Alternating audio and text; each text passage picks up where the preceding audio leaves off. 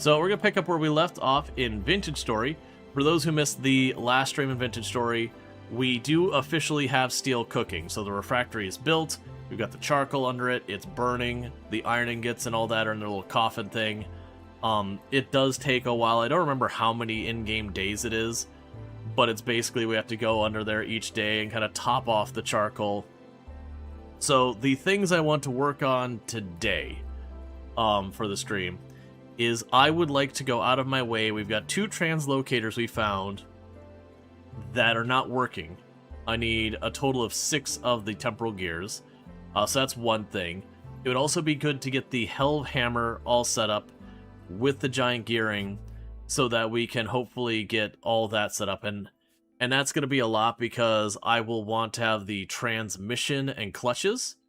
For those who don't know the way that works, is in the game I can get like the big gear and then put transmission and clutch on each side, where what happens, I'll have the gear spinning everything, and you can turn off a system to not have it wasting mechanical power. But yeah, so if we go over here, I've got the pit kilns making more refractory bricks. We've got this here doing its thing. Let's take a quick peek underneath.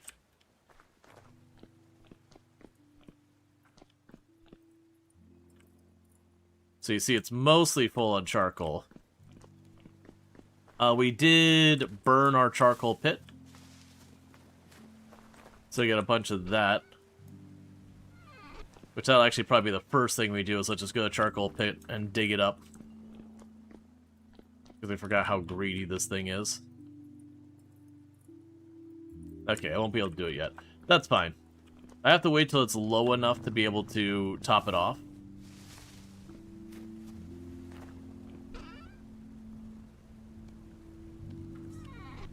Do we have more tools being made? No, we already did our new round of tools. Okay. So I'm just going to quickly pop down here.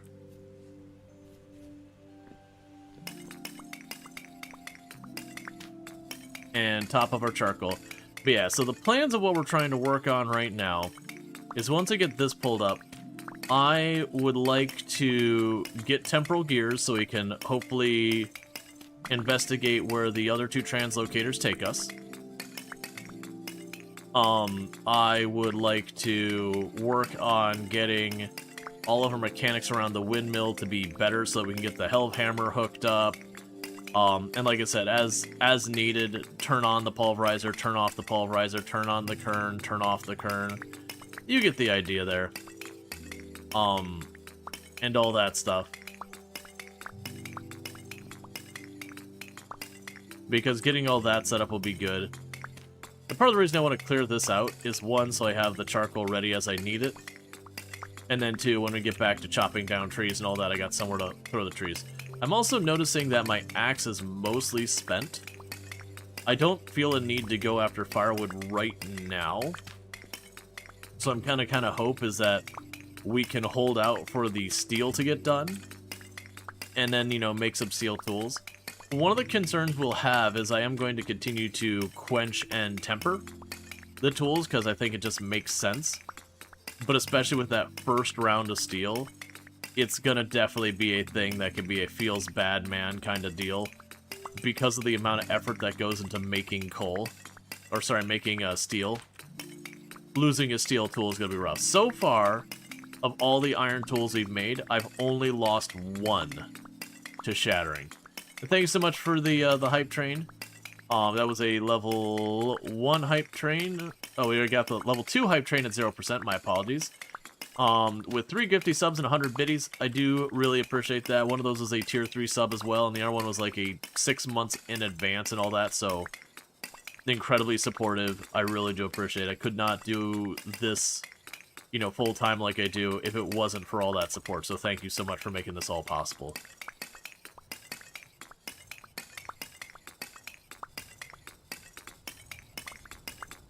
Yeah, so you've already got all the resin we know to the north. That's kind of the limiter here, is the transmission clutch that I'm going to need. I think costs us something like 6 resin to set that whole thing up. And I also need a second large gear, because right now we are going like to a 1-to-1 gear ratio. So it's not going bigger or smaller or anything like that. It's just 1-to-1. When I go to add multiple machines, and I want them to be in parallel, not series. And what we mean by that is in series means I have, here's my power source, here's one machine, that's a direct connection, and after that machine is another one, and after that machine's another one. I can't configure that to be on and off except for the far end. Whereas parallel, here's my power source, one machine, and then we branch off a separate path to another machine, and we branch off a separate path. Now, when you don't have any transmissions or anything involved, there's no difference between those two. However, the moment I start doing stuff like getting the transmissions and all that kind of stuff involved, that allows me to turn on and off machines as needed so I can allocate all mechanical power where I want it versus wasting it on a tool I'm not actually using. And you can kind of do the I don't have the resources version of the transmission of clutch, which is you just remove the axle each time, which works fine. Ultimately, though, you do want to make it so you're not just burning an axe, chopping away an axle again and again, or hand punching it out or whatever each time. Oh yeah, I have plenty of inventory space. It's a little worried, but we're good. But I figure if we empty this, I can get all the charcoal loaded into the blacksmithy and all that. One thing I might do is right now the windmill and the blacksmithy are two separate buildings. Most likely what we'll ultimately do is once I get the windmill mostly set up, I'm going to start building it to have a roof and all that, so that way as I'm using the helve hammer, it's not sitting out in the rain. You know, making the metal cold again really fast. And when I do that, it will most likely connect the two buildings. That maybe what we end up doing is putting the blacksmithy a little bit more to the one side. So keep our little cozy nook where I've been doing all the blacksmithing stuff, but adding like a second forge just for heating stuff up for the helve hammer. It's also curious that there's also supposedly a large bellows, but you can't craft it, you have to find it, which is a curiosity. Because it doesn't mention being a tradable thing either. So I assume I need to be watching ruins to see if I can't locate one. I haven't looked into that at all. I have no idea if it works better than the small one, but I would assume it does, otherwise why would it exist? But yeah, it'll be curious. Because I'm wondering with the helve hammer situation, you don't often go into ruins, you noticed? Well, I do when I see them. Like if I find an underground ruin, I will go into it. But as far as like hunting down ruins, generally I haven't that much. We did 1 or 2 playthroughs ago go and do all the story stuff that was available, so we went into the archives and whatnot. And it was interesting, but generally there's not much there. They have added stuff to it, like I know there's a hang glider, and I believe you get that kind of stuff from the ruins. And actually, now I think about it, what was the hang gliders? Actually, was it glider? Yeah, so you gotta get the glider schematic.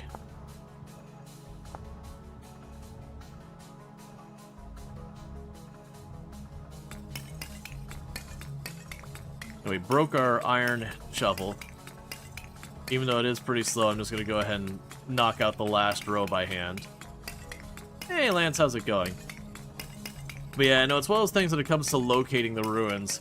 There's a whole process behind it for, like, the story ruins to locate them, where you talk to a trader, and you ask them if there's anything interesting, and they ask you to pay them money to show you where, like, a treasure hunter is, and the treasure hunter asks you to get them a tin bronze. I can't remember if it was a pickaxe or an axe or whatever. And then they give you a location of, like, where the archives are or whatever. And then you go and you do that, They actually do have a boss or two in the game. I forgot about it. There was like the immobile whatever it was. I think we saw that one. I don't remember much about it. I think it was like a boss that was like, oh yeah, it was a boss and I destroyed it, and people were like, that was a boss, and I was like, really? Because it was like stuck in a collapsed room or something like that. Because we went through that one and we got to like another location, and it was the second or third location we got to that I ran into the bell, and I was like, at that point, you know, I kind of was nonplussed with a lot of the ruin stuff, because, you know, you had to go exploring. 99% of the stuff is there is utter junk you don't care about. You'd find the occasional thing worth mentioning, but for like all the effort. But that wouldn't be a bad idea for us for searching for temporal gears, because usually you'll end up with enemies. How big is the charcoal pit? 11 by 11 by 11. We didn't quite fill it up to full. We got it 9 by 9 by 3, I think it was. Yeah, so it's the max size. I usually do this because if you look at this, how much charcoal I pulled out of here, it just means that most likely I won't need this pit for a very, very long time. And so as I go chopping down trees to help me locate resin, or like anytime I need firewood, I'll run out and I'll go chop down a tree to, you know, chop down some trees. Like I'll make a effort to go and chop down a bunch of trees for firewood, and I'll just take all the extra wood that I didn't need for whatever purpose I had, which is usually the pit kilns. I'm gonna put all the rest down here. That way when I finally do run out of charcoal, I've already got so much firewood set aside, we're just good. And we were using a shovel, it just broke, and I'm not gonna bother running all the way back upstairs for a handful of tiles. But fortunately it looks like we're gonna start having our iron tools break, because we just broke our iron shovel. We're pretty close to breaking our iron axe. And I do have more iron, but like right now, since we are making steel, I'm gonna try to hold off making more of the iron versions, and I'm gonna go for the steel.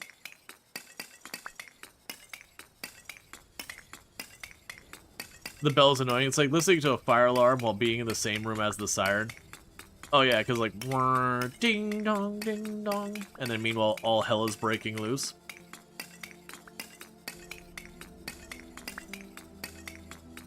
That's actually one of my hesitations about going for the story stuff as well. With the scaling of the enemies, if you don't have armor, it's just a miserable time. The enemies go from barely doing any damage to one-shotting you, and there's like very little gap in between. So it's definitely one of those things, just to manage it, you have to kind of go and get your equipment sorted. But we are getting steel, so I could sit there and get, you know, start working on my, the leather jerkin. Then you put your chainmail on the leather jerkin. And then if you want, you can go for like plate mail or scale mail or whatever.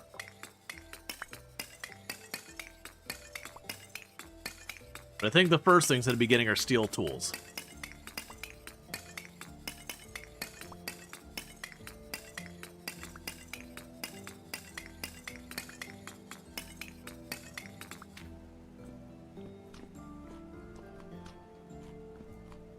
Yeah.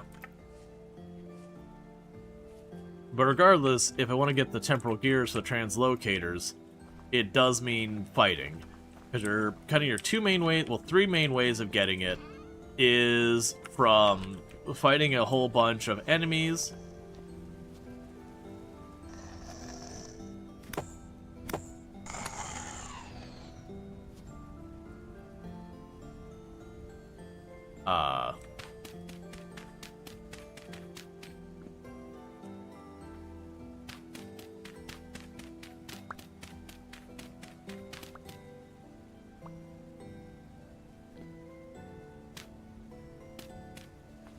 It's fighting a whole bunch of enemies.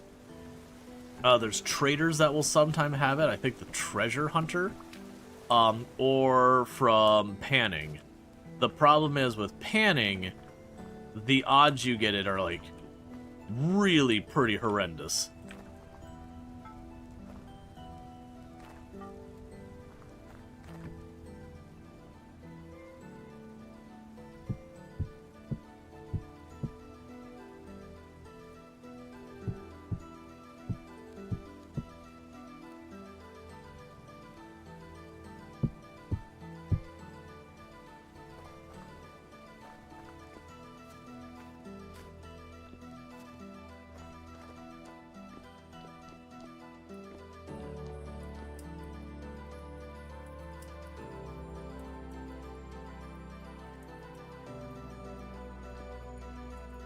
wonder if I can make a half step here so I can look down on it.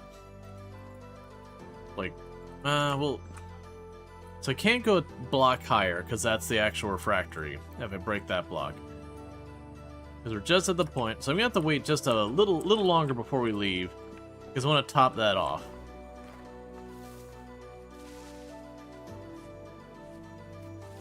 The quest stuff is interesting. The big problem, like I said, is with the combat stuff, you have to have armor. Like, very genuinely, the stuff one-shots you, and it spawns on top of you. So, like, the game really kind of does force your hand to have armor. So it makes a lot of the exploring stuff like that kind of endgame. Which we're working on our, like, material to make our armor. I've definitely done it in the past. It is one thing I think will massively improve with the combat update, because that's really the problem, is the combat stuff. Because you get in there and then you have, you know, a nightmare version of one of the enemies appear, and then you instantly die and you have to run all the way back.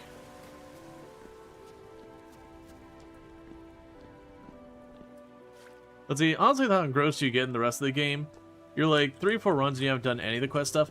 Yeah, it's the unfortunate reality with the enemy encounters and how, like, the damage scaling works with armor. You have to have your armor for it. Like, it's not like, no, get good. Like, you have a bell, you just need to get over to the bell and kill it. And you can't rearrange the arena or anything like that. But, it is just one of those things. Okay, that's the... Why are you not sealed? What? Oh, okay. I see. That's fine.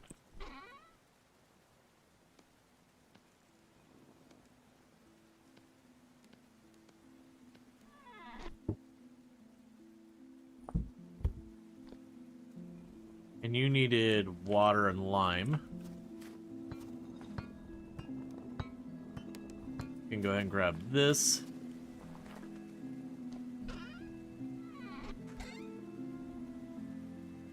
That's the borax.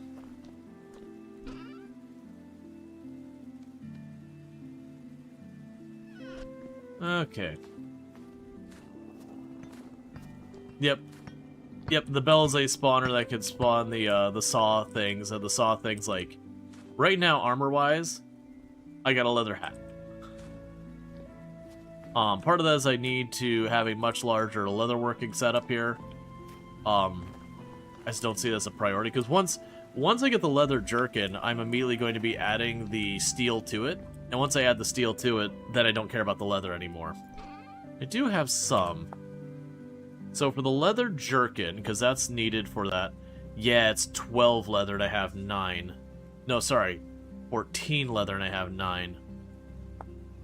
But then from there you can add chain, brigand, body leather jerkin?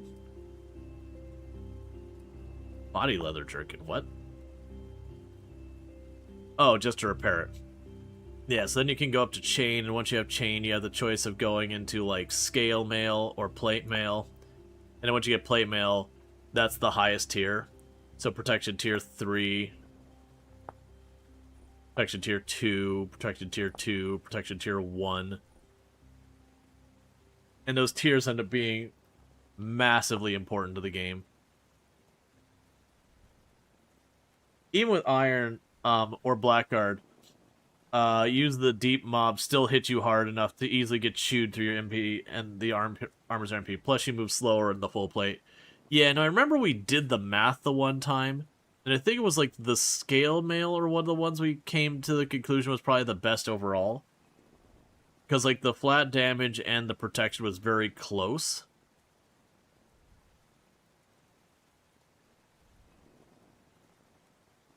But the consequences... No, actually, the plate just looks better. But yeah, so... Oh, no, you do need leather. But yeah, so you just need one plate and all that to repair it. But it is like a whole thing to get your plate armor made.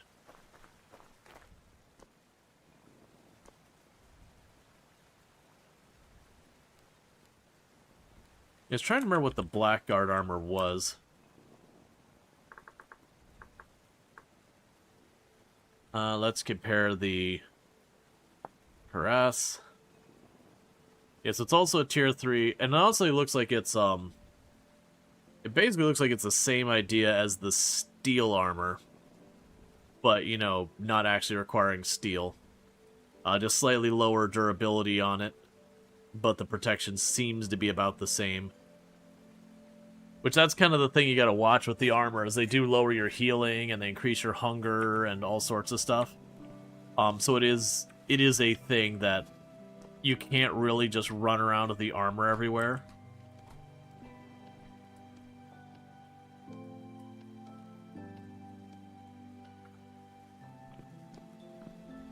So you kind of want to keep the armor, like, set aside until you need it. Yes, we're just waiting for this to get low enough.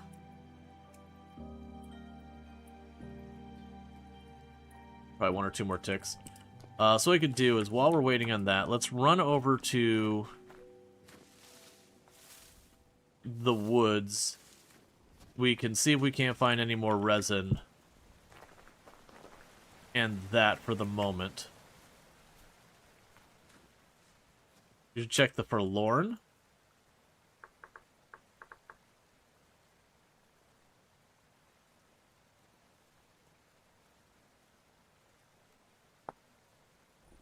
Yeah, that's just the tunic. Breastplate.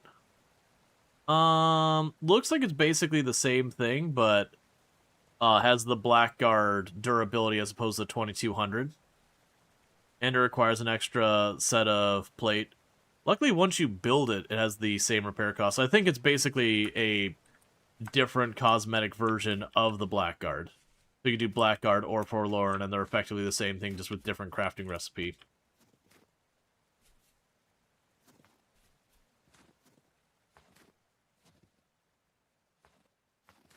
Yeah, no, you told me that yesterday, Strider, that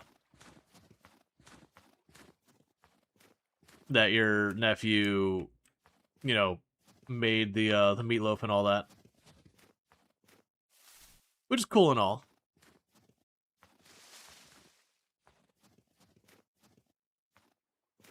Yeah, so I figure we run over here, we just do a round of grabbing resin and all that. All the trees that we grabbed the resin from already up here probably won't be good for more resin yet. I very much doubt it, yeah. What you can do is just go a little farther inways, start chopping down some other pine trees. And basically I'm killing a little bit of time while we wait for the charcoal to burn down enough in our steel production.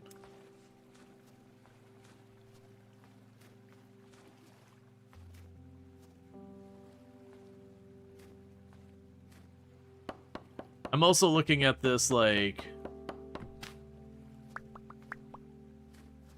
as a chance to, kind of use up the last of this iron axe. I'm gonna get steel very soon.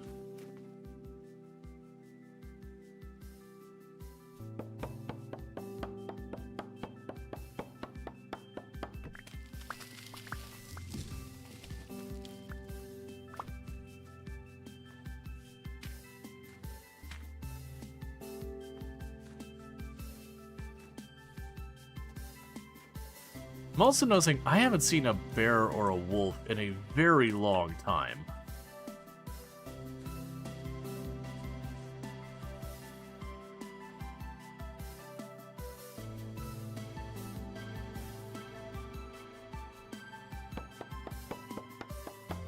Let's see, you trade hit points for less debuff with this 2 armor. That's fair.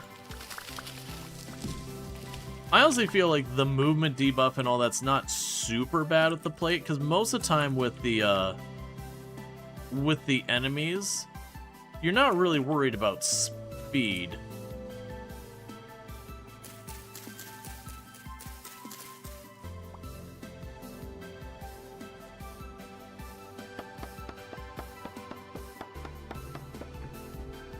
Oh yeah, no, I'd be down for fighting it. That's the reason I was, like, listening to that wolf. I'm like, do I want to go run that down? And honestly, it wouldn't be a bad use of our time.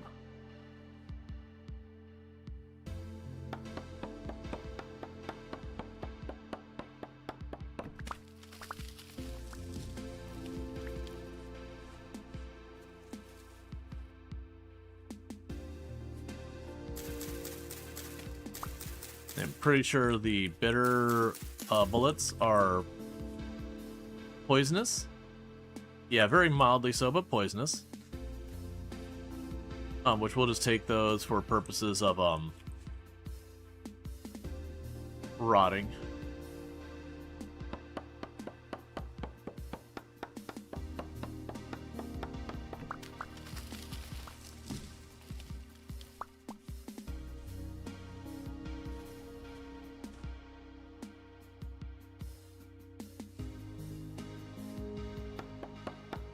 Okay.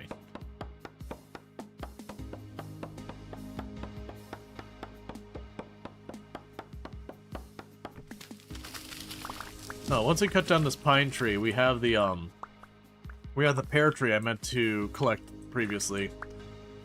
You can walk over there and grab it while we're in the neighborhood.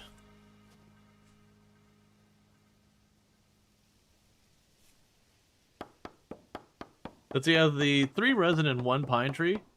Never seen one, but you have a tree with 2. I honestly don't think I've ever seen even 2 resin on the same pine tree.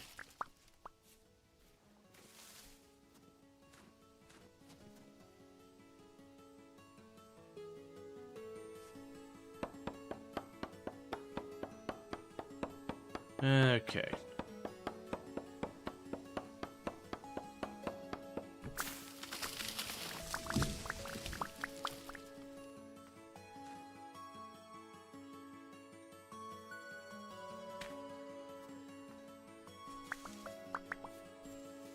Oh, weird. I think it actually destroyed both the pine tree I was cutting down, and there was a second one here.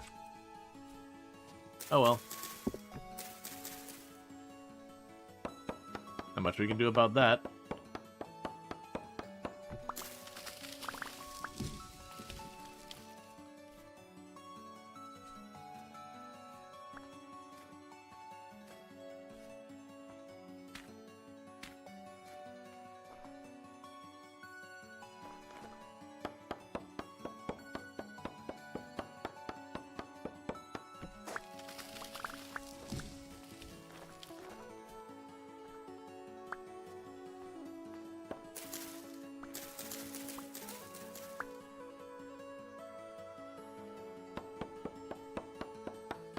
Alright.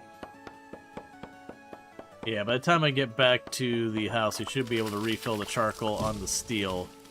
And then once we do that, like I said, we're going to go ahead and do an outing of just seeing what we can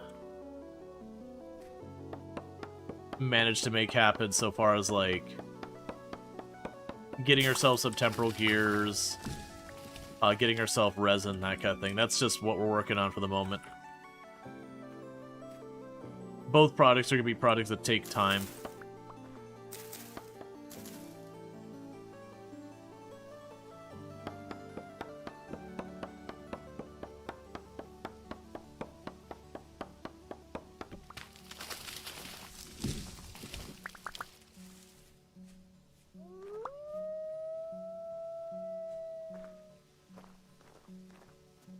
That's properly close. Where are you at, Wolfie? It's not the wolf I'm looking for.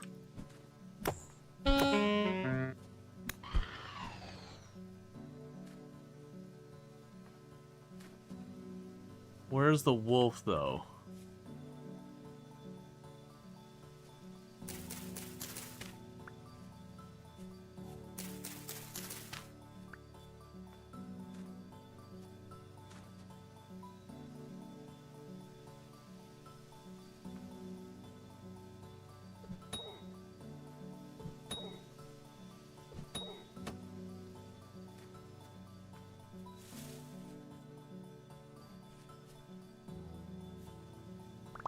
Well, that wolf had a rough end.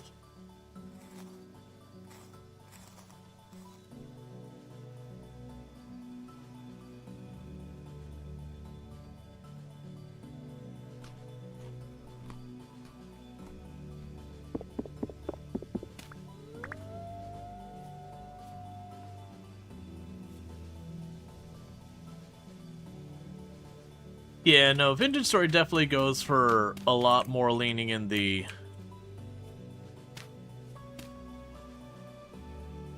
it's like spooky side of things. Alright, so another wolf over this way, I heard.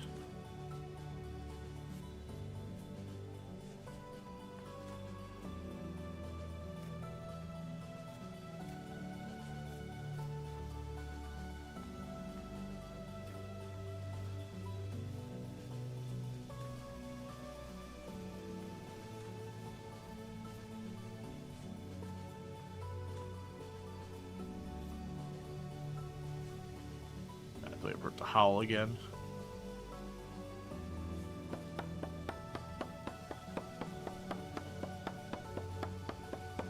Rual's doing Arbicide with the pine tree. Hey, if it doesn't have resin, it is a inferior pine tree. Well, I mentioned I was gonna go until we got our iron axe broken. There it is.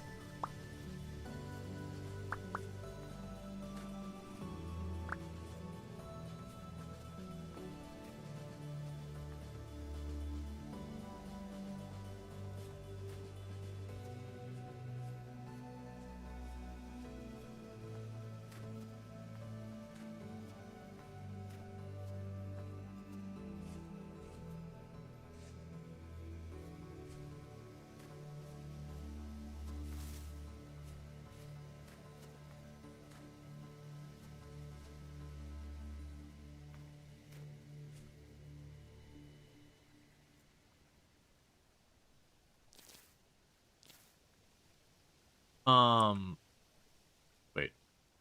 Okay.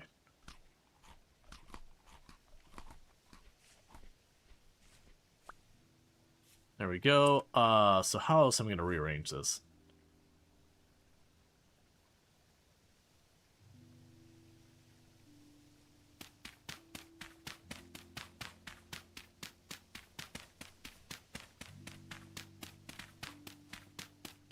Give me just a minute. We're gonna go ahead and mark this tree, the way we've done with all the others.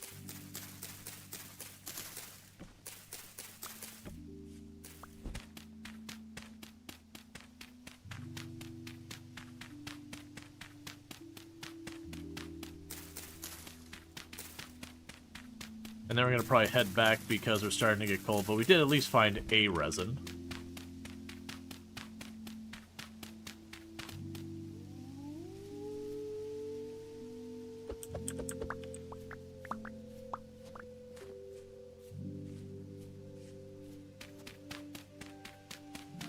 Okay, so they go in stacks of 6.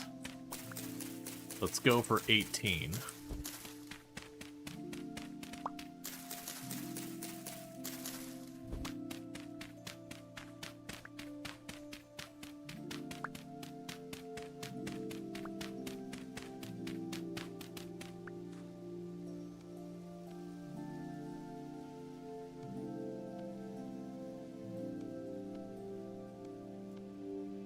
Okay. And the reason I keep going for this brick pattern is there's no way I can mistake it as, like, Anderson sand, andesite sand, or whatever.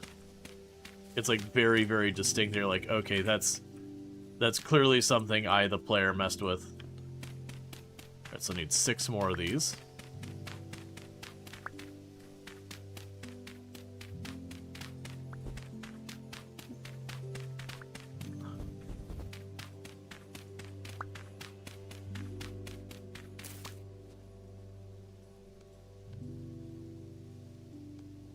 Okay.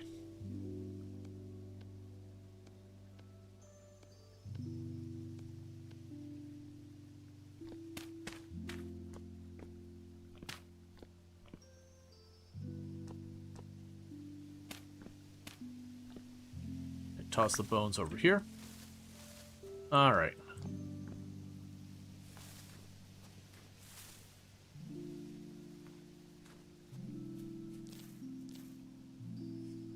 Good problems to have.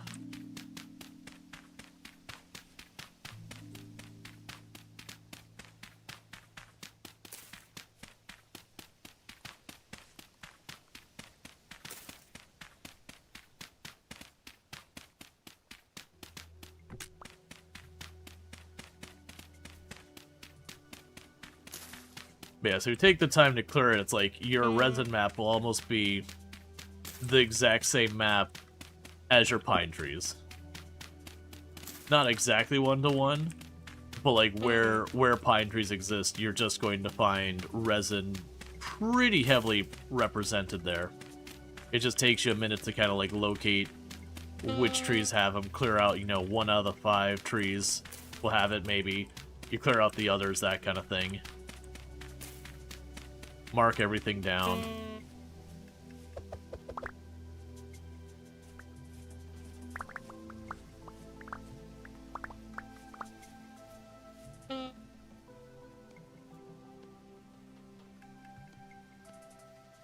Okay.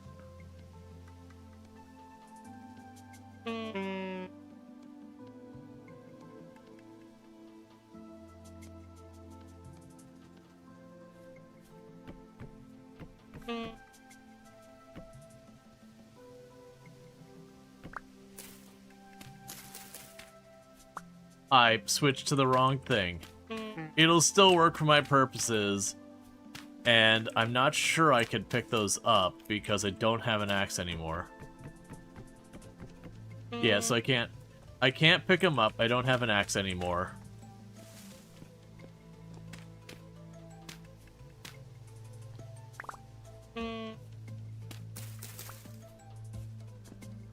So that's mildly upsetting.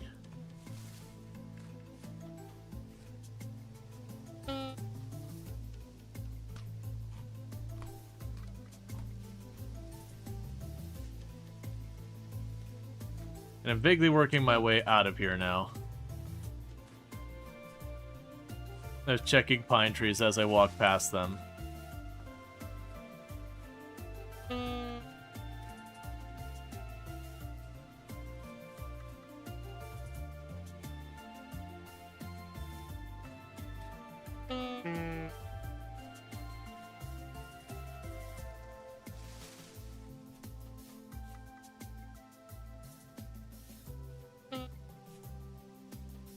I say it's like...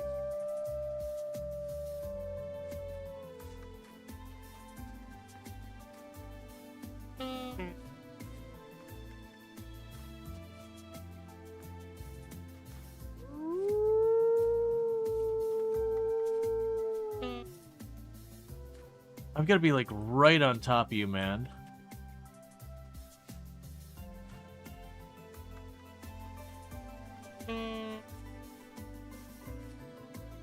It's fine. I should not be hunting it while we're freezing to death. If it gets a hit in or two, I might not make it home in time. I need to be going south, not west.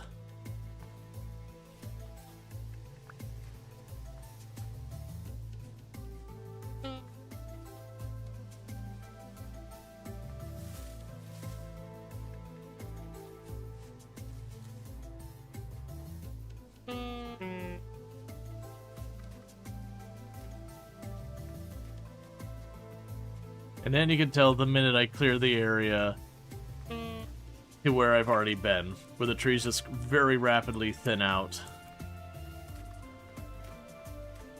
And there's no pine trees left that don't have like a base on them to mark them. Okay. So like I said, we could run back. This should mean when we get to the steel production, it should be very easy to spot that like the charcoal can be topped off. We can grab our extra pie or whatever we need. And then the next outing, the plan will be to probably drop down below somewhere. So I'm kind of trying to wait till it doesn't say calm down there for rift activity. Because we get to be like medium or higher, then we can more reliably get enemies to fight. And then the goal there is just going to be try and do what we can to fight the enemies to get a bunch of, or try to get some temporal gears.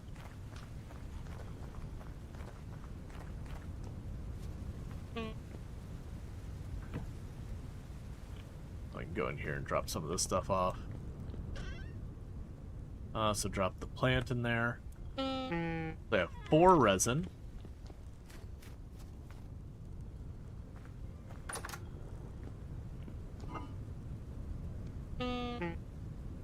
pie.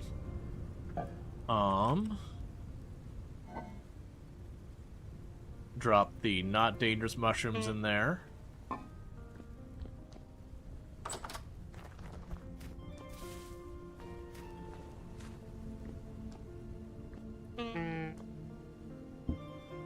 We can drop you in the lime water.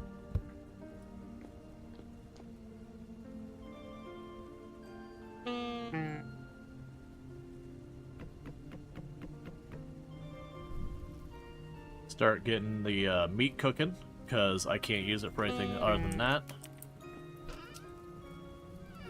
Bones go in one of these boxes. There you are.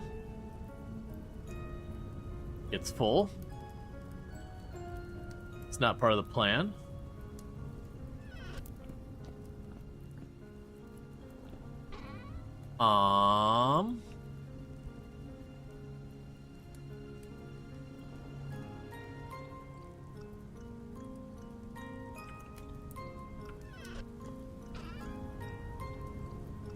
Goes Dora, were you born in a barn? Hey man, we don't need to call out where people were born. Just because I was born in a barn has nothing to do with it. I was born out in the wilderness, among the stars in this game.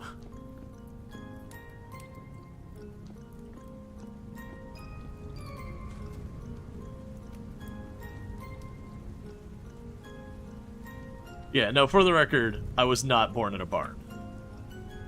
I was born in a hospital.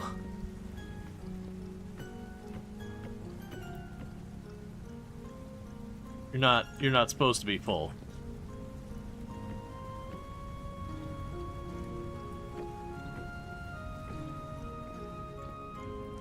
Well, it's kind of barn-like.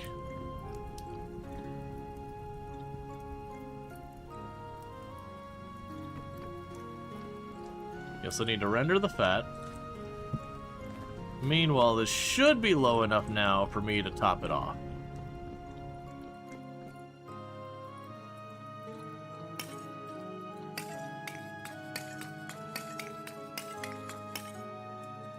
There we go. Topped you all off.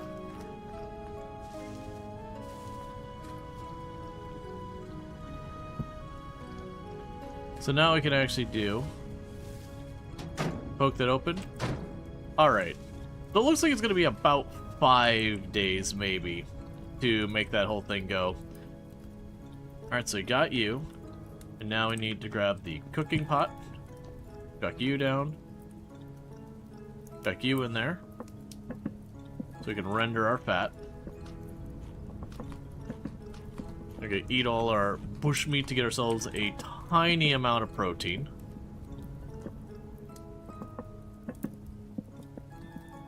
Honestly, that could just burn.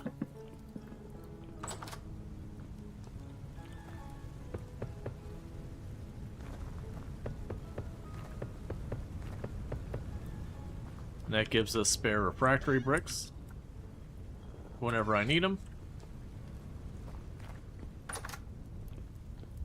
Alright, so I got enough pie. We're still at calm activity.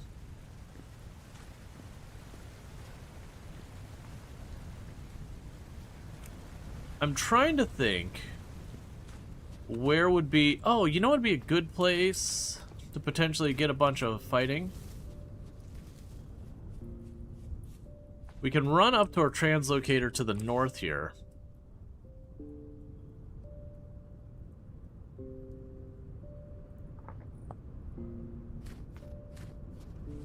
Because that teleports me really deep underground where there's an iron deposit and saltpeter.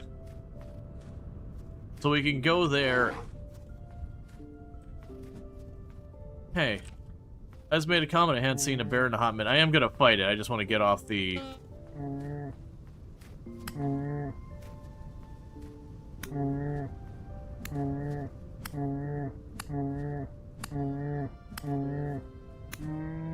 You're not a very smart bear.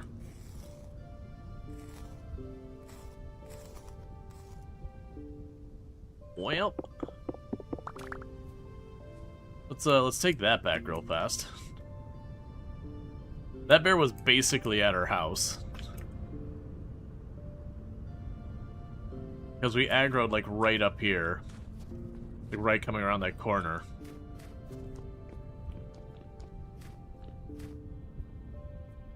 If I'm lucky, the fire pit will still be hot and with fuel in it.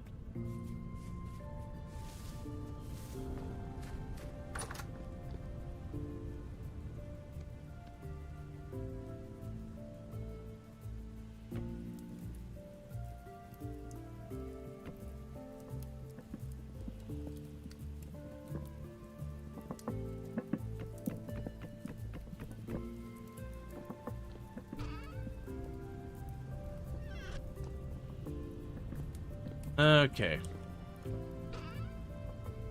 So on one of these, I've got lime. So I need 26 more lime.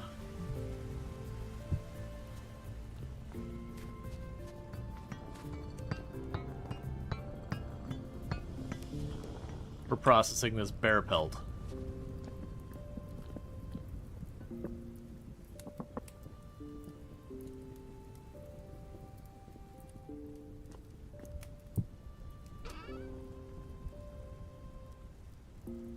Okay.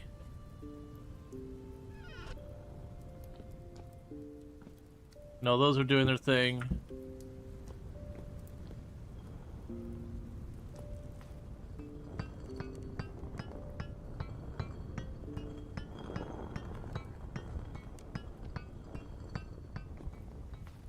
All right.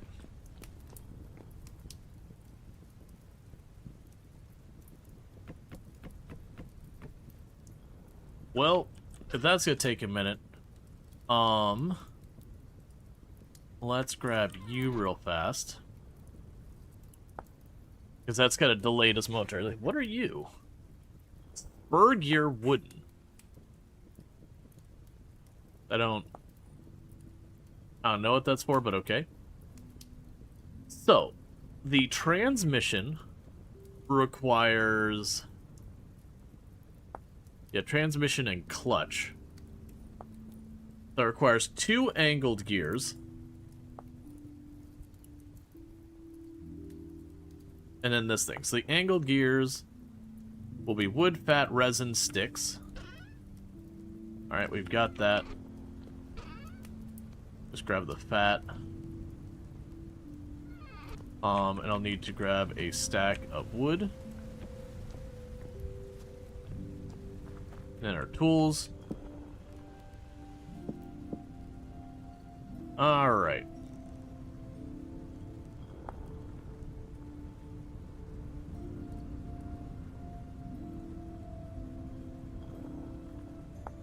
We have the transmission. We have that. So, okay. So it's hammer, saw, chisel, sticks, wood, you and you. 1 and 2. Okay, and we make the transmission, which is boards. Alright, so we need to go in here and get boards. Probably enough boards to do what we need.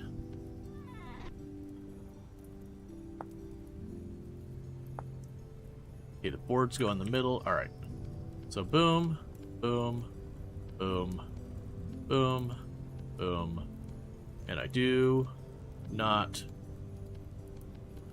There we go. I'm going to say remember the order. So I got that.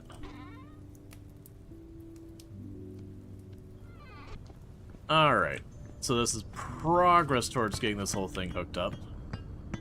Because then what we do is we get a clutch next that goes here, and that lets me turn that on and off. And then we can put an angled gear here with the really big round gear there. And that would hook up the hell hammer when we've got the top part done. One of the things I'm realizing is I actually don't have a replacement saw blade ready. Did I make a replacement saw blade and just leave it in here? No. But that'll be something I'll probably want to work on at some point. Are you done yet? No, you're still cooking.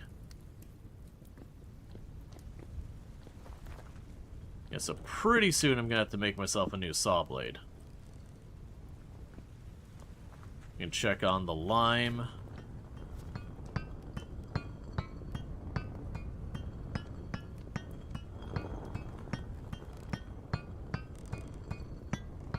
There we go. And we'll just let that keep tapping away.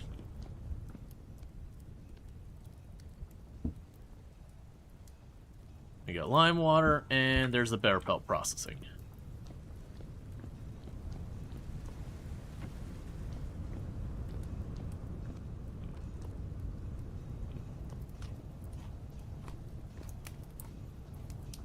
Okay, as soon as the meat we got from that random bear goes, that's good.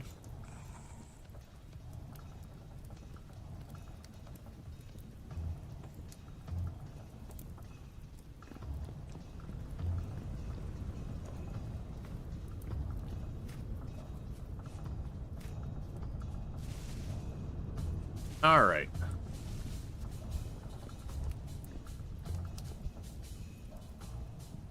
It's a shame bushmeat is so incredibly expensive on the firewood.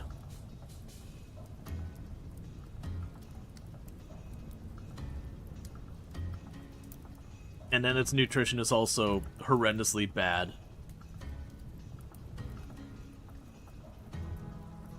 And all in all, I don't think enough time has passed to really matter so far as watching the steel production. We're gonna go right back out with the same intention of where we went out last time. I wasn't anticipating scoring a bear right away. Like if it was a raccoon or something, whatever, I would have kept going and just let stuff rot. Because the leather probably would have held up long enough for me to get home. But with how chunky a bear is with all that bush meat and the big pelt, figured we'd run back and cash in. Yeah, that's exactly what I was thinking. The huge pelt. I can't remember how much leather it gets you. It's something like...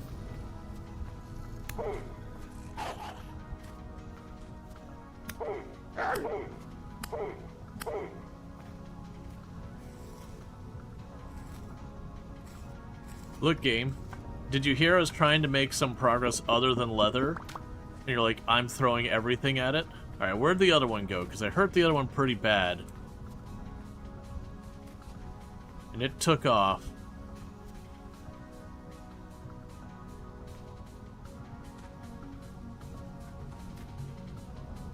Howl for me.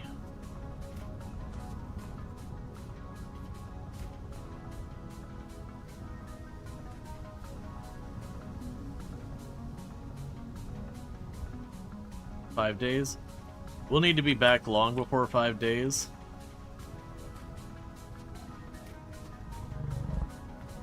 What the...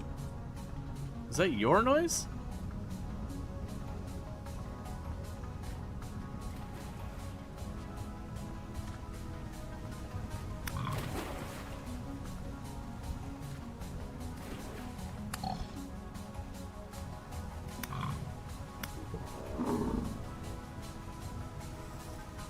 I wasn't planning on a hunting expedition, but you know, if everything just wants to pile on and let me hunt it, that does help me towards my goal of getting better armor. It's a shame that other wolf got away with like 1 hit left. I just have no idea where it got to in the trees.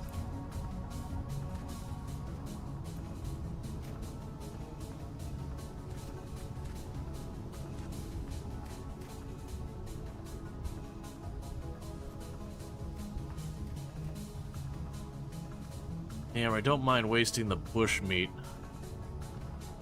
The leather hide should stay good plenty long. Because once we put them down underground, they'll last like 30 days or something like that. Anyone else want some? As like...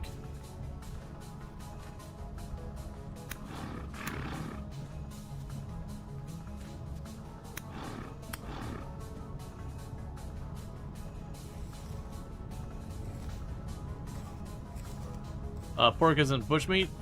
No, for this game I believe it's considered red meat. Obviously in real life it's actually I think it's considered red meat in real life.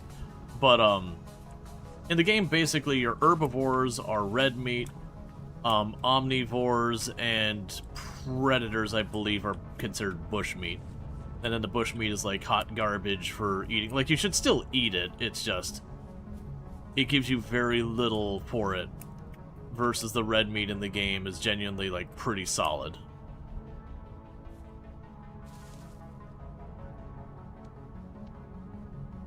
Geez, 16 red meat. That's enough for pies.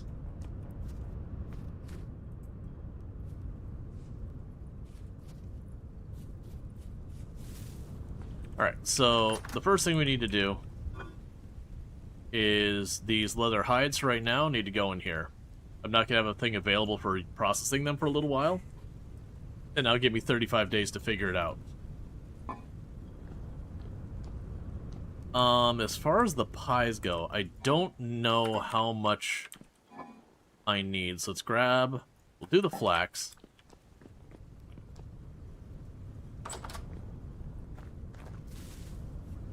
So it's 16. And we just make them like straight up meat pies. Nothing fancy. Just a whole bunch of meat in a pie.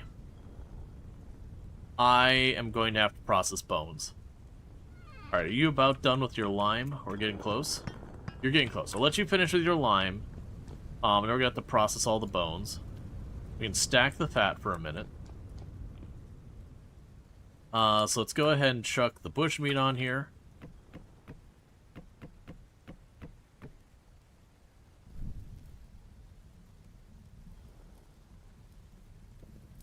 And get that going. Grab the bucket of water. So if my math is right, I only need to make 2 pies.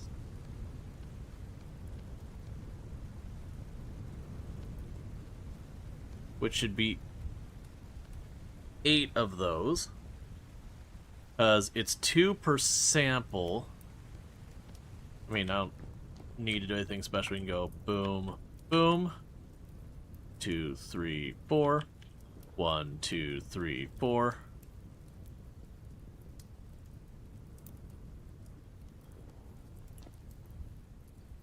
Alright.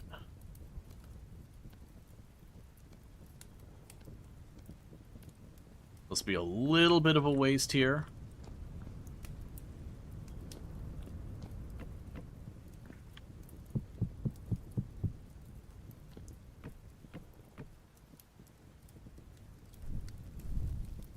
We'll let that heat up real quick. Because we could use a protein, so I don't mind doing that. Alright, so... you're getting close. You can run downstairs, drop off the flour.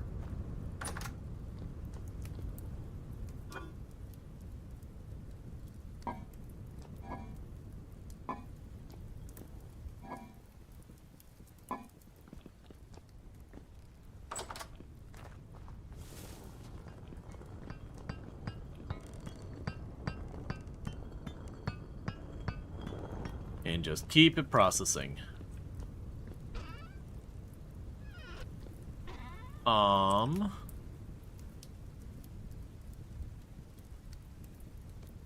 lime in there for right now. Gotta have even more bones. And then that. Let's grab the leather out, drop that in there. I guess for now I'm gonna put the leather in with the blacksmithy stuff. We use it plenty with that. So that's fine. Are you about done? Yes, you are. We need to grab the cooking pot again. Chuck the fat in there. Grab our uncooked pies. We only have the 2 pies to make.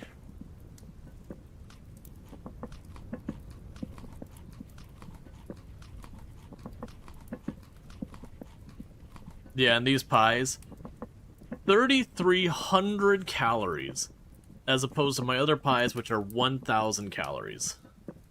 Well, I'm sorry, cumulatively, this is almost 4,000 calories, and this is almost 2,000 calories. So it's like basically twice as much nutrition in that.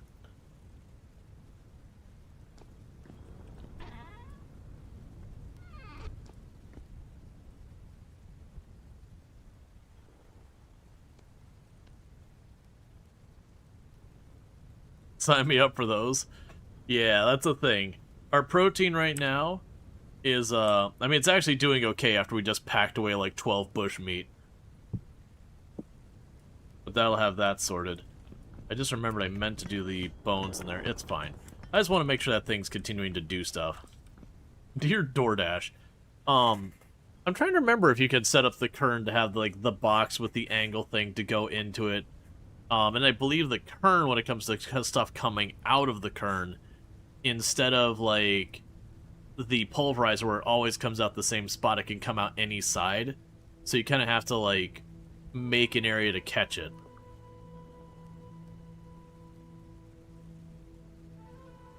But I don't remember if you can, like, auto-feed the thing. And the problem to catch is I'd probably want to do, like, a 9... Yeah, it cycles. 1 per side in round robin. Right, and if one side's blocked...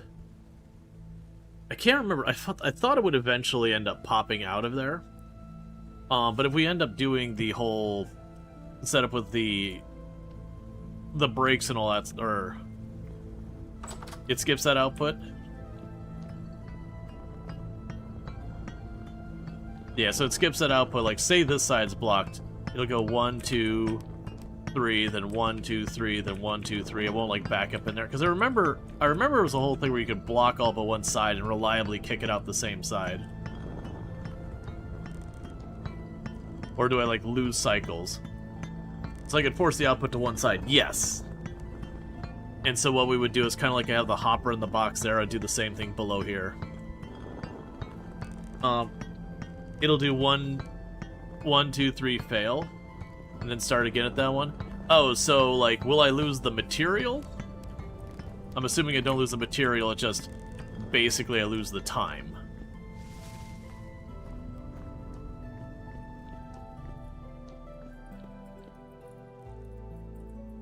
We're still going.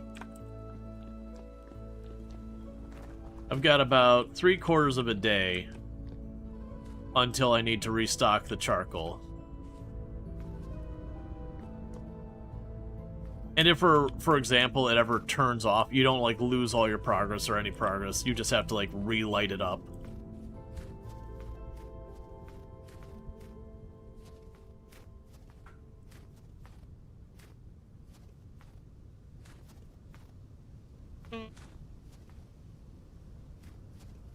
No, from what Kraisk is describing, if you're trying to maximize the efficiency of the output, like you're worried about how fast it can go, you'd want to have as many sides exposed as possible and then manage to collect the output where you need it.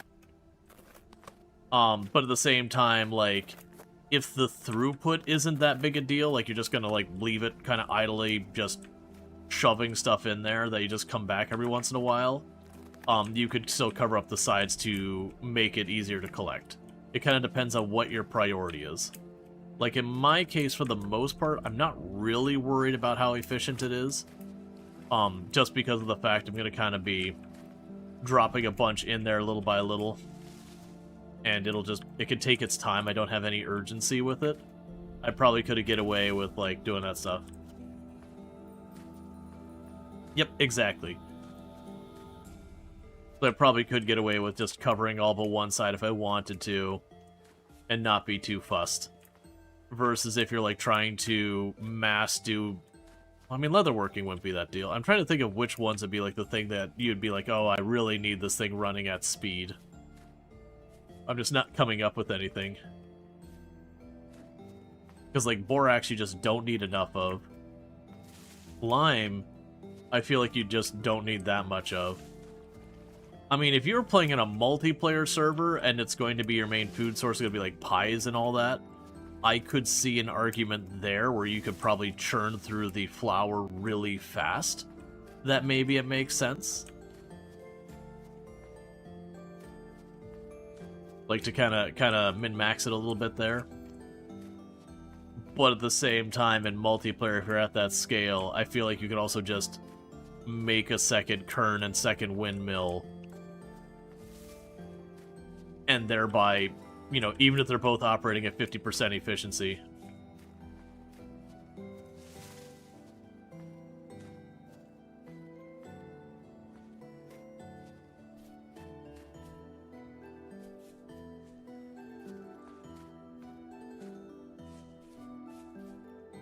Alright.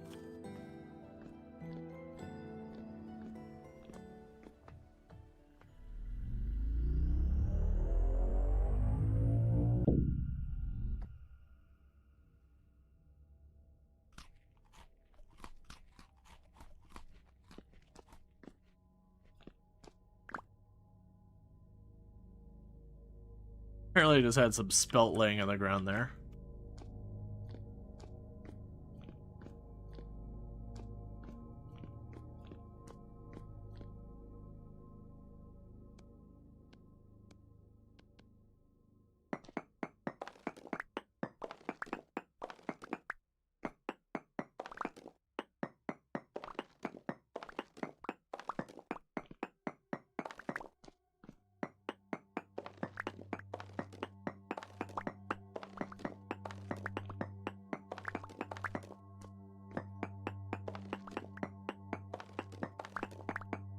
I probably will. Oh man, that's a huge iron vein.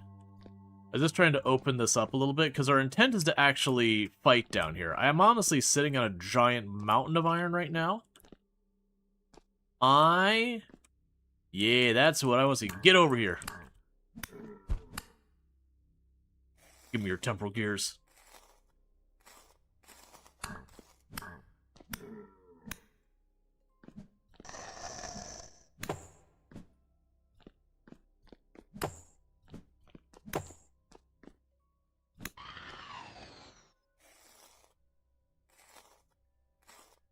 That's a gear. You're on the right direction. Not exactly what I'm looking for.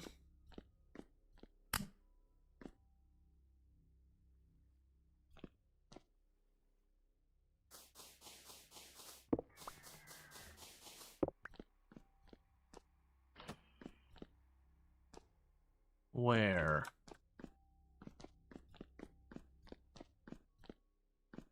Where?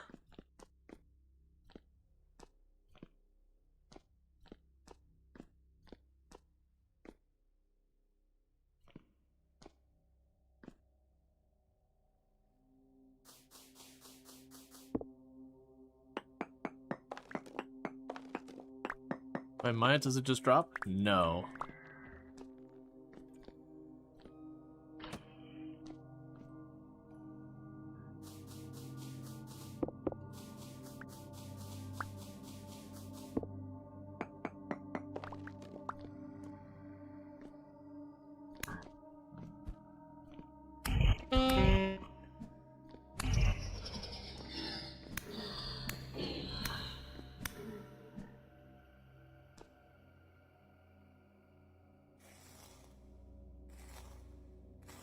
So we're hoping for temporal gears while we're down here.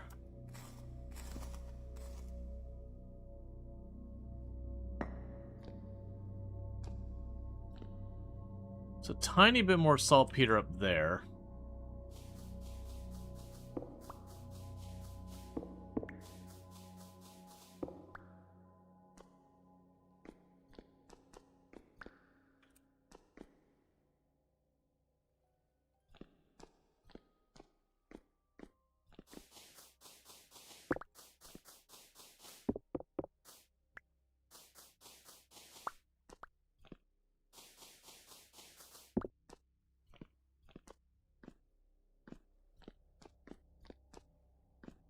Got more up there as well. So I'm not too fussed about the saltpeter right now. I've already got multiple stacks collected at home and we can't quite use it yet.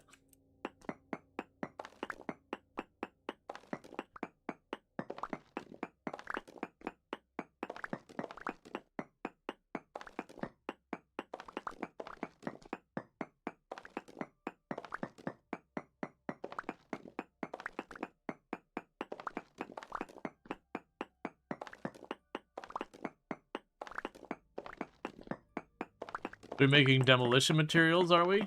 No, my intention, like, right now I'm just grabbing the saltpeter because they're here. We're actually here trying to get enemies to spawn. And the chance of maybe...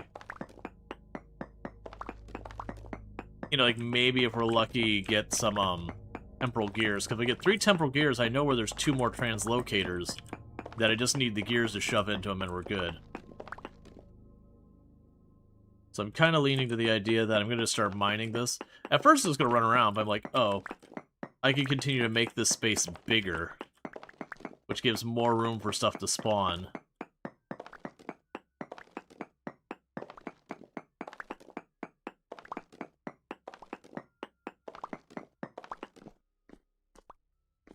It's not like we're not going to need more iron forever now.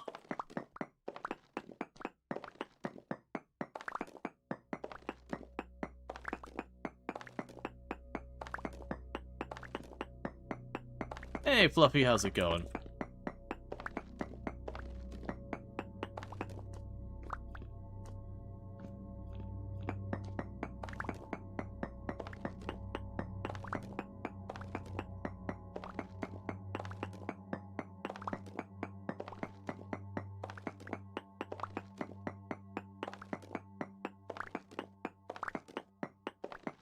Because if nothing else, with the fact that this is a teleporter, super duper underground, like right around the corner we have the teleporter to get out of here, I can risk staying until things get kind of pretty dicey with the instability. Fight stuff until we get low, and then just take the teleporter back out of here. And then we'll dump me out at a place that's just barely underground.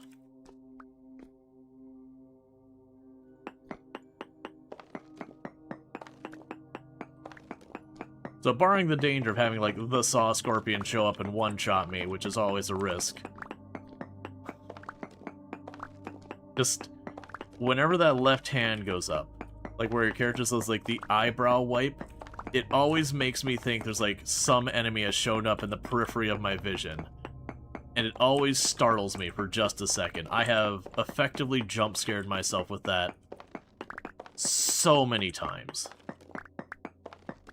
You're just not expecting any kind of motion on that angle of the screen, and then suddenly something moves over there.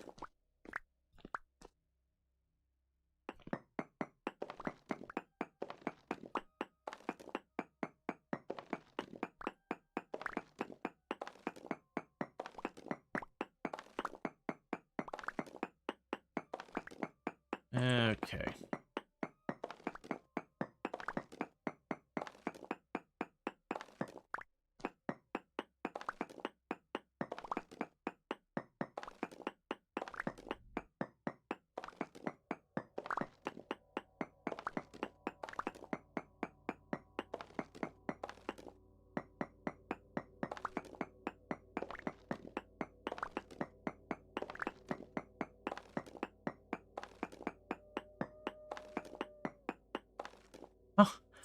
How am I hearing a wolf from down here?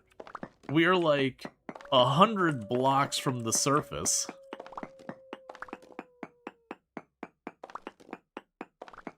Must be like the most deafeningly loud wolf that has ever existed.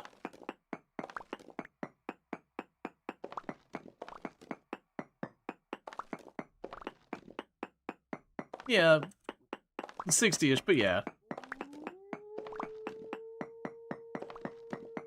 Like, as loud as that is, I'd assume it's like just barely over my head. Yeah, it could be the wolf fell down the holes in a cave system. We actually don't have an opening that's easy to get to in this cave. I had to make like a giant stairwell.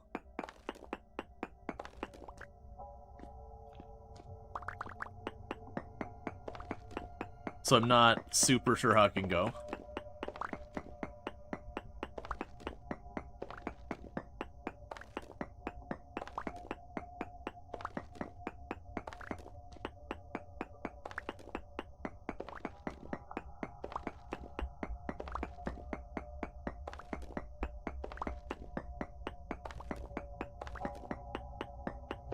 So we had such good spawns, and then they've just kind of stopped.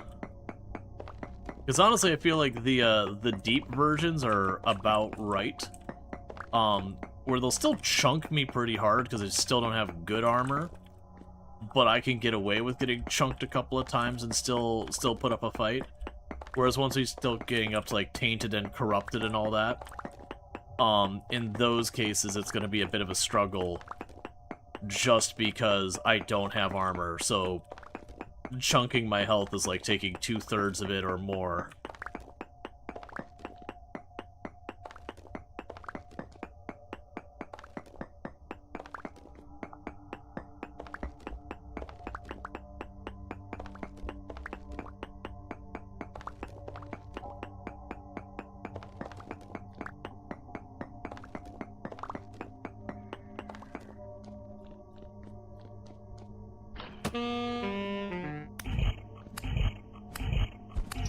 I actually thought, for Tainted, I thought you were going to hurt me way more than that. Yeah, that's one. I need 3 of those. That's why we're here. The iron's what we're just doing for filler time.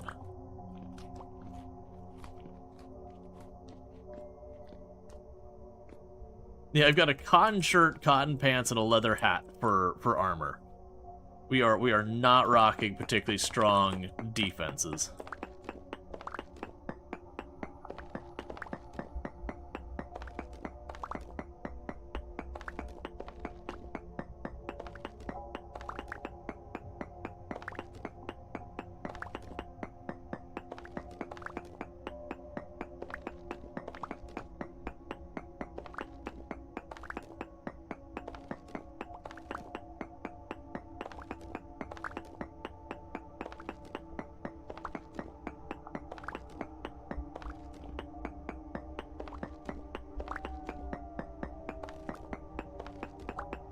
And you're like, oh man, it must be wrapping up with this vein. It wasn't that big. Never mind.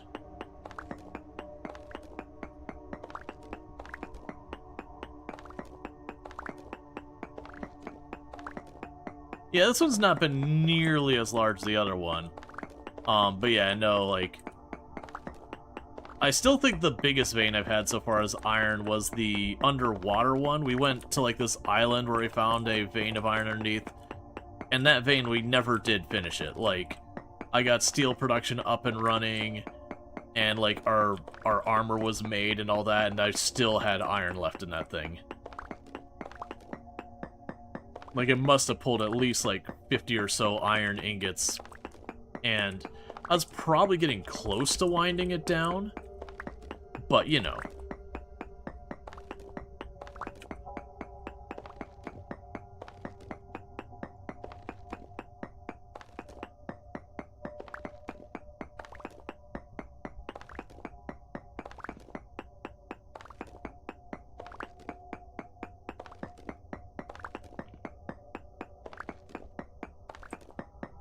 Finding them farther abroad.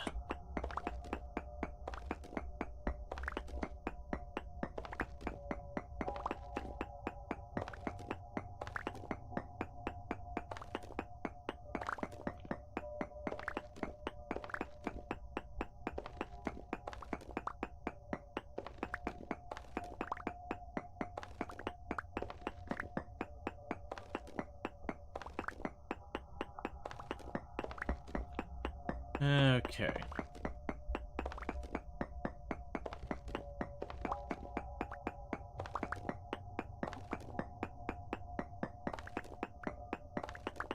And as you can see, our stability is just burning down, which is why I was like, I should go here, because I remembered its stability was absolutely awful.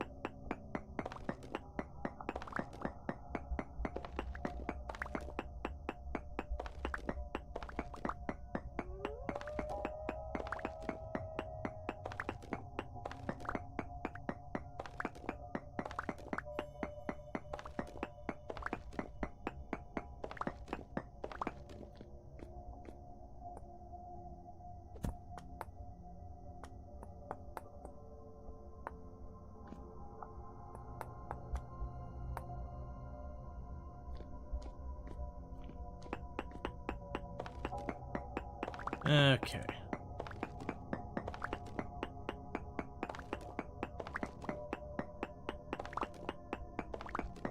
They're probably getting pretty close to this being tapped out. So I'm circling back around to where we started.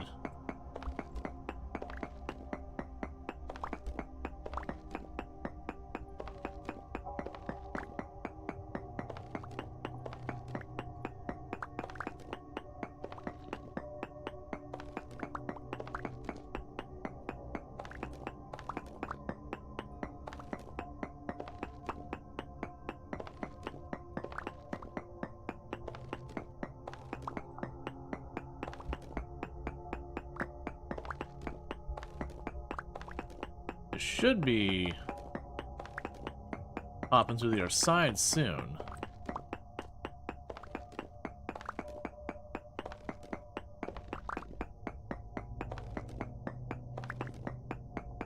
And the camera's starting to glitch out because the instability is getting high enough.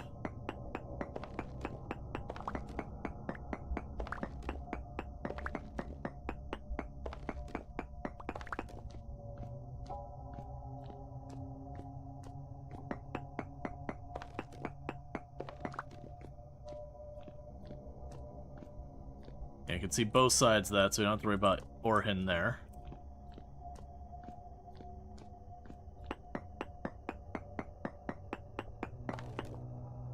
Medium amounts there.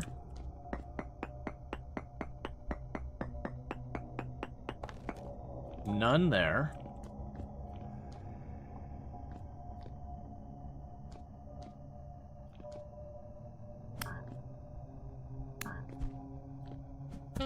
Stop it.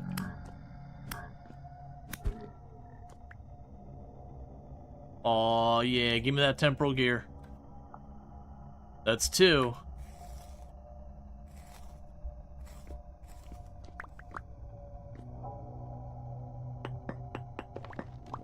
Okay, so there's medium amounts over there.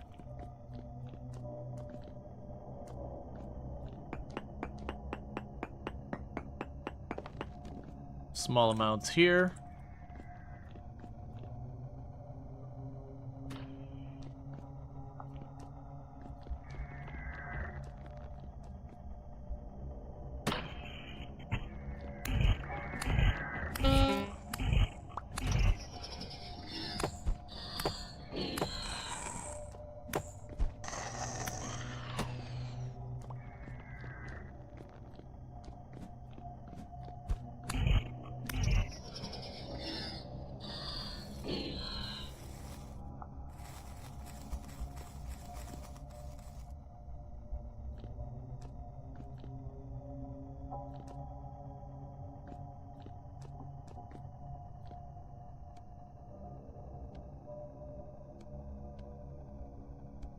Need to be fast because I'm going to be taking a lot of damage here.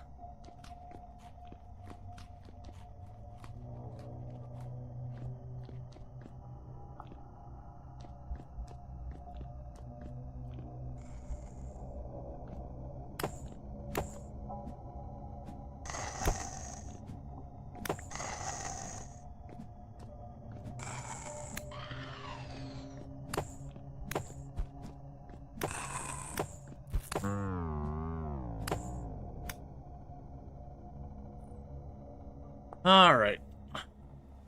So I figured that was probably coming.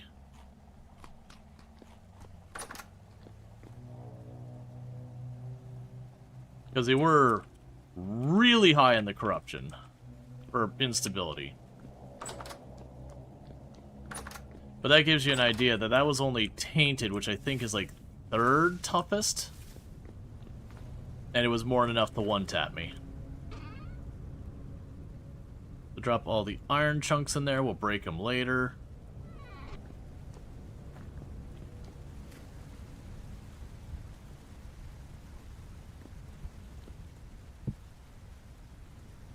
Alright.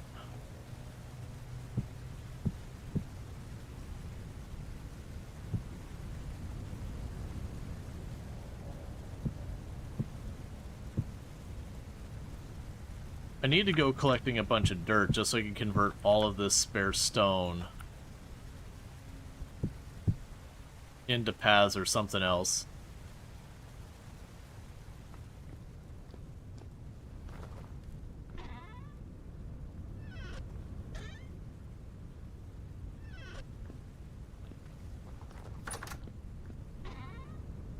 Drop off the saltpeter. Drop off the regular gears. Drop off this. Drop off you. We can go ahead and put the 2 gears we did get. If I got 1 more gear, we would have had what I needed to just teleport. Oh, we can drop the spelt. I really don't know where that spelt came from. It was just down there. It's like, okay, it's a bunch of spelt. Sure, why not? I I'm assuming I grabbed while I was adventuring around there. We will probably need to top off the charcoal for the steel production.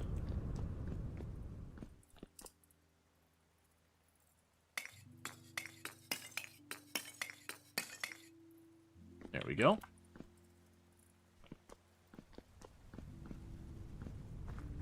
And take a peek at your progress. 30%.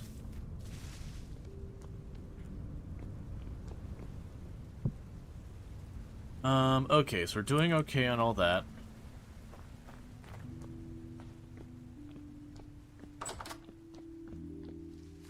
Alright, I figure no reason to not just go right back up there. We had some more corpses there. We can go grab them. The leather working is just going to take more time. But yeah, that's the reason why we need to make armors. Like you saw, once we got up to the Tainted, one of the Shivers managed to get a hit on me. It took like about half of my health or so. And then the other one got a hit on me a little bit later because it just takes so long to recover if you're not using a bunch of bandages, which I probably should be bringing with me. I say as I'm going to continue walking away without making them. Because even the bandages, like, they're expensive. Yeah, you can just keep living. The last one was Corrupted, not Tainted. Okay, yeah, so Corrupted I think is the second toughest? I never keep track of which ones are hardest. But that's kind of those things. Right now, with the way they've implemented the enemies, other than, like, checking the text on the top of the screen, like, there is a difference in texture that can be recognized. But, like, in the moment, running around in dark caves and all that, realizing, oh, I'm fighting a Corrupted versus a Tainted versus a whatever. It's like, yeah, the Tainted, I believe the colors are a little bit more vibrant. But it's kind of really hard to spot.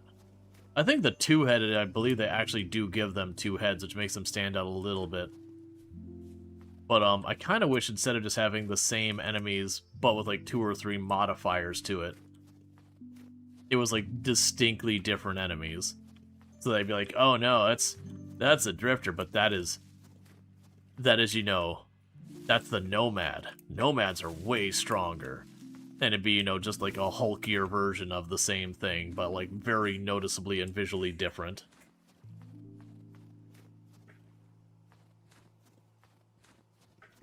Which, the way they implemented it makes sense for limited resources. You take the same effective polygoned monster, toss a couple different textures on it and effect, call it a day. You know, and only the hardest one do they seem to massively change. Because I want to say they just changed the weapon on a few of them. Or some of the harder ones have, like, what looks like a little jagged sword thing.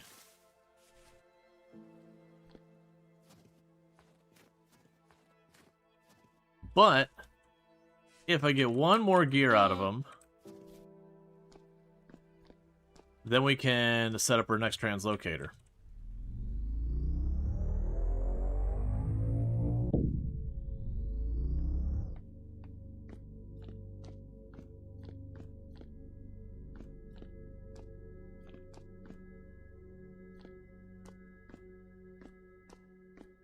Even if they were just a palette swap, yeah, no, I could go for a palette swap as well. Like, this one's got a vaguely, you know, it's a bunch of yellow hues.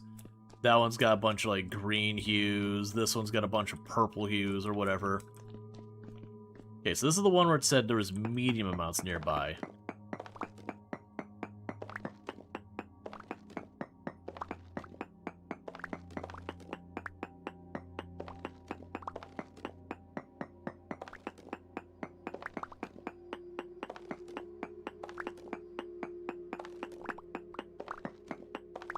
Yeah, because right now the things I can work on for progression is we could find Peridotite, which is what I'm hoping the teleporters will do for me.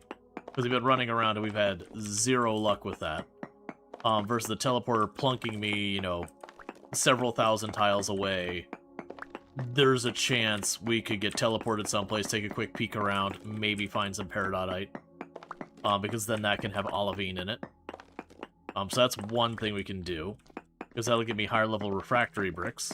Because then once I find olivine, I've got a couple places we might be able to find the titanium, but until I find olivine, it's utterly useless for us.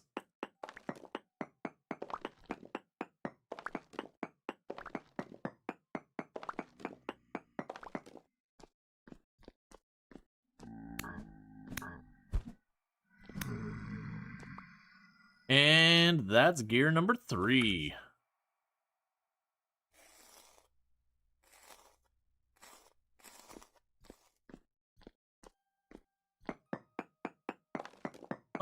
I don't know if Obsidian got Fallout back, like, as ownership of it.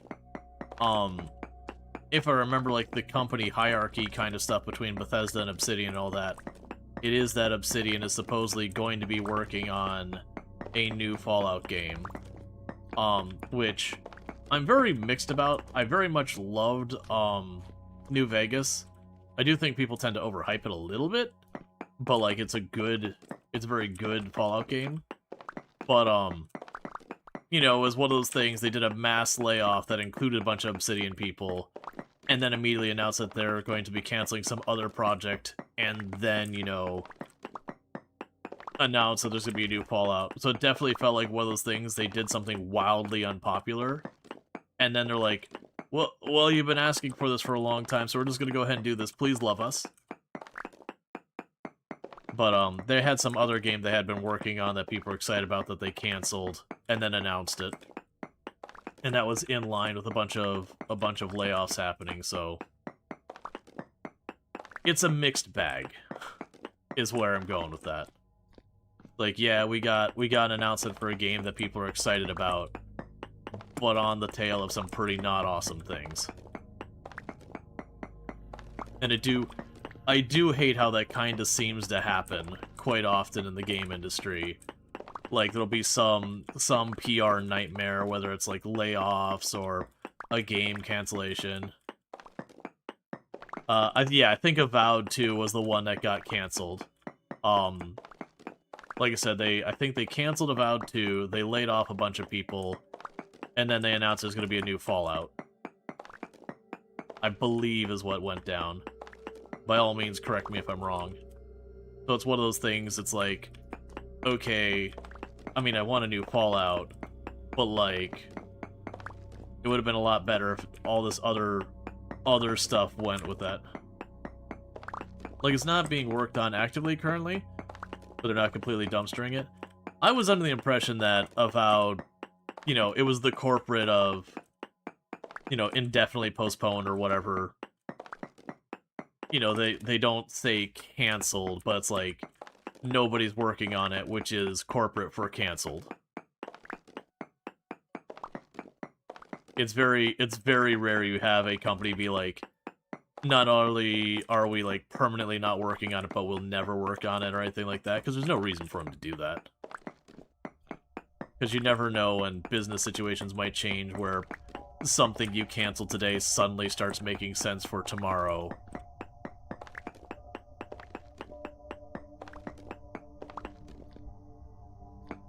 Yeah. No, I got you, Hammy. Like I said, though, is the fact that they coincided that with layoffs and all that.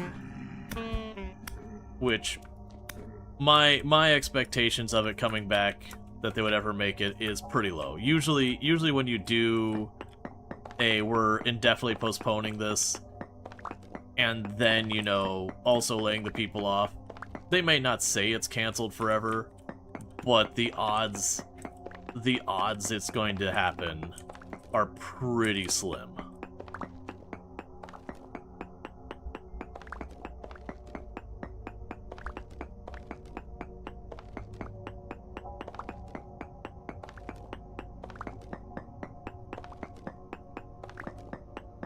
Well, I wouldn't even say it's Spencer with Xbox. Just look at the AAA industry in its whole. Out of the list of all the AAA companies out there, how many of them are finding, you know, regular and consistent success? I think it's just the industry is changing, and AAA is kind of struggling to find what works as the consumer interests change. Because, like, it used to be, you know, make the latest graphics and, you know, ride your old IP. And that was, like, all you needed to do to find success. That's not fair. There's more to it than that. But you had kind of a formula you could follow that was pretty reliable. But the cost of them trying to pursue better and better and better graphics has gotten entirely unsustainable and gets to just be exponentially more expensive.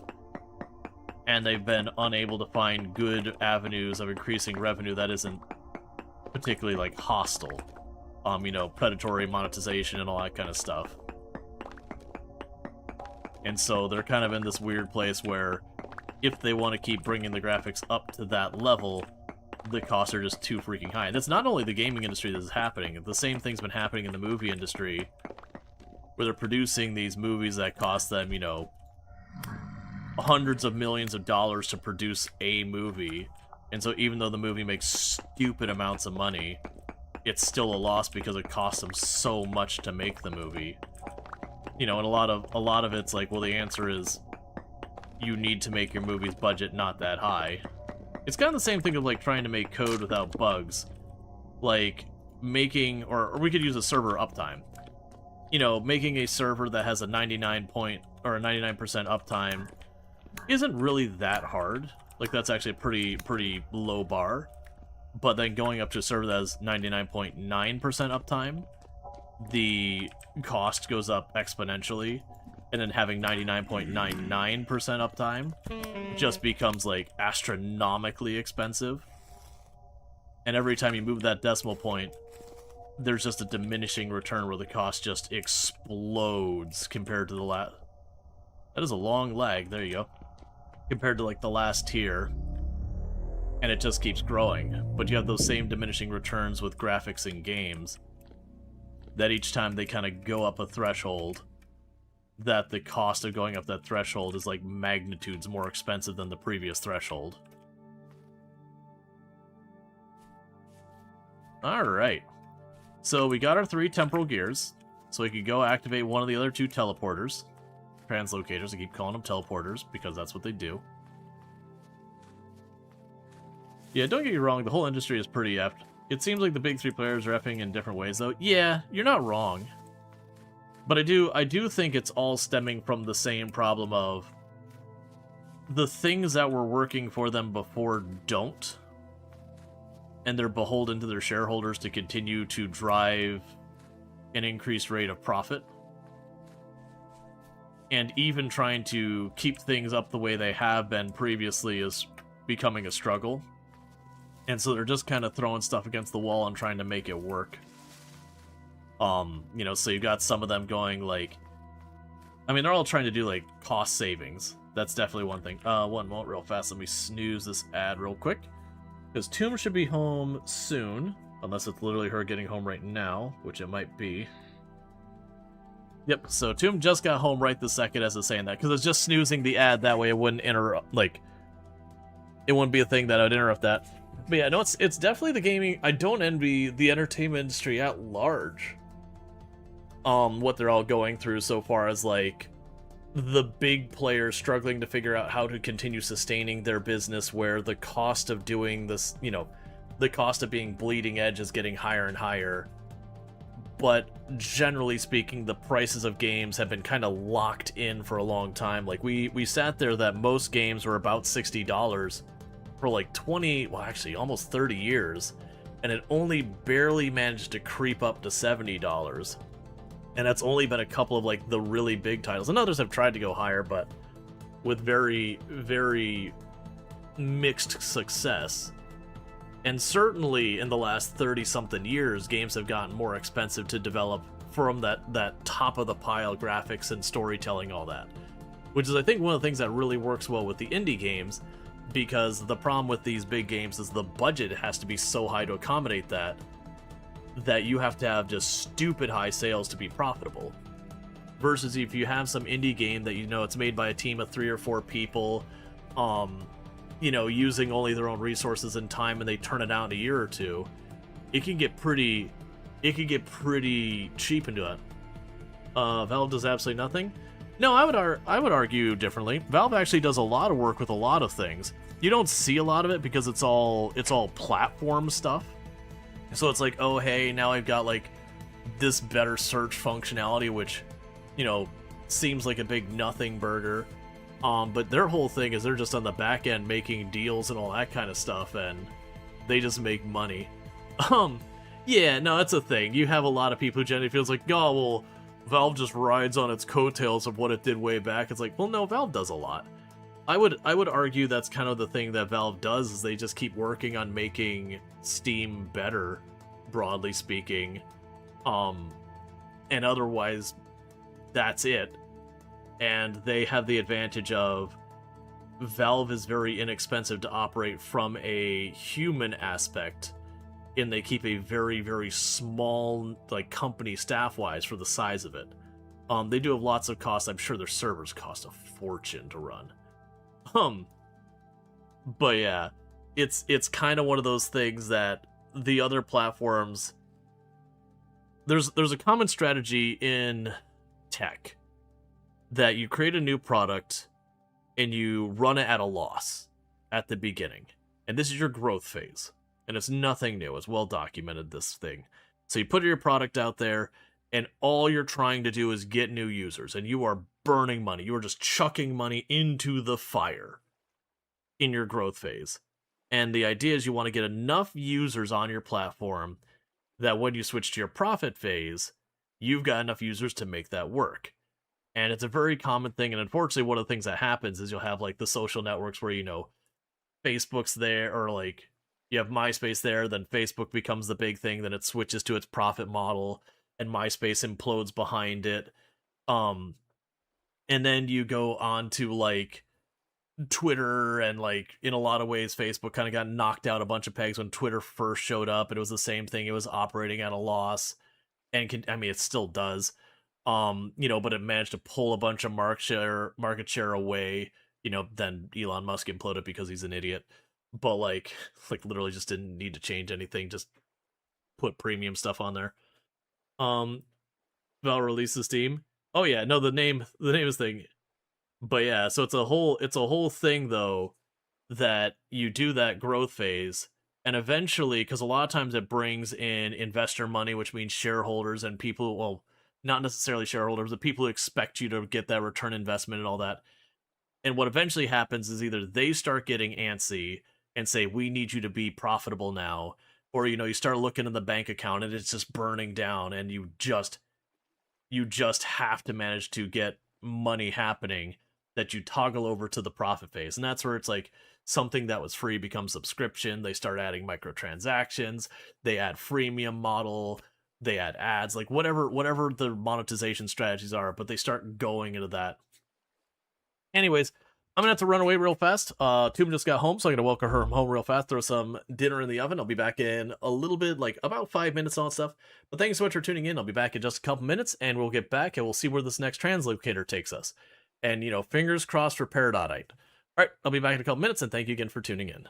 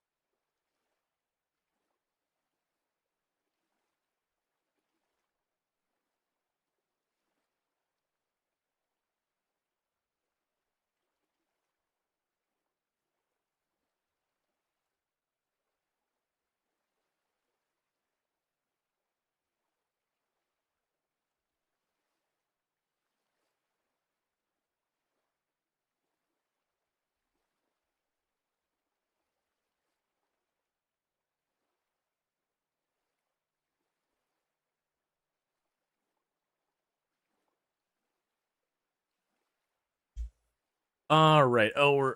Oh, did the clip of me doing, what was it, the archives, where I had to go down the stupid narrow tunnel, and then there was a bell on the other end, and I was like, you know, I'm out of food, I'm out of bandages, my inventory is completely full, and we were, you know, drop on death, and I was like, no.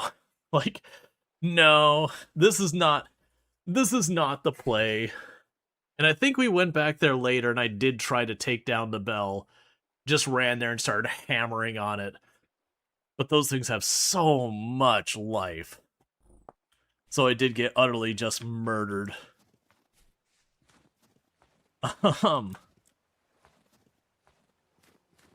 Yeah, it wouldn't have been so bad, but you probably noticed with me trying to go in and out, I kept snagging on all the debris. And as an added negative to that whole situation... Where's... Alright. Where's my house? Oh, my house is straight down. And as a negative on that situation, I kept getting stuck on the terrain. And I'm like, there's no way I can fight like this.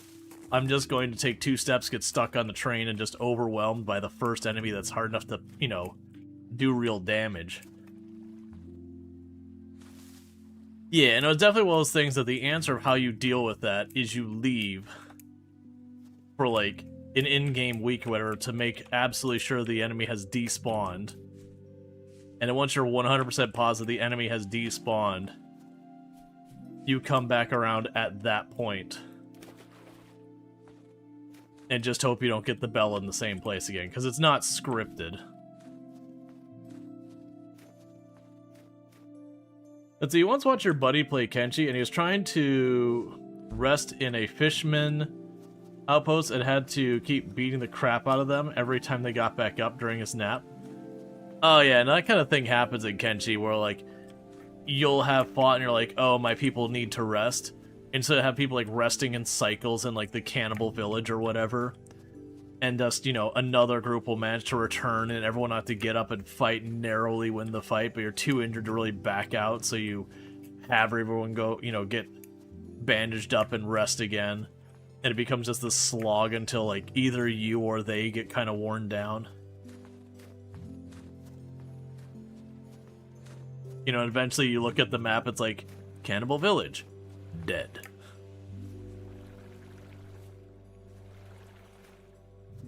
Alright. Have a little bit more of our... The fact that we eat part of a slice of meat pie and it completely fills us each time is just amusing as all get out. So we got our 3rd temporal gear. So I'm going to want those. So let's grab our temporal gears. And drop you off. Oh, we can pop over here.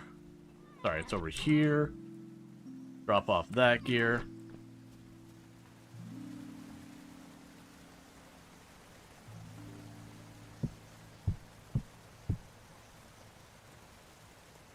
Alright, chat.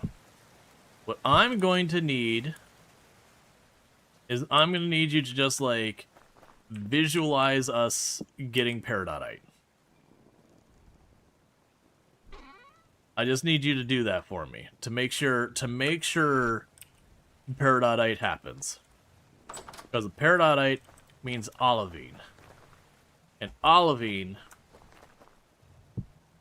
means better refractory bricks. Better refractory bricks means when this thing runs out, I don't have to do a bunch of repairs. Oh, that's basically still full. Alright, well, never mind. Okay. Alright. So we run south. And January's almost over. Now, that's kind of the, honestly, in Kenshi, whenever you're attacking a village of any faction, that's kind of the way it works out in practice, is you fight there, and those enemies will keep trickling in again and again. And it is just kind of like holding out until every one of the enemies has circled back to their hometown or whatever. Or, you know, whatever your village is. till you wipe them all out, and the whole time you're just getting beaten up. You know, eventually you get to the point that you're tough enough that for the melee type enemies, you can just take them on near infinite numbers without too much of a problem. The ranged ones are always an issue. Okay.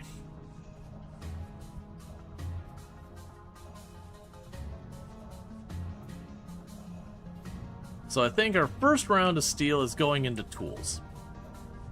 So pickaxe, axe, shovel, prospecting pick. Maybe not the... Well, probably the phalanx as well. And so it's going to probably eat up the lion's share of all of it. And then whatever we have left, we'll start making armor with.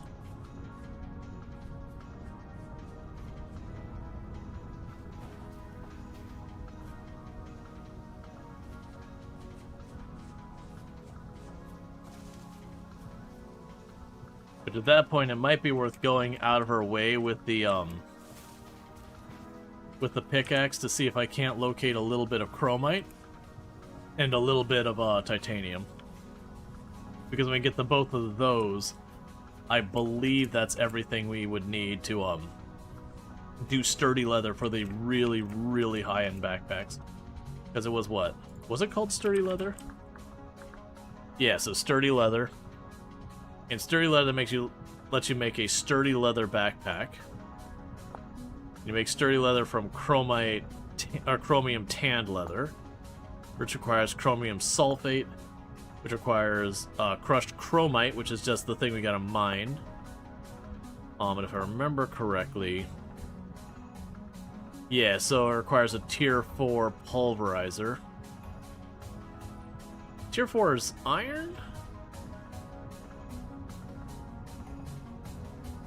Either way. Diluted chromite? What do I even use? Oh, that's fine, whatever. It requires sulfuric acid, which is powdered sulfur. Yeah.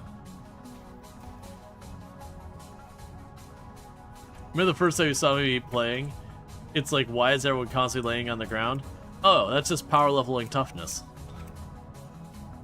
It's one of those games that subscribes to the idea that, you know, the more of anything that happens, the better you get at the thing, including getting beaten the crap out of. The more you get, like, punched in the mouth, the better you get at being punched in the mouth. And so very genuinely, when you start the game, you just spend so much of your time constantly being beaten the living crap out of, that even the weakest enemies in the game at the beginning will absolutely just throttle you. The starving bandits. It's the same thing if you ever played, like, Ultima Online, EverQuest, any of those old games, RuneScape, that Worm Online, you walk up to, like, a goat, and the goat just absolutely beats the living snot out of you. They have to, like, kind of do rounds of, like, backing off, bandaging, and slowly whittling the goat down until you get a little bit of combat level in, like, whatever weapon you're using. Hello, Copper. How are you doing? I like free copper.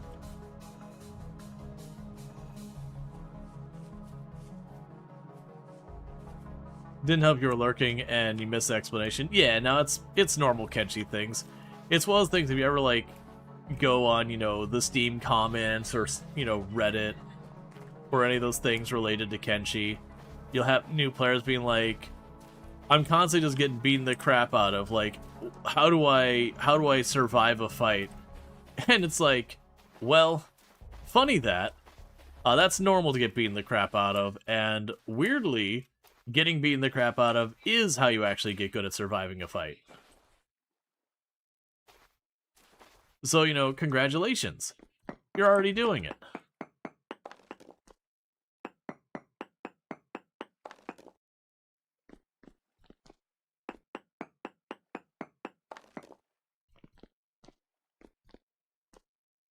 You enjoy the crab run? Yeah, it was fun.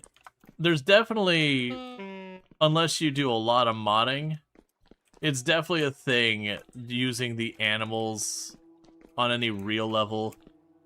ends up having a great deal of, like, limitations and all that.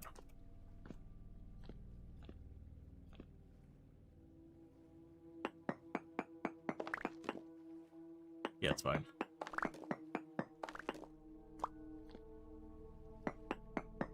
This isn't where the teleporter is. We just have to be in the neighborhood, and it's like, you know what, let's just take a peek. Because sometimes when you do these, you'll never know when you find a really cool ruin or whatever to get a bunch of stuff, or you'll just run along and find coal in the wall or something like that. But we just do a quick lap through here. I can mark it as a cave I've explored.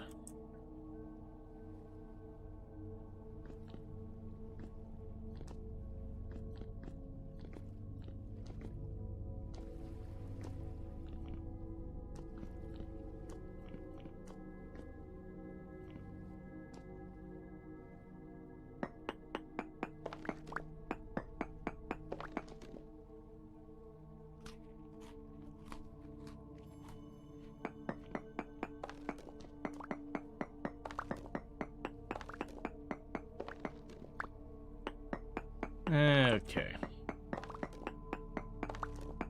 Yeah, no, the crab run was definitely, like, mechanically the way the animals work.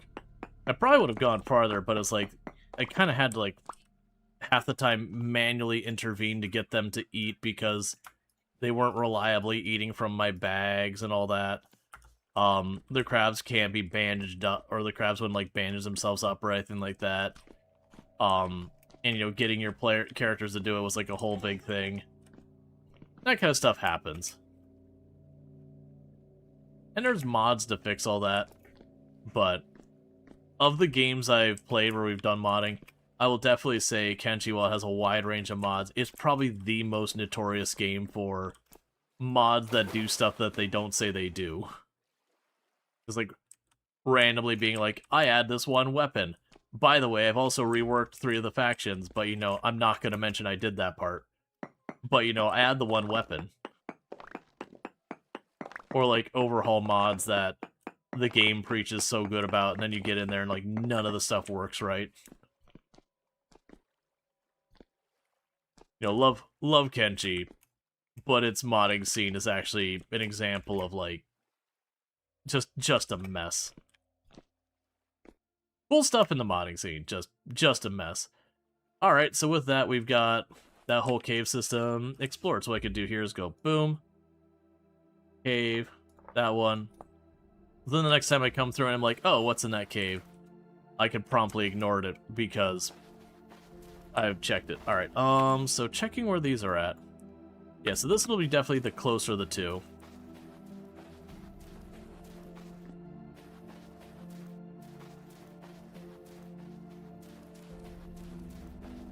They're just exciting, you never know what you'll get. They can be. My big issue with exploring the caves still kind of stems from we're doing the settings where we don't drop our stuff when we die, partly to promote me exploring, but just because of how BS the combat is right now, where you just have things that show up and they're going to just one-shot you, and that's just the way it's going to be. But even with that, like, it really kind of discourages you from just going into random tunnels. Because just go underground, then suddenly you have, like, a saw blade scorpion thing appear and just murders you in one hit, and you're like, cool, now I get to spend the next half hour or hour finding the cave, dropping down in, all that stuff. And it'd be very, you know, very not fun and frustrating. Hey, buddy, how's it going? Where do you think you're going? Got a gear for me? You do not.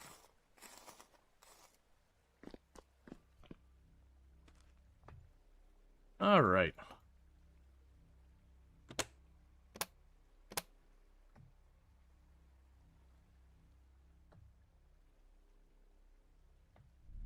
There we go. And where do we get to find this time?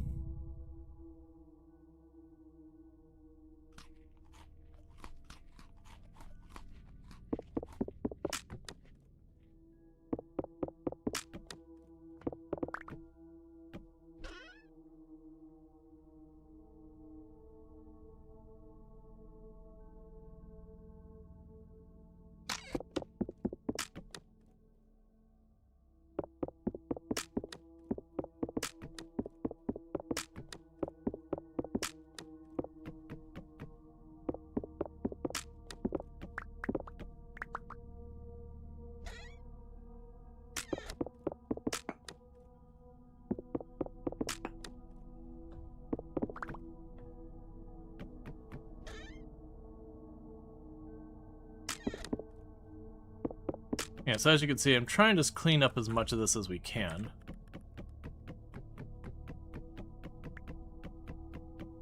Oh, I didn't bring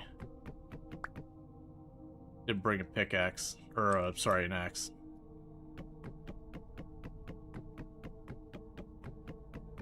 Yeah, so one of the things I do tend to do is right when we, teleport. Are we on the bottom of the ocean? Alright, this might not be the most useful place. A curious place.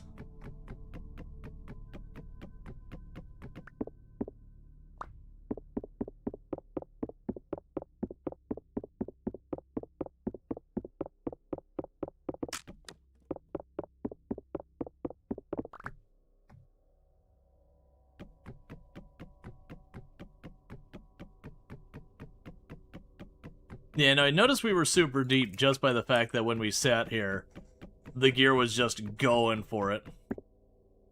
So we do have limestone. Alright.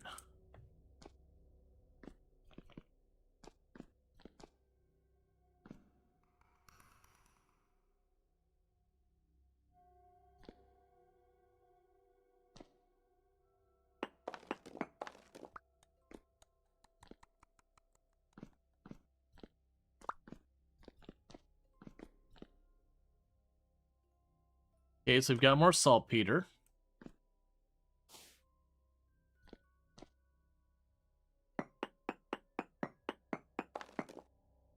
One. Two. Three. The ore here sucks.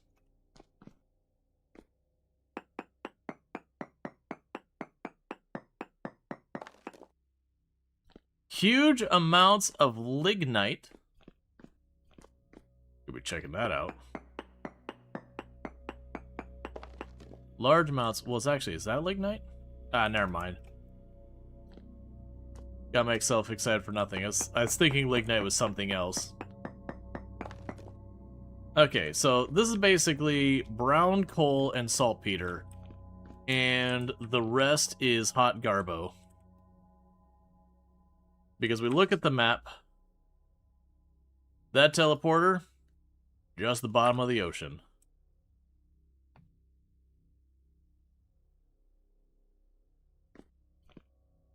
What I guess I'll do in the meantime, though, I can actually use more limestone. And unfortunately, that did cost me my 3 gears.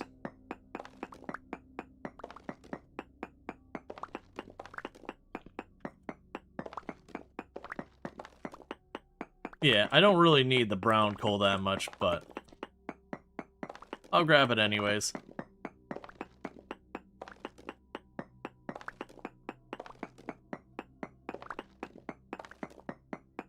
Because we can still use it for stuff like copper and all that to warm it up to work with. And that happens enough, it's not the end of the world. There's got to be another cave nearby, because I keep hearing enemies on that side of me.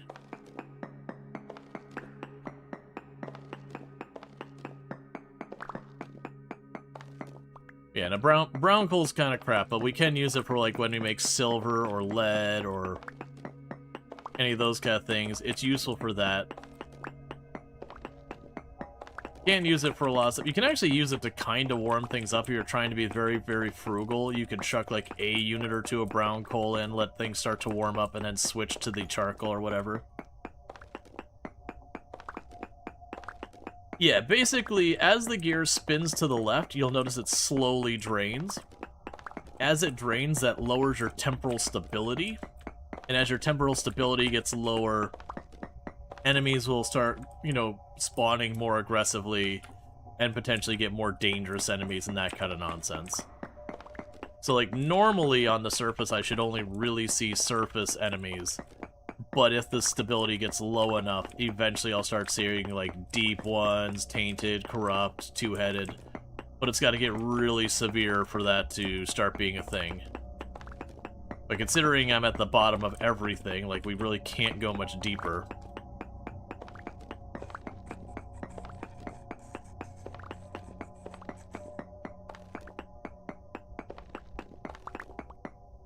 And so there is a very good chance while I'm down here some random enemy will spawn and one-tap me.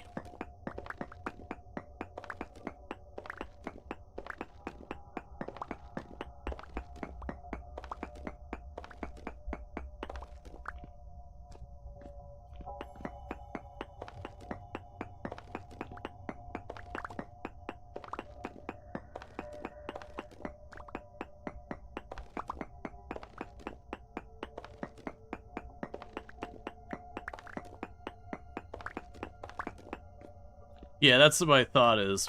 Just chilling down here. I'll probably be able to get more temporal gears if I don't die right away.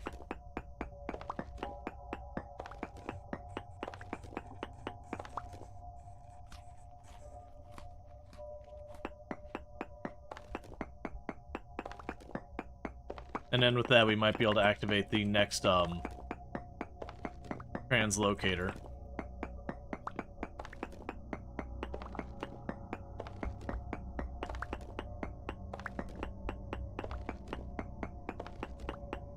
It does make me wonder in a place like this, setting up some type of enemy farm, as it were. So give, like, lots and lots of rooms for enemies to spawn. But then effectively a pit that the enemies will fall into.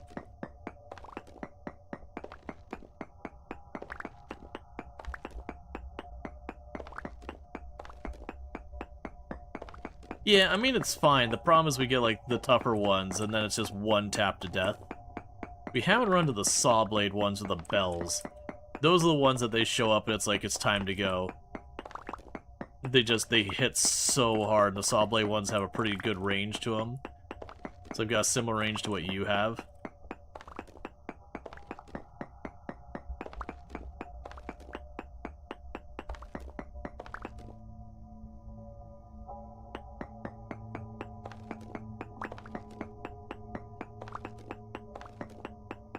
Okay.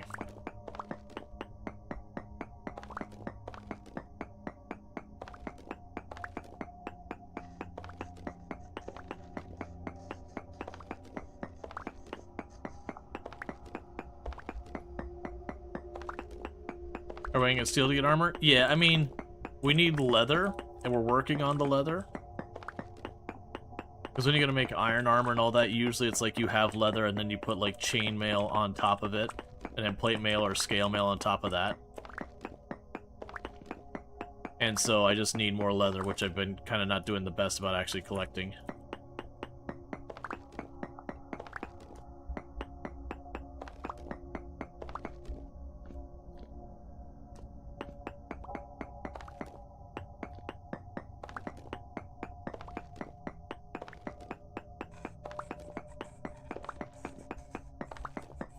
Our inventory is almost properly full.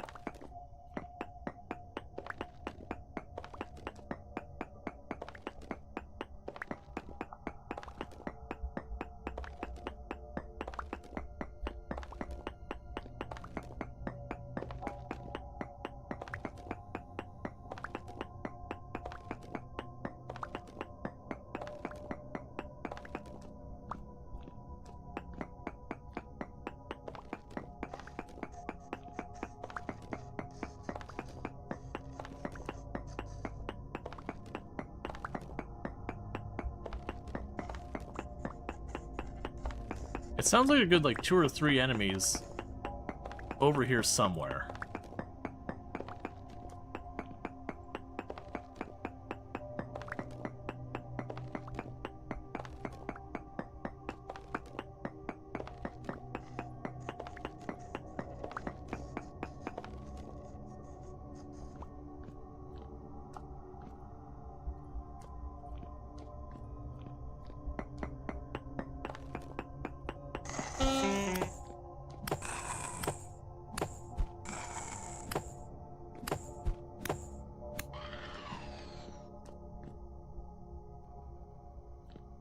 So, for a case in point on they practically one-tap you, it got one hit on me, and took me down to so close to nothing it's not even funny.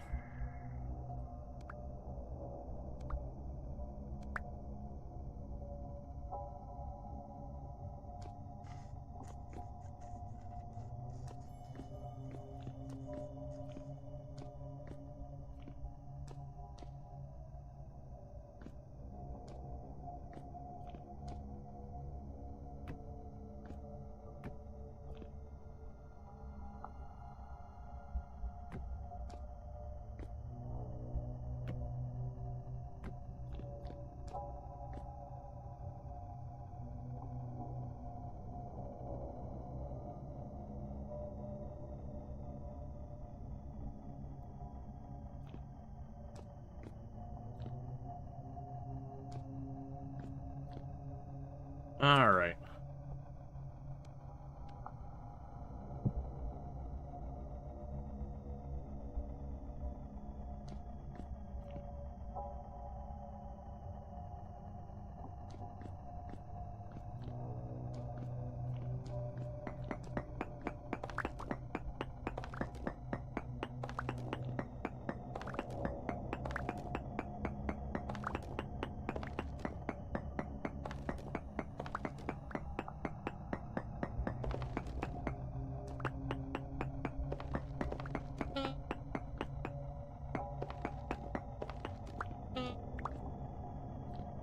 If you're wondering what's happening there, we are starting to slowly die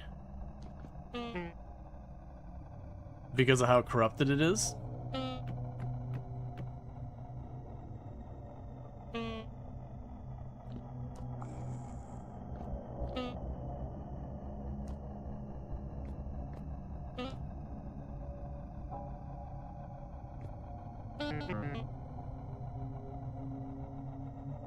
Come on, stop running down there.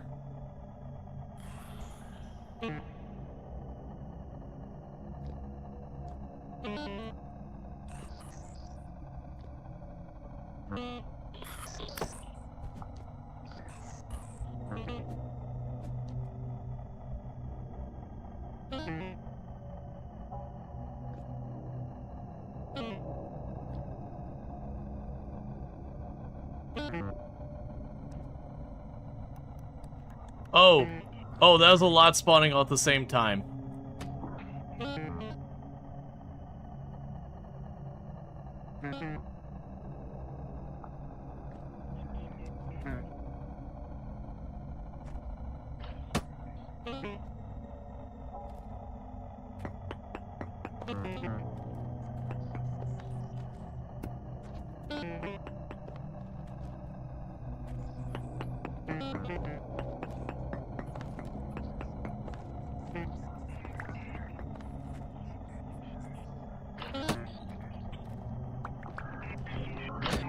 I knew I wasn't gonna get out. Yeah, I knew I wasn't gonna get out of there when I let that much spawn.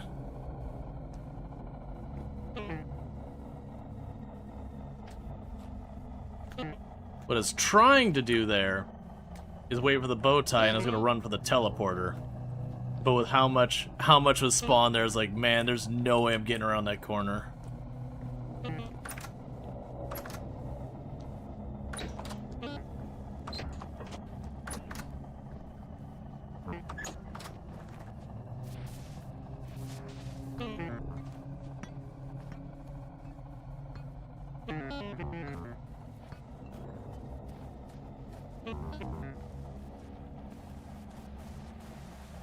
Yeah, no, we were at the absolute maximum instability, which is the reason why I think everything spawned at once Nightmare, which is, I believe, the absolute highest.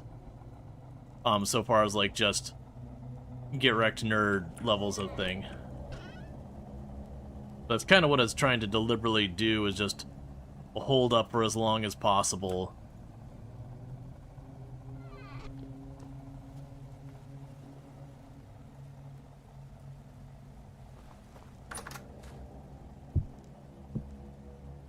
Just in hopes of, getting more gears.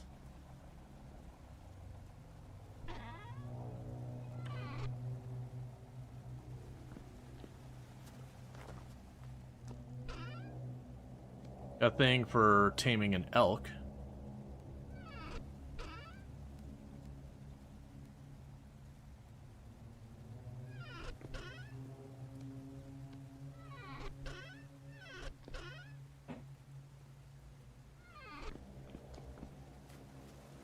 Okay.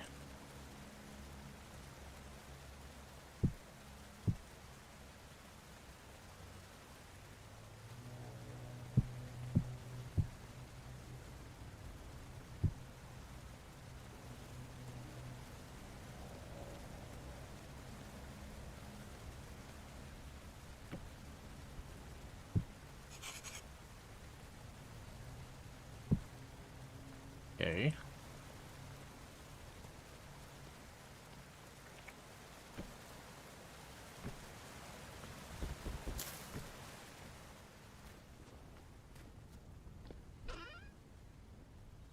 Let's see.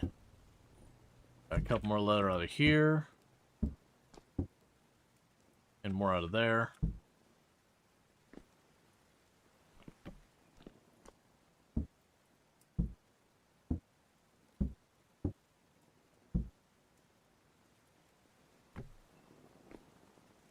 Ah, I see. There we go.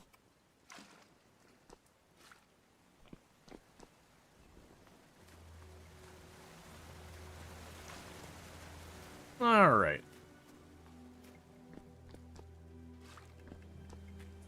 And fortunately, I think I have to actually go out and chop down our oak tree. I think I'm out of oak wood finally. For making more tannin. But we did get enough leather that it can make a leather jerkin now.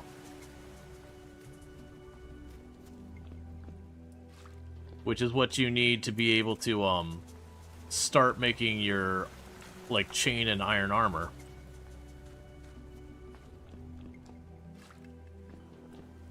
So get that ready for whenever I get some oak.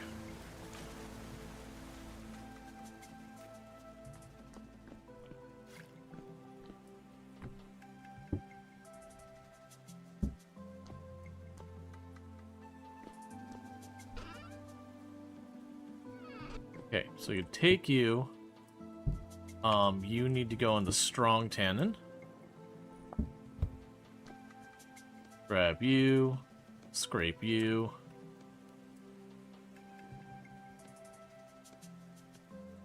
You need to go in the weak tannin. And that needs a strong tannin, but it can wait. We can go over here. We put the leather in there. Alright, so the good news here is that we look at this, we would need the, not leather body armor, but the body jerkin. And the reason we want that is the prerequisite for making chainmail and all that. So we go ahead and do that pattern. Just go boom. And then that's all my leather gone. But we now actually have mildly better armor.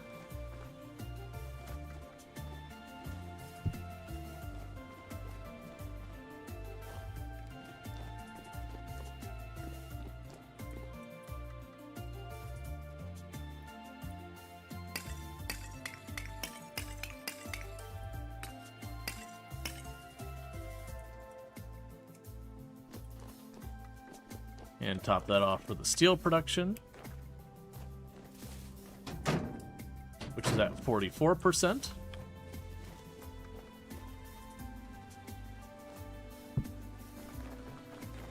Okay, so we got choices. Both the teleporters took us basically to the bottom of the world, but one took us to an area that we were able to pop up and look around, and the other took us into the bottom of the ocean. I do think that area to the bottom of the ocean might really be workable. If you saw what it was trying to set up, as I was trying to set up like a little fortification that I could hide behind, and if I could find a reasonable way to damage the enemies from there, that'd be some good stuff. As taking a quick peek, I fully do not expect the resin to have respawned, but you know, it's only one way to find out.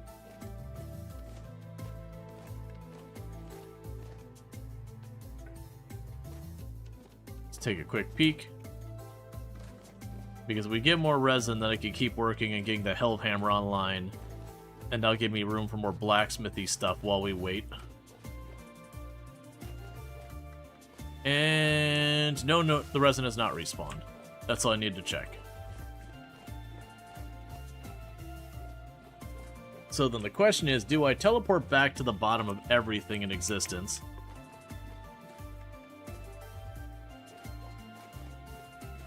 Keep mining some of that brown coal to see if there's another area under there. And try and set up some type of fighting position. Because I don't want to necessarily make the arrows, because remember, arrows in this game are kind of a pain. Yeah, like a bone arrow. Oh, never mind, that's something you loot. Like a crude arrow is flint and that. You have a steel arrow.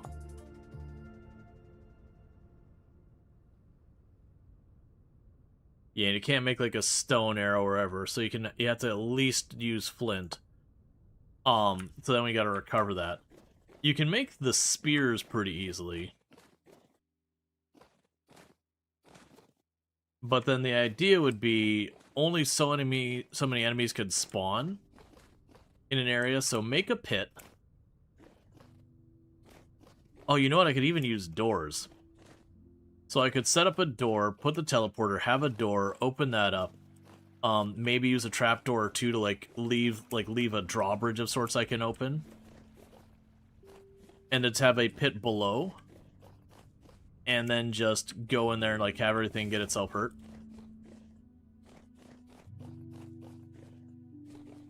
And then once they're all down in the pit, even if it's just a pile of stone spears or something, I'm going the wrong way. Just a pile of stone spears I could chuck down at them. I could literally just keep pelting them with the stone spears until they're all dead. And the only thing I'd have to be very, very careful about is if a bell spawned, or a... what's the word I'm looking for? If a bell spawned or a,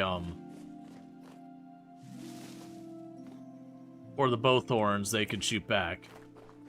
But with how long you have, the sound of them getting ready to wind up their shot, I'd be able to do that. I like this idea. It's probably not a good idea. But, you know, when's that stopped anyone before?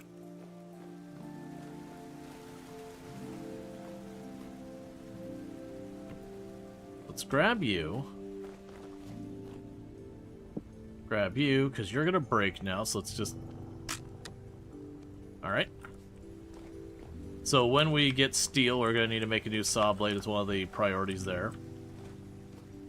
So I need a door. And what's it take to make a trapdoor? Was it...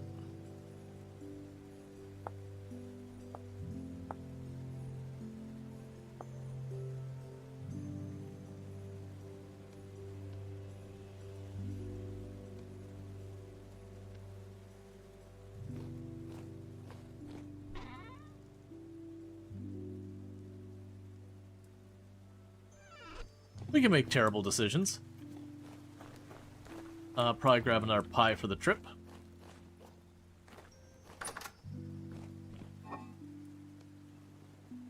I forgot I still have these down here too.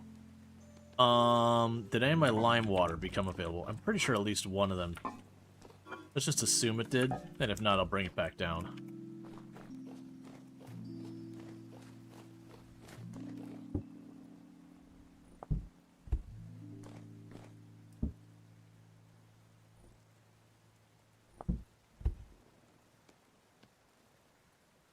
Okay.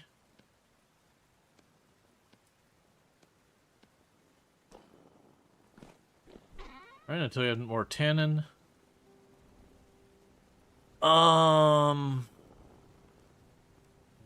Okay. This is becoming more and more of an issue. Speaking of which, that just reminds me. I have been going out of my way to throw grain in there to keep everything being made into flour.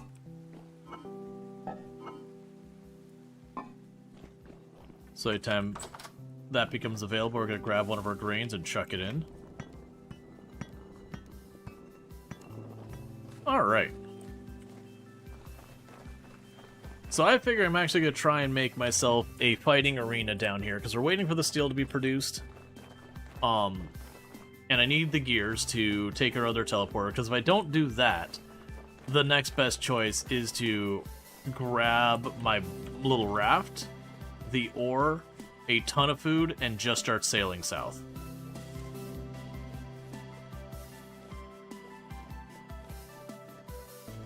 And then check the occasional island to see if we have peridotite. If we do the teleporter, it ends up being a bust, then that's the next move.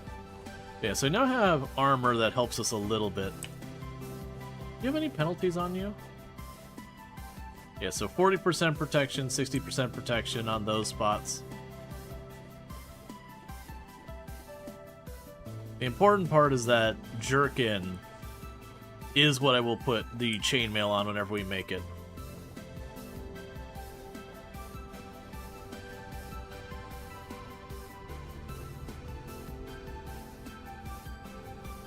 Alright.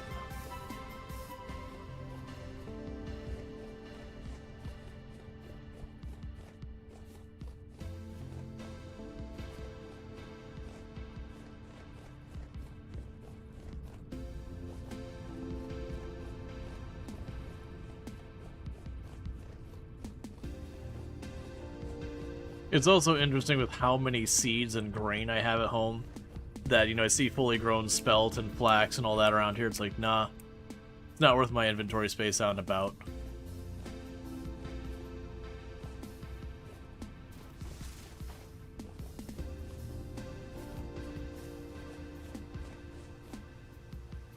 And so we still have ice here, so it's not too much better. I didn't even get a look at where that was relative to...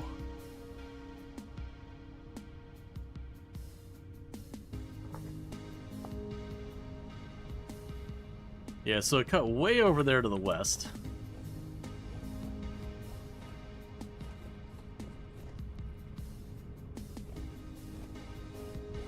And one thing we'll probably want to do is, where I've got those bookmarks for the...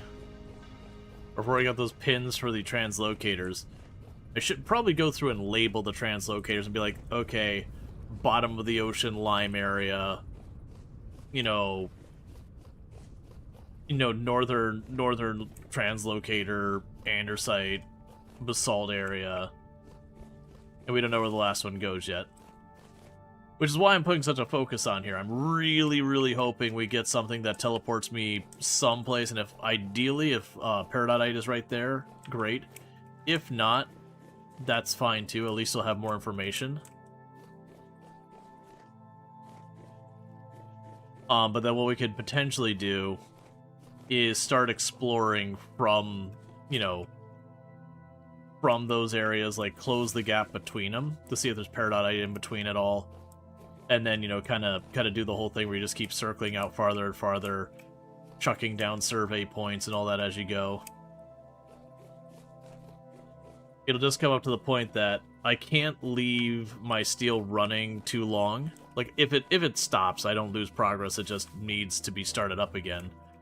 But since steel is the thing we're bottlenecking on, you know, I only want to go away for like a day or so I can keep the steel running. Once I get past that, the steel will run out of charcoal, and then it'll just stop producing until I come back.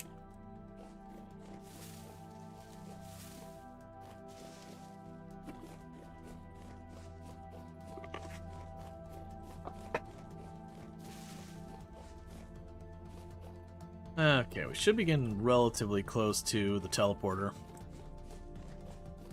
Hello, low to the ground resin.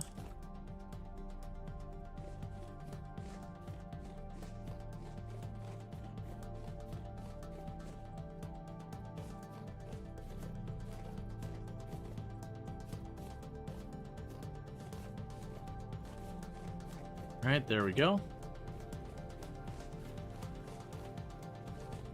And I'm pretty sure this game doesn't have anything of the equivalent of like a minecart or whatever. I think the closest things we have for travel is, if I recall correctly, you got a glider, which I think you need to do story stuff to find.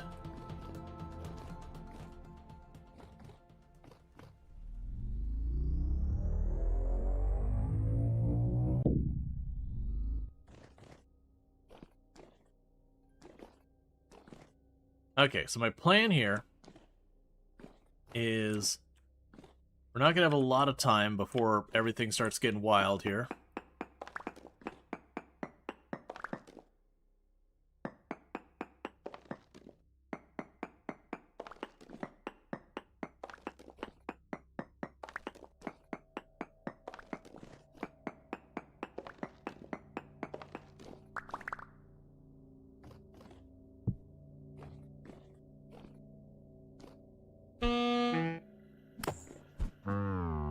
Why? Why at full sanity did a nightmare one spawn immediately? Well, never mind. I'm not running all the way over there to get instant killed. Because you'll notice on the left it also says you return here, you have 13 more uses. When I hit 0, I stop spawning up here. And we'll start spawning elsewhere. So that sucked. Yeah, so I think we're just not going to go back there for right now. Well, at least I got this. Because I had the whole plan that I probably was going to have, you know, an okay-ish amount of time to slowly prep.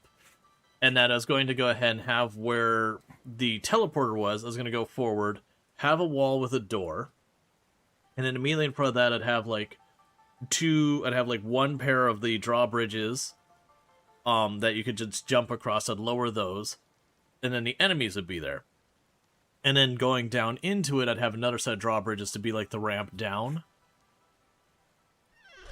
No, the armor's working and was instantly destroyed. Like, instantly taken. That's the problem and why combat is so terrible in this game. Because that was the nightmare version of it, and that's only a tier 1 armor, it instantly bypassed the entirety of the armor and destroyed it. Like, that's how ridiculous the scaling is.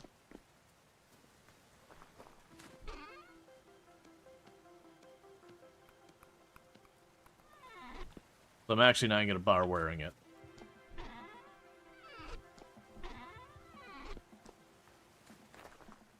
Like, that's always been a problem in the game, is that they kind of want you to have to go through the different tiers of armor and all that. Which, fair enough. But, like, the scaling on it is insane. To be clear, that was the highest difficulty tier of the enemy. The Nightmare is the absolute peak. It might have still been there from the last go. But that's the reason why it's like, you know, our next update's going to be focused on, you know, this is them being like, their next update's going to be focused on the combat side of it. Because the combat side of the game right now is just objectively bad. And it mostly comes down to spawning mechanics, and then the damage scaling is just cartoonishly out of any reasonable proportion. Yeah, so those are all going to take a while. Alright, well, if we're changing our plan now, where instead of focusing around this way, let's go ahead and grab you in my inventory. I got my boat and my ore. Let's grab one basket to put on there for storage.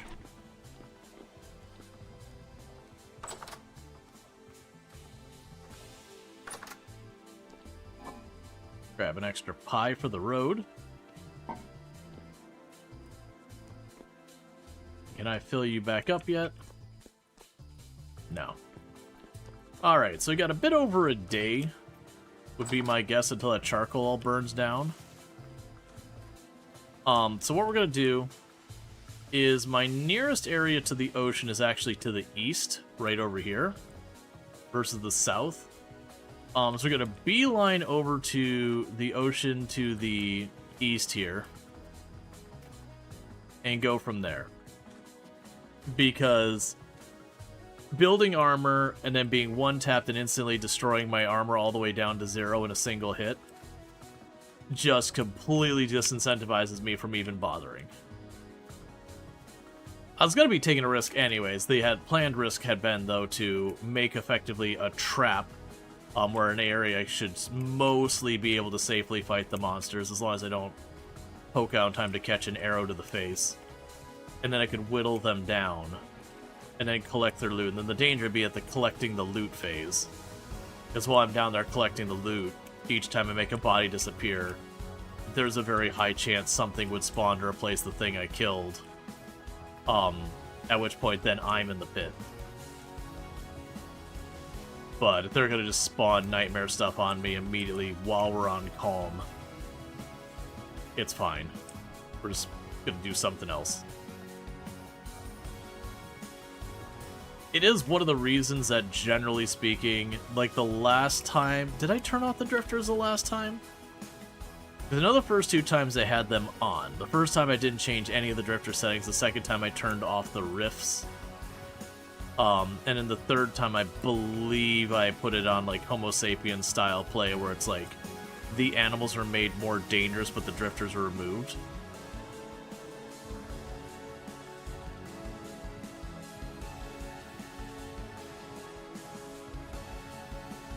Because I find the animals' gameplay is relatively alright. Like, the bears hit hard, but they don't just spawn on top of you kind of thing.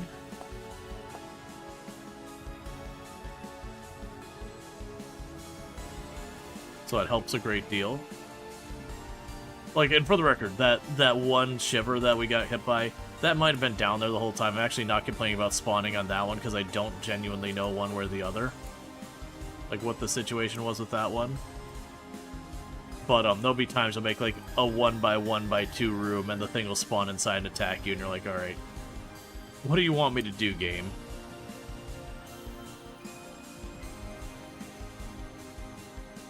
But I'm curious. Like what they will do to fix it. Because ultimately the only things I can think of is, one, you massively reduce the penalty for tier discrepancy.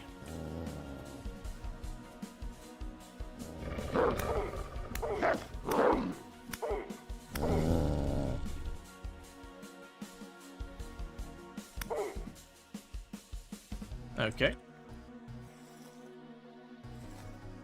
Because if you like massively reduce the discrepancy penalty, that'll help a lot. You can also just generally make it so combat isn't so much ridiculous damage, but more a persistent kind of thing. So make the enemies a bit tankier, but make them hit a little bit weaker. Obviously fix the spawning to not be so ridiculous.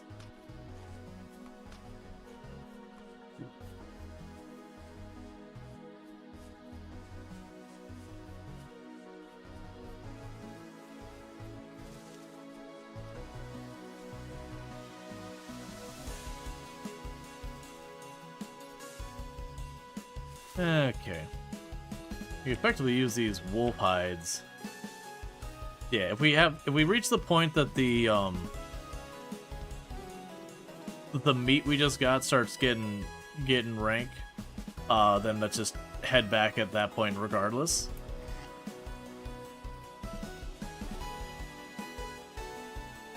Because at that point it means I've been gone for 2 days. It means my steel production has gone offline.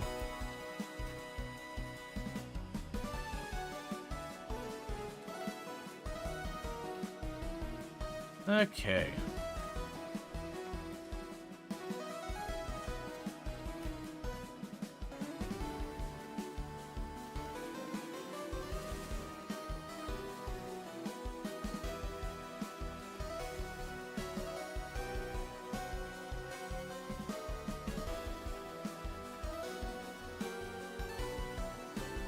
I actually don't remember how you even tame a ram.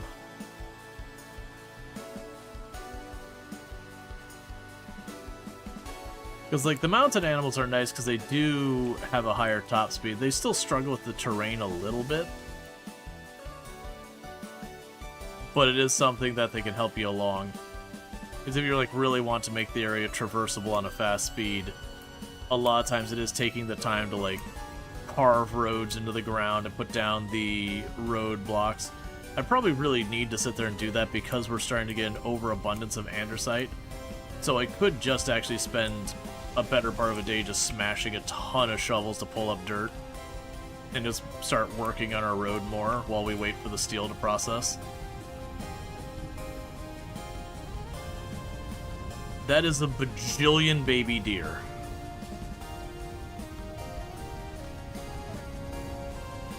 Alright. So there's our raft. And we grab you and put you on the...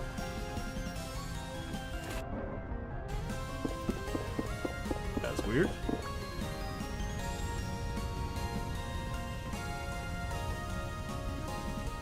Alright, we can grab you. For the moment, truck all that.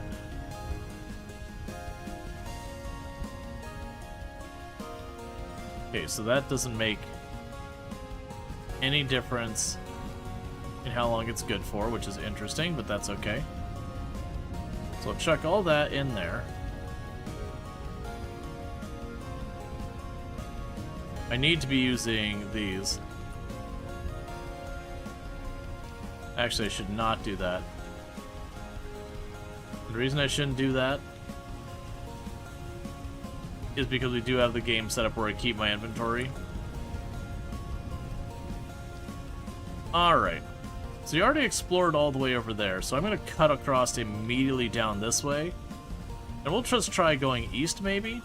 Because south I gotta go very, very far to find anything new. Now granted, we know to the east we have a granite biome. But we don't know how far it goes.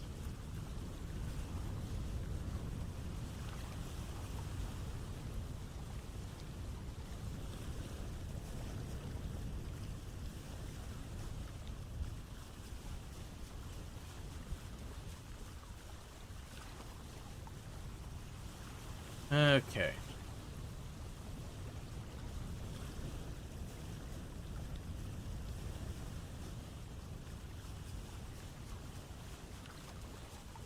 Bear with me, chat. I'm out of beverage, so I'm going to quickly grab myself a drink, and I'll be back in just 2 seconds. I'll pick up where we're at.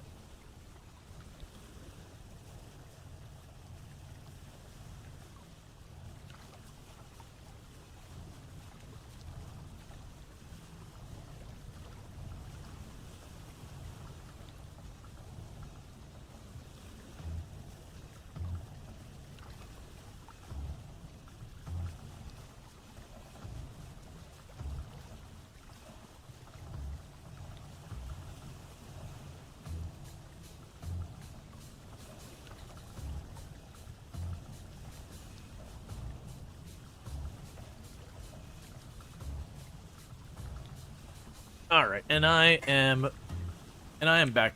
Just need to grab myself a new drink. Now, one thing we'll have to do every once in a while is have to stop to warm ourselves back up, because we are doing this during the winter.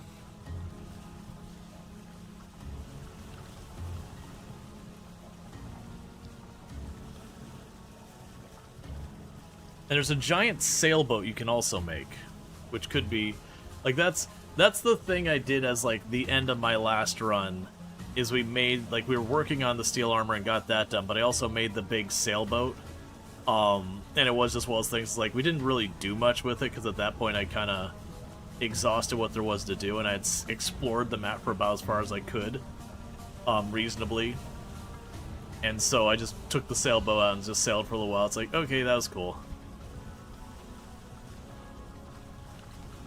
It has like a really big internal storage.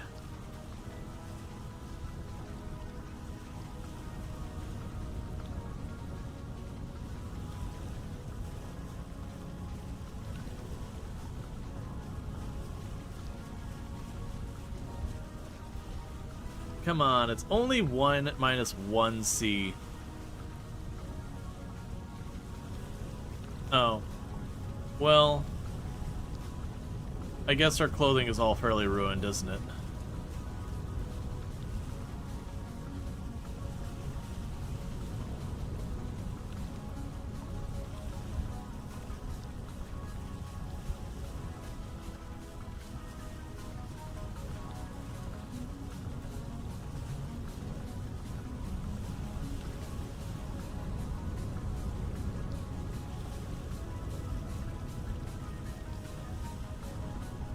So we can do is get down in this area, we can drop a survey pin, warm ourselves up for a minute.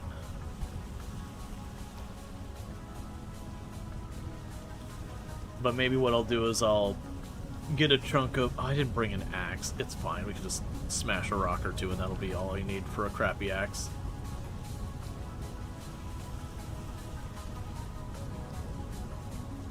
You're heading south, it should get warmer. Right, I was planning on heading east more, because south I don't find anything new until we get way down here. Versus I can head southeast. And I'll just kind of see where it goes. Because originally I said south, and I was like, oh right, I've already done south. Like, it's the direction I've kind of explored the most.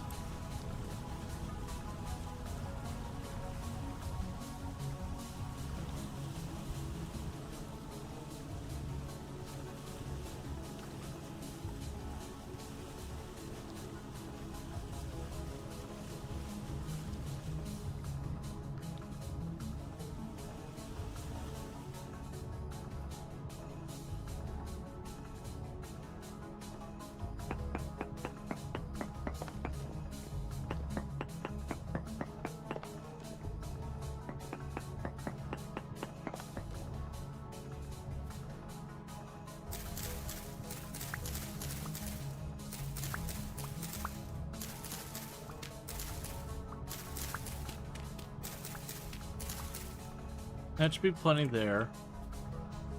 It doesn't look like there's any trees nearby here.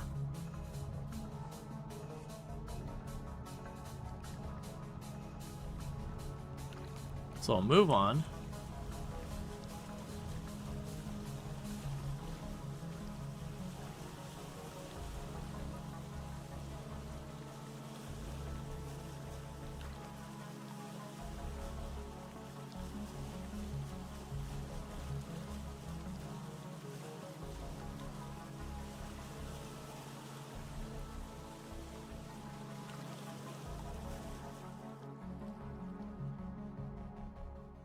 Oh, right. I don't have stone. And this is sandstone, which I can't use either.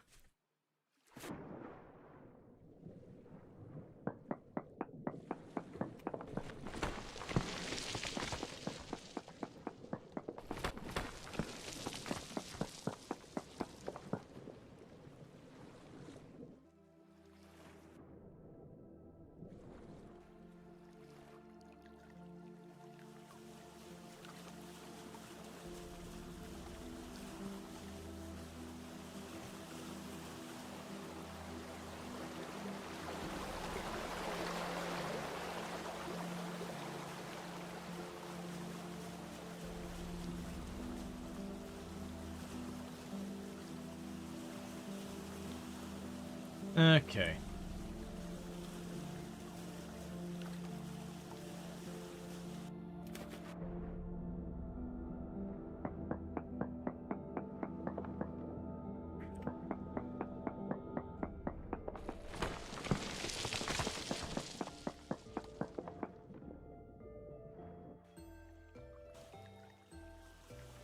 Alright, with that, we're going to leave the rest of this island alone.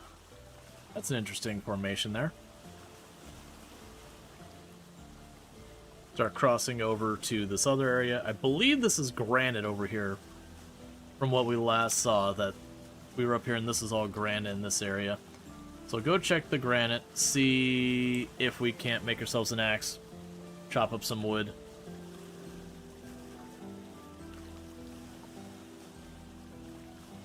And then periodically all I need to do is just stop, do a little fire. Most likely, we're going to lose our boat by the time this is over. But I'll do something to get myself killed.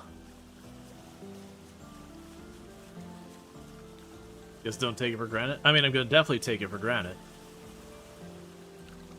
Am I seeing... I am seeing something over here. What are you I'm seeing over there that's glowing?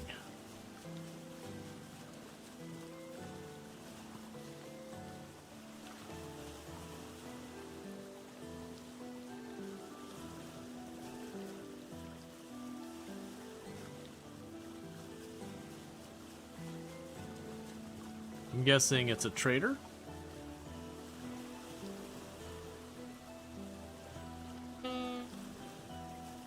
Okay, we're starting to freeze to death.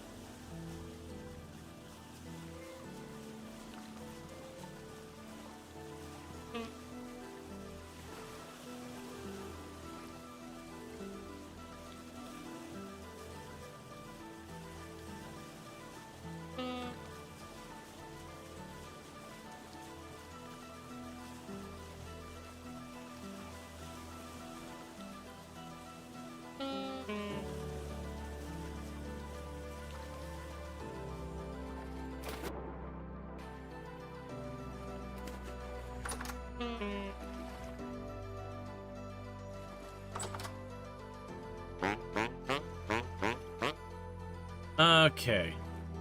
And you'll buy fabric and all that kind of stuff for other fabric and all that kind of stuff. Heavy tool belt, category 1.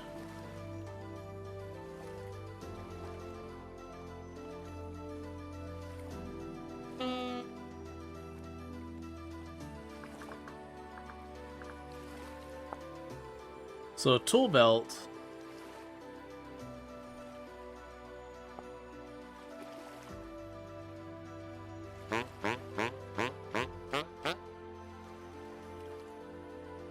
Yeah, it's interesting. There's a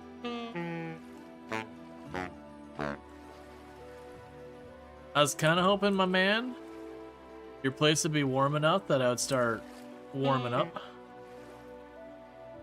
Where's my body temperature? 31 degrees Celsius.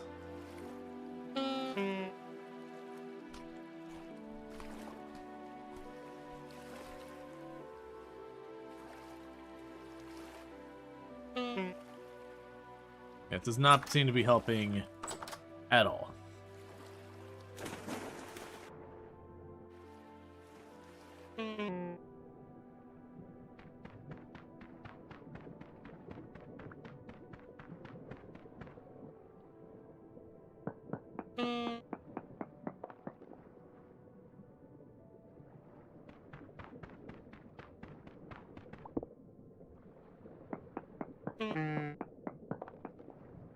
Fortunately, that's clay stones, the same problem.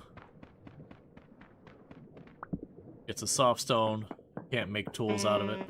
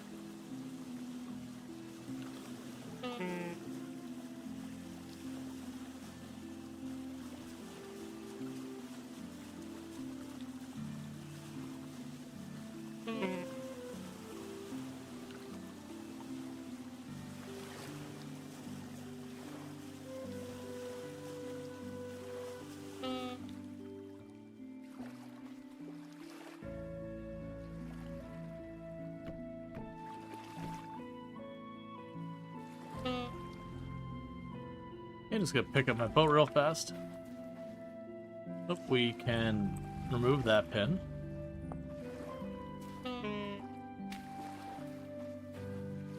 Doubt I'll need that red clay ever, but we'll mark the red clay.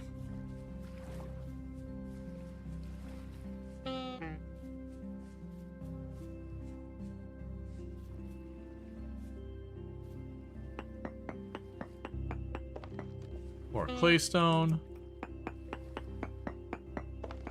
Sandstone's the same problem.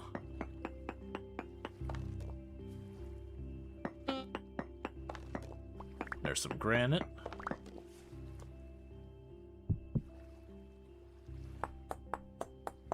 Let's make ourselves an axe and a shovel here.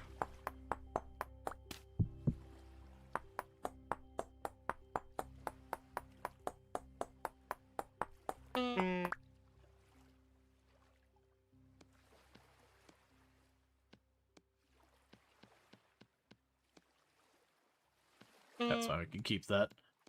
And the shovel.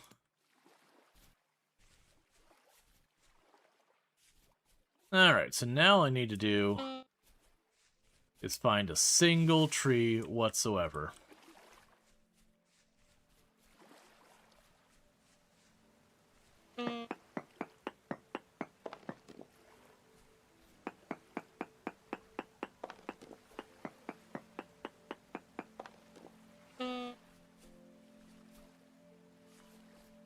And I figured since I saw there was a waterway on both sides, rather than go the whole way around, it's like, alright, let's just jump on land and cut across the middle.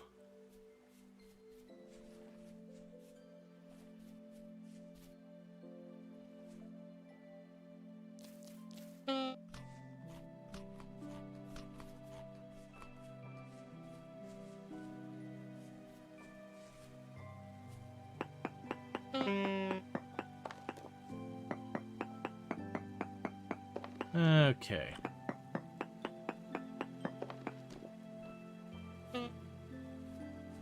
It looks like we might have a tree or two over here.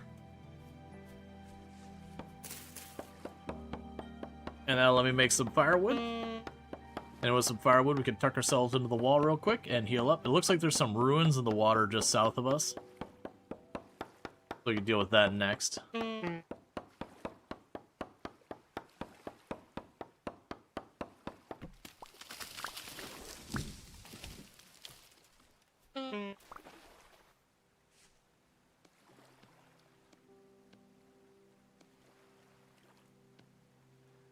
Okay, so we're gonna do...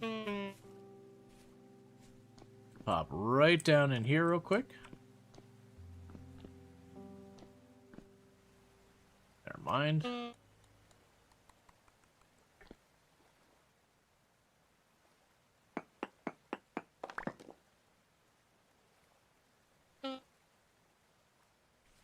Okay, new plan. We're just gonna dig in the wall real quick.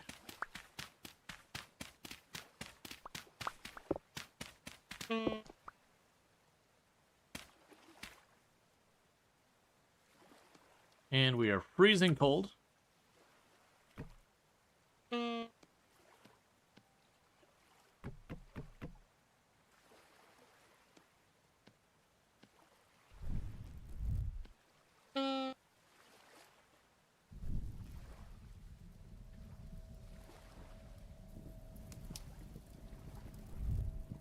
Okay. So while I wait for ourselves to warm up.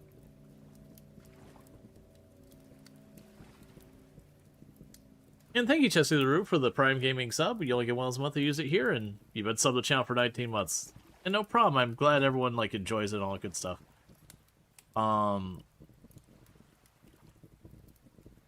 So yeah, we'll let it cook till that wood's gone. I'll supplement our food just a little bit.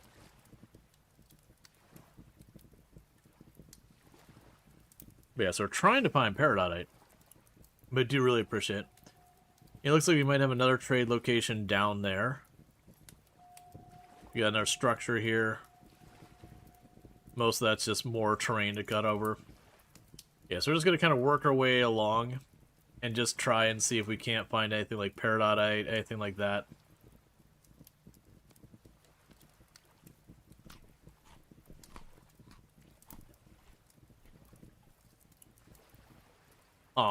But as you can imagine, we're going farther and farther and farther abroad, and we will have to top off our charcoal back with the refractory to be able to get our steel. We've been kind of using this meat as our timer for when we go back. When the meat starts to get dodgy, it's time to go.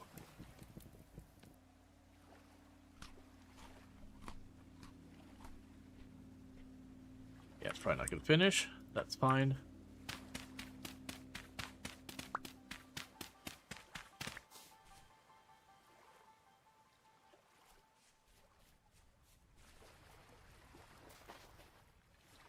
So we got redwood trees and all that again.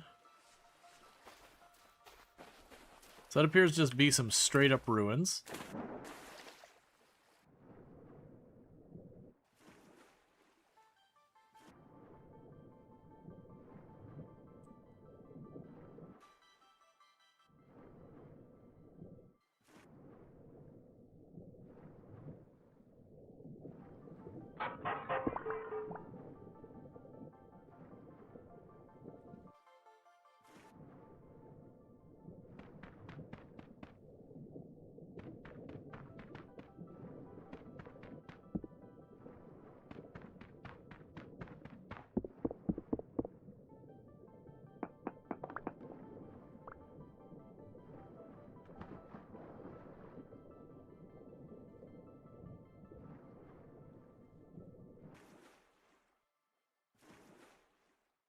Okay.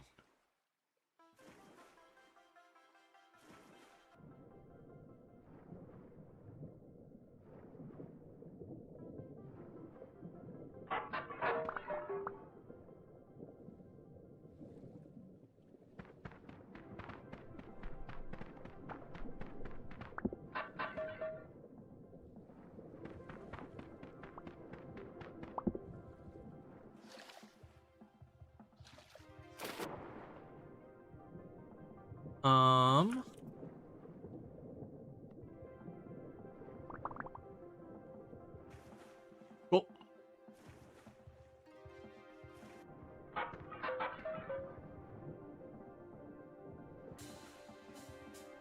Okay, those are carrot seeds. I do not need more carrot seeds.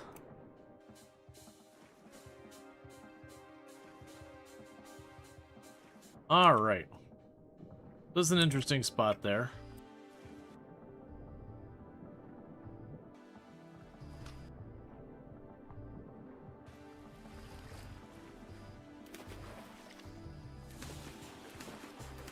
You're a very weirdly formed chunk of land.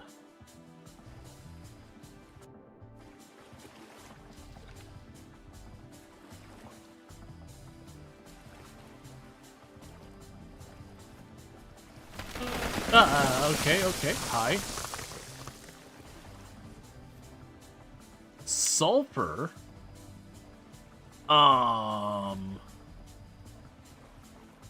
Look, man. Okay.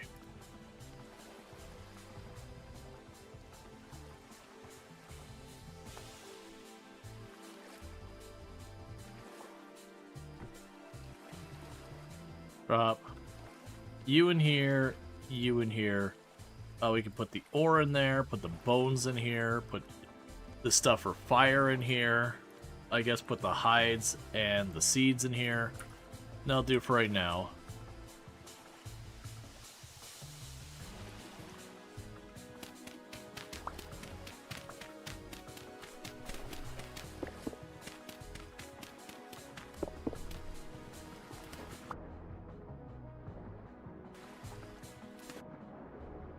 Stop having all this water flow that's disrupting my ability to move.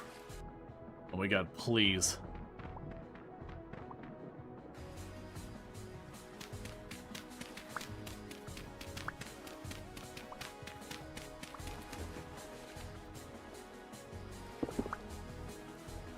Okay. Put you there.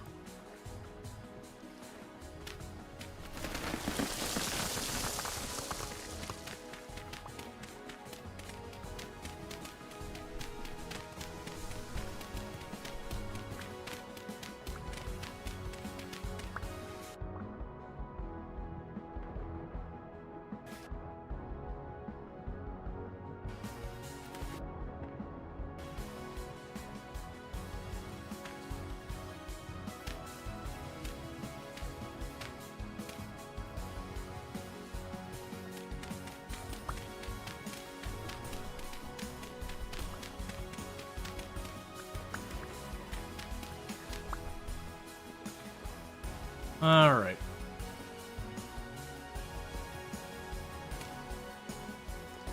So basically what I'm trying to do here is get rid of all the water source blocks. At least up here, because the water flow is just shoving me everywhere. It's incredibly frustrating.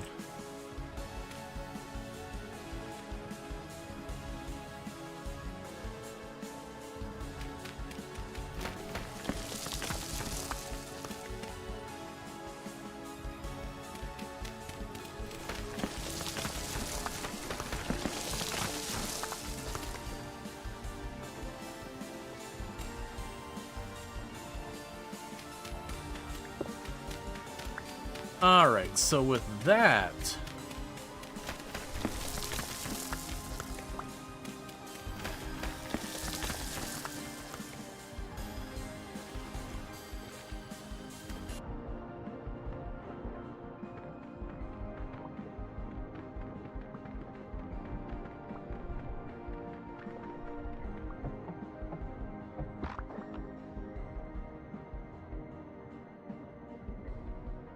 It's just a ridiculously deep, well. Well, this sucks. I can't get out because the water flow.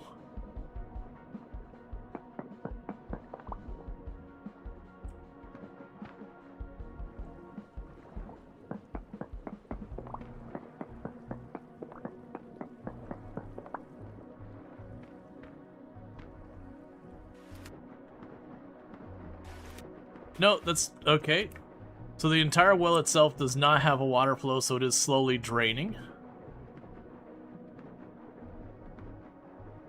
Alright.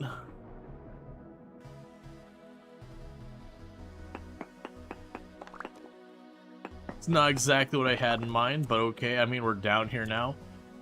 Might as well do the survey pin here. Okay.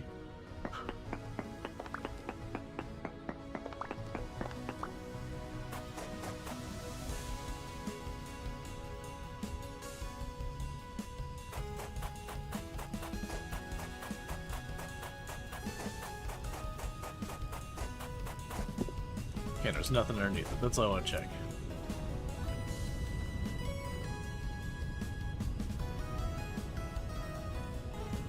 Ah, so that doesn't count as solid ground. So what I could do is I could probably hop up and down on gravel.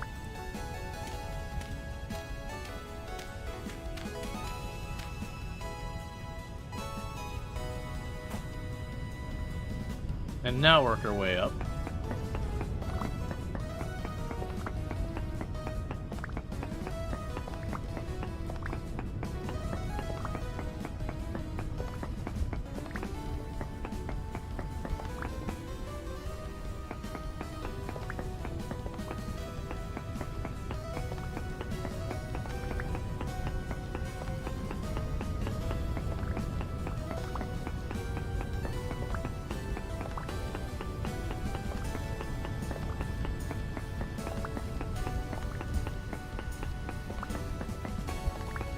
And I mean, I'm here in sulfur. Yes, we did find the sulfur at the surface. That's part of the reason I was so curious to check down here.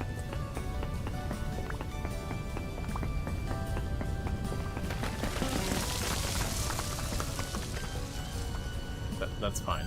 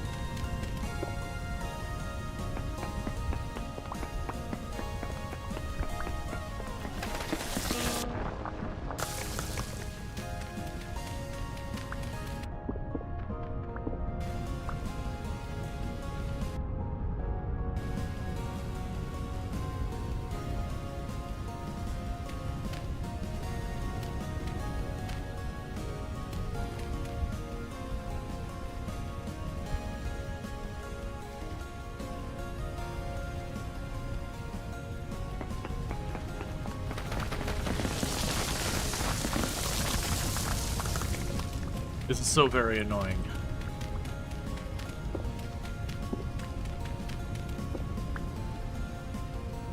Because on top of the fact that it's collapsing in, I don't have any blocks to plug up the water.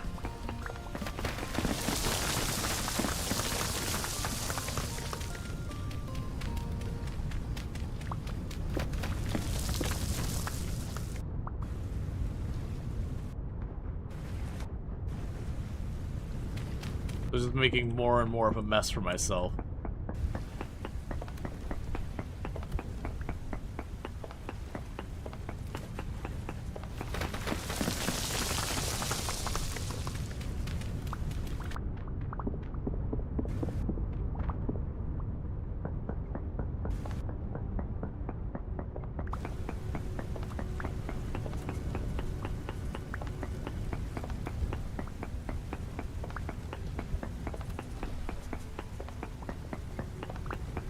Okay.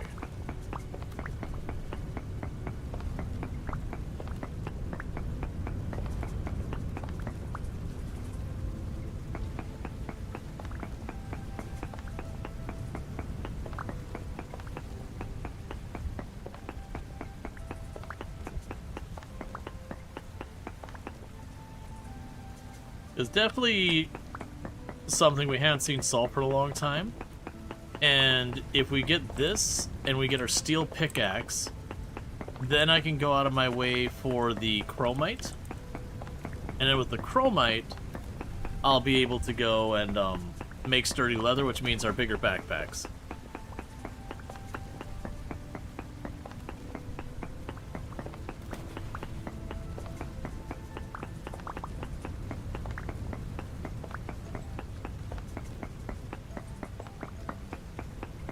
And we're far enough away from home, I wouldn't really want to have to run this whole way, and I say run as in boat.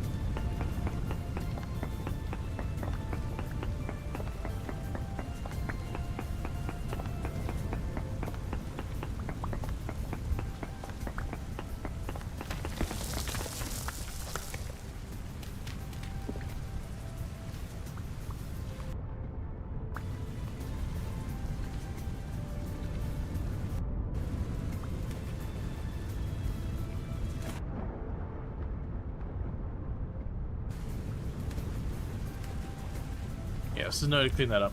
Alright, how much sulfur do I think I'll reasonably need? So we go sulfur, 1 becomes 2. Then we go and we take that. And then, so 1 unit becomes 1 sulfuric acid.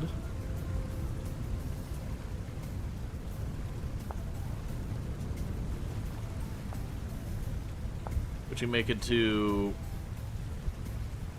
Alright, so it's one sulfur makes 1 chromium sulfate. So 3 sulfur makes for a chromium tan hide. So really, I don't need that much sulfur.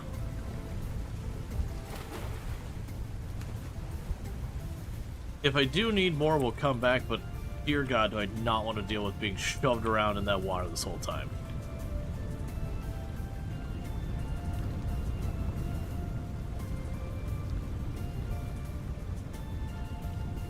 Still, an interesting place.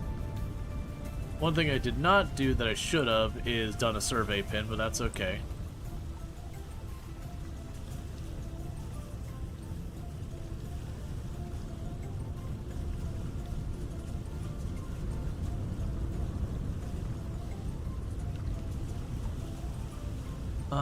What is that stone over there?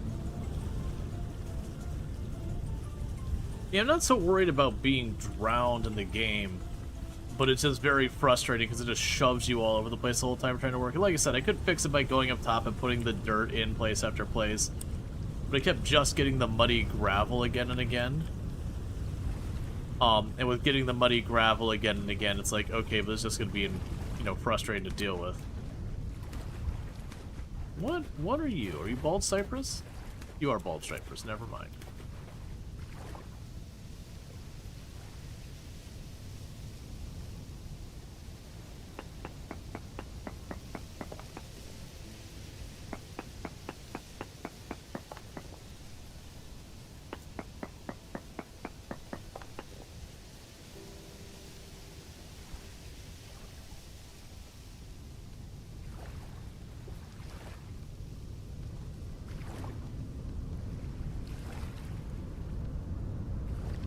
Alright.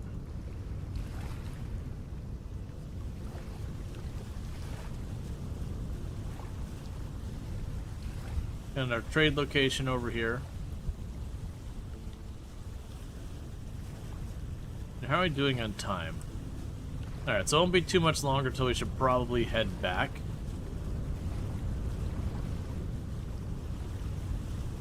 Because otherwise our steel's going to run out of charcoal.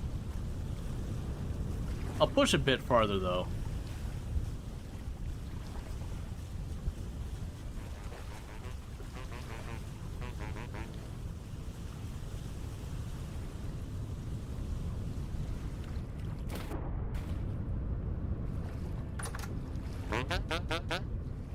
Okay, so you'll accept a bunch of different types of glass and all that to give me mostly things I can make in paintings.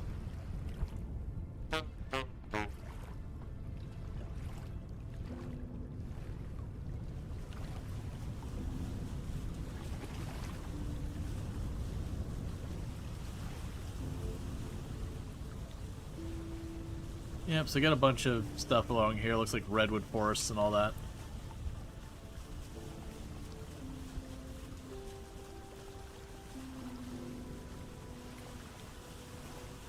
And it's trying to remember, like, peridotite, I want to say can show up pretty close to the surface.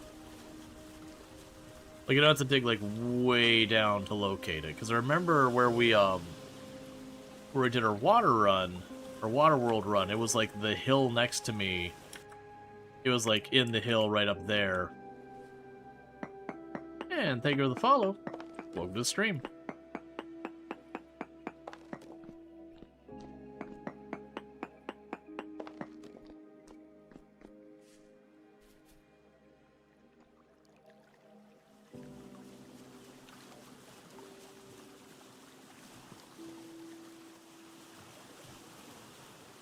So rather than focus on really staying on top of the pins, I'm going to try and like skip ahead a couple places before we turn back.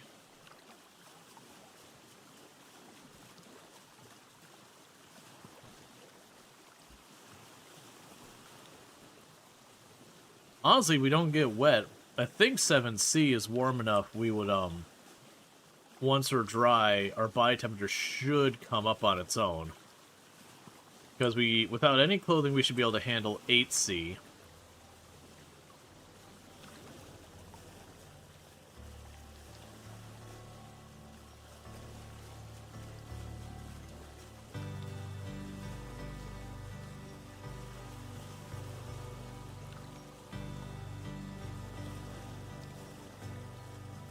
Ooh, it's a big old box of desert over there.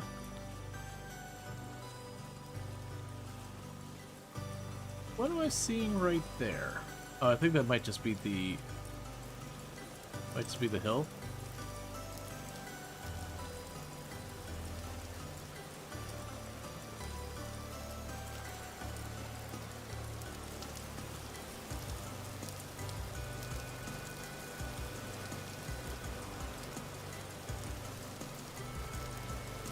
Yeah, just seeing the hill from between the trees.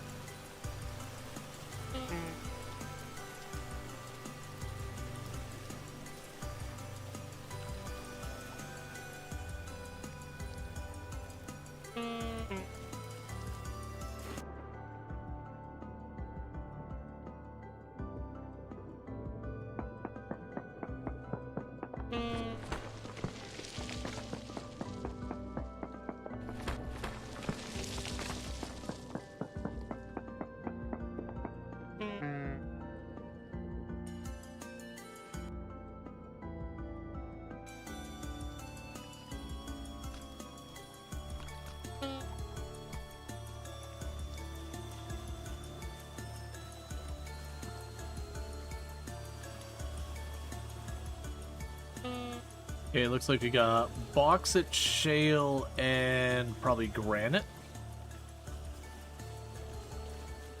Just looking at that spire over there.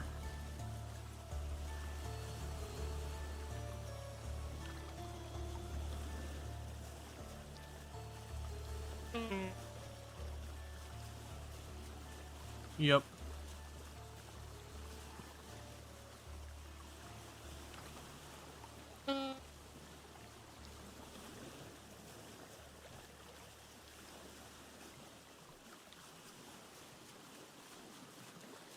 And how are we doing on that?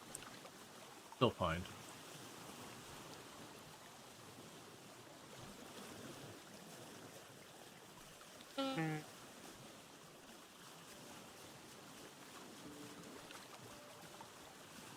That clay? Yes, it is, so... give that poke just to mark it.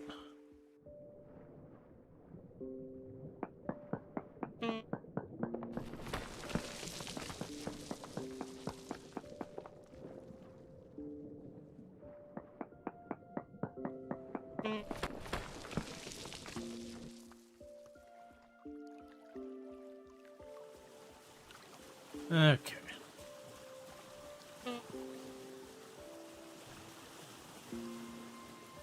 Yeah, looks like more shale the whole way down.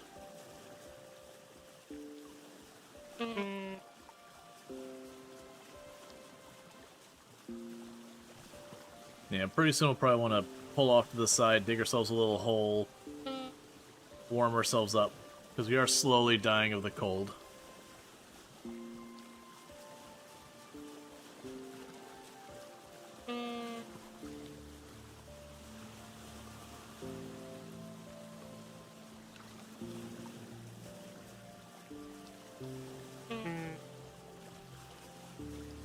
Can't read what was found because of frost.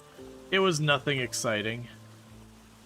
It was poor, spellrite, very poor hematite, bismuthite, cinnabar in minuscule amounts.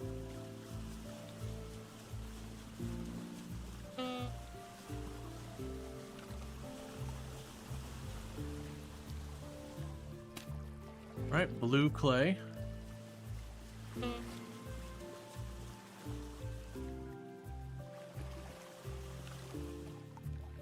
Alright, let's pop off here.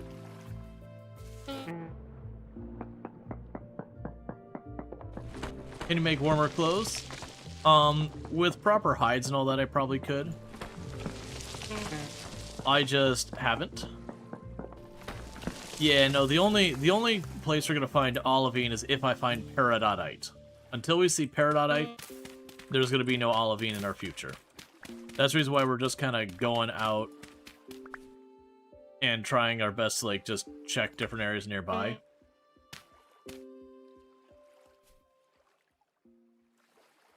Oh, well, I put my fire starting stuff in the boat.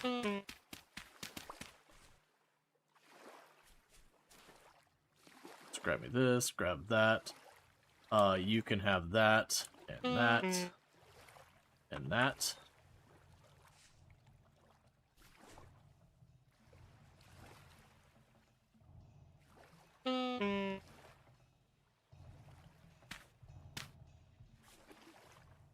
And now I can go like this.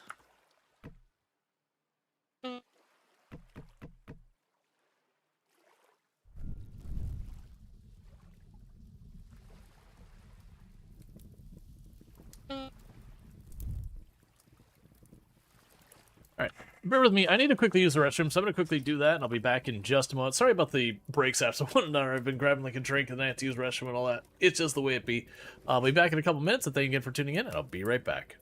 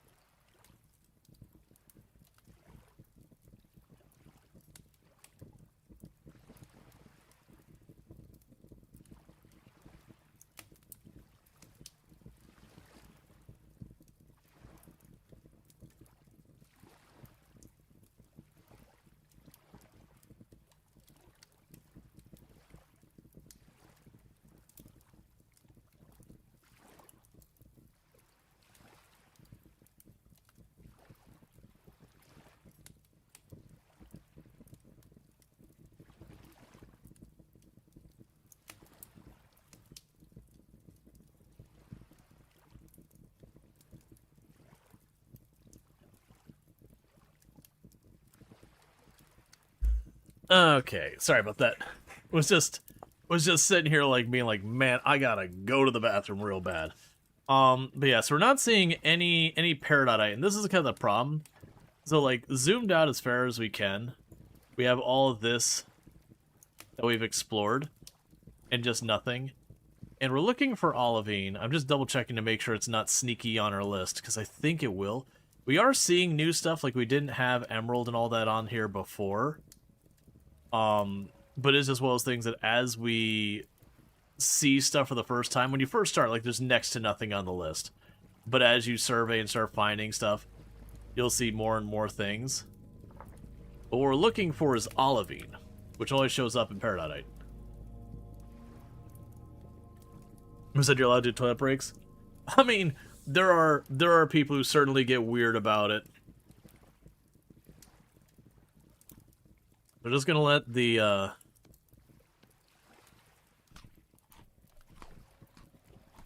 let this last one go.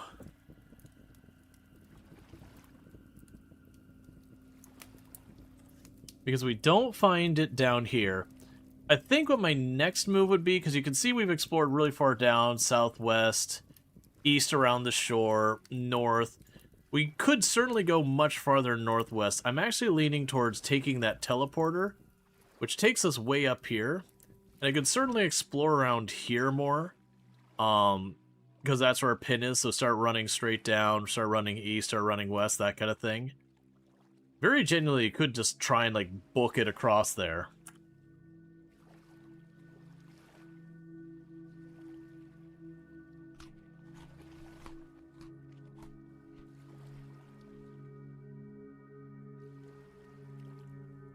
Yeah, the other ones won't get done in time.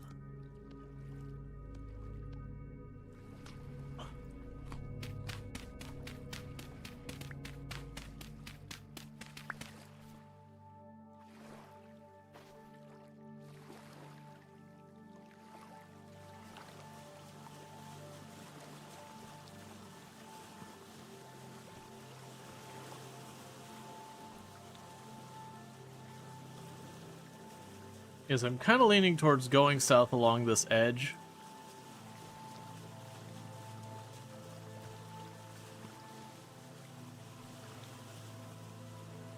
What are you looking? Peridotite / olivine.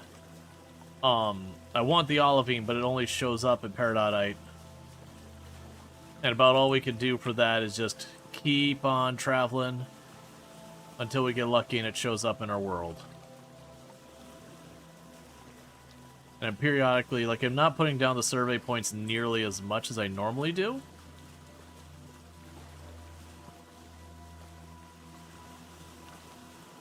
But we are putting them down on occasion.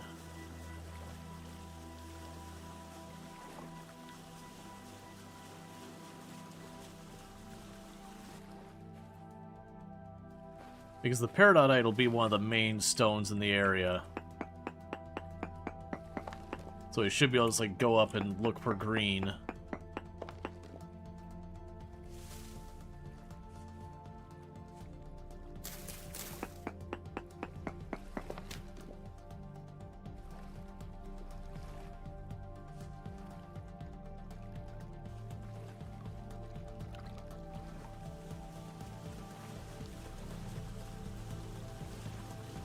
What's the olivine for? When you're doing steel production, you have your refractory bricks, and you have tier 1, 2, and 3. And basically, every time you make steel, some of the bricks will get damaged. Refractory 1 bricks, it's something like a 5% chance per brick of getting damaged. Tier 2, it's like 0.5, and tier 3, it's like 0.05 or something like that. And the 2 and 3 require olivine to be made, versus the tier 1, which we're using to make our steel now, don't require olivine. So it's kind of one of those things with how expensive it gets to be with fire clay.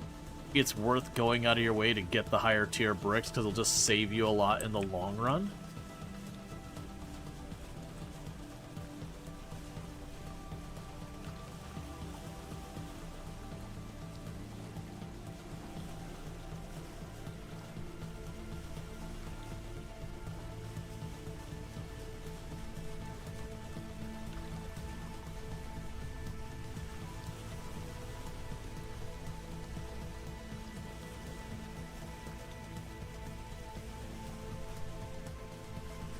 And below us so far is just shale. But when you come to, like, the different changing of block types, they don't happen super often.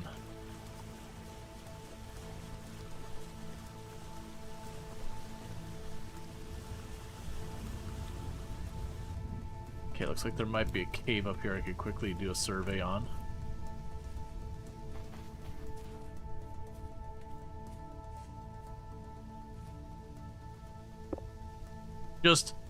Just casual borax just sitting right there, now that I don't need it anymore.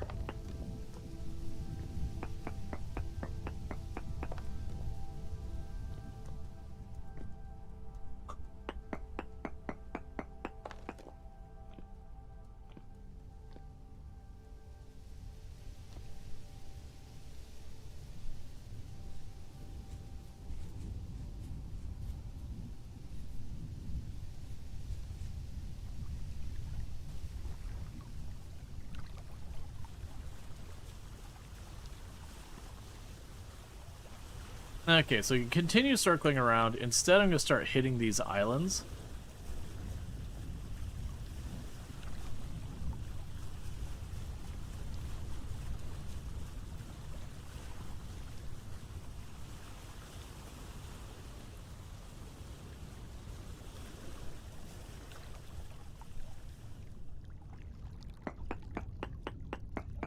And hey, Bassett. Playing some Urban Jungle recently. For those who don't know Bassett, another content creator on the platform. But does, like, a lot of, you know, your Pokemon, Digimon, like, turn-based, like, RPGs, has done, like, My Little Rocket Lab, a bunch of these kind of things. Well, that's actually Slate, so that's at least something. Nothing we care about on this set of islands.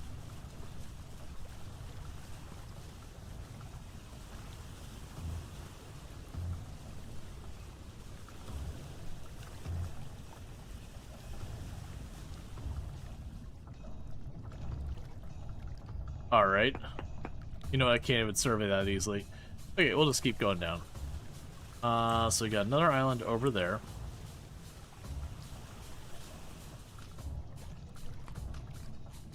Yeah, so if you're looking for any of that, you can find that over there.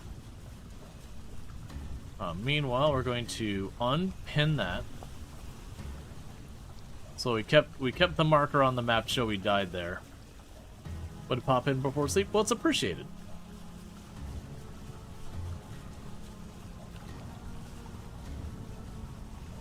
Yeah, so just gonna check out these islands and start working our way west. And then probably turn our way back north. The odds we find peridotite is pretty minimal.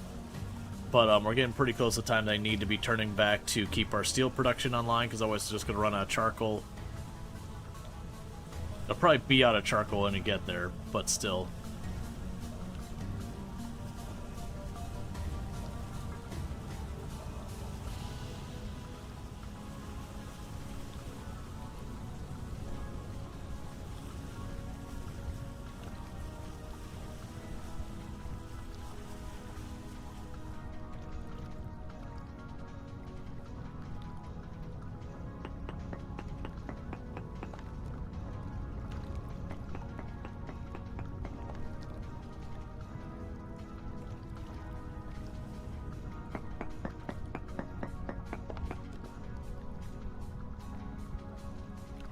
And nothing we care about.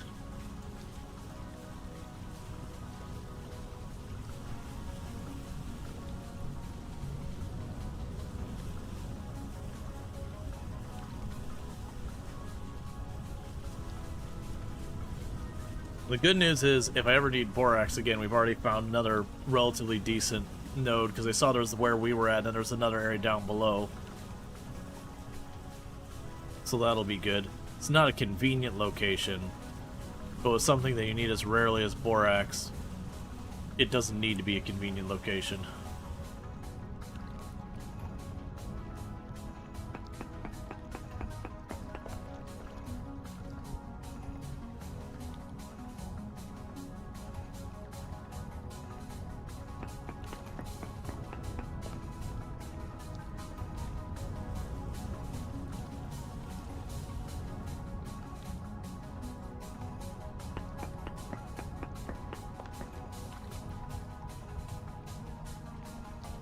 Okay, nothing we care about there. I've got 2 more tiny islands down here, and then nothing for a while.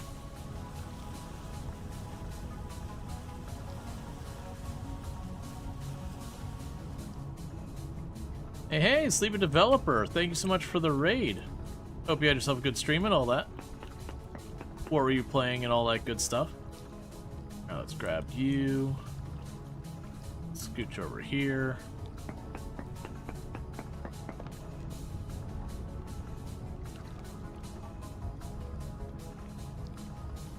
Ah, sorry. Got a tickle on my nose.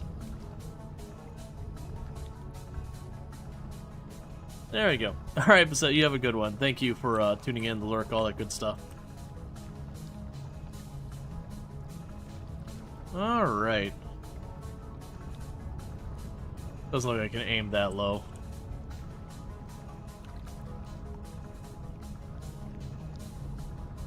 It's fine.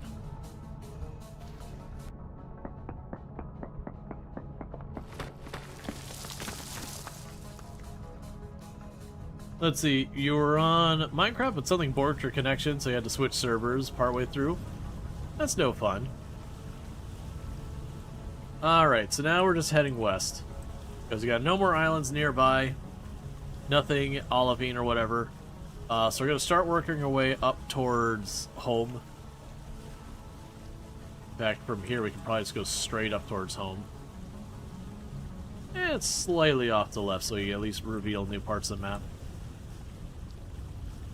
Yeah, so no luck there. So we got one of our translocators going. It just dumped us off of the middle of the bottom of the ocean.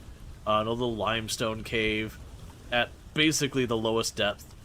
And we tried to fight there, but we kept getting the nightmare things spawning, and when they spawn, they just basically murk you in one hit. Like, I made I made the leather armor, got one hit by a Nightmare Shiver, which instantly completely zeroed out the durability of the armor. Which is very genuinely the problem with all of that in the game. That, the scaling with, like, damage tiers and armor tiers is just beyond silly. So we were like, you know what? It ain't worth it. Because I just barely had gotten started. I was trying to, like, make an arena that my intention was to have, like, the teleporter have a door to block things from shooting at me and 2 drawbridges, and I could turn the drawbridges down so that the enemies couldn't reach the door or whatever. And just kind of have a pit for a bunch of enemies to fall into, and then go from there.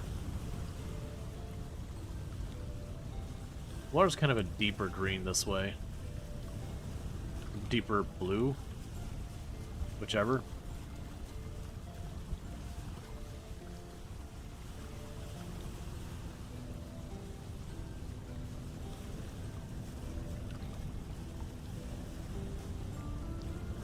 Okay.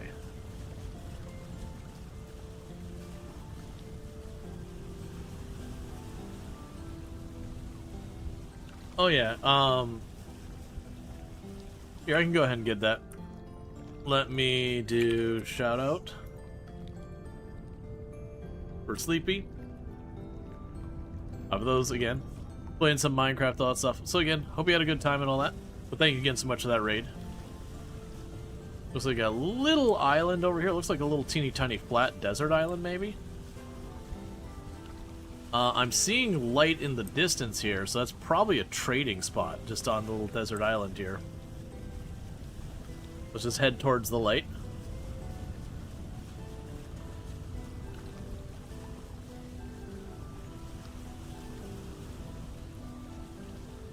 That's no problem. I'm so used to, like, all the mods being, like, super on top of it that sometimes I forget about it. Most of the time I keep up with it, though. Like, it's usually later in the evenings I expect to have to do it a lot more myself. Usually, earlier on in the stream, we have, like, 3 or 4 people chilling who are mods. Yeah, so, like, one little island in the middle of the water by itself.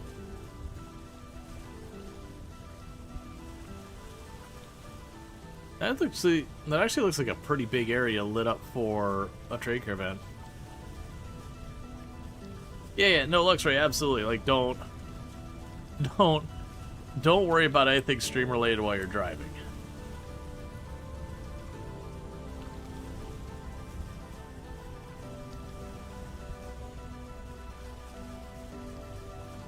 Are you? I mean, I guess you might just be a trade thing, and I'm just seeing the light shining off everything around the trade area.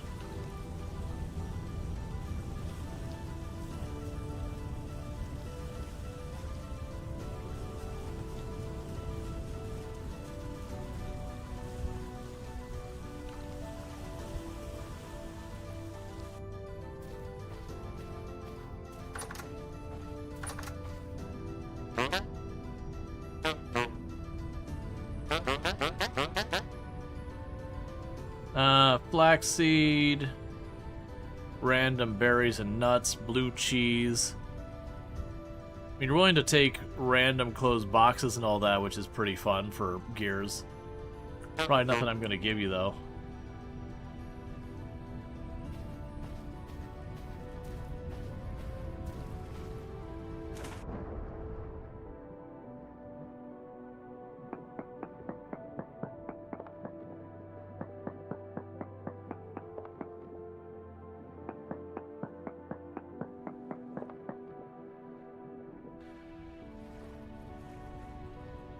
So you got 2 of the 3 kinds of coal available in the area.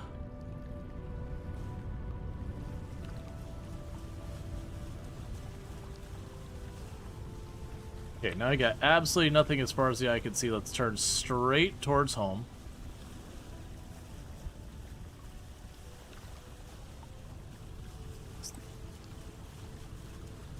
Oh, I'm seeing the trading booth all the way from here. Yeah, so that's kind of an impressive thing when you look at it. I can see right there just a tiny little bit of light just above my marker, and I'm seeing all the way out there, which is honestly pretty impressive.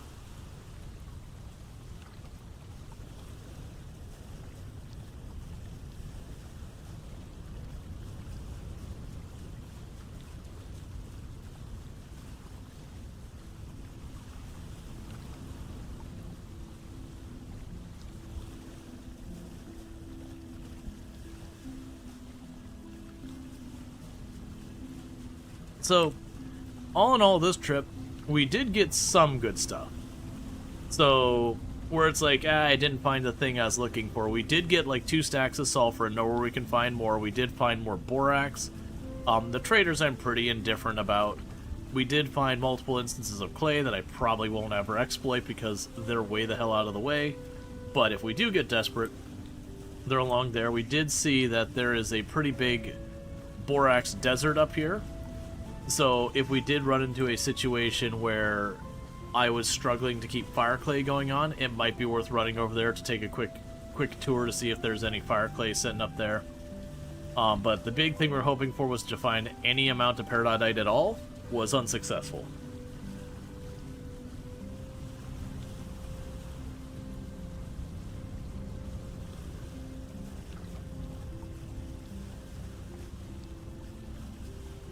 Alright, today is the last day of January, so we're getting towards the tail end of winter.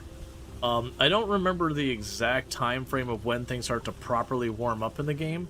I want to say it was around March, which would kind of align with what you would expect in a lot of areas. Like, because, like, for example, here in the U.S. and North America, I do remember from when I lived in, like, just outside of Detroit and everything, it was like you would have snow, and then usually it was around March that the snow would break and you'd start having, like, you know, it'd turn to slush, and by April you're properly dealing with that.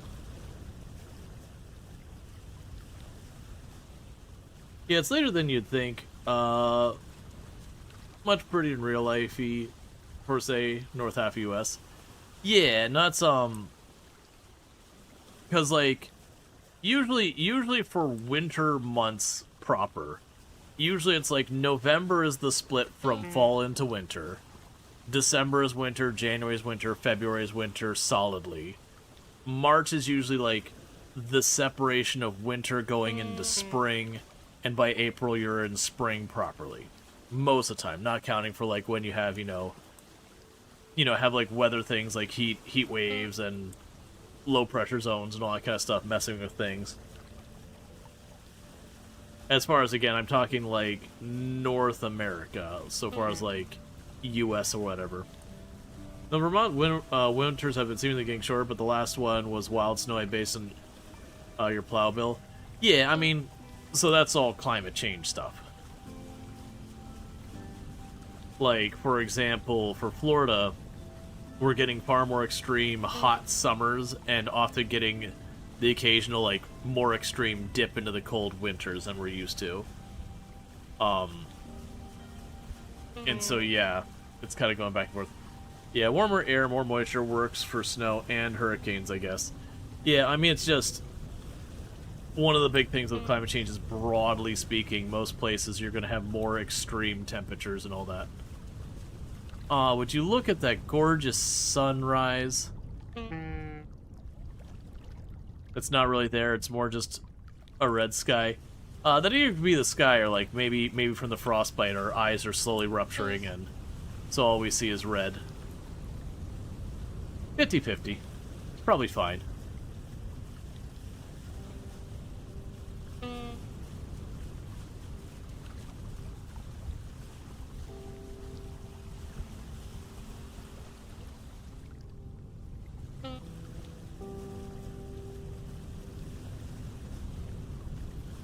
Yeah, there is nothing out here.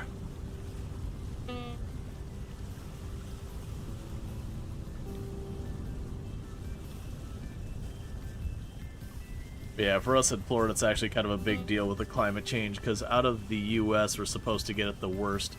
There's some argument about that, and part of that's like, how do you define worse? But we're expecting some of the most extreme changes so far as climate. Because we're a peninsula, and with the water flow on the Atlantic, we get the water from the equator coming up. So as things warm up, you know, we get round one of the heat. Yeah, last year January in your area was like 13 inches of snow in some place. Get a solid like 8 or 9 inches. Yeah, no, that's kind of the thing, is that's the reason why they changed the terms. They were saying global warming, which is you know, technically true, and the average temperature on the globe is going up. But they've been using climate change instead because you have the classics like, well, they keep telling me it's hotter. Well, here, I'm in DC and I just got a fistful of snow. When does that happen? It's like, well, yes, weather still exists. Snow does happen in places. It's rare sometimes.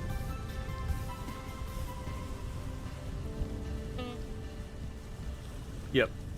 And lots of Florida is very close to sea level, so rising oceans will affect Florida a lot. Yeah, I mean, sure, we've actually not been having too much of shore erosion from that, to my knowledge. There are other places that have been, though. But you're not wrong that we're a very low elevation, so we should be impacted pretty badly by it. Yeah, but it used to happen like 10 times a year. DC now it happens every other year. Snow. That's like part of the issue. Part of the reason the average will go up so much as we'll get more swings in the medium. We'll move up. Yeah, no, absolutely.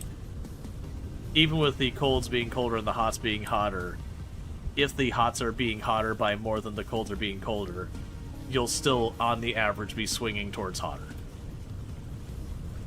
You can set records to both extremes, yet be clearly moving in one direction. There will be places in the world that will be objectively colder as things happen, but that all has to go with like different current flows and the fact that as the ice caps melt, they do have a cooling effect. But the problem is you're losing permafrost, so when it's gone, it's gone. Well, it's gone unless massive change. Let's see, I mean, when the USDA bumps your plant hardiness range up and extends your growing season, what else do you need to hear? Well, yeah, that was like the whole thing is like, you know, for people who are climate change deniers, it's like, you may not believe in it, but your power company does. Because they're doing investments related to all that.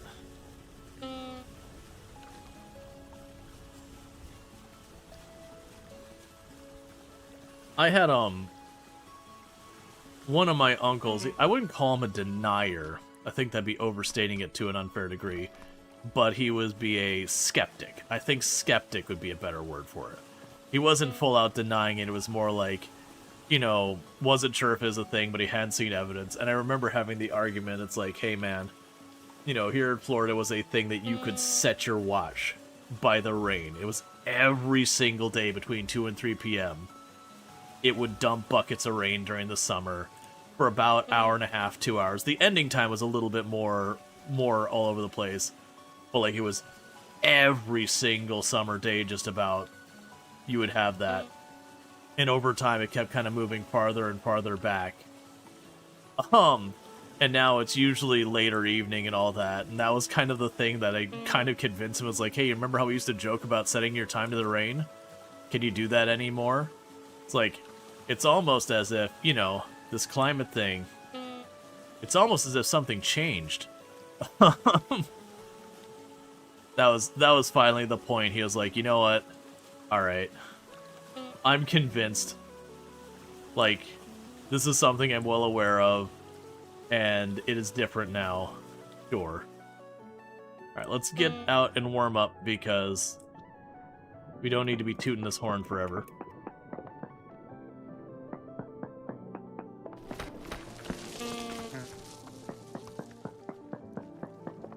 They'll say stuff like they'll say stuff like solar cycles about us coming in out of an ice age, global cooling being worse, CO2 plants and such.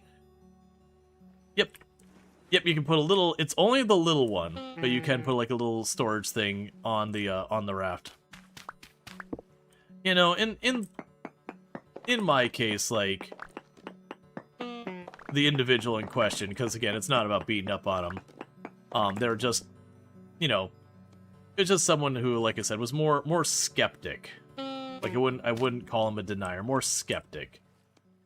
But he was a bit of like anti-intellectual and all that. He was the kind of person to be like, I don't know, those scientists. You're like, oh my god, please. Like, you mean the people who have dedicated their whole lives to this.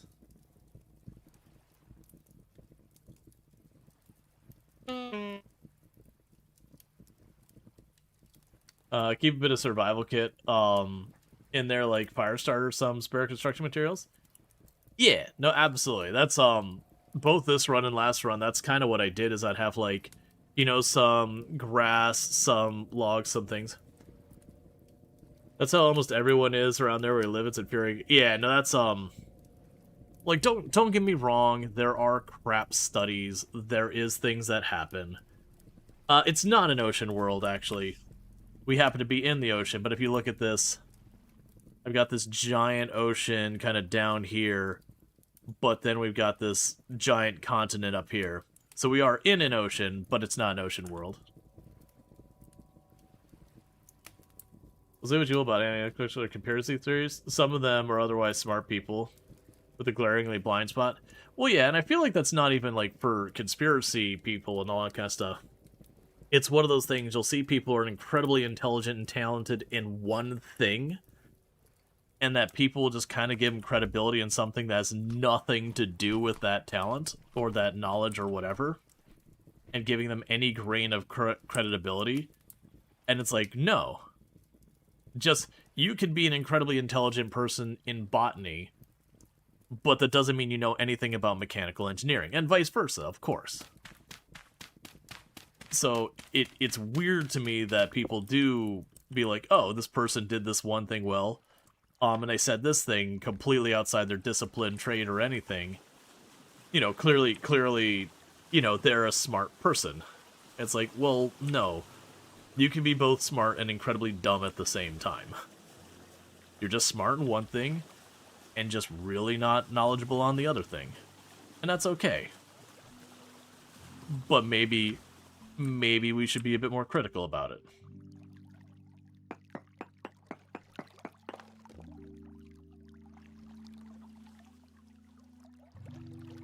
But yeah, no, I'm, when people get, like, very anti-intellectual, that's one thing that'll get me to lose respect for a person pretty fast. Because, like, it'll be something like, oh yeah, you know, I hired a software developer, and they told me X, Y, Z, and I'm like, well, did you do it? Well, no, because I know better. And you're like, why did you hire that person? And also, you think you know better than someone who, like, does this for a living? You know, usually the one thing is you find out whatever it is they, like, whatever they do, and be like, okay, you know, hear me out. What if I said, like, you know, you told me whatever about this, and then answer, you're like, okay, well, I think you're wrong because I know better. And it'd be like, that's stupid, you're wrong. And I'm like, yeah, exactly. You had a friend who tried to argue scientists just study global warming to make money, so you could trust them? Like, yeah, most people do their jobs to make money. Well, yeah, that was, I've run into that where it's like, oh, the scientists are just doing it to make money. It's like, you know what's way more scary and a way for scientists to make way more money than to just arbitrarily be like, hey, there's this thing that we're contributing to that we should address. It'd be for the scientists to be like, oh no, we have evidence that this thing's happening, and by golly, we have no idea what's happening yet. You should give us a lot more money so we can figure it out. Being able to point to and be like, hey, we have massively increased our carbon emissions among a whole lot of other things, and these are all really bad for us. You know, we need to address that. That's kind of giving someone else money in the long run. Because, yeah, the scientists are researching it, and obviously there's money to be had there. But then they're turning around and being like, hey, society, you need to change what you're doing in ways that reduce consumption, which in no way makes the scientists money. Not unless they're coming up with new ways of doing that. Let's see, then they pointed like a handful of bad bot paid for studies, like the sugar versus fat. Yeah, that's kind of the thing that sucks. It's like, okay, one, you should genuinely, you know, have a certain level of critical eye and skepticism with stuff, like, you know, stop being like, okay, here's this study, was it performed properly, you know, did they, you know, was there Was there financing something that is potentially going to bias it? Did they have a large enough sample size? How was their method? Was it a good methodology? Like, you should have that skepticism. There are a lot of genuinely garbage studies that are done. Like, it's a fair thing. You don't want to turn around and be like, no, don't be skeptical. It's like, well, you should. Because genuinely, there are some crap studies. But then it's kind of the, okay, well, there's a crap study, therefore all scientists bad. And like, hang on, wait a second, bring that back in. Maybe there's a little bit more nuance and a little bit more of a smaller step. Salt versus MSG. Oh yeah, no, there's been a ton. Like, that's actually one of the things where, when you have one of those studies that, and this is a thing I just kind of believe of at large, when you have something where the group involved knowingly gives a result that is incorrect, especially if it's of something of substance, something that's going to change, the way people think, the way people work around stuff that, could generally amount to people's well-being and all that. I genuinely feel like knowingly spreading information that is potentially damaging in that incorrect way should have consequences. What those consequences are, obviously, can be up in the air to whatever makes sense, based on the damage done. But you have to have the room for people to be wrong as well, and you don't want to be one of those things like, well, who decides what's true? There's a way we can kind of hit that middle ground, where if I can prove that you knew something was wrong and you spread it anyways, then there's a thing. Does that mean to be unenforceable in like 99.9% of cases? Sure. But, people get away with speeding all the time, people get away with DUI. That doesn't mean we take it off the books. It just means we only catch a very small fraction of the people who do it. And that's fine. But I do wish that they had like the email where, some engineer and the CEO was arguing, where the CEO's like, hey, I need you to write up that, XYZ, and the engineer is like, but that's wrong. That then when the CEO goes, I don't care that it's wrong, write it anyways. There's your smoking gun at that point. At that point, the CEO could be nailed for it. Which, again, would only be the tiniest fraction of cases. Almost everyone would get away with it because you just don't write the email, but people still do that. People still do stuff that's 100% illegal and then write it down. Because people are dumb.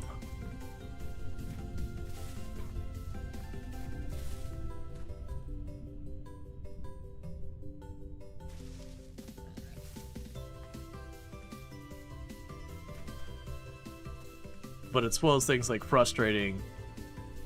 The greenhouse effect was proven in 1824, not a typo, it's 18. Human-caused global warming was the first theorized in 1896, still no typo. So the fact that 200 years ago there's nothing debunking it remotely convincing appears, yeah, it's probably a real thing. But yeah, that was, you went with the old power companies and all that, if I remember correctly. Did a bunch of studies around global warming and all that, and we're like, yeah, this is totally a thing. We're just gonna go ahead and bury those papers, and you are to never tell anyone this ever. Like, that's the things that caught me, where it's like, okay, I mean, when they got found out about that, it's like, yeah, the people who were involved in the scandal, a lot of them had died of old age and everything by then. So it's kind of one of those things like, what do? They basically got away with it. You can't hold them responsible. They're not here anymore.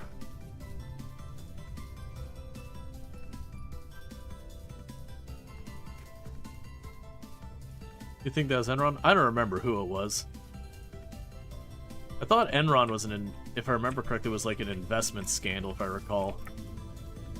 But I genuinely don't remember. Yeah, okay, theorized in 1824, proven mathematically in 1850s, yeah. Can we do forever chemicals and microplastics next? The microplastics one's interesting because I don't know where that studies are at now, but they were doing their studies, and ultimately one of the main studies that's been cited for how prevalent it is, they basically messed up, and because of the gloves they were using, they basically contaminated their samples. Like, it wasn't a deliberate thing. It was just a thing that happened where they were testing everything going, oh my god, we're finding it literally everywhere, and it's because they were using they're using the wrong gloves, if I recall the results correctly. And so they were introducing the microplastics as part of how they were studying on accident. And that stuff happens. And there's like no malice, mistakes are made. But, you know, others went to repeat the study using, you know, correct gloves and weren't getting the same results, which led people asking why. And that's how science works. That kind of stuff happens all the time, where you test something in one manner, and a big part of that is, can people repeat that same study later? If yes, that reinforces the fact that that thing is probably true. If no, okay, but why?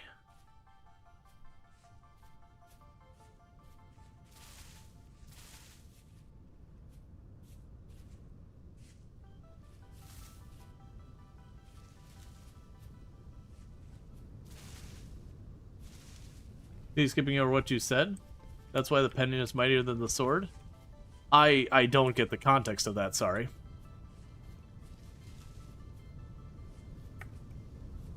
And it was the company that buried it like 70 years? Gotcha. I can't keep up with all the scandals and who did which one. One scientific study isn't science. It's interesting. Two scientific studies, but done by different results.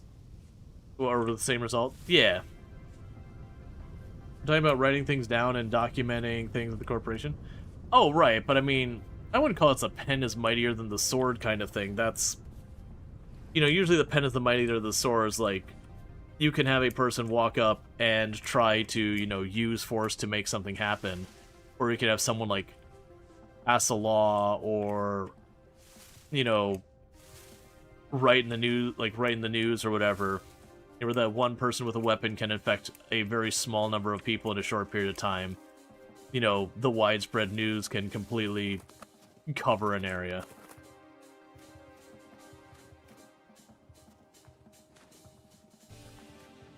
But yeah, no, it's absolutely a thing, like,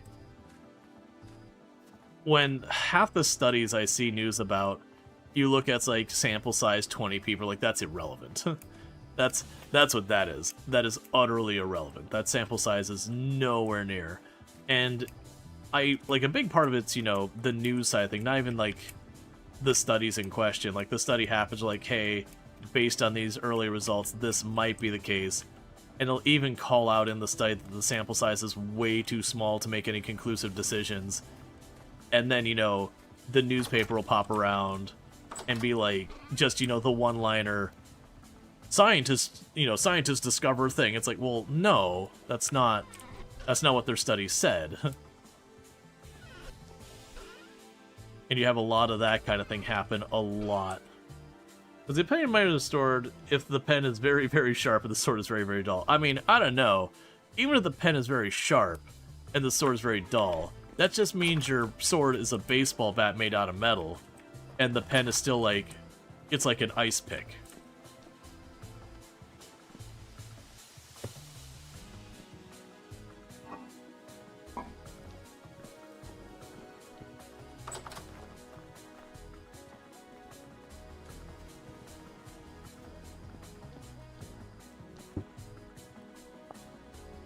Alright, let's see all of those.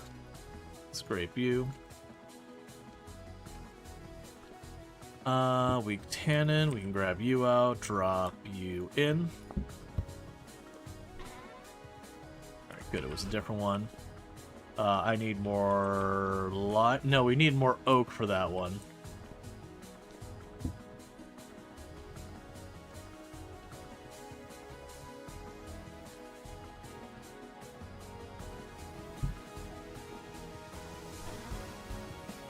Okay, so those stack, that's good. Those stack, that's excellent. Right, a small sample size doesn't always mean junk. It means you need to do more. Like, you've not done enough testing to make it worth anything. But it can be the thing where you do the small study and you're like, okay, we see something. We don't have enough to really make any, you know, reasonable, like, final anythings about it. But it is enough to be like, there might be something here.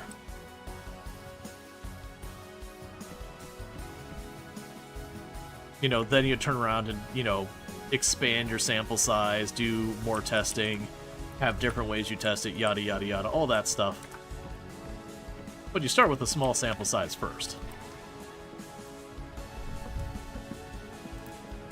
Or an observation, or however you end up getting to that path.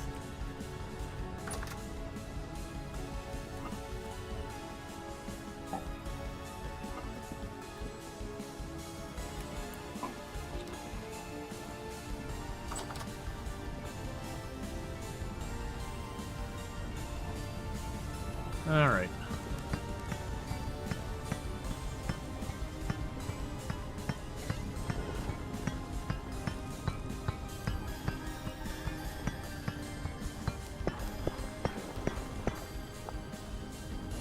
So you're ground into sulfur dust.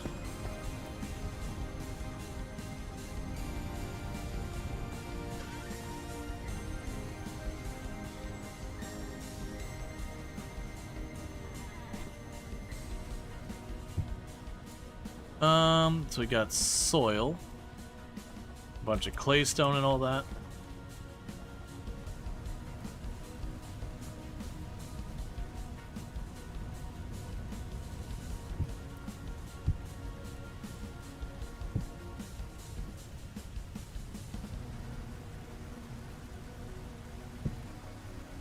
All right.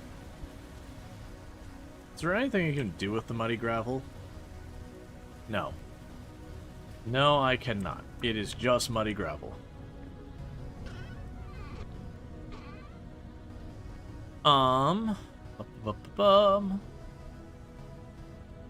Grab all you out.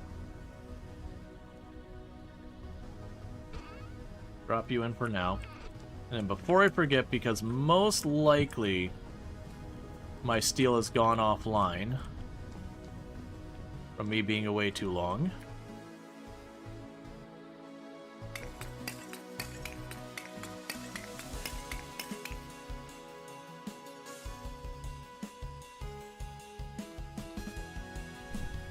Get that back up and going.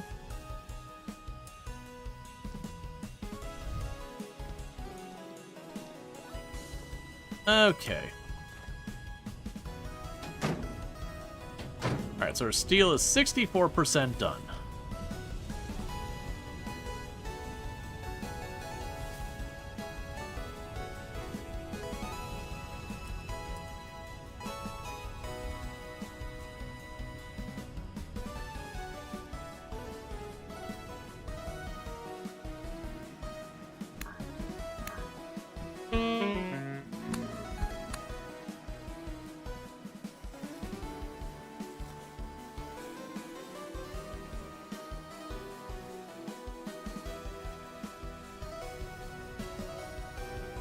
Still takes way too long for your patience.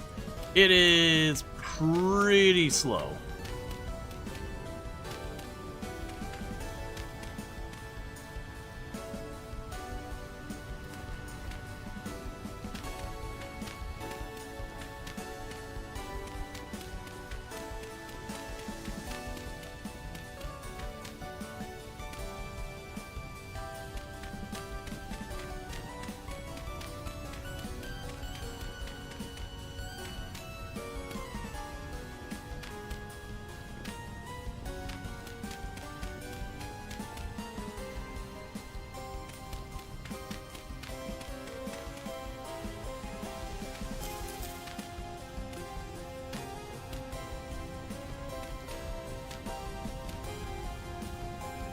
All right.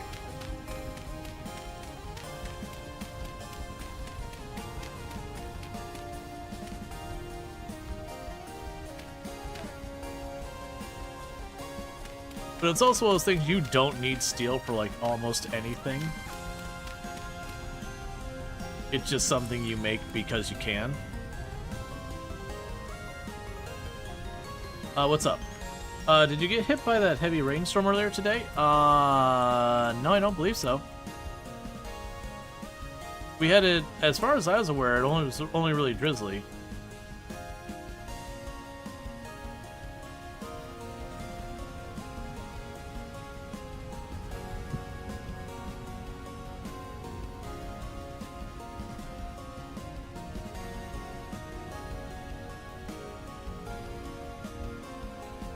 Oh, that's right. I'm looking at the wrong recipe. I'm sort of like, why aren't you doing anything?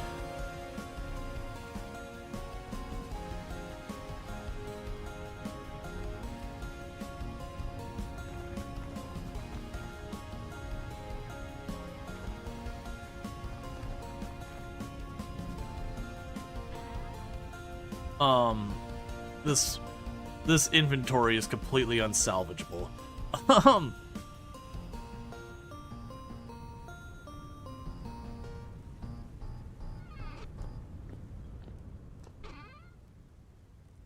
Okay, so for right now, put the basket in here. We have charcoal.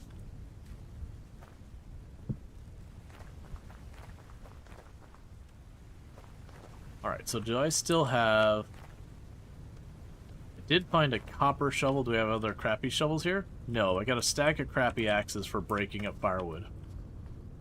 Alright, so what I want to do is, while we're killing some time, I want to go over here and just dig up a ton of dirt. We're going to break the shovel on all the dirt we can here.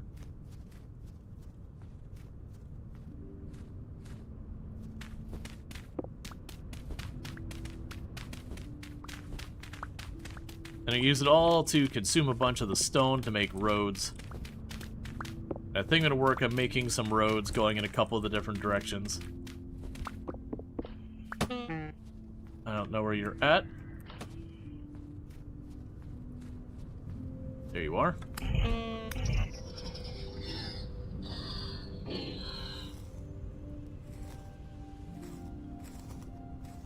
And do that for just a minute here. Till the copper shovel breaks, which I looted.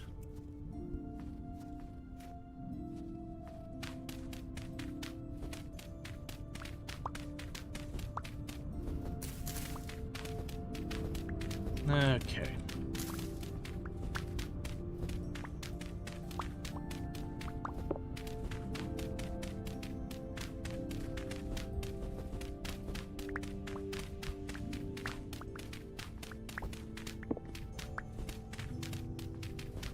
It'll be so nice when the snow's gone. I do like the winter wonderland a little bit and all that, but there's definitely a point where, like, you know what? I'm over it. That's, when we did the cryogenic winter mod in Project Zomboid, that was kind of one of the things. I really liked it early on. Once you solved it, actually made the entire game easier, because then you could run around wearing the really good armor and not have to worry about your character just, like, sweating to death. But, it was one of those things after about, like, 5 or 6 in-game months of just never-ending, like, winter weather. You're like, I want a color other than white. I would like to not continue to be blinded by snow, thank you. And this one's not too bad when you think about it. You're only dealing with, like, for us streaming 9-10 hours, the entire winter is like 2 streams, maybe 3. Versus Project Zomboid, that crap can last. That crap can last for like a real life week.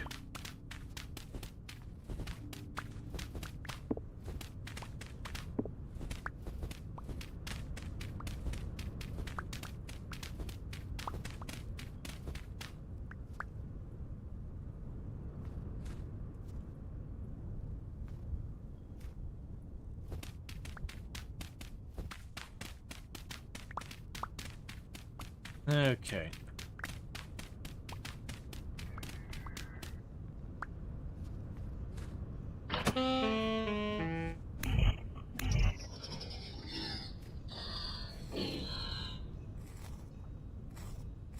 The default season length is like 7.x hours.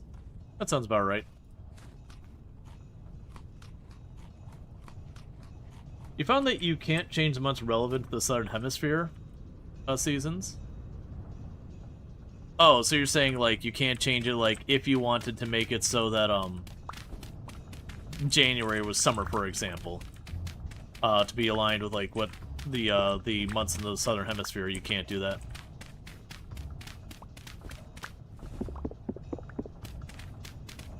Yeah, it's interesting. I'm imagining because the game doesn't take into consideration, like, where you're at on the globe kind of thing in the game at all. So it's kind of just hard-coded that, you know, months X, Y, Z, you know, it's just like a temperature modifier or whatever.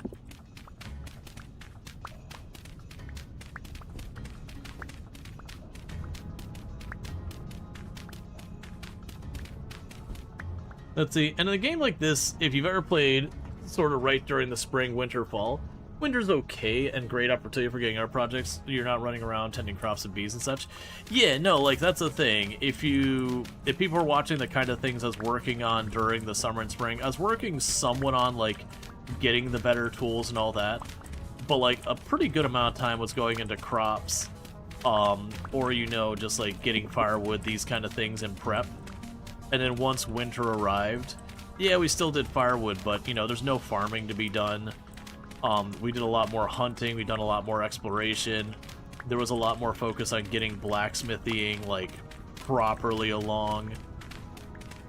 And that's typical. It's like no different, like, even if you play a game like Stardew Valley, which isn't even a survival crafter. The whole, during the earlier game to get the greenhouse and all that, you know, you hit winter, and winter's the time that you spend all your time just... I thought I heard an enemy. Winter's the time that you play catch-up and you go in the mines and you, like, work at trying to, like, upgrade all your equipment as fast as possible. Because you get all that extra availability thanks to, you know, nothing being growing.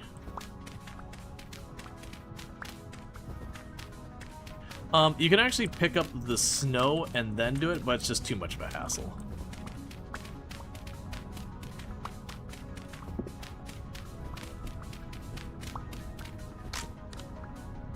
There we go. And I broke the shovel.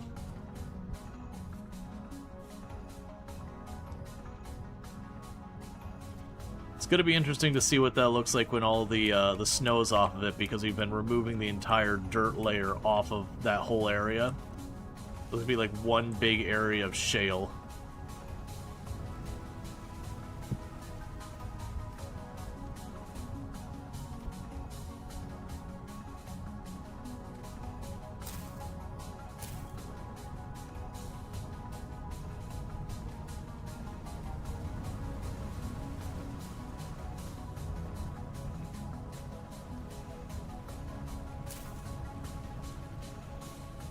Okay.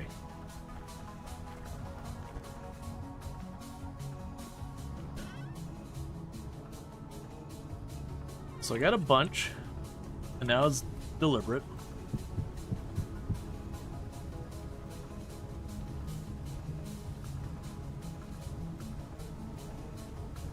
Because basically I'm just trying to delete a lot of stone.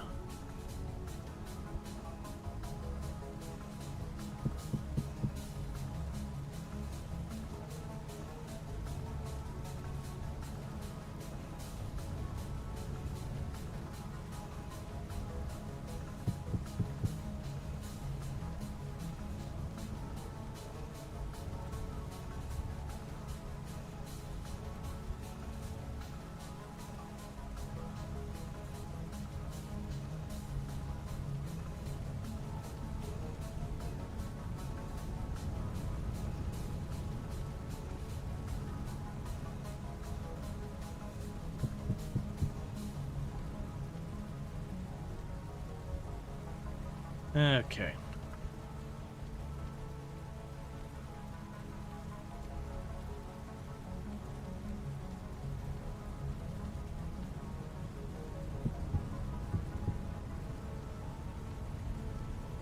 You take the time to do Pez.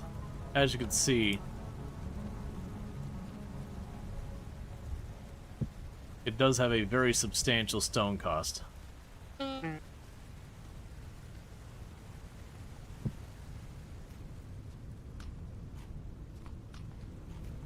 Alright.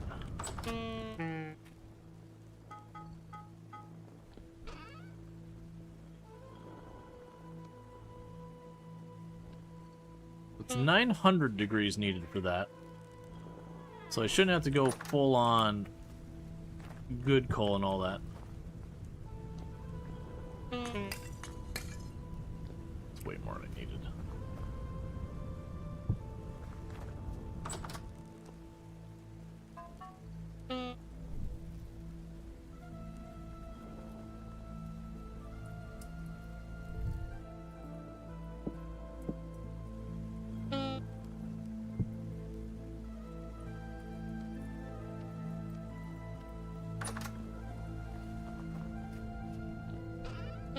Okay.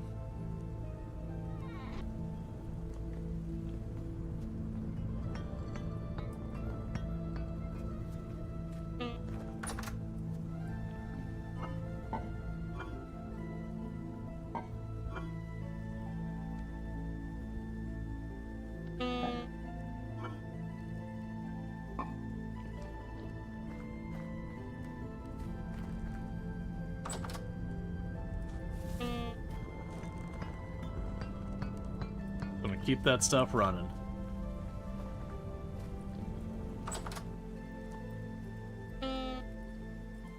What I should do is see what it would take to get the kern set up with a copper hopper and everything. And I'm kind of holding off on that just because I could take the time to set that up knowing I'm just going to rearrange it all the moment we go and get our gearing and all that changed.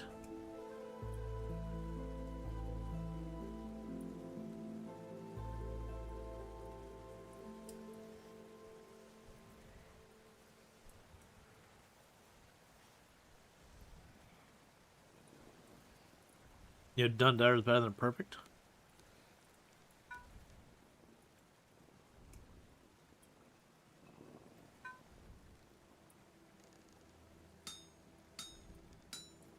Okay.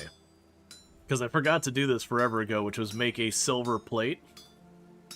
And are making the silver plate for our lamp.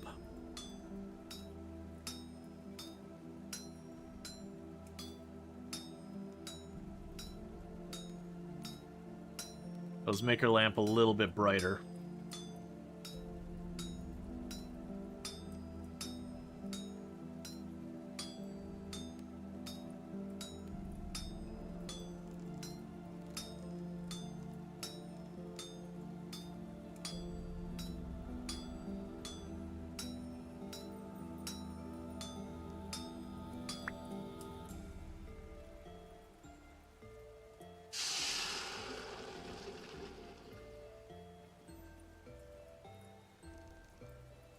Okay. That's what I was planning on doing with this. Alright. So we look at this. Right now, it's got a light level of 22. So I put that down. We silver line it. Now it's got a light level of... Sorry, it had a light level of 20, and now we made it 22. So it does make it a little smidge brighter.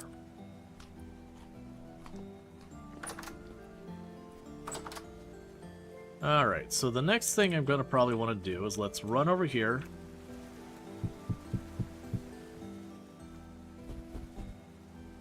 I'm going to need to make a bunch of shovels because I've got a giant mountain of paths we can do. So I can start running down there and putting down more of the roads we can run really fast on.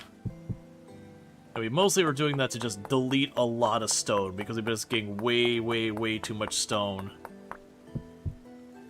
And that's kind of the way you can dump it. It almost feels like that's an intentional thing, that you just start being overwhelmed by stone, you're like, what do I even do with this? Still Flint? Flint's been going relatively good. Or do you mean this? This is just me using stone because I'm going to be wasting these shovels. Like, these shovels aren't being used for anything interesting or exciting. We're just digging dirt for a path.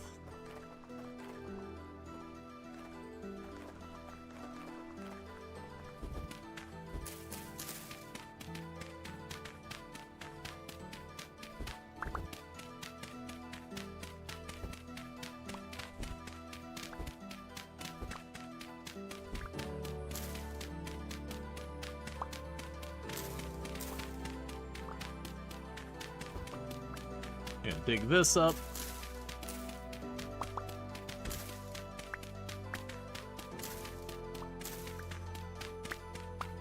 That's what you do with all your stone. Yeah, no, exactly.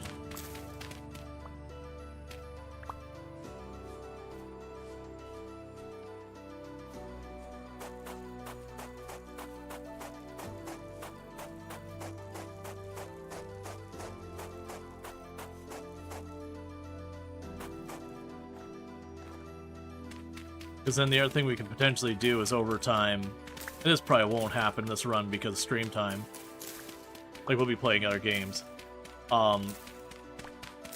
It's definitely one of those things that we could make a path that goes south towards the ocean, but then has a branch off for each of the teleporters. It's also a thing where, like, right now I'm having it follow the terrain, but if we hit, like, a steep enough mountain, we could just cut on through it.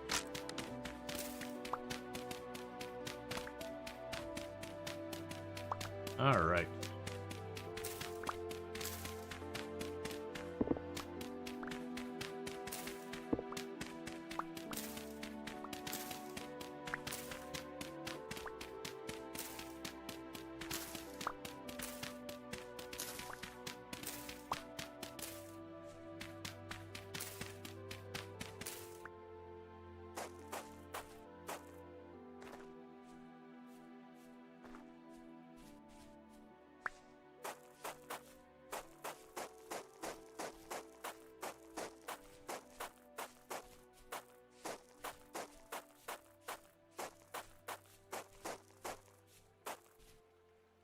And these paths can also be really good if you're being chased by any, like, dangerous animals or whatever. You just get on the path and you just skyrocket away. And they'd be also really good for when you're, running back and forth kind of thing. You just have this path you can just see, like, bisecting the map. I have not put the time we did in the other runs on paths like this one. On this one.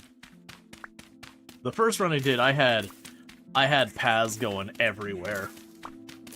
It was every time my stone started to get a little bit ahead, out came a path.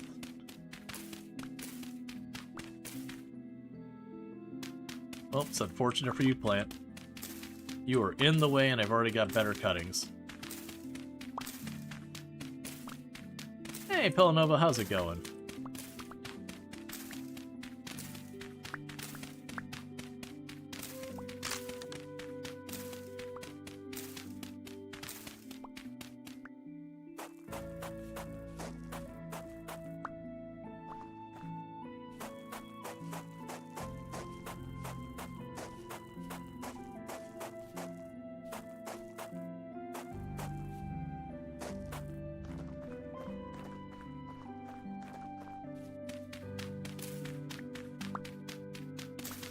A tired day today?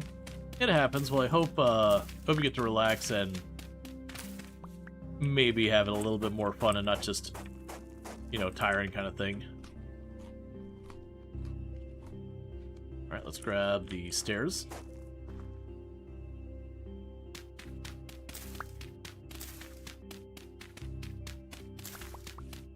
And I don't need to dig these down into the ground. I'm choosing to do that here because it's kind of giving me a small influx of dirt.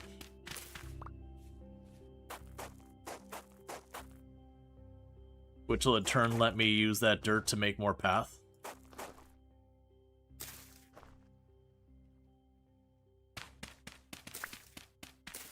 And then also when I'm trying to like run onto it and everything, I don't have to worry about like hopping up to it or whatever. The first time I played, I basically made a path in all the cardinal directions, and we had one side was water, so we didn't really do much that way. but the other 3, and I had one that I basically chose a height, and we kept the path perfectly level and just cut through everything. The second direction I'm doing what I'm doing now, which is I'm basically keeping it relatively even with the ground, so when the ground goes up, the path goes up, when the ground goes down, the path goes down. And then the last one I did like a sky path, where I went up like 30 or so tiles to make sure I wouldn't have to go over much, and just set it up. And definitely the sky path was the worst of the 3. That, like, yeah, you went over everything, which was cool, but then when it came time to, like, get back on the path, you had to, like, make dedicated path entrances. And the one that cut through the terrain also had kind of a similar problem where it just depended where you're at. Some places you just really couldn't get to the path. You know, it was inside the mountain or whatever.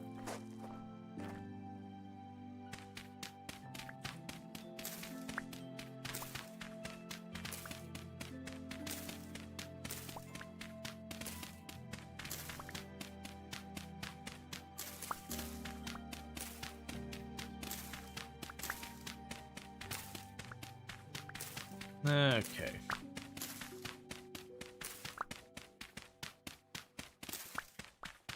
Anyone rode around the planet. Unfortunately, this game doesn't have, like, a planet that circles. But it is a thing that what I could see doing is carving the road, as you see here, having it go down here. Maybe a branch is, like, has a split off for the trader. Go down here. You know, obviously I'm not going to get this all done because of how ridiculously large, but you get the idea. Is you'd have split-offs to, like, go to important things. But, that's kind of the way we did on our first run. And we took it pretty far. If I remember the first run we did, like, if that's our home, we got roads going out, like, this far in kind of all 3 directions. Like, it was definitely a major effort. That's because of how often I was running into stuff like learning the game, being like, oh, well, we're waiting on the pit kiln, I'll work on the path. Oh, we're waiting on, you know, the bloomeries, I'll work on the path. Oh, we're waiting on the refractory, I'll work on the path. And you get the idea.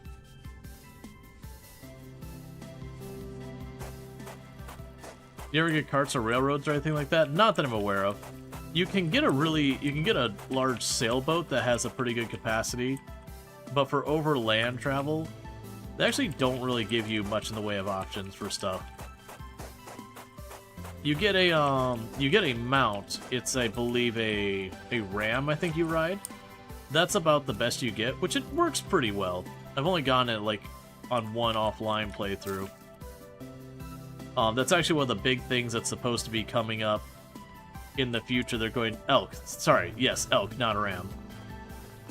But they're supposed to be adding a whole bunch of animals coming up, like being able to get horses and all that in the future. The sailboat is cool. You can build storage with still storage by default. Land coverage is 97% since forever. Yeah, no, it's only been like a recent thing that they've been kind of like pushing towards having, you know, proper oceans. That was a relatively new addition. But yeah, it's just one of those things that, like, to make any of that worth using at all.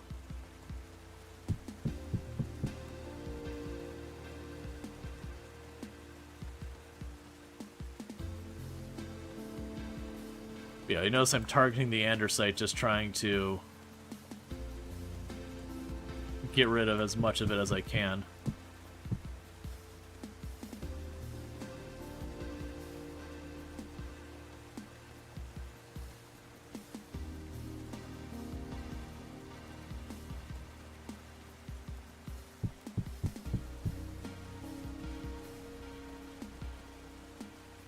Because I've got like 3 boxes of the stuff now.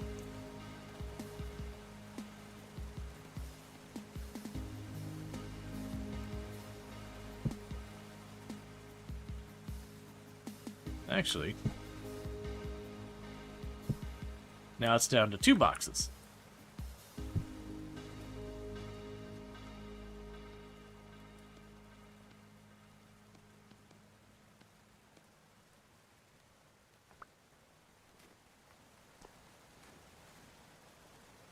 Right.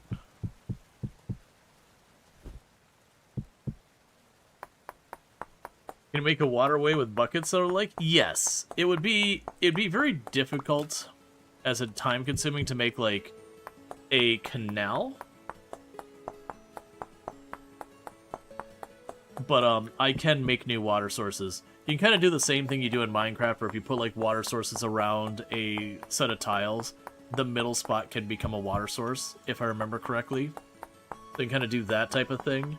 But as you can imagine, making like a canal any decent distance inland would be very laborious, and, you know, carving it out, carving it however deep it needs to be. So let's say like 2x4, I'd have no idea. And then filling it with water. Oh, like an endless bucket? Yeah, that's not, that wouldn't be a bad mod or whatever.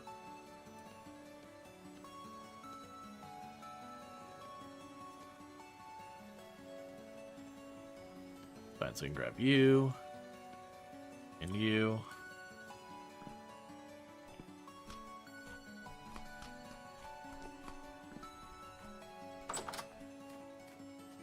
Take a peek at our steel.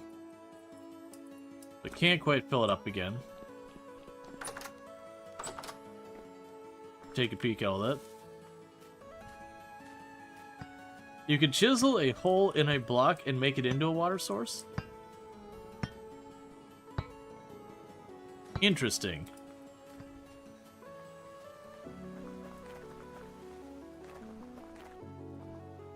Yeah, that's the other reason why for the road, is you'll notice I could run way faster on the roads.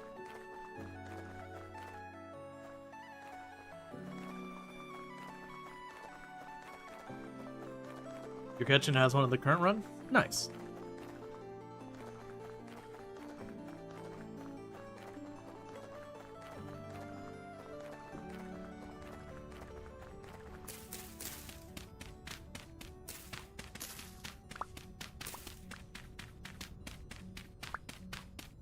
I could definitely see for myself, and I think this is what we did the first run, of making a broad rule that, like, once I have more than n number of boxes of any given stone, the extra gets made into path unless it's a stone that's specifically useful, like bauxite or whatever, we're gonna grind it up.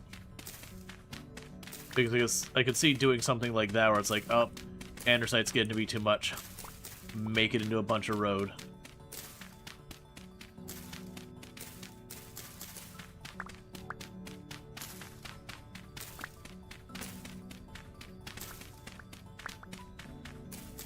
How's the vintage story going today? It's going pretty good. We got...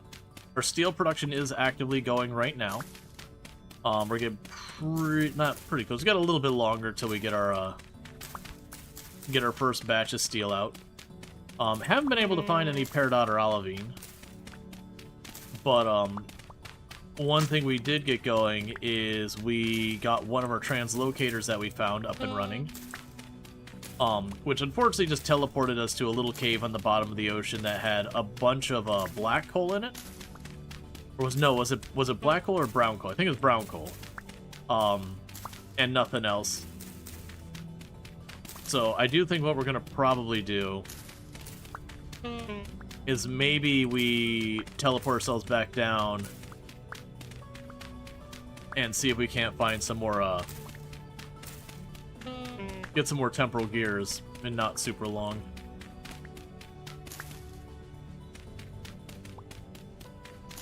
In the meantime, I just need to get rid of some stone, so I'm just putting down a road going south, since a lot of the stuff I care about is to the south.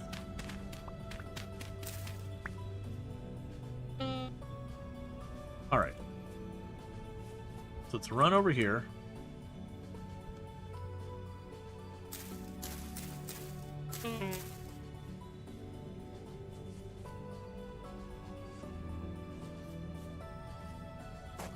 Where do you find sandstone?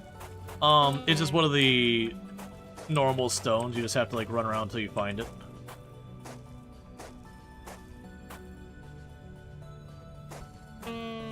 Yeah, the problem with the one at the bottom of the ocean is it was at depth 15. So, like, you start having stability go to the dumpster super fast. And so I tried to stay down there for a while in hopes that we would be able to,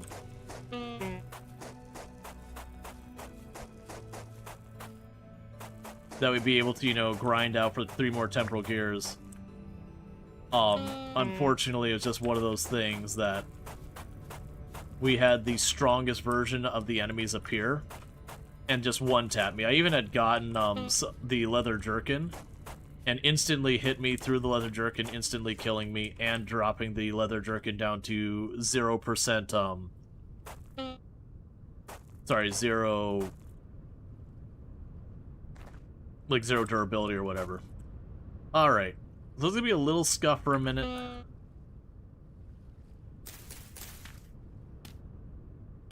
What I think I'm gonna want to do here is we'll go ahead and do this.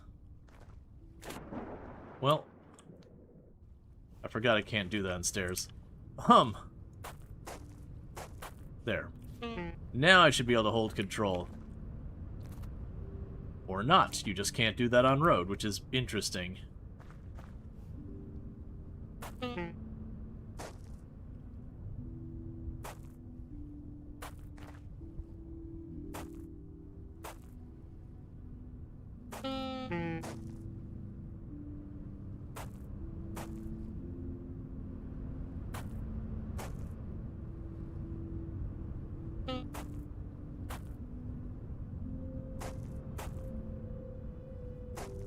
Yeah, no, it's just surprising to me that you can't do that on blocks that aren't whole blocks.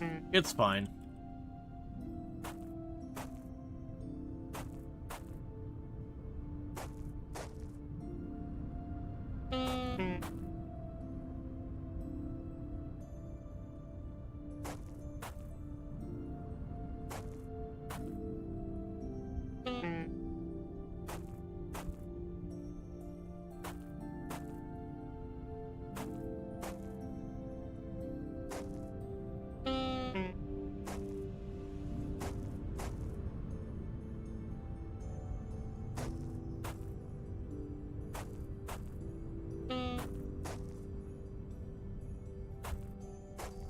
Because, yeah, this will save me a bunch of time having to not go around the water. We're just going to go right over the top.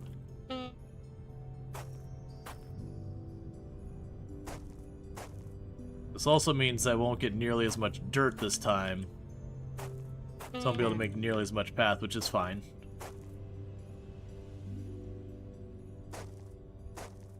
You didn't know that either? So today I learned? Yep. It's probably one of those things you don't run into very often, but I could certainly see, like, if later they ever add, like, you know, a lava fortress or something else like that, it'd be a real bummer to think you know, you're holding control and you'll be fine, but because it's road or a partial tile of some kind, like, for aesthetics, and then suddenly you do that. I mean, with the archives, actually, you could run into that where you do a half block, and so you're trying to run along the edge to, like, look down, and you just fall into the abyss, because that's, if I remember, that's the archive that has, like, the big middle room that there's just a giant gaping hole in the middle of it.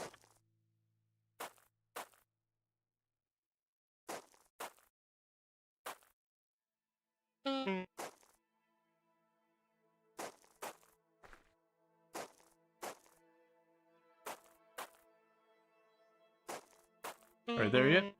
No, but like I said, taking the time to do this once, I've been having to run around this lake every single time. And most of the times I'm just trying to get to the other side of it.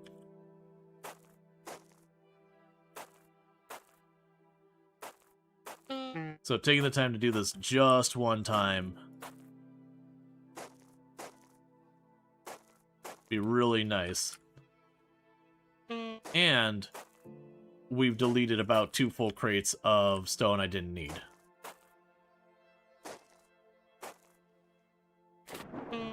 Well, crap.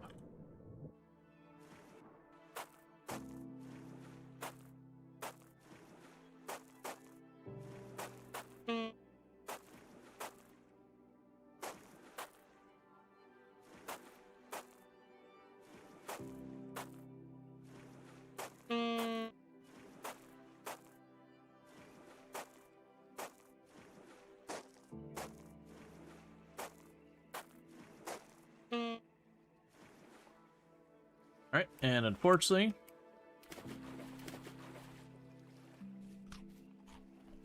I did not have enough to finish it. That's okay.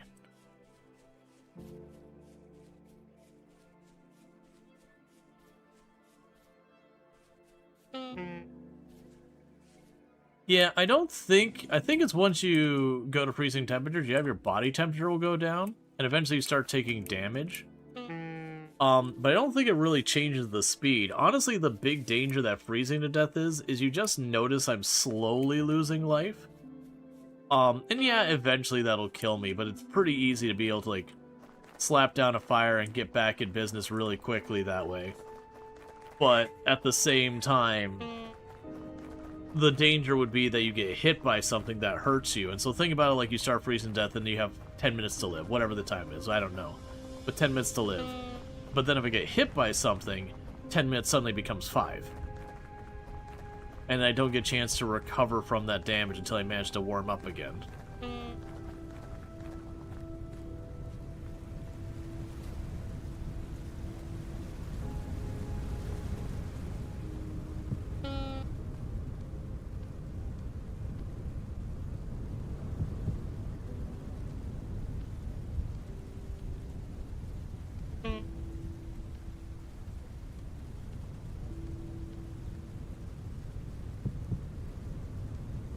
Okay.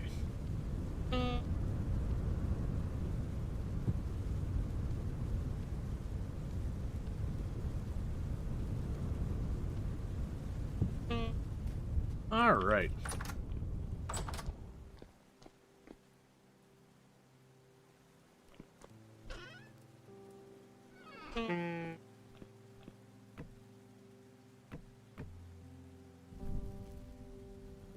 Let's see, you're gonna build a safe house on the other side of the lake? Oh, no, probably not. That's way too close to be worthwhile. How do you even warm up?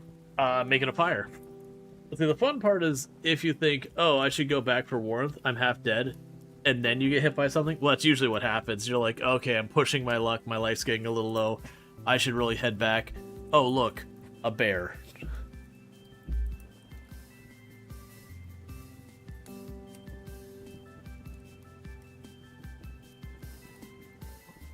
All right.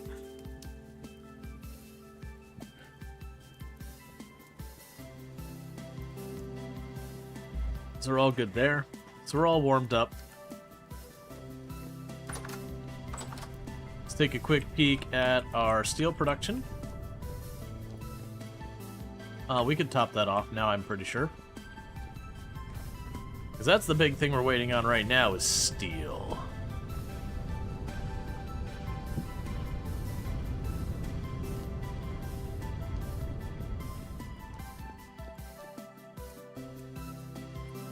Are you kidding? I'm like 1 pixel from being able to do it. It's fine.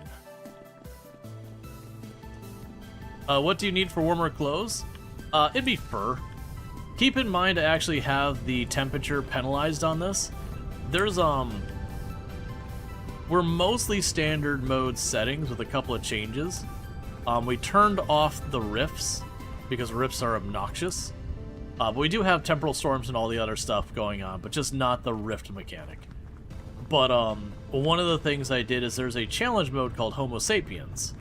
And one of the things it does is it lowers your resistance to cold by 10 degrees. So you start freezing to death 10 degrees warmer than normal. We did turn that on in this run. So even though it's standard, we did make our ability to handle the cold worse. Yeah, and after we get this bridge in place, that'll probably be it for... Like, we'll use this stuff on us, but then that'll probably be it for the road construction for a minute. I might take another crack at, seeing if we can't get lucky and get our temporal gears. Instead of going to the one that was spawning the nightmare stuff at the bottom of the existence, we will go to where we had that iron node.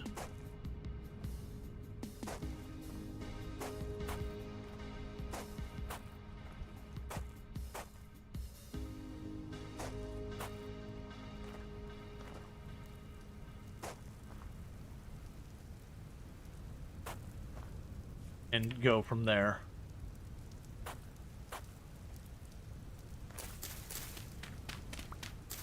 Okay.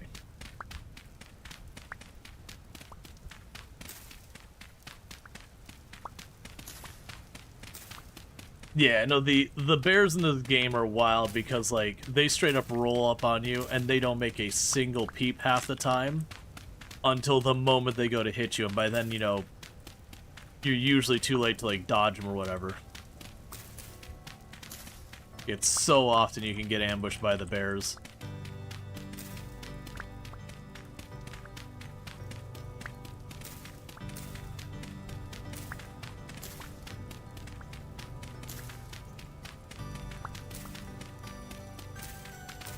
Alright.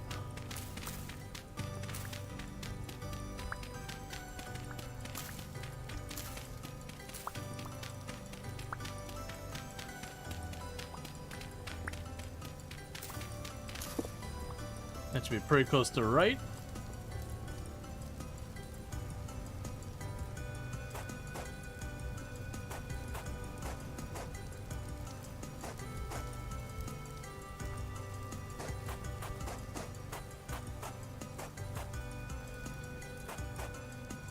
Probably be off like 4 or 5, just because of the stairwells.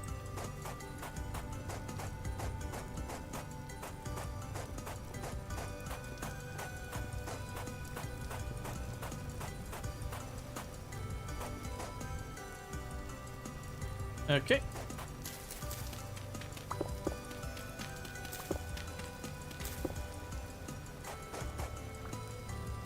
And there we go. So now we went from having no road to a road that literally I can barely make out our base in the absolute far distance. So from now on, running this entire distance here, I don't have to go around the lake and avoid all these little mountains. I can just dash right on down. So you can see if you actually take the time to work on like that kind of stuff, like building yourself a road, it actually can go relatively quickly. And I'm even just using stone tools.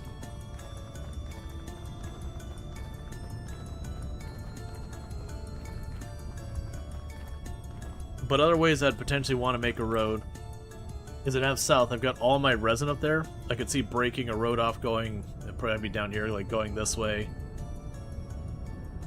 I mean, honestly, that'd be a little rough. Maybe going this way and then a diagonal up there. Because we have the mountain in the way here. And like the base here is where my farm ends, so that'd probably be where your road would go. So I'd probably have to go on these and like come over here. Oh hey, it looks like the snow is starting to back off a little. Yeah, let's go fast. Yeah, no, when you run on the road, you go almost 30% faster.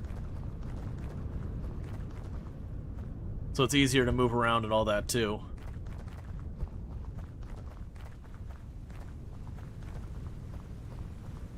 Alright. Right now, let's walk over here. Pick a bunch of blocks out there. We'll toss the stairs up here. And for right now, I'll take the rest of this dirt. I'm gonna fill this spot down here that we've been slowly working on.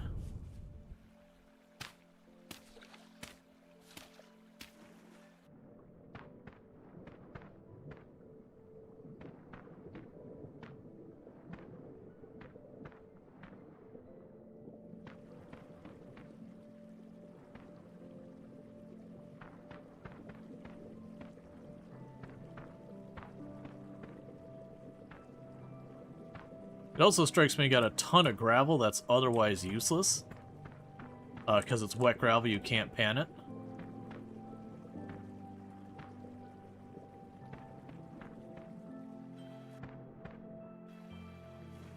So let's go grab all that wet gravel and just use it as filler.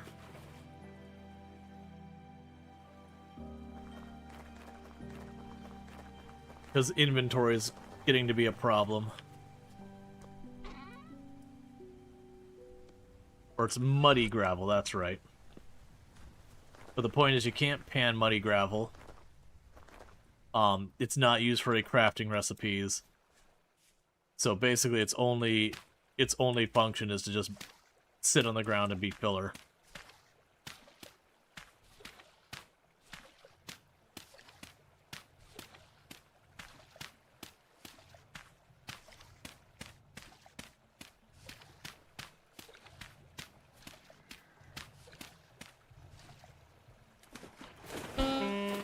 I heard you too. Where?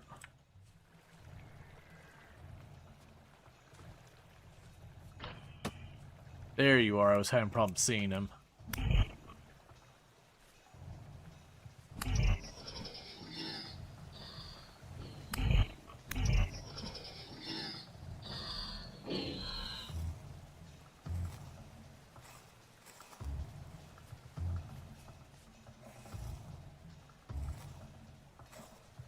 Okay.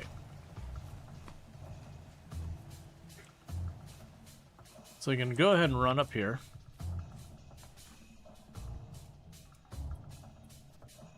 And eventually I'm going to need to make a better way to get over here on this side. And immediately drop back down here. Because we should be good for this.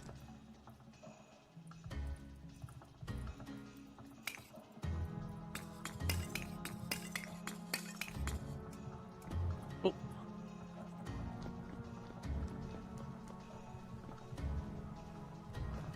Just continue to heat that up. Alright, it's at 80%. That does mean I probably need to take a minor detour that I've been putting off because it's going to be annoying, but I'm going to have to do it. Alright, make sure we have our stuff there. What that's going to be... Oh, I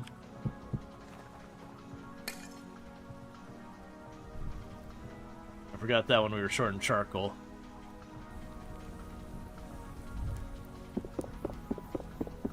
What that's going to be is, unfortunately, we don't have our Hellhammer online.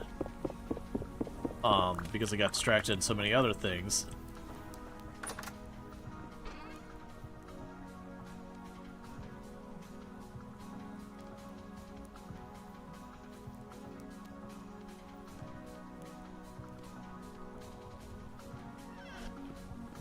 But we are going to need to make our next round of iron ingots.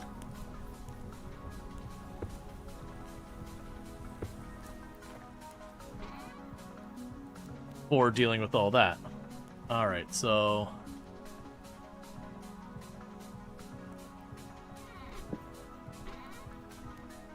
We've got you.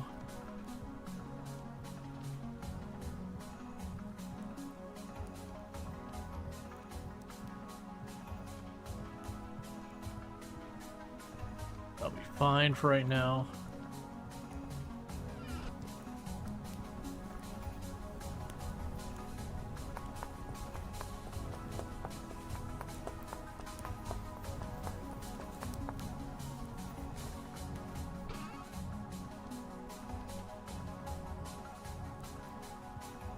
Okay, we're all good here. We got our pick.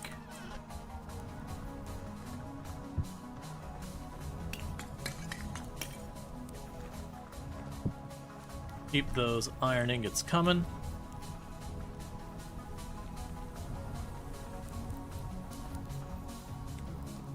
Alright.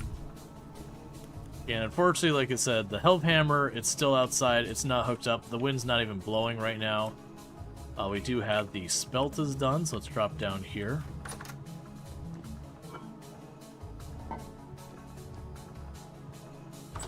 Gonna take a detour from that to make more lime.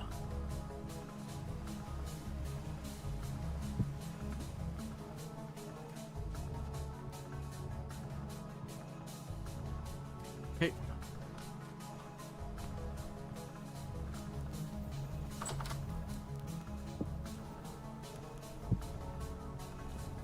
Oh.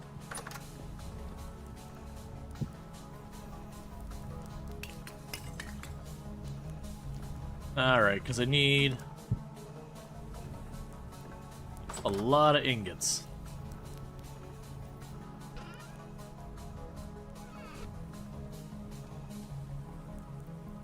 Oh, I still got the arrow on me. Because once the steel's done, I want to make sure my next round of steel is already underway. Because it's just one of those things that just takes time. There's no speeding up, it's just got a timer to it.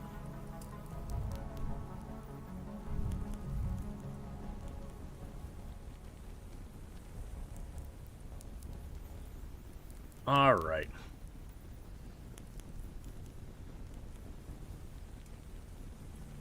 We can sit in our cozy little blacksmith doing our cozy little blacksmith things.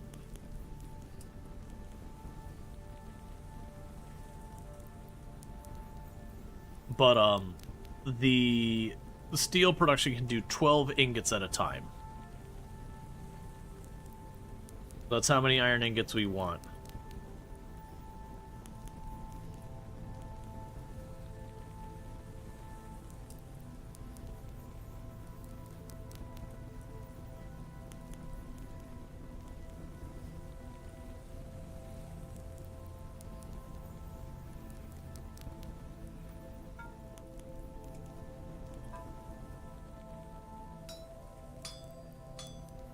Okay.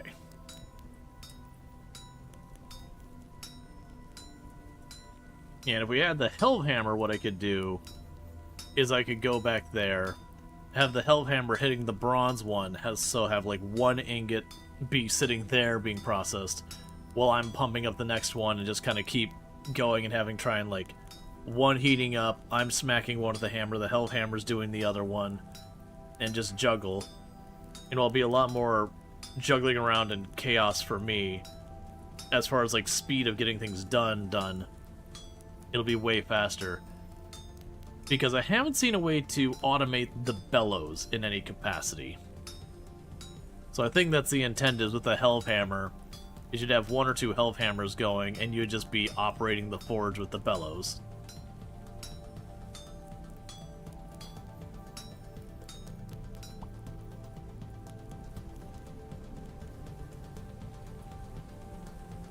Okay.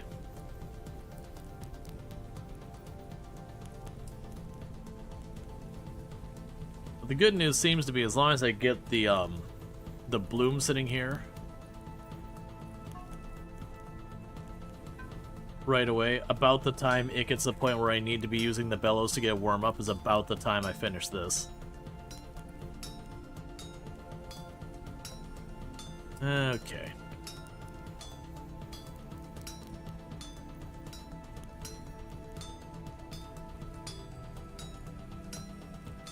Because yeah, once we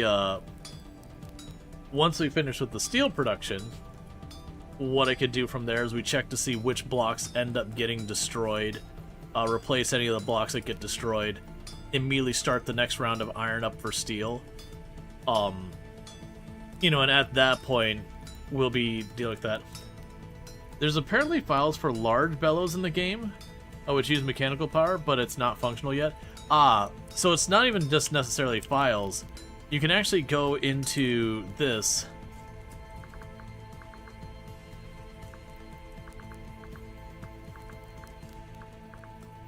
And you have them, like, right here. But, like, you'd supposedly only be on time.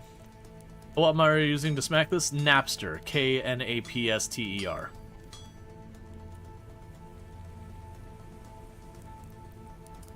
It's a pretty popular mod. It's just one of those things that, like, you know, the mini game for blacksmithing is fun, but after you've made like however many axe heads or whatever, you're kind of like, you know what? I just don't want to do I don't want to do the mini game.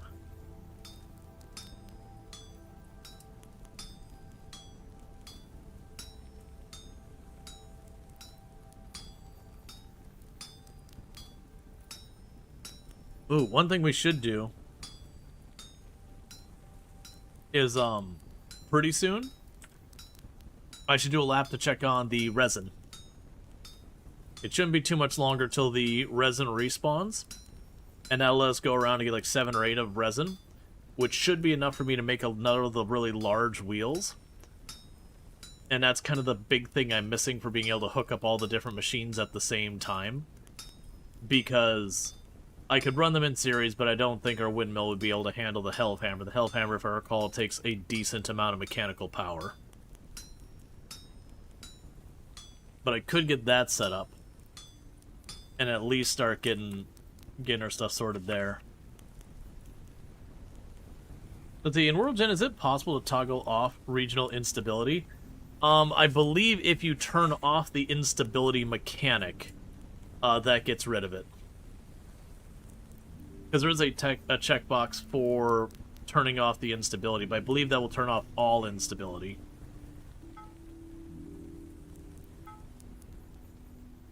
So, that'll be the thing. You tried making tannin with pine wood yesterday, and I was malding? Yeah, no, I believe for the tannin you have to use oak or, was it like Acacia tree or something like that? There's like, I think there's like 2 or 3 different types of wood you can use. But, oak was one of them, and then the other ones were kind of more exotic. But I'm pretty sure pine is not one of them.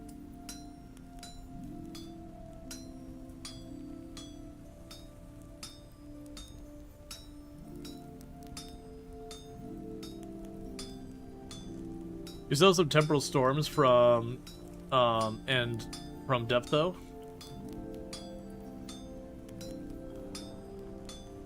Yeah, and I haven't gone through disabling a bunch of it. If you're trying to avoid the drifters being in your game at all, if you turn off lore, it turns off the drifters, which is kind of annoying. That's one checkbox for both, that you can have the story and the drifters or nothing at all. A fun trick you just recently learned, apparently people place 3 hellhammers around one anvil, and they all smack at the same workpiece. 3 times thing? Yep, I'm aware of that thing.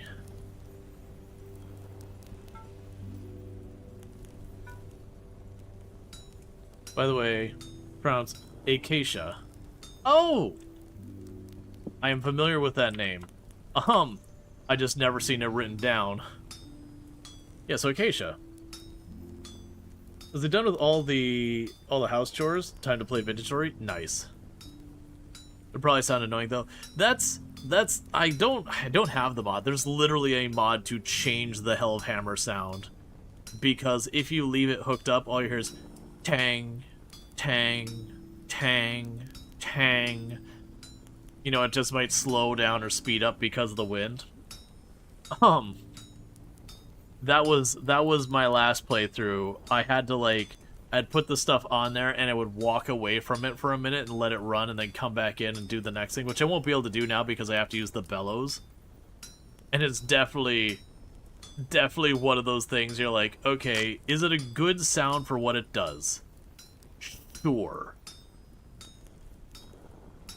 Is it an utterly obnoxious sound? Yes.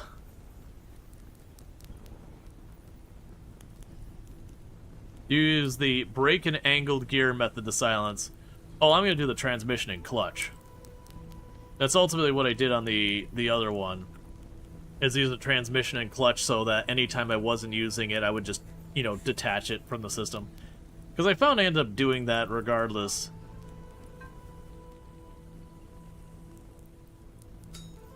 Just because otherwise, like, half your stuff doesn't run well. And you can sit there and over time make multiple windmills all hooked up to the same thing to give just ridiculous amounts of power or whatever. It just takes a lot of time.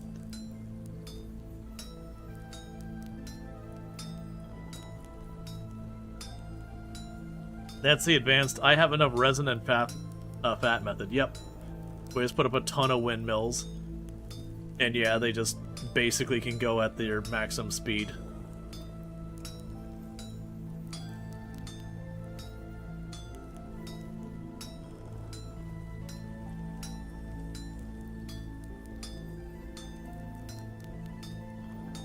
That's the one that makes me curious about the flowing water with the water wheels. I am very curious with that, like, you know, what limitations do you have? Can you just keep adding more and more water wheels in sequence and they have infinite power? Or is it like Timberborn, where for each water wheel you put along the way, it interferes with the flow of water, thus slowing it down? So unless you have more like gravity to speed it back up, you know, it just kind of doesn't do well. Yeah, that's kind of what I was a little, not worried, but I was a little kind of mixed on, was just the idea that, like, the water has, yeah, no, I'm assuming it's just the water is a, like, river flowing block or whatever. You saw some mod that you put the put one water wheel, it doesn't become rapids. You think it's one and done? Yeah, that's probably the fair thing. I mean, obviously, you know, in real life you can have the water wheel turning, and then, you know, have gravity, like, get it back going again or something like that. But yeah, and that's kind of the thing, like, it's the same mechanic as, like, Timberborn has, where you put the water wheels on, it just slows the flow of water, because you're effectively creating a resistance. And it's that force that the resistance is taking, which is what gives you your mechanical power.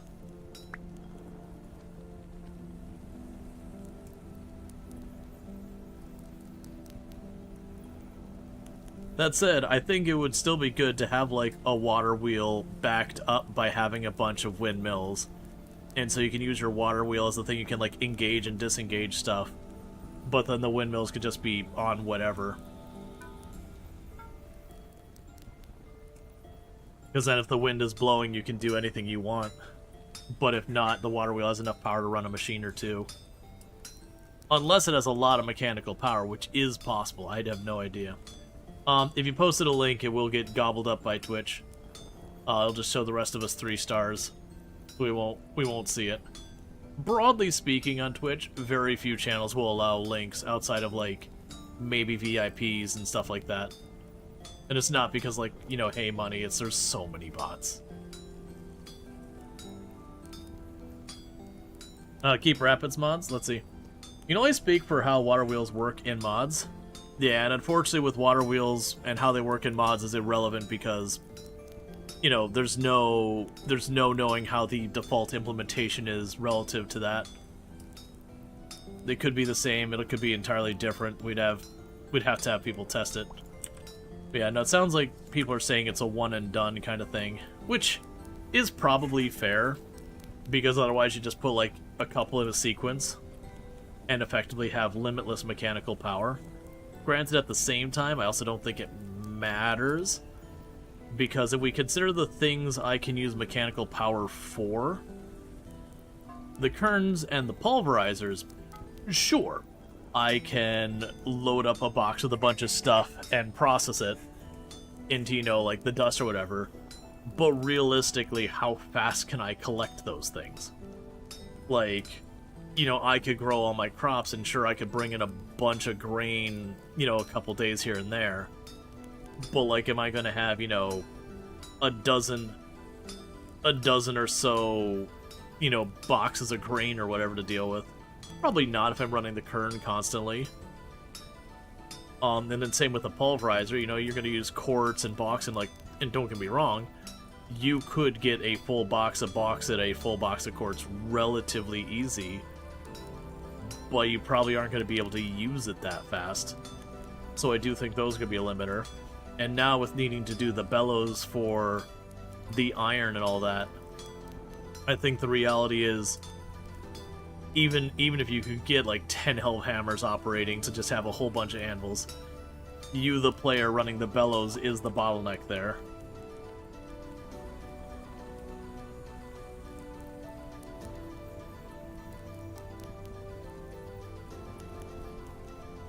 Okay.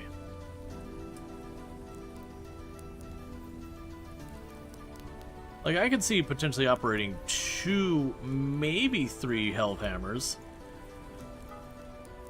where you'd heat it up, you put it on the one, and while it's banging away, you heat it up, put it on the second one, and while that's banging away, you manage to get like that third one to go back into the first place. You know, it'd be like zero chill blacksmithing, where you're just going, you know, 1 blow, 2 blow, 3 blow, first one again, blow, second one again. But it'd be nice. You got 43 meteoric iron pieces in one area. Nice. Neat. I did pretty well with that. That's where multiplayer will have an advantage. Yeah, and that's, I mean, sure. I definitely could see where multiplayer having a whole setup would be a thing. I'm not sure, because I haven't checked out the multiplayer on this so far, as like what kind of servers are out there. I imagine that amount of blacksmithing setup would only be on a fairly high pop server. I mean, the mechanical power, the eventual plan would be to run the bellows off a gear. How is that different than the Hellhammer? Yeah, I mean, you could do, like... You're not wrong. If we have bellows that have mechanical power, then sure.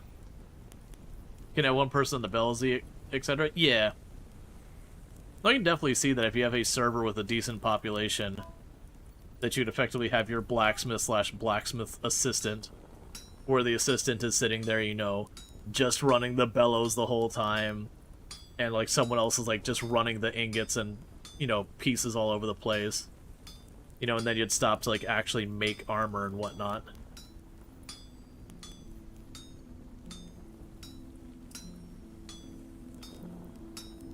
Okay, so we're just trying to turn these out to be ready for when the steel's done.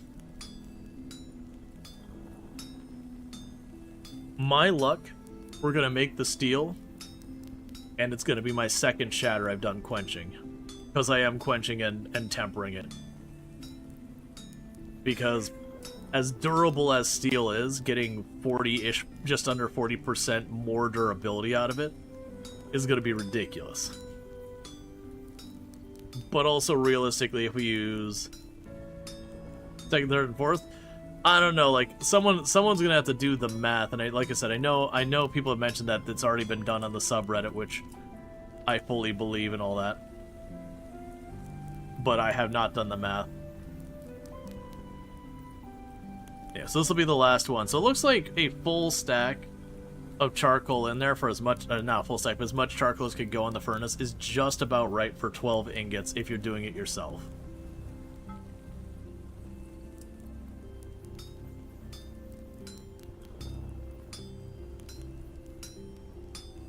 But yeah, no, someone's like I said, you'd have to do the math, and I know people have already done it with like the spreadsheets or whatever, where basically it's like, You quench it, the first one's a 5% chance, you gain 20. No questions asked, you're good. The second one, you get like 16 more percent, but you have an 8% chance of it, you know, breaking. Okay, that's still really good, still worth doing. The third one, I would imagine you probably have like a 10 and some change percent chance of shatter, and you probably gain something like 12 or so durability. Technically, that should be a win, but just a little. And then imagine by the fourth one, you're probably looking at like a 13 or 14% chance of shattering with a gain of like 10% or something like that. Durability. Let's see, there are 5% chances in a row are combined 0.15% chance. Low, but not zero. It could happen with bad luck. It's statistically 5% chance. Well, so it doesn't stay 5%. That's the catch. It goes 5, 8. Because so you have 5% on the first one. The second one's an 8% chance. The third one's about a 10% chance. I would assume the next one will be like 11 or 12% chance. So the chance of shattering goes up each time, and that's not like by math the base chance you have. So you have to factor the individual chance of each time you're attempting it, you know, with that versus the durability, and then the cumulative time that you have shattered at some point in that process.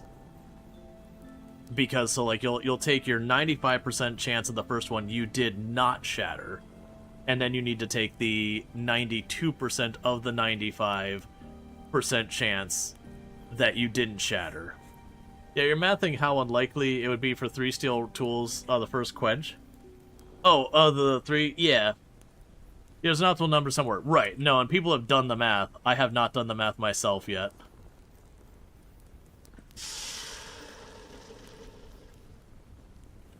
But I've said a couple of times, I imagine it's probably around like 2, or sorry, it's probably around like 3 or 4. There's probably like 1 more than I'm typically doing. So I'm being a little risk averse.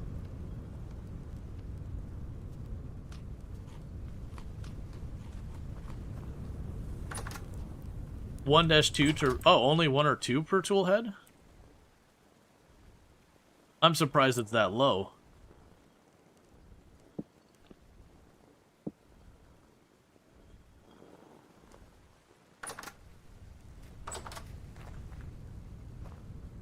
You really saw 7?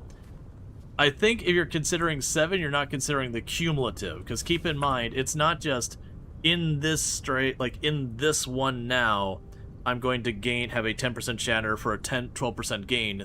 If you're talking only that instance, that makes sense. But you have to consider each time you've succeeded along the way, you could have shattered. So you have to take like the cumulative chance of loss. So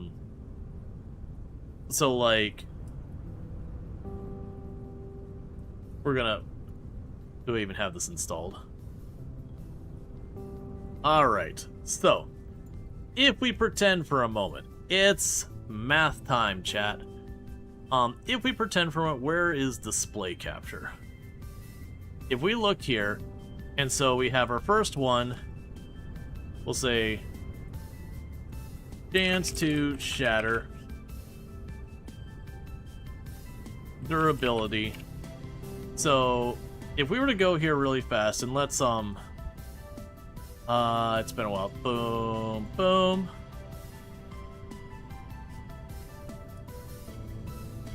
So we go here and we say 5% chance to shatter, and if we succeed, we get 20% extra durability.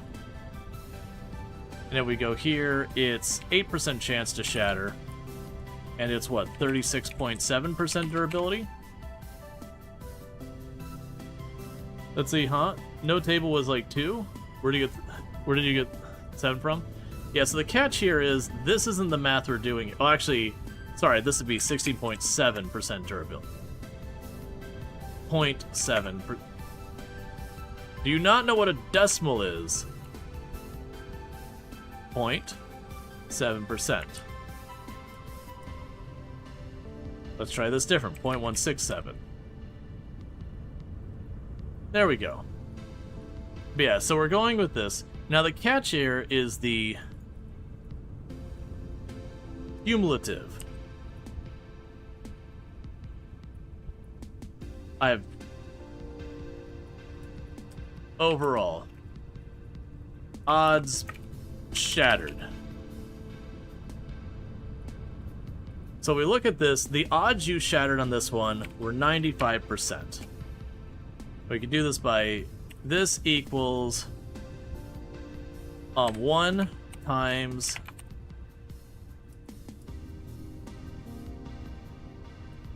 be, or no, it's 1 times that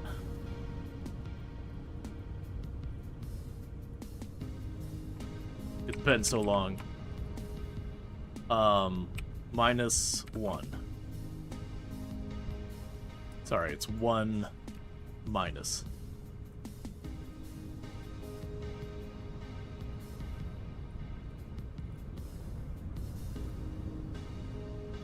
What am I doing wrong here? So I wanna subtract. Oh no, wait, I'm doing this wrong entirely. Okay, that's fine. We go here. It is 1 minus this. It's been so long. There we go. So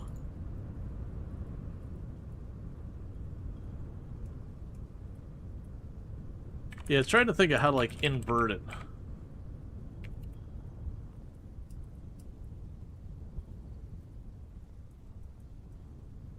That's still not giving me what I want. It's fine. Odds didn't shatter. It's fine. So now what we do is we go in here and say equals. So this is the odds that didn't shatter. And then we're gonna go ahead and we would do it'd be like what? That times U. Oh no, it'd be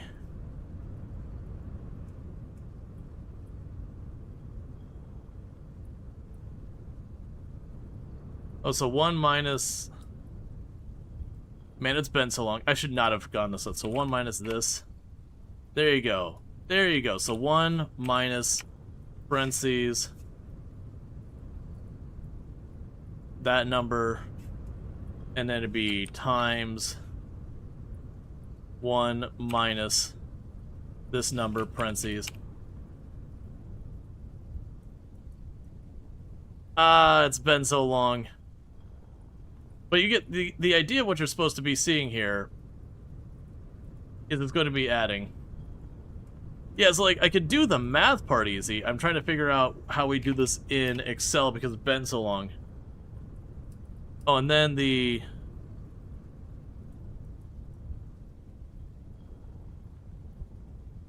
And then the 1 minus before that. Do we not have that already? Because this is that frame.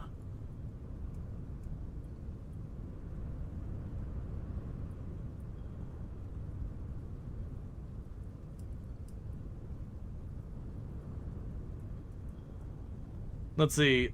Leave that column. Odds didn't shatter 95%. D minus 2 with no parentheses.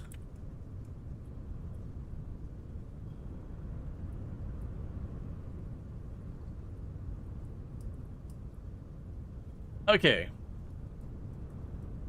And now 1 minus.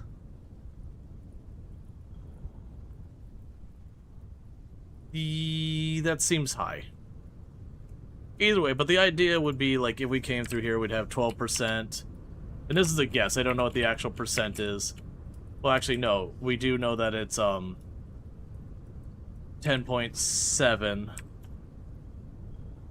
And then we'd say the durability here was because how much it went up by. So to assume that that'd probably be what, like 14 flat or something like that. And then we grab you and drop you. And so there's a 21%. So you get the idea here. Is each time you go up, it's going to keep going up by a magnitude. And so if we go here and let's say this one is 15%, which is probably not a safe assumption. That's actually probably 14%. 14%, and then you'd go up by, let's say, 11.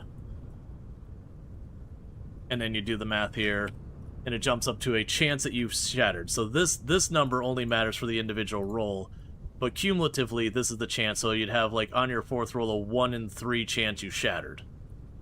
So that's just the whole thing around the statistics that... I'm surprised it was only one, like, it was only 2. I was gonna guess it was 3 without doing the math.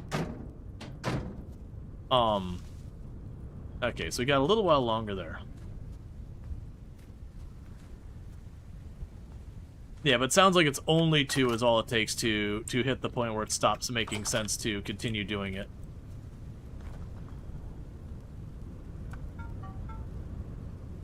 Cool.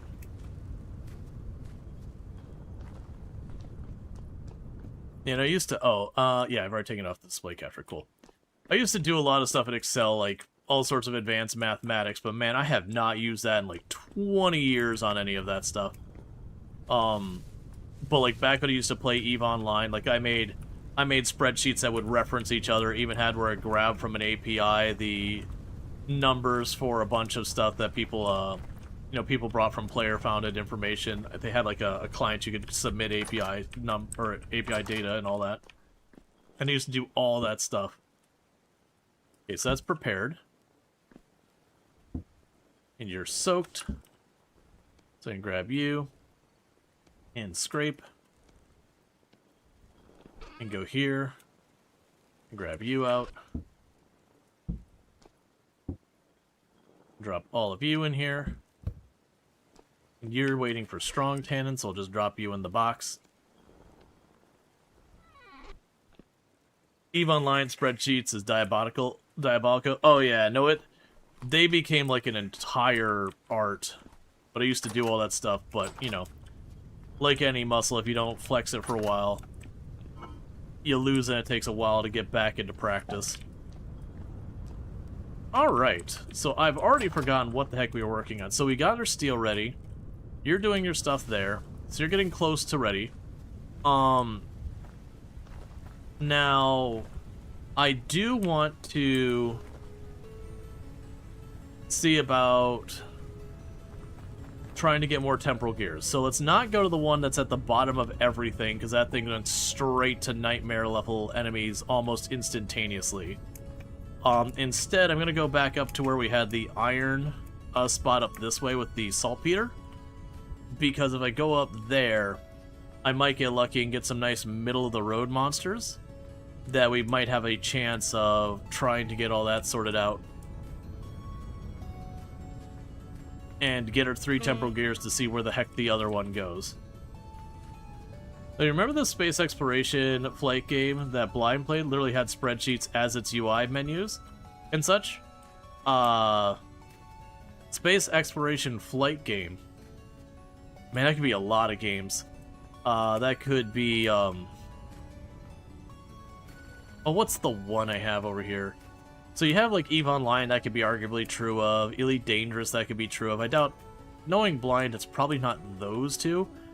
Star Sector, that's the one. I could imagine it might have been Star Sector. Because Star Sector can get a little spreadsheety on its UI as well. And that does seem like the kind of game that Blind would be into.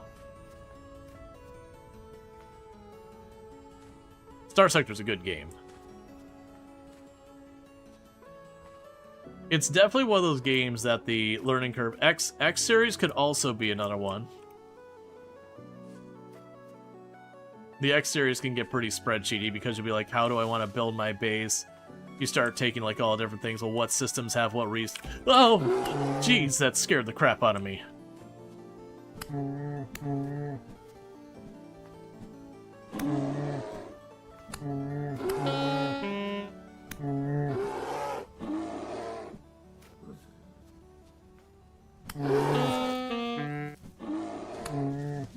Would you die already? How many times do I have to hit you with a an iron sword?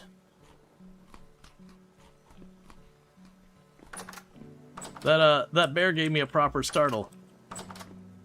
And we tagged that thing like 7 or 8 times with it.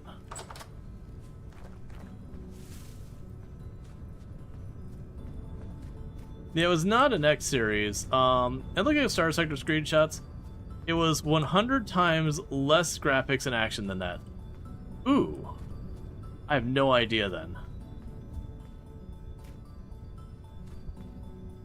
Oh, what was the one from way back? I'm blanking. That bear woke you up? I'm sorry you got woken up. I mean, for what it was worth, I too was woken up by the bear. I was just doing my thing, and then suddenly brown bear.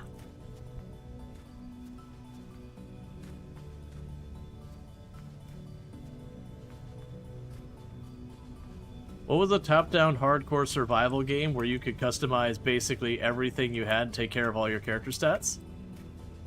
I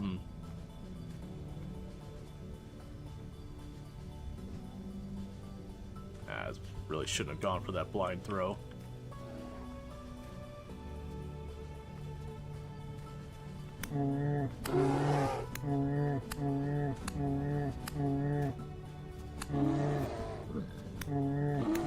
It's not the same bear.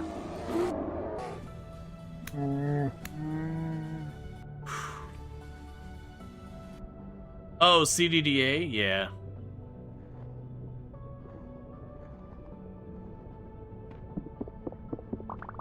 That was not the same bear.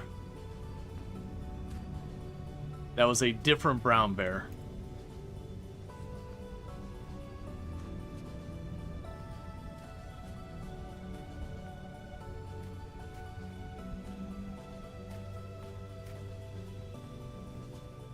Now the question is, where did I huck that spear?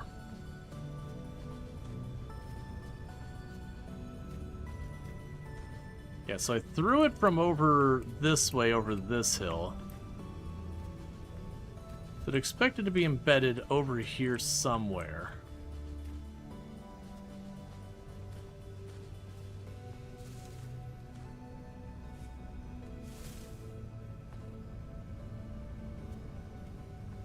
Is it really that high over?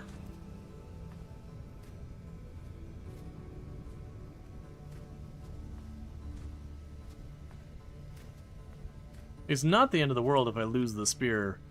If it's in those stacks of copper spears forever.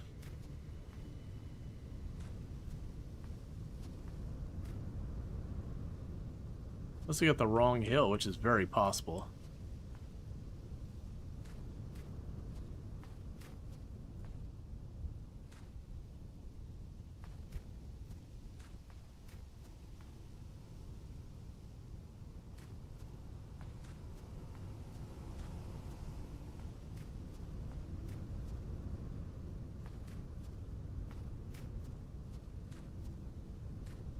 Yeah, because I was running down there, I turned this way, ran through here. Don't know exactly where I landed around here, but I would have kept going here.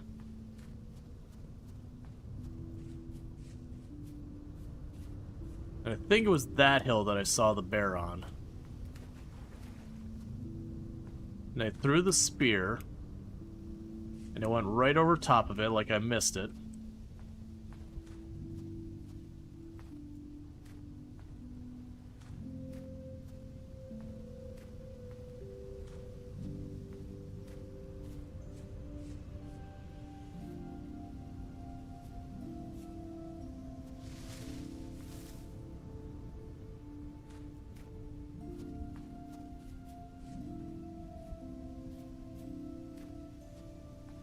Yep, well, I have no idea where my spear went.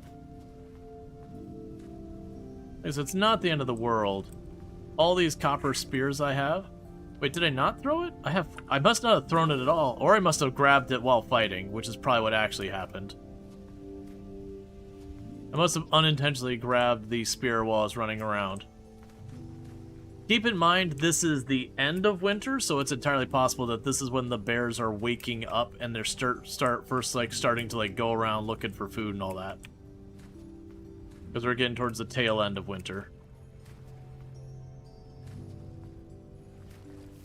And even when bears hibernate during winter, they do tend to wake up once in a while and go out and wander about a little bit.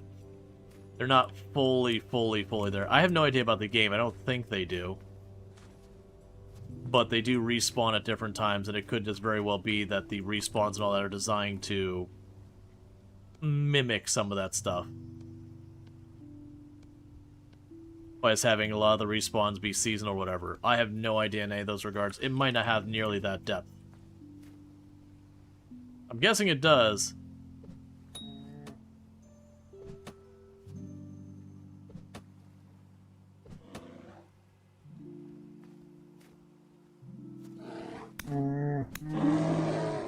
Okay, that was the one I fought earlier.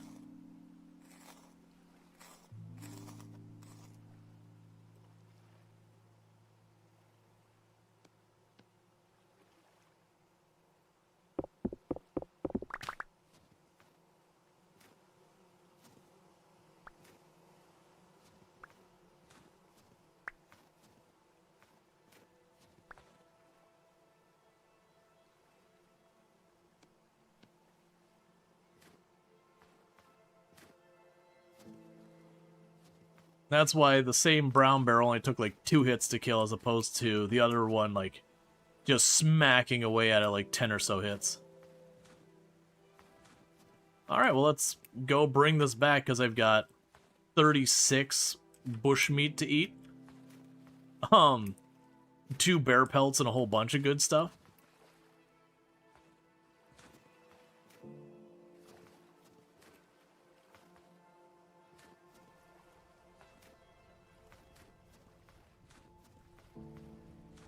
Alright.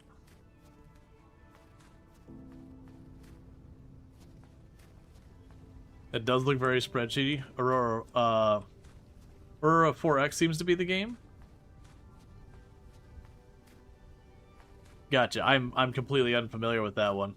There's a lot of space like trade, exploration, base building, whatever games that can get wildly spreadsheety. I've definitely played a number of them between like the X series and Elite and EVE Online, Star Sector. And yeah, a lot of them can get real spreadsheety.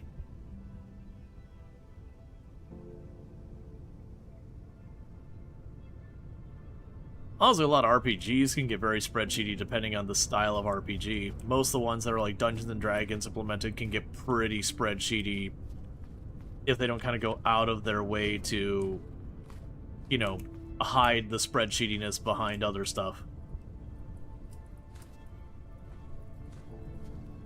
That is a lot of bushmeat.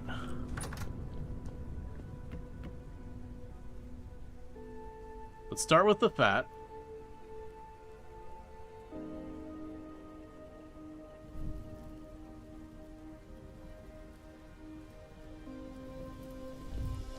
Alright. I apologize, chat. I gotta use the restroom again. I don't know what's going on, but I have got to use the restroom a bunch today, apparently. Alright, I'll be back in just a minute, and thank you again for tuning in.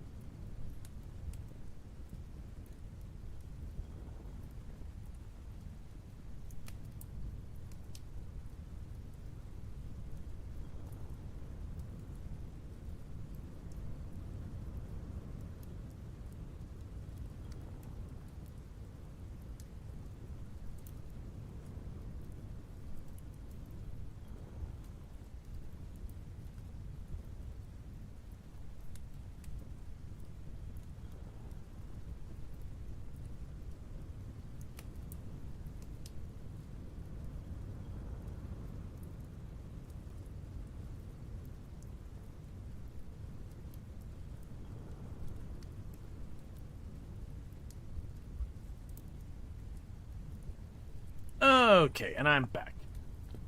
Alright, so let's see. We're rendering our fat. And then I've got all of the... Like, all of the,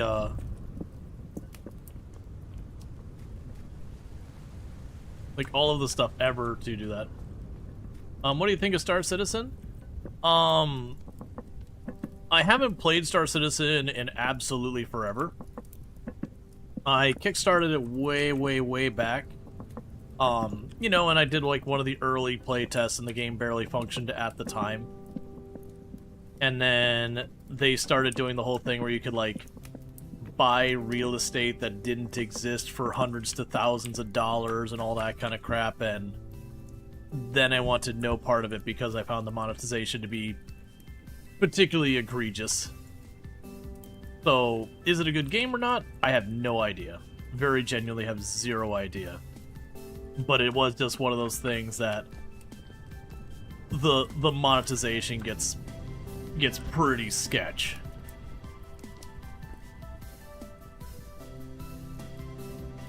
So I just never circled back around to it. It could be amazing. I honestly don't know. Sounds like a great way to get scammed. Yeah. Well, and like, out of games so far as raising money, I want to say it's... Isn't it the game that's raised the most money out of any game ever? It's like in the billions of dollars, or billion singular dollars now, or something like that.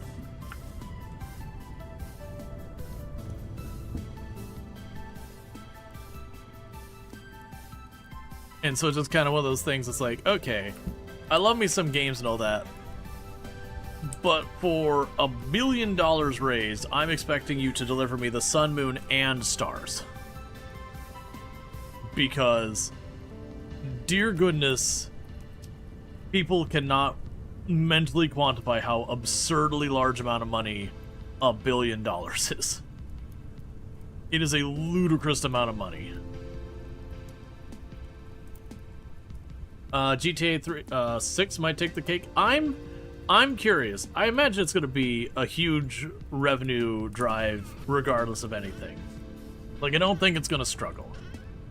But for the really high cost of production they've had, I do wonder, like, how overall successful it will be from a profit standpoint. Because they're also doing a lot of things that are upsetting a lot of people, so far as, like, having the, in-game, like, right from the beginning, you're gonna have a subscription thing.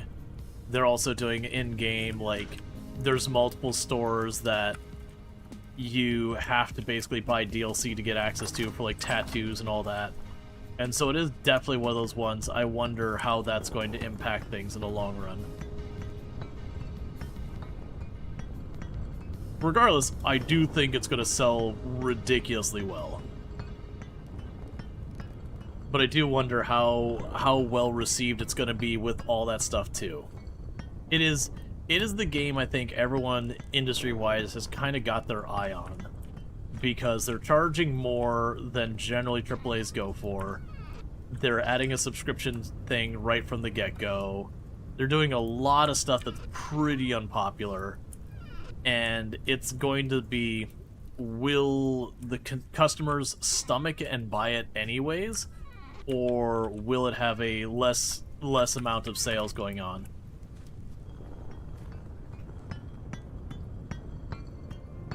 Right, no, exactly. As Zach's Quicksilver saying, it's not a matter of whether or not it sells well. It's a matter of whether it sells well enough. Because it's also those ones that from the cost of development has been just bananas high amount of cost. No physical CD. Well, I don't care about no physical CD. Like honestly, we've had the conversation a bunch of times where I get it, people who love to collect their physical stuff and all that. Absolutely. Don't let me yuck your yum. Sure, makes complete sense. But, like, from media preservation, unless you're someone who actually backs up your hard copies and all that, they can easily just turn off servers, make it so the, make it so the, what's the word I'm looking for? Copyright protection doesn't work. They can have it so the game has updates that disable stuff. These days, all games, even when you buy a physical CD these days, usually only part of the game is actually on that CD anyways. You gave a crap about it with Counter-Strike 1.6. You've gotten over it since then. Oh yeah, no, absolutely. I think we're hearing from the vocal minority how docs sell out digital. How do you sell out digital copies? Oh yeah, no, that's 100% marketing nonsense. Yeah, that's 100% marketing nonsense. You don't physically sell out, like, if I'm a third-party seller, I can sell out of digital copies in that the number of keys I'm issued, I could exhaust. But as far as first-party, it's 100% artificial scarcity, which is a marketing tactic.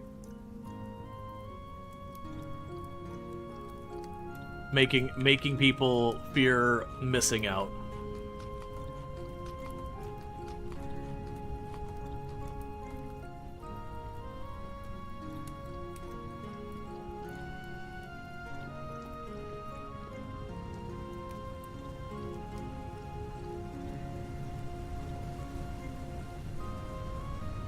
Marketing nonsense? No. I may have said marketing nonsense with, N-O-N. But nonsense, sure. Marketing gimmick, whatever you want to go with.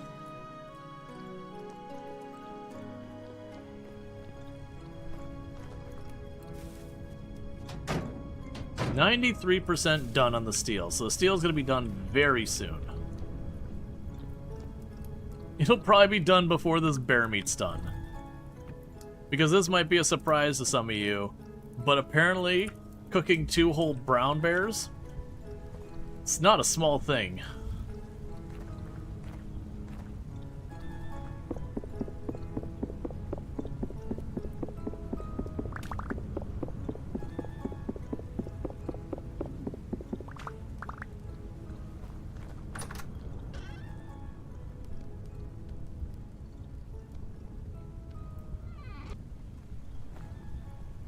Okay.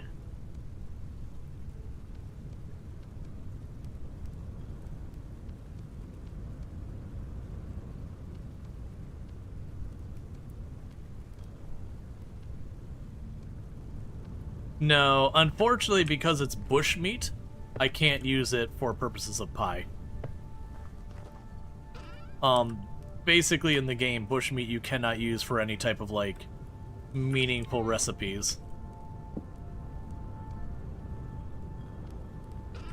And what you get per chunk is actually pretty crap in regards to nutrition and all that.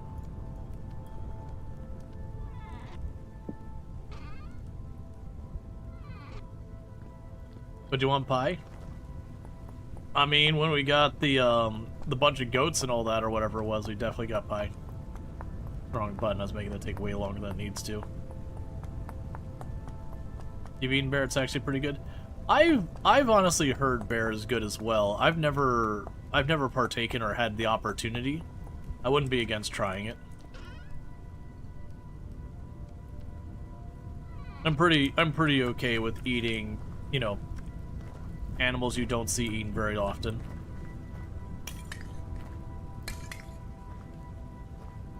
As long as it's not like eating an endangered species or something. I'd say something you dislike recently is a game back in early access period. Was purely a sandbox, mostly. You can play however you want, but 1.0 dropped and so many changes were done, it feels like you got the, it feels like you got freedom anymore. You have to play the game the way the devs want you to play. Yeah, that does happen. The endangeredness makes them taste better. They're endangered for a reason. The reason is they're delicious.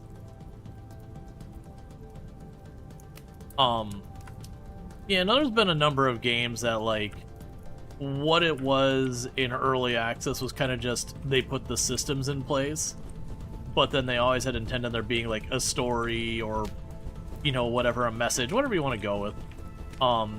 And so it's, like, less sandboxy. And then there's also things like, this is one I would go and I'd hold against, like, Path of Exile and some of those. They look at their past things, and they've got kind of a vision that they took the game from what it was, and are kind of forcing it in a different direction.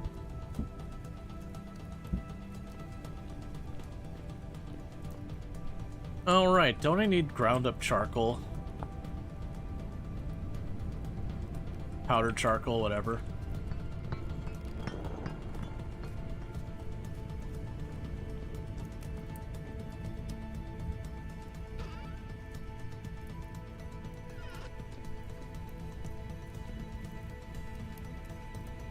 So much bear meat.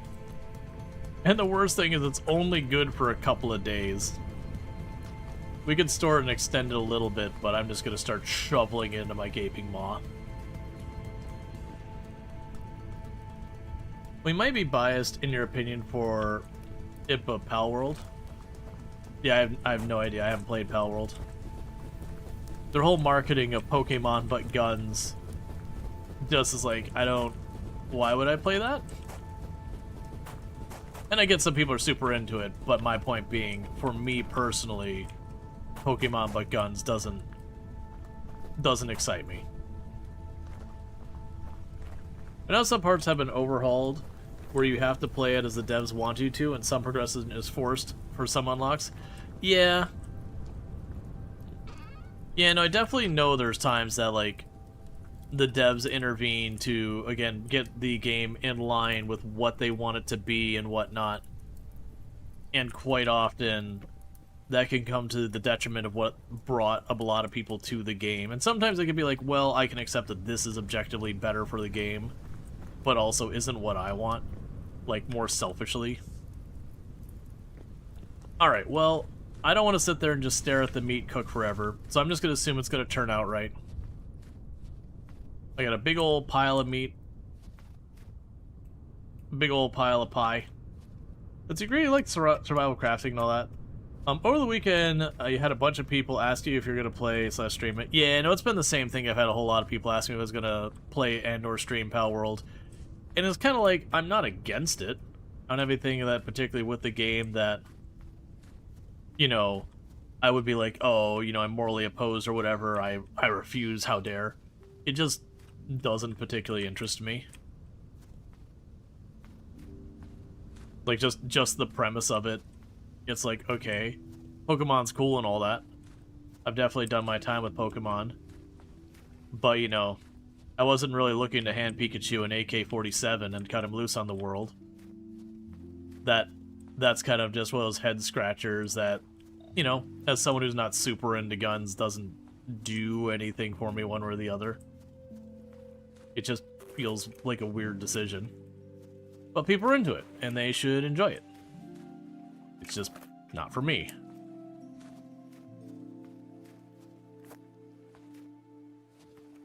Which is no different than anything else. You have people who are, like, not into Project Zomboid because zombies. You have people who are not into, like, RimWorld because a lot of the aspects of the game. It doesn't have to be something you're morally opposed to, or even something that gives you the ick. It could just, like, you have people who go and they'll boot up a game and they'll have some, like, cutesy, kawaii style art, and that's just it. They're just not into it. There's nothing wrong with that. Let's see, when you build up your game as a sandbox and changing it to no longer be focused on the sandbox kills the original perspective. It's not the same game anymore for you. Yeah, no, I've had that happen with a lot of games, though, where, like, the game I used to play, it became something else. And I was interested in the game that I had originally gotten. But, like, the new thing I don't have an interest in. Like, Elite Dangerous I played to a ridiculous amount. Like, it's one of my most played game of all times. But, like, the space legs part of it, If I wanted to play a first-person shooter, I would just boot up a first-person shooter. And especially when Elite Dangerous's space legs came out for the first time, it was not great. Like, eventually, it sounds like they've eventually got it to be pretty decent. But it's just kind of one of those things that's like, yeah, it's not what I'm aiming for. But unfortunately, because of the way the game works, they tied a bunch of progression and all that into space legs that you're like, okay, well, now I kind of have to do this thing that I'm not excited about. Oh, well, I come back for you later.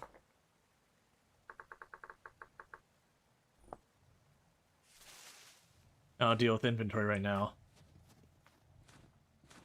Or you have, like, EVE Online for me. Like, I really enjoyed it. It was very much about, like, going through space. And you got to 0-0, and it was kind of the no man's land that if you were sneaky, you could go ahead and anybody could go out into the black and collect really valuable stuff, even in, you know, someone's quote-unquote territory and all that. But then they added all the space stations and carriers and all that the players can own and whatnot. And it was fine. But that was definitely kind of where the game started to fall off for me, is the moment you could start doing all that stuff. You know, you could properly claim space and keep people out. Like, as far as being able to do stuff. And so it was just one of those things that very significantly changed the way the game played. Into something I didn't want. Alright, so we are here hunting. We have high activity. We're way below ground. But we're not so far below ground that we're likely to run into the nightmare versions of the enemies unless we stay here for a long while.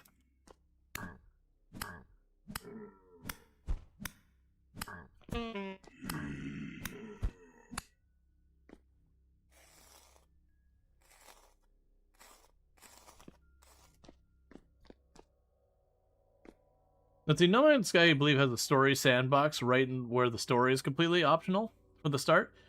Yeah, no, that's definitely, I feel like No Man's Sky does a really good chance, like, a really good job of, like, this game can be what you want it to be kind of thing. Like, you could choose to play it in a bunch of different ways.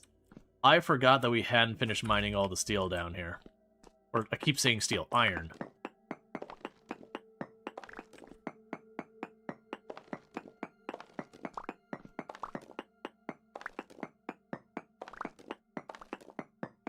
You consider playing EVE Online, but got talked out of it by a friend. Yeah, I mean, I definitely I played EVE Online from like when it was beta up until around the time that not just carriers but the motherships, the big carriers kind of became not super rare. But how I played the game definitely changed over the years. Like, I really enjoyed, like, the old days where, you know, you would go out in the butt end of nowhere in someone else's space, and you'd have the whole cat and mouse game. You know, maybe you get kills, maybe you're there to, like, get the really high valuable items, like, whatever you're doing. And at the same time, I also had a second character on a different account that I would do, like, all the industry stuff. Because it was one of those things that I would play the game and I was super into it, so when one of my friends would quit, I'd end up with their account to kind of keep the skill points going. And, you know, very few of them ever asked for their accounts back. You know, the ones who did, I gave it, but out of the, like, 5 or 6 people who ended up giving me accounts, I think one asked for their account back, and then played for a couple of weeks, and then quit and gave it back to me.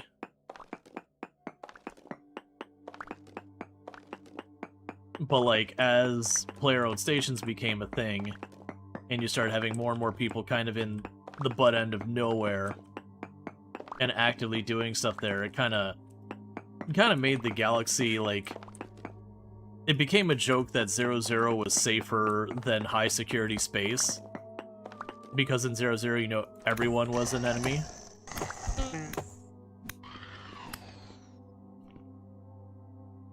Versus high-security space, if people were willing to, you know, like, suicide themselves or whatever, you could be jumped by someone and wouldn't be a way for you to, like, really do anything about it. So it's definitely just one of those things that I found personally I always liked being in nullsec, just because if it wasn't green, it's red. If it didn't show up as a friend, it was a foe. And those were just the rules in 0-0. There were no neutral parties. A neutral party was an enemy you hadn't met yet.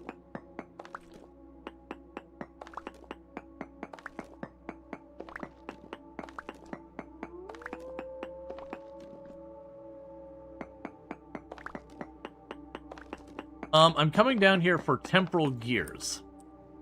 So where we kill those enemies, they have a chance of dropping a temporal gear so that we can use it to make our teleporter work. Because we got one more teleporter we know where it is that we need 3 temporal gears to operate. I have 0. And I'm just...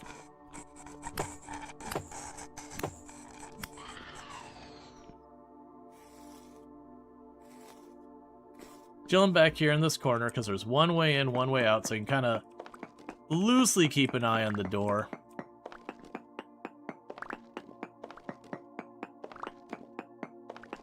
Why do they fall over sometimes? It's just a thing they do. And I really appreciate it because shivers can be kind of annoying. They're reasonably tanky.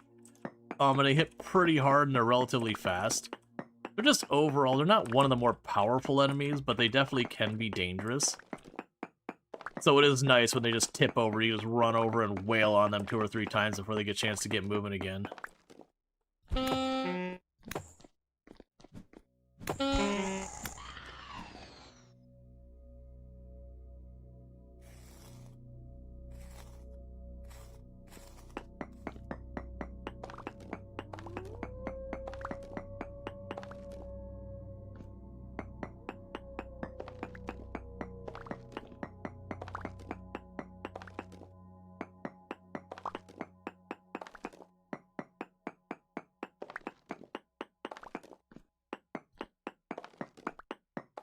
You'll notice we don't heal very fast.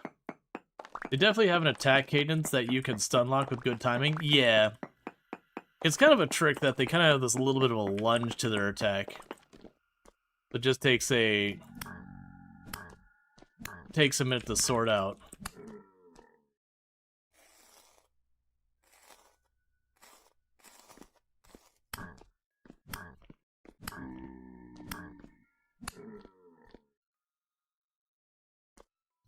Yeah, so that's what we're trying to do, is just have them come in here in onesies and twosies that we can handle relatively safely.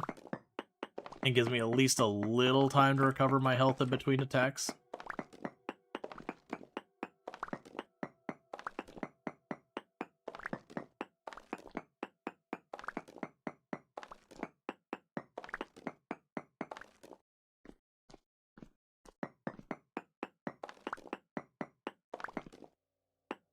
Yeah, shivers have a big hitbox, so if you can get a narrow hole, they can't hit you.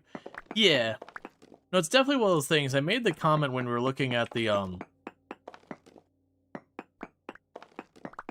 we had another spot that was, like, super duper deep. Like, it was at like 15 or whatever, whereas the other teleporter went, like, at the bottom of the ocean. In this, like, limestone cave. And I was just getting, like, nightmare versions of stuff very rapidly. I died twice down there. I was like, this is not worth me trying to do. Like, I'm just gonna have to keep running back to this stupid teleporter. But this spot worked out pretty okay. This is actually where we got our first 3 gears.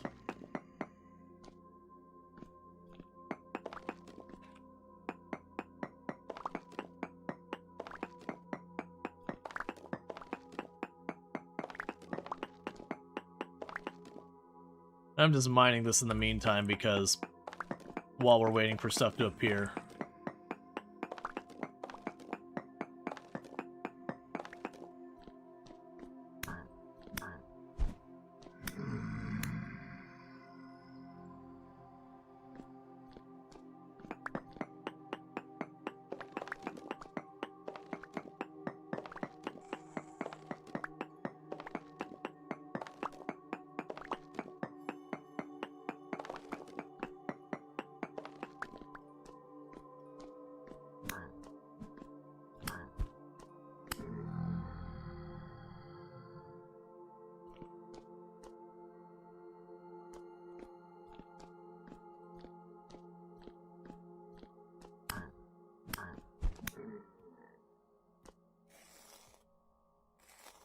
Yeah, but yeah, so off of those things, it's a chance drop to get the temporal gear. And generally, the more dangerous version you fight, the better the odds. Broadly speaking. So deep is only the second most dangerous one. Or sorry, the second easiest one. You have surface, then deep. Oh man, I always forget. It's like surface, then deep, then tainted, then corrupted, then nightmare or something like that. Or no, then it's twin head and then nightmare.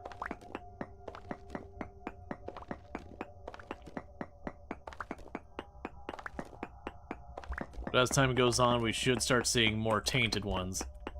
But I feel like for our situation, deep and tainted isn't unreasonable to manage. Whereas Nightmare and Two-Head are just absolutely no-go. I'll just get one tapped and be over with it. I was afraid of that.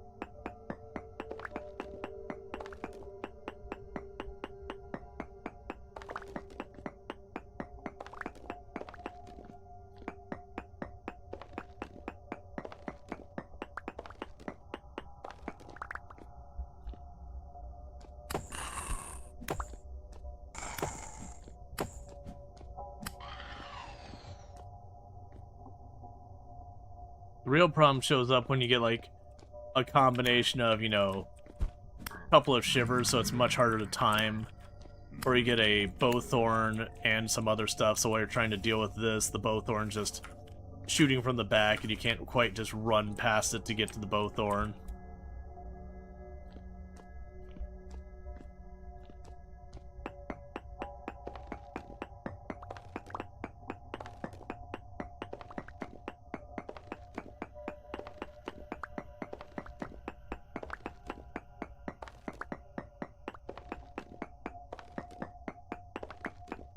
And I really don't need more iron right now. It's just, I'm down here, there's iron. I might as well do something while we're waiting for enemies to pop in here. Because a lot of the other area around here, unfortunately, has way too many ways for enemies to get in.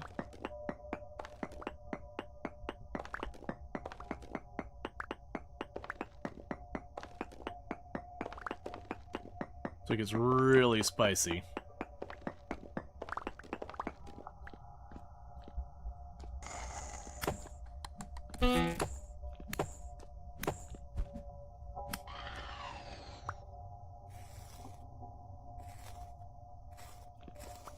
Alright, we're getting pretty low on life.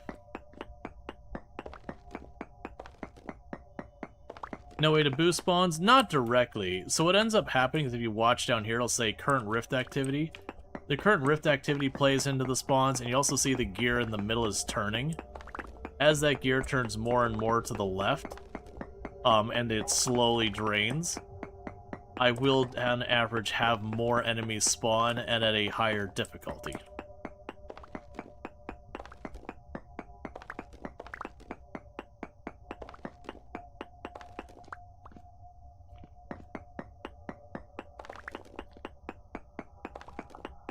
And apparently when it fills up completely, you instantly get a bunch of the hardest spawns show up all at the same time. Which doesn't guarantee your death or anything, but it does mean you have to be super careful because it'll be really easy for them to one-tap you. I got hit by one of the nightmare ones that took me from the full leather armor, instantly killed me, and completely drained the durability of the full leather armor I had just made all the way down to nothing. Because, like, it just hits that hard.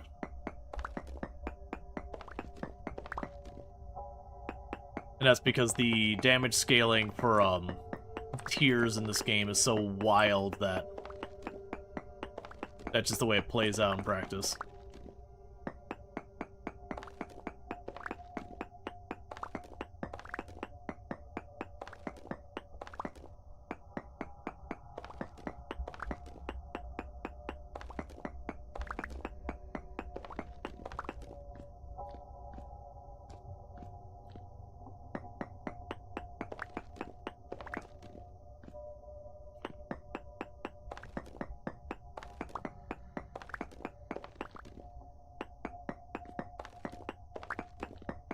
Okay.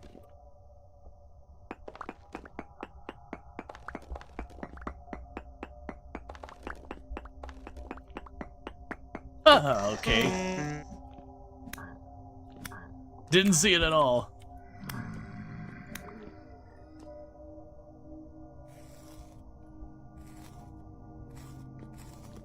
All right.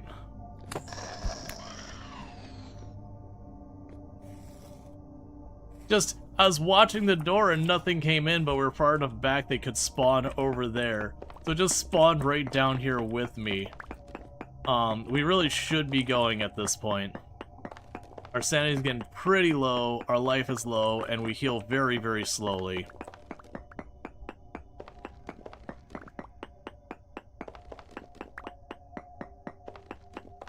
Sorry about the startling I probably did of a bunch of people here.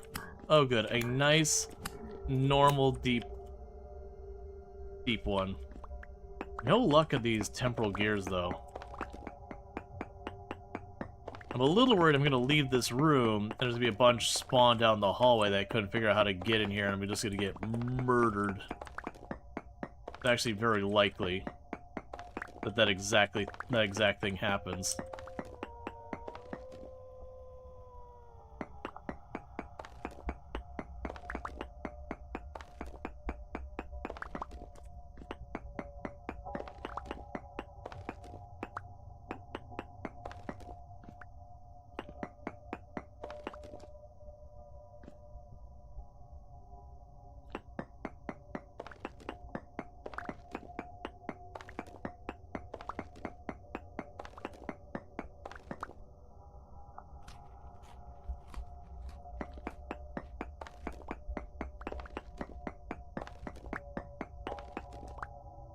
That's gonna take too long to heal.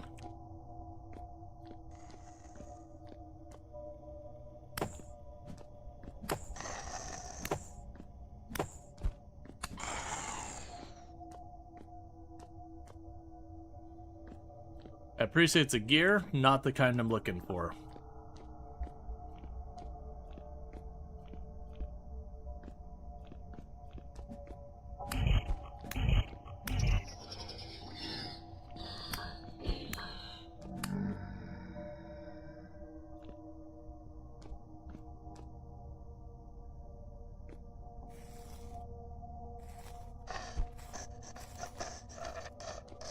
Oh, I'm so lucky that thing fell over.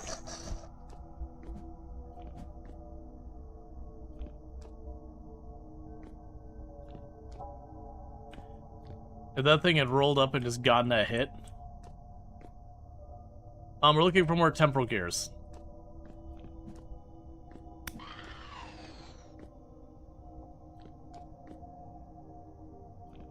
Right now, I'm just trying to get back out of here.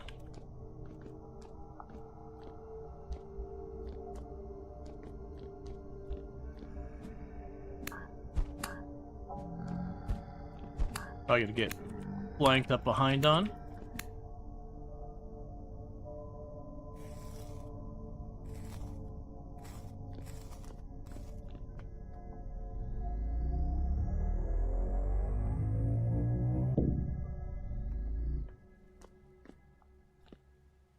Okay. So we got out of there alive. So we can get eaten by a bear out here that's just waiting for its moment.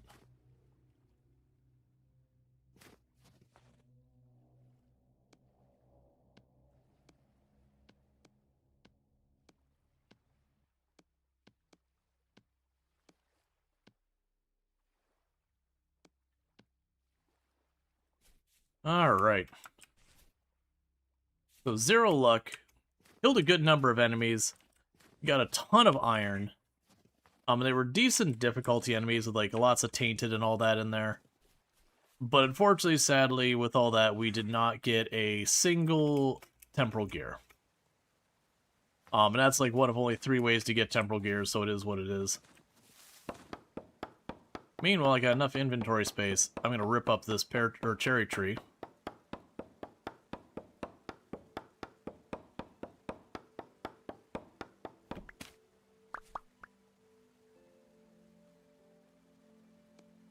The reverse.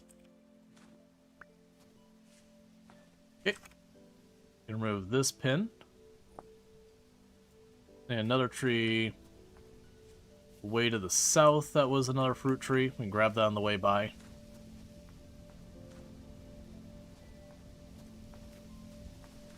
Oh, right. I was going to go ahead and do a round of checking for the resin to see if we can't get the Hellhammer online as well. Probably want to put in the time to do that here at some point. I'm fully expecting to run into another bear or wolves or whatever.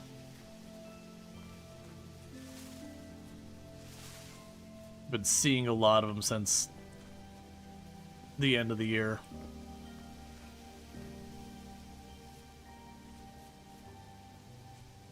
Yeah, it's gonna just be frustrating to cut through those trees.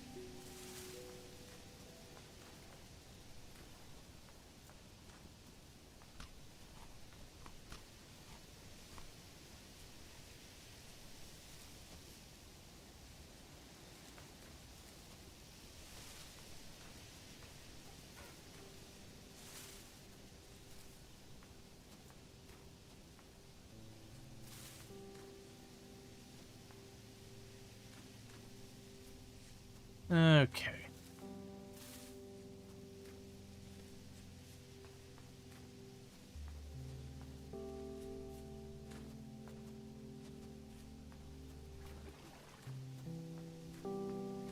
Yeah, so there's our fruit tree we were looking at.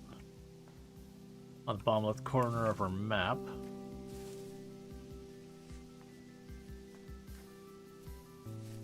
There's also one of the reasons why I don't play with no map. If we were playing with like no map at all, I wouldn't just randomly run out in the woods like this. What we would end up doing is just kind of taking a very slow, meticulous process of it, you know, going a little farther abroad. Nope. You two can stay right there. And just do your thing. I'm gonna go the other way. Because I do not need to be mauled by wolves when I'm mostly dead already.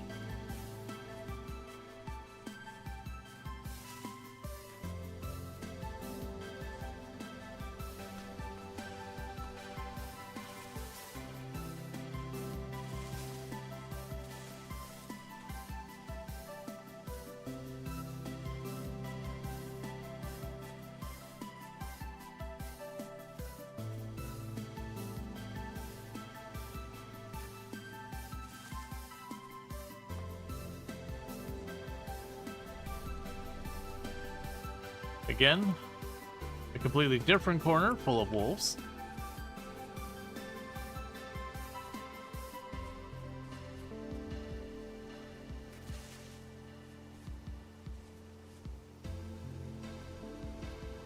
And yet another different corner full of wolves.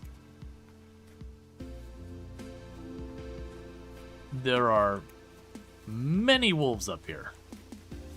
All of them trapping themselves in corners in the mounds because it's too difficult terrain for them to navigate.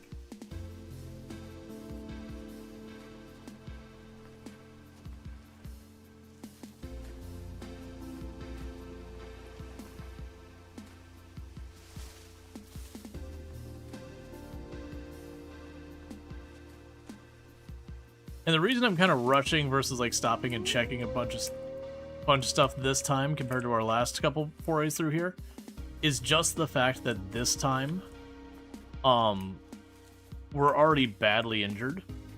So if I start pushing into the freezing to death, I don't have much buffer to work with, so we'll die very, very quickly.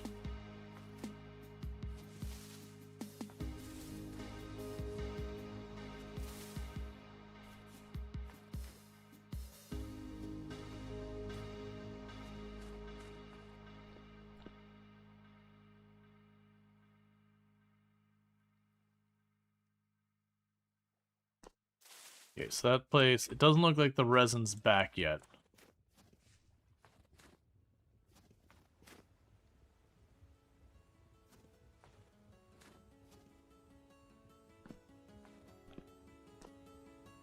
Oh, that one's back.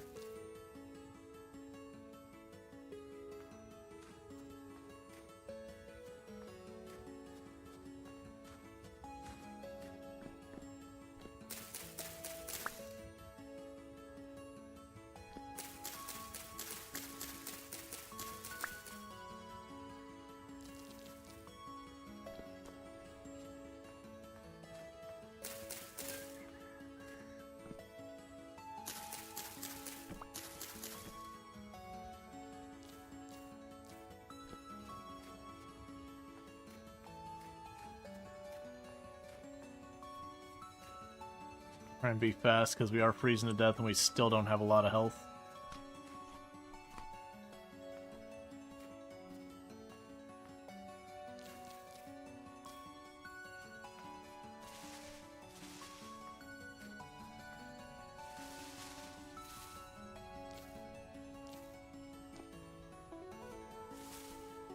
But this probably will give us enough resin to at least get the big gear and the clutch set up and all that.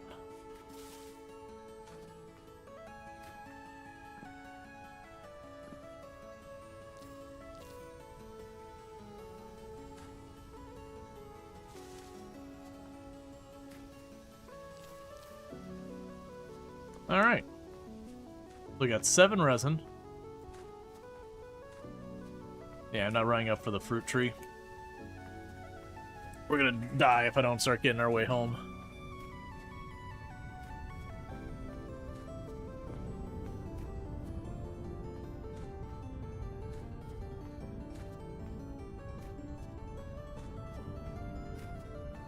Okay.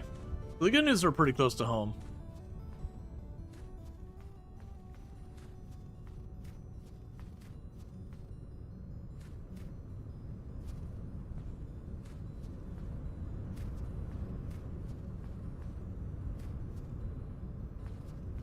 We got a couple of cherry tree cuttings and all that. We'll worry about that later. Well, we've got a bunch of resin. We already have the transmission, so we should be able to build the clutch.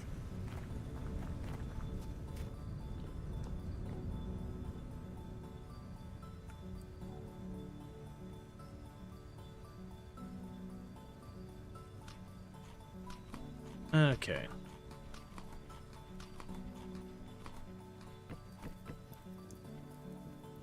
That's still warm. I figured that would have long since burnt out. Drop the gear off. Drop you off. Drop you off. Get the thread. Drop you in there for a minute.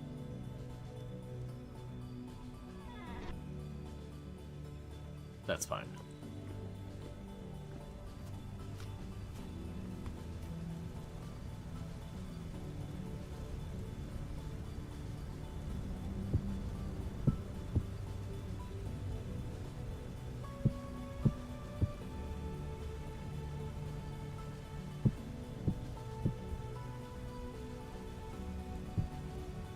Okay, I was worried that thing is going to go full again. And even more iron going in the box. So that's not much, so we can consolidate it using that. Let's see, we can grab you out of here, drop you in there.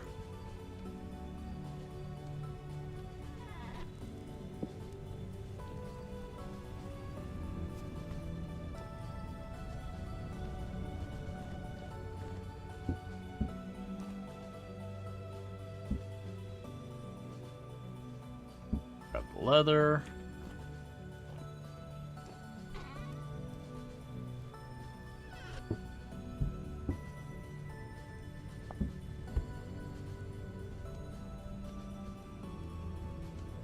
The unfortunate reality is to repair that, I have to keep burning leather. That's okay.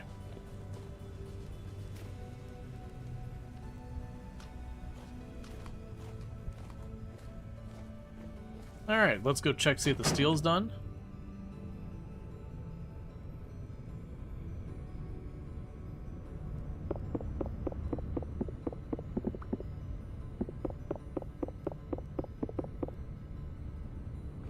Alright.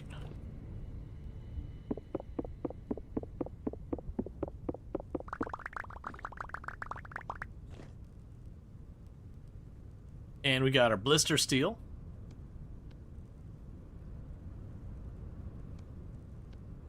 Now we do is we go boom, press again, boom.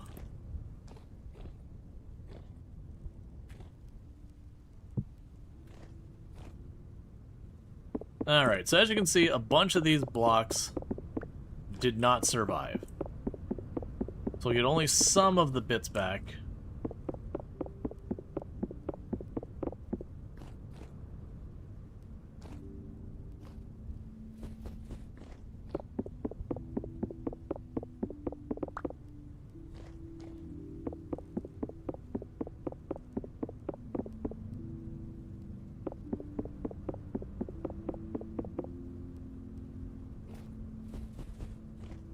That's part of the difference between Tier 1 and Tier 2 and all that, is how many of those end up getting damaged each time. It's a percent chance per block of them being damaged.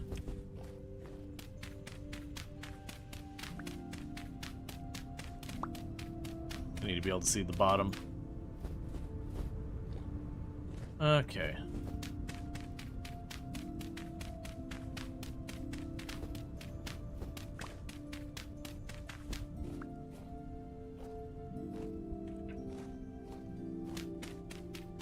Okay. So it's not looking too bad so far as the number that got destroyed. So we could do here, so I believe in one of these boxes I've got a spare already made box and a bunch of bricks already made.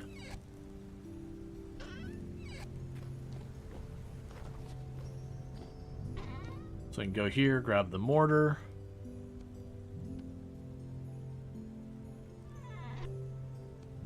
We'll see if I end up needing to make more.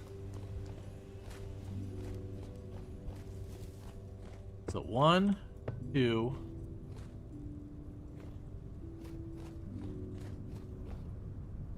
3.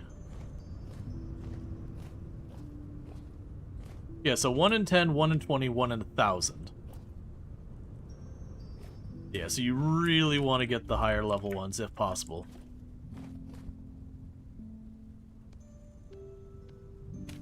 Which is why we care about the olivine so much, as the olivine is what I need to do that.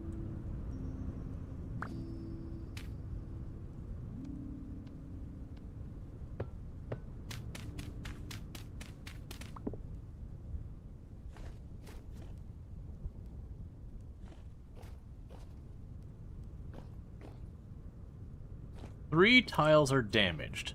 So I've got that grate there I've got to deal with. There's a good chance the other grate might be one of the other ones.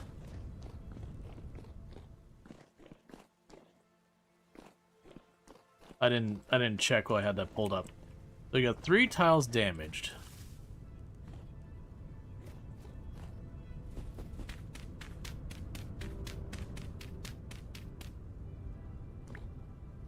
Okay.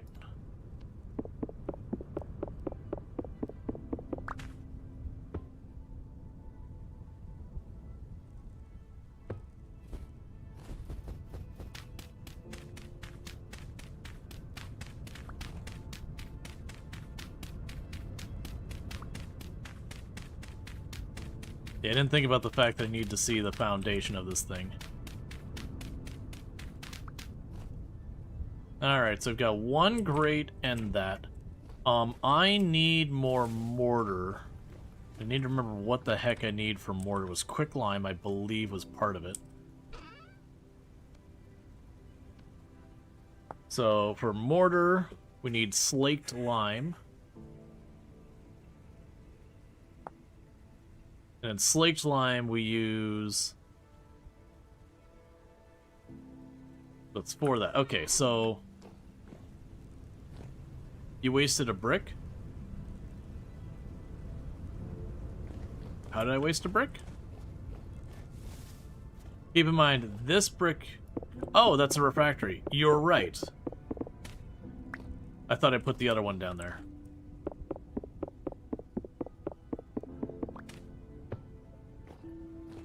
Okay, so I need 1 vent then to fix the whole thing. But it still requires that. And quicklime was what? So we need to cook. Quicklime, we just cook. We need to grab a stack of lime and chuck it in the oven.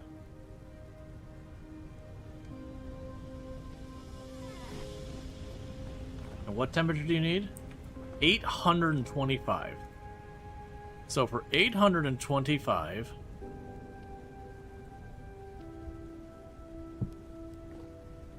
let's chuck the whole pile there. We are not going to use our charcoal. Charcoal is too good. But I will grab a stack of black coal.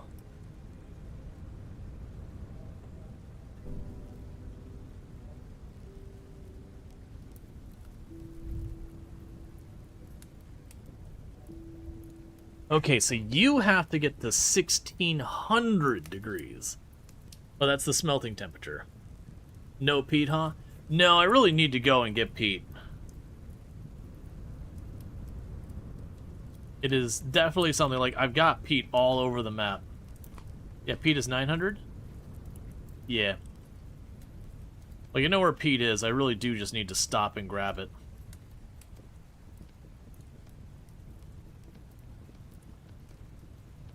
Alright. So while that cooks, let's go grab the rammed earth.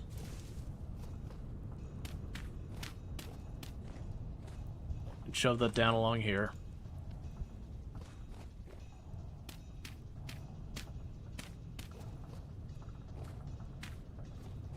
That's fine. Okay, so we only got the one grate to fix.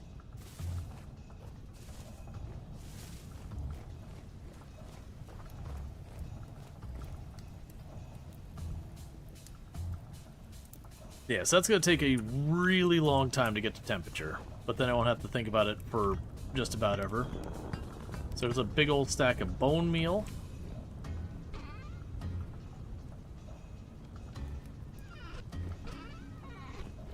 Let's grab a stack of lime.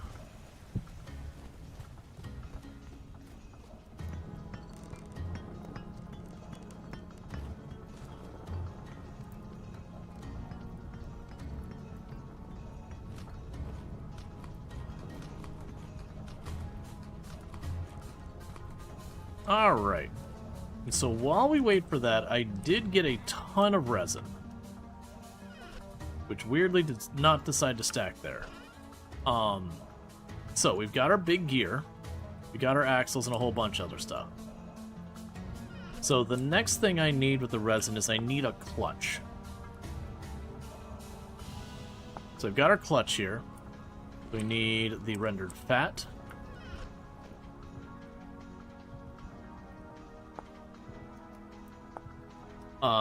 Planks and logs.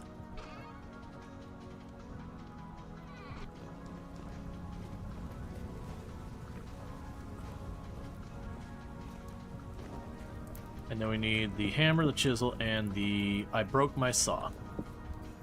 Disregard, I can't do those things because my stuff is currently broken.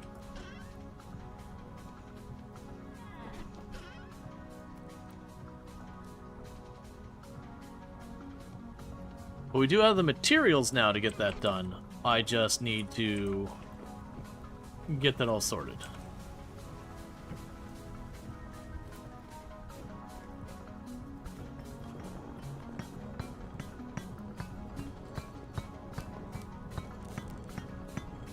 Okay, so let you process. Alright. That's going to take us slightly over an eternity to cook. I am doing a full stack. Alright, in the meantime,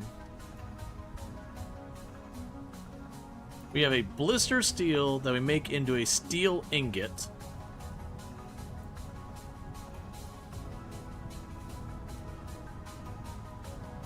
And then we can just make that directly into other stuff.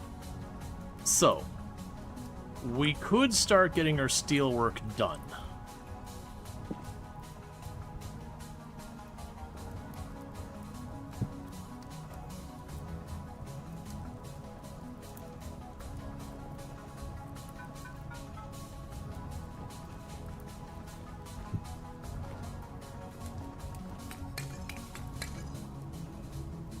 Imagine this is going to be pretty annoying to get to temperature. Alright. So in the first few ones, we just need to make tools. Well, you can put 4 in there the whole time you've been doing 2. Yep. You can do 4. Alright, get you out of the way for a minute. Scoot you over. Put you up here. Alright, so I do have a spare pickaxe.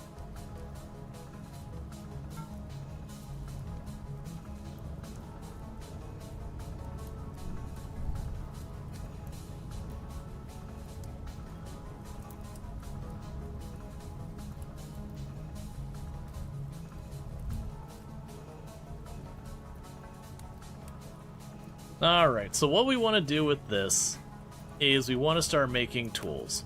So we broke our axe, we broke our good shovel. We'll want to get ourselves a pickaxe for going after chromite. You get the idea. We're just going to tick through and be like, here's the next tool, here's the next tool, here's the next tool. We're just going to run on down the line. This first set is not becoming armor. At least not the first few pieces. When we get to the later pieces of steel, those might go towards being eliminate for the tier 3 bricks as well. Right, and that's the reason we want the tier 3 axe. Pickaxe, that is.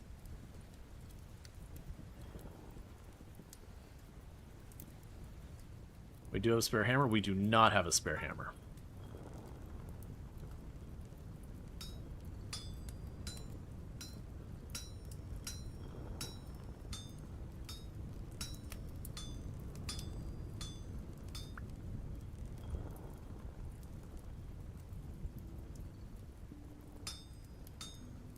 Alright.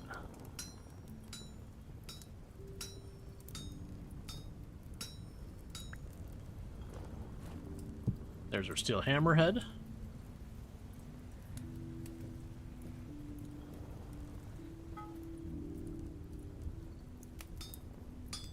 That way, if I break my hammer before we're done, we're still okay.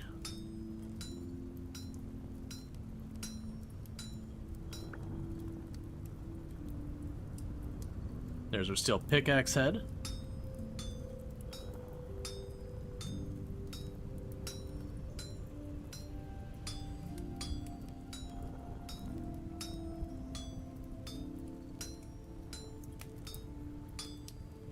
Okay.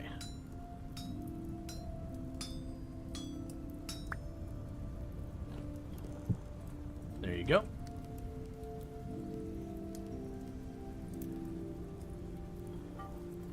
And thank you for the follow. Welcome to the stream. Do really appreciate it. For right now, I've got a spare prospecting pick and all that, so we probably don't want to bother with that. Because I've got one prospecting pick mostly set. I've got a spare in there, so let's not worry about that. We do need a saw blade, because I don't have any of those. And I'm sure a lot of people are like, ah, you're using a saw blade, but you can make that out of anything. Right. But I have steel now. So I'm going to make it out of steel.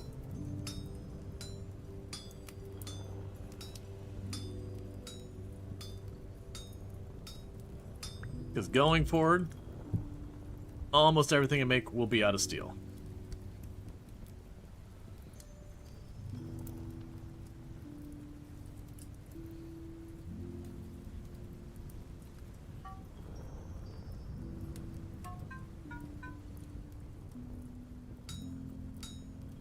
Okay.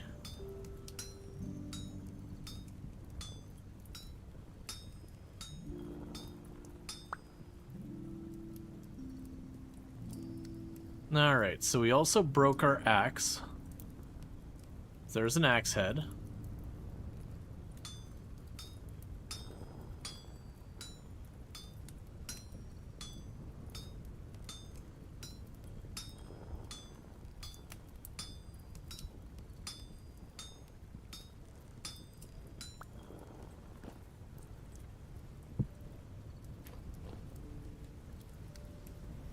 Okay.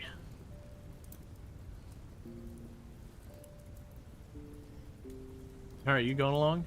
Still heating up.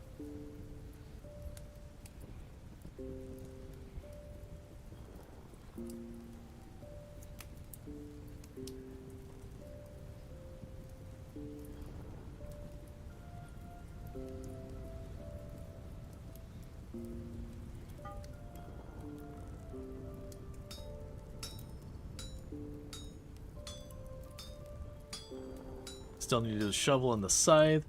I'm fully expecting at least one of these to break during the quenching process. So there's the shovel.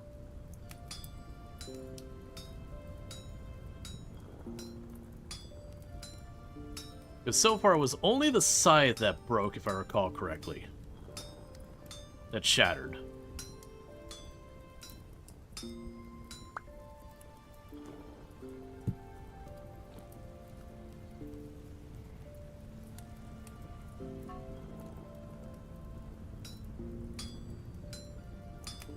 If we get this going enough, the first tools might cool down enough that I can put the fire clay and start the quenching process on them. That way, if I do shatter one, I can remake it real quick. Let's see. Don't care about the spears, don't care about the tongs. The shears are fine. There's a scythe head.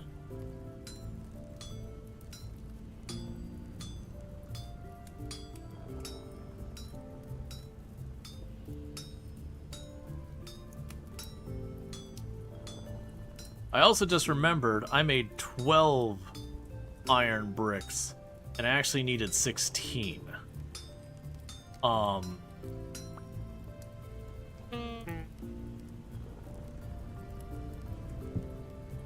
we go. So what we can do is once we get all these tools made, I can quickly switch over to an iron bloom or two to make sure I get more iron blooms ready for their stuff.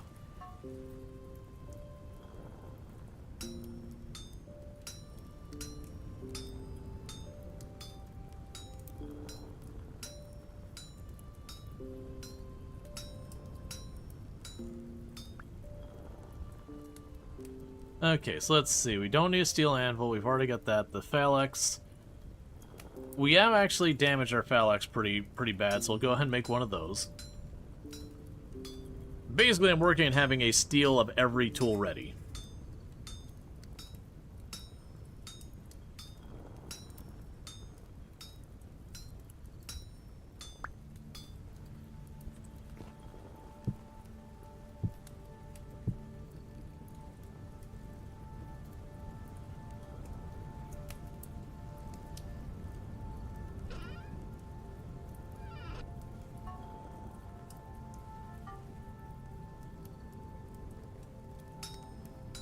Okay.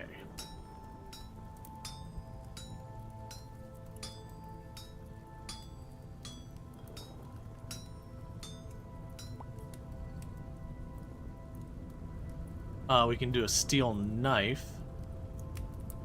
Steel crowbar, cleaver, chisel,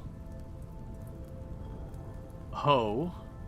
I think our bronze hoe is in great shape, though.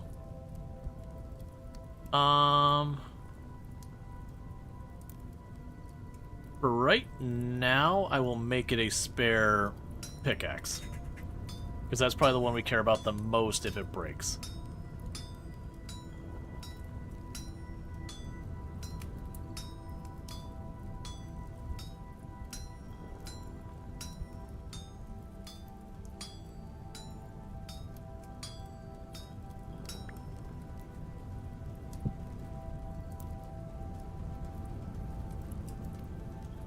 Start on some bear meat.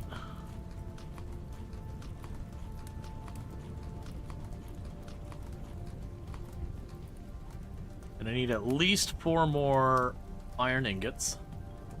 Right now I'll put you away. Because I forgot it was 16, I thought it was 12.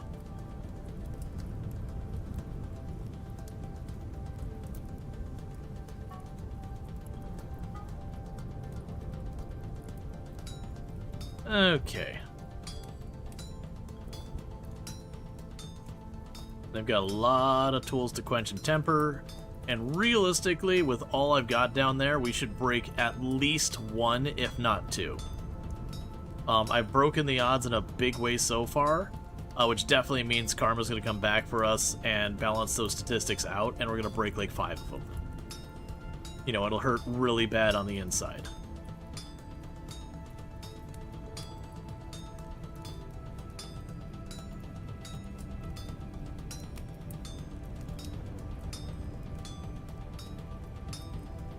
Okay.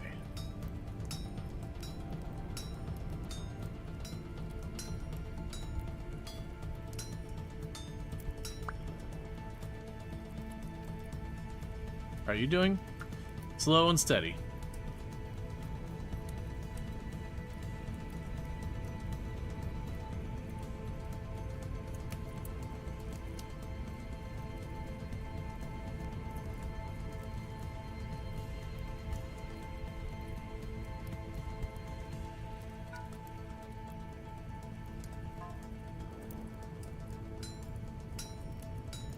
Because then if all this works and we get all our tools, then we'll start making the chain I need for making the chainmail to put on our armor.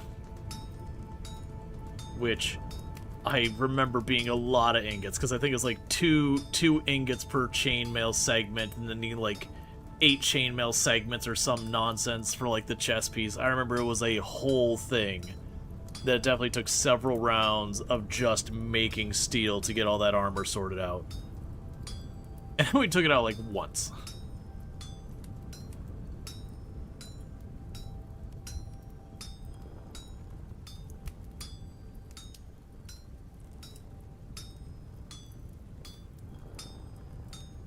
Okay.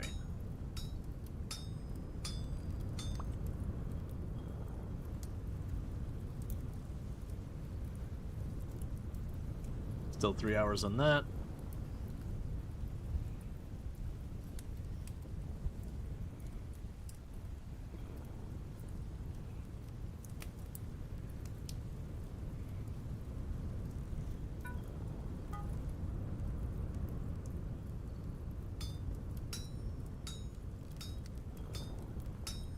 So what we'll want to do is I've got the quicklime down there. And I don't even remember. Oh, I think I had to mix the quicklime with water to make slaked lime or whatever. And then I mixed something.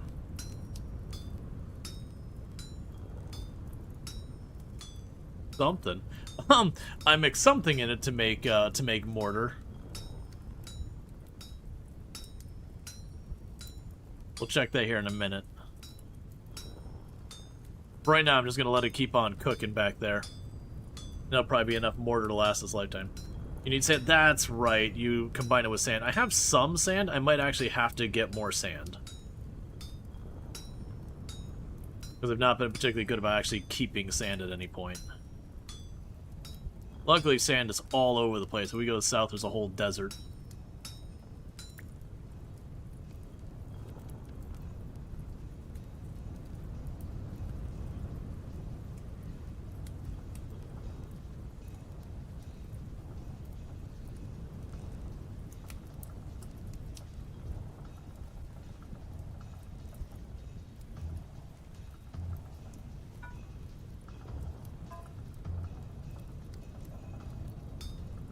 Okay. Because then we can get our next round of steel into production, which will take a while. We'll definitely want to see what we can do about getting our next 16 iron ingots already ready for when it's done. Because it's pretty much the throughput at this point, is you want the steel going like 24/7 as best you can. And then you just need to stop to like make sure you have the iron ingots to like get it going again. Make sure you got the charcoal. You can do that until you get all your steel equipment. And then once you do that, like it's kind of just base build, and then as you know you're low on copper, you go for copper. As you're low on steel, you go for iron or whatever you need. But you just kind of base build and all that stuff. You can go chase lore if you want to chase lore.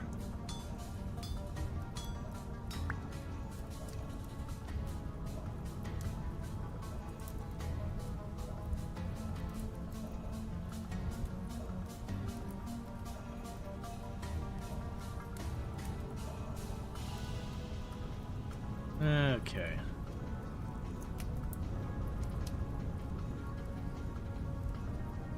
Make a second steel furnace. I feel like if you do that, you basically just spend your entire day chopping down trees to refill your charcoal because of how obnoxiously thing. But lore is scary. Can't we chase Data? Or at least Borg Queen?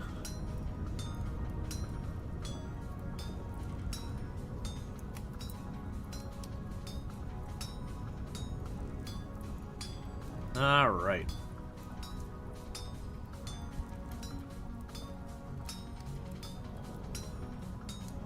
Yeah, no, you're all good. I caught it. Yeah, no, you can definitely make 2 or 3 steel furnaces. The catch is going to be getting your iron, getting your charcoal, doing your charcoal pit, that kind of stuff. You're starting to run into some pain points with some of that, of just trying your best to like keep up with all of it.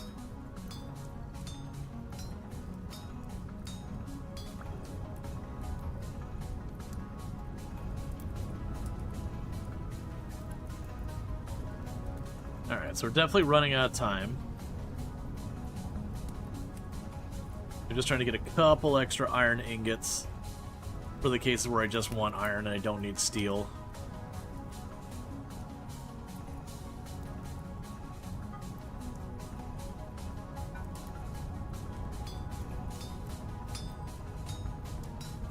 We need to get the Hellhammer online so I don't have to do this way. Because if we get the Hellhammer online, I could literally just put the iron ingot, like heat up the iron ingot, shove it down, let the Hellhammer do its thing, I work on something else. We get set up correctly too. I can sit there and like actually work on getting the tools made out of steel while I'm just churning out iron ingots using the Hellhammer.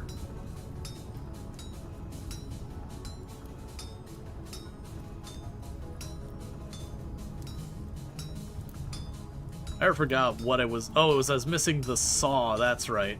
I broke my tin bronze saw, and I didn't want to make it our tin bronze saw when we can make a steel one. Which, very genuinely, I probably, like, stuff like the axe and the shovel and all that, I probably should just be making tin bronze. Because getting the extra oomph out of the steel isn't really that important.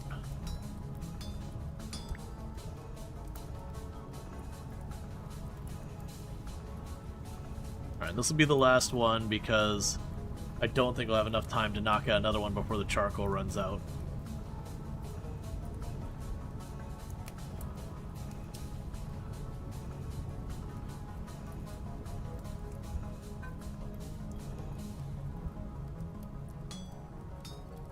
Let's see, there's a big redwood forest near your base. Making charcoal is easy with them. You also have a lot of black coal for mining. Yeah, not the other one. As I was going to say, I probably should see what coals, because I've not looked into with the steel carbonization or whatever. Like if you actually need like the really good coal or what like the restrictions are. I never bothered looking into it.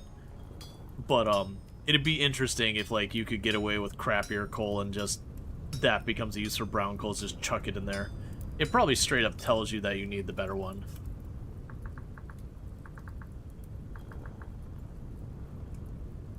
Yeah, so we go down to steel making, 2 coffins, firing.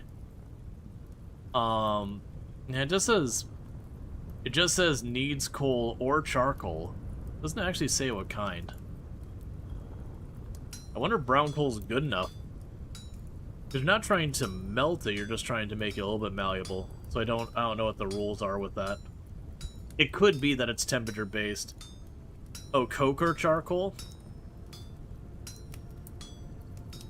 Did I misread that?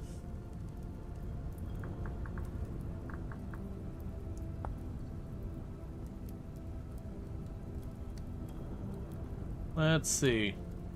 I mean, it says piles of coal or charcoal. It doesn't say coke.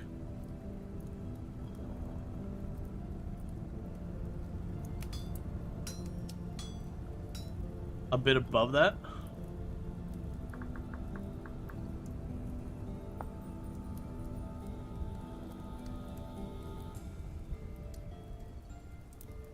What's interesting, it says charcoal or coke here, and then you go down here and it says coal down below.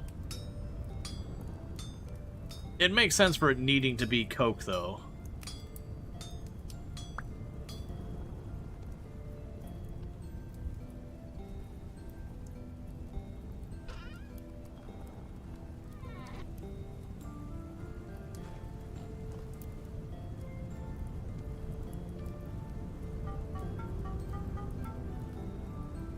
Alright, so I got you.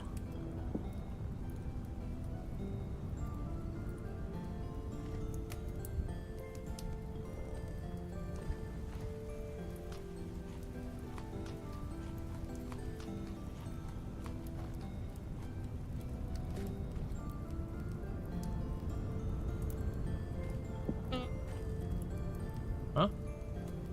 Oh, I stepped in the fire. Alright, so you're right about the finish, and good to go. So I got our quick lime. We get slaked lime. It's 1 to 4 liters.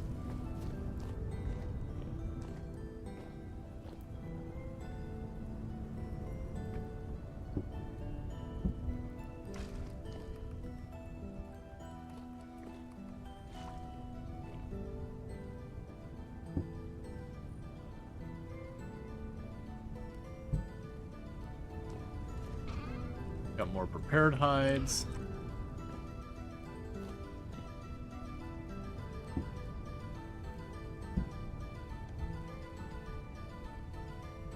Scrape you.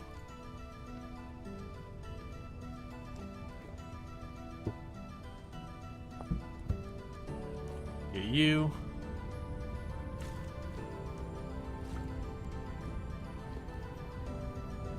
All right.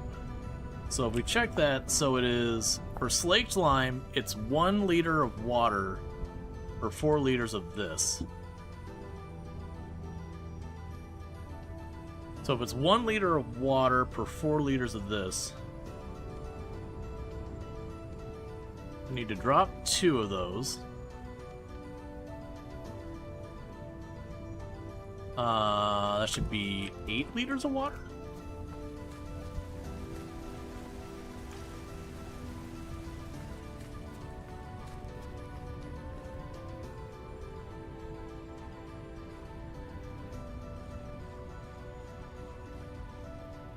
There we go.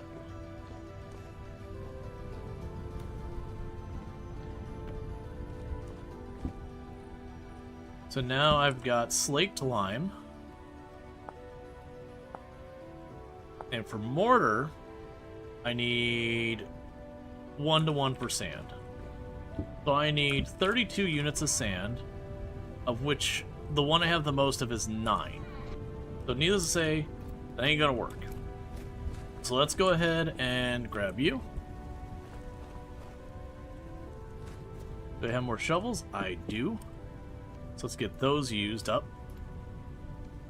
I can grab the extra 2 units of quicklime and just chuck them in a box. We don't care which one. The refractory bricks we'll worry about in a minute.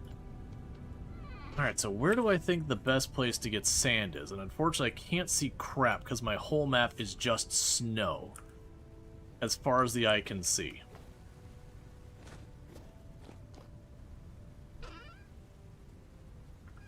That's all fine. Yep, okay, so what we'll do is we'll just run down this way. Oh, how am I doing on food? Let's go grab more pie.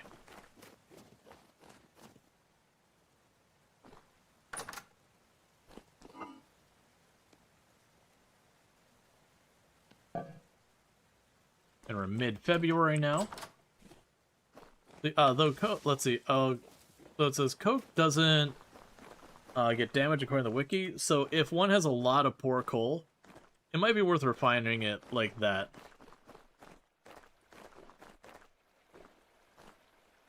Gotcha. So my thought is just run down this way. Because unfortunately everything's covered in snow, so I can't make out where our sand is. Because we got several deserts here.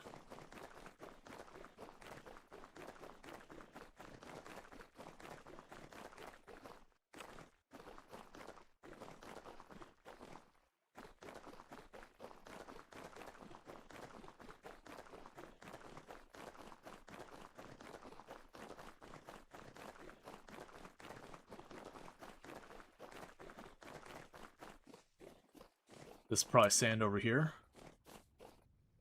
Come on, be sand, not gravel. Oh, yeah.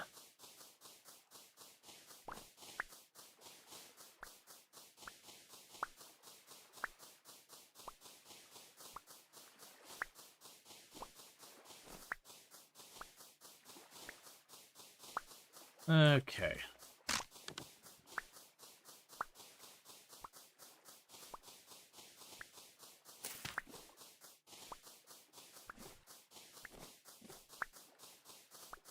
Grab ourselves a whole bunch of sand real fast.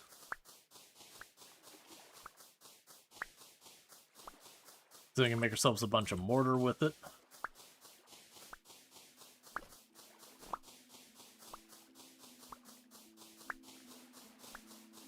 It says a friend on the server.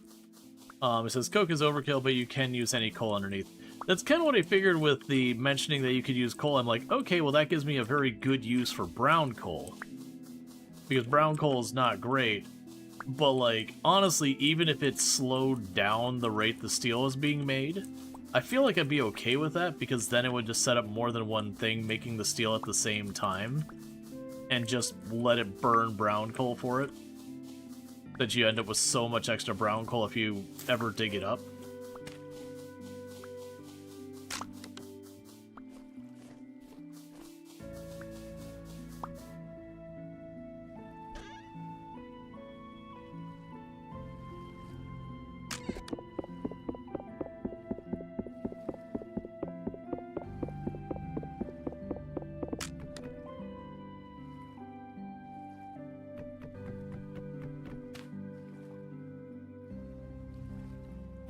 Huh.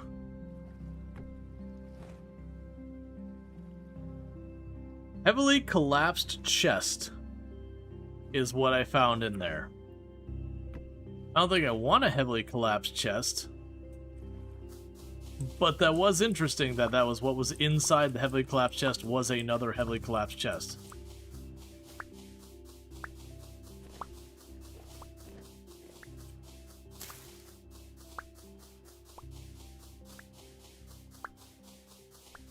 You should probably see a doctor about that. Yeah. Yeah. You're not wrong. I mean, I feel like even if it's a mildly collapsed chest, you probably should see a doctor about it.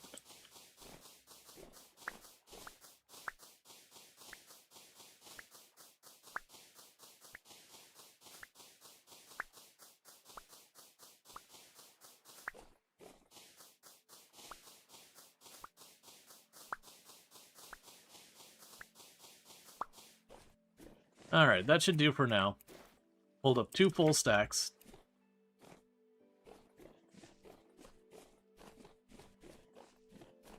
Now back in the highway home.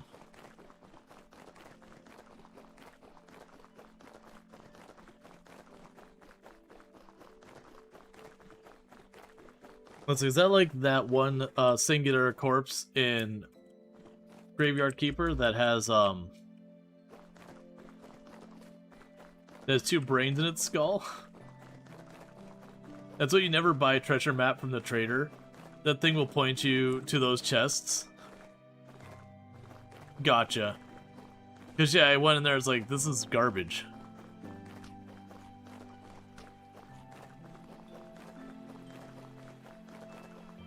Alright. So that means I can make all the more. A medium temporal storm is approaching.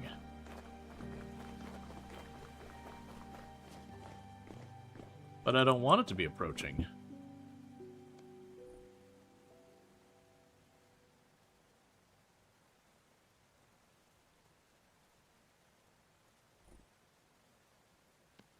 Can we have it not approaching by chance?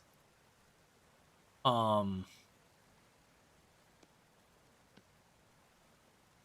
wait, there was room because there's a partial stack. Okay, cool. I did not expect more to stack nearly that high.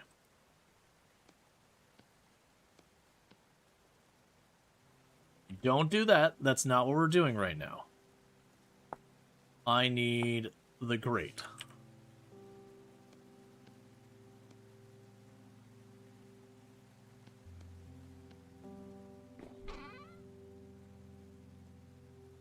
We can grab you out of here, chuck you in here, chuck 2 of you in there.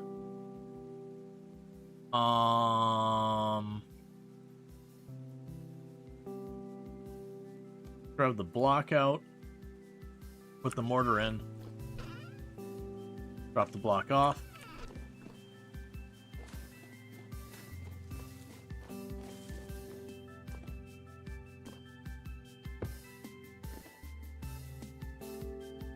Alright, looks like it's all ready.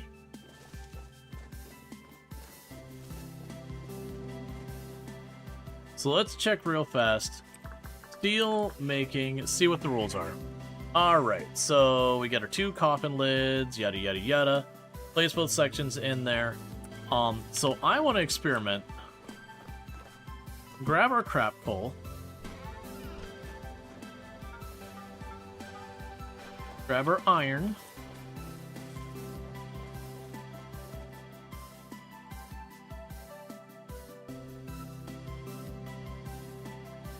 Okay, so that has to be coke or charcoal inside.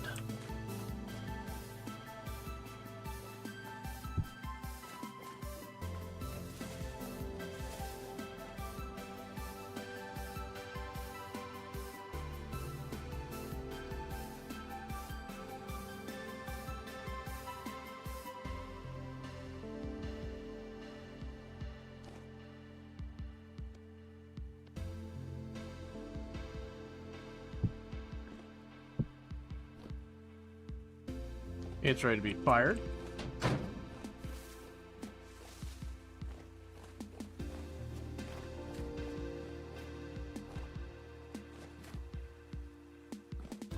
And so now we're looking at below here.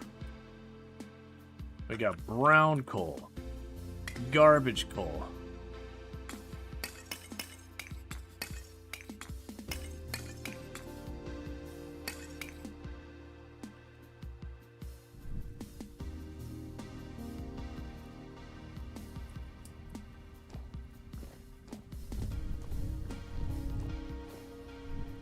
So let that cook for a while and see if it makes any kind of difference whatsoever. I mean, it seems to be working. What's the burn time? So you burn for 77. You burn for 40. So that would actually imply the brown coal is the better choice because it burns longer.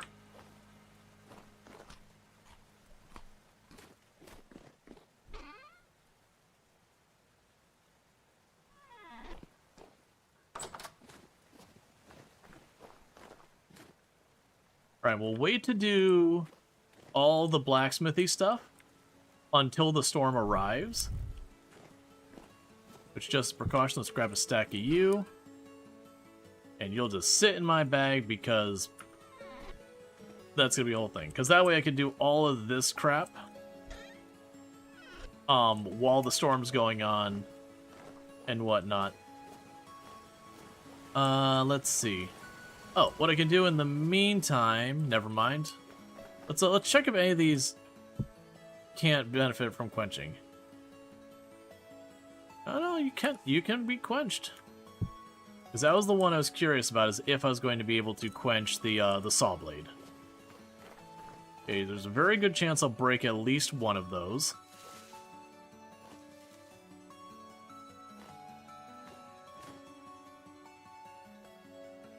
Okay, we can grab the lime.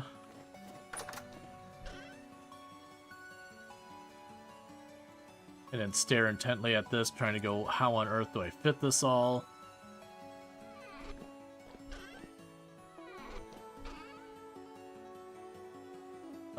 Let's see.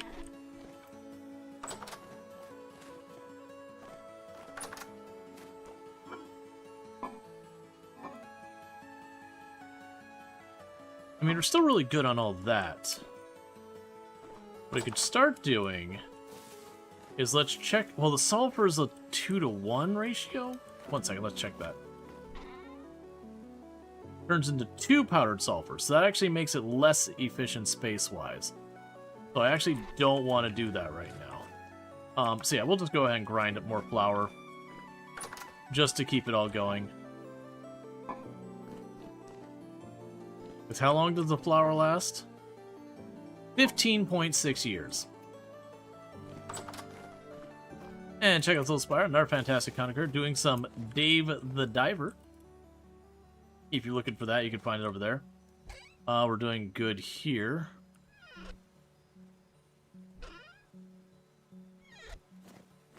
Got more quartz and all that.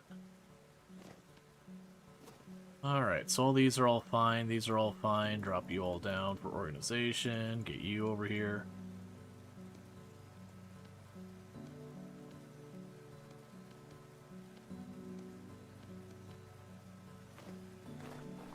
Yeah, no, they had the new DLC.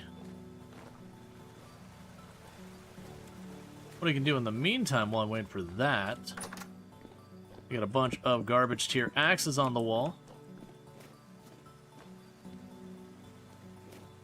Take our one okay-ish axe, put it up there. That way we use our junk stone axes first.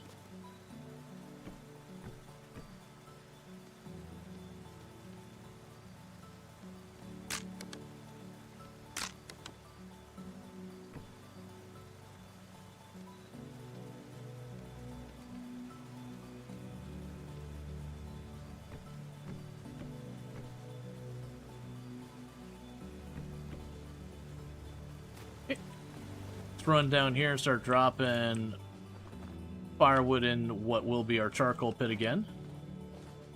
Because while we have an alarming amount of charcoal, steel also uses an alarming amount of charcoal.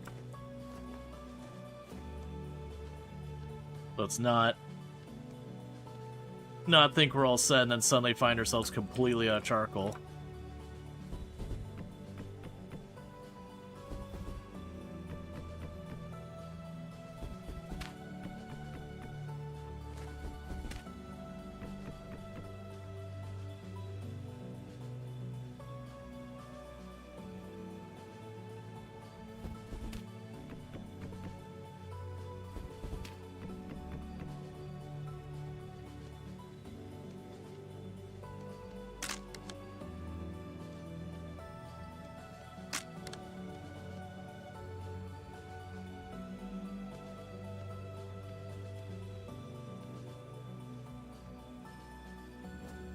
Okay. I'll be the Frostpunk winner. Going good. We have made our first steel tools. Just waiting to quench them real fast. We're about to have a temporal storm. So plan is to just do some blacksmithy while we're waiting out the temporal storm.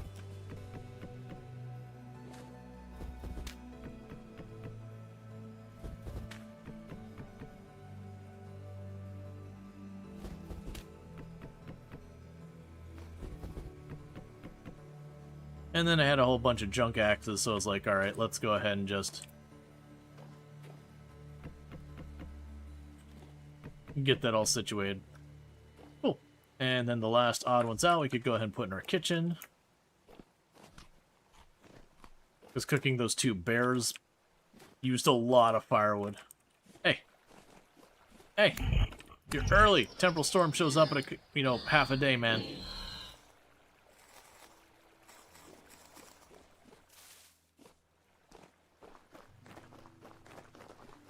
Alright.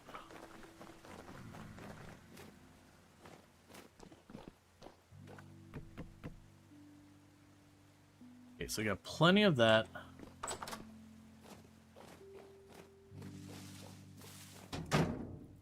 Yep, it already has a mark there.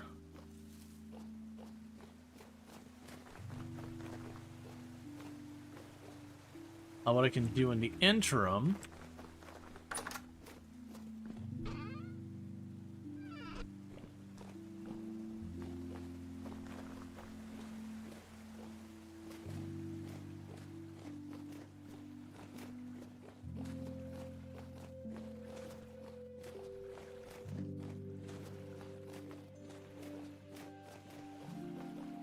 Okay, so none of those do we have the information about whether it's in good shape or not yet.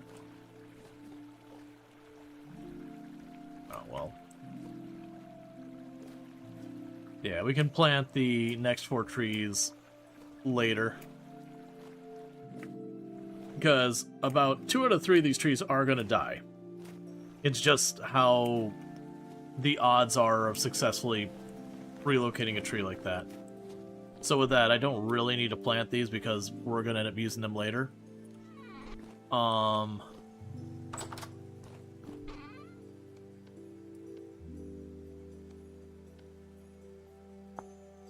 so for the big sails, how many do I need? I need 8. I can make another big sail. Okay, this is exciting. So I need 12 planks. So we got...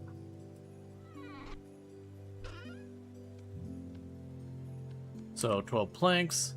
You and you.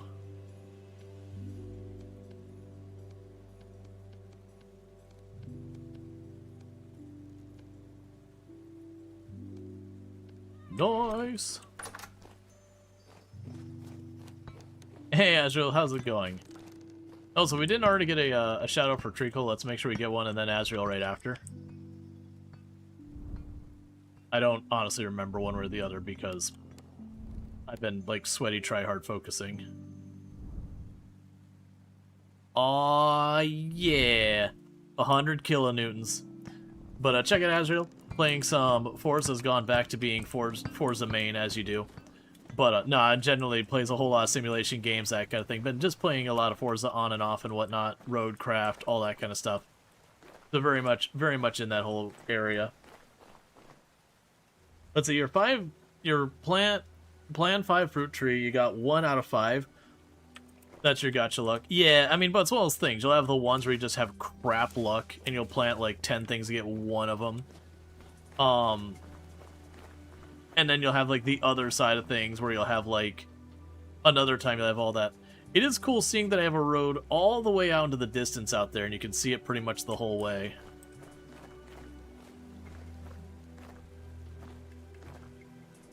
Okay, and you are ready for busting up.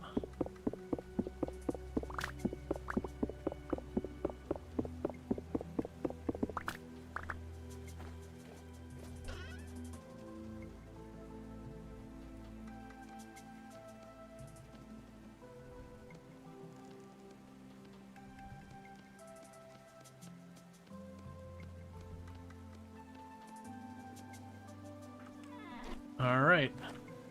We're almost to the point of needing fire clay for just more bloomeries. On the good news,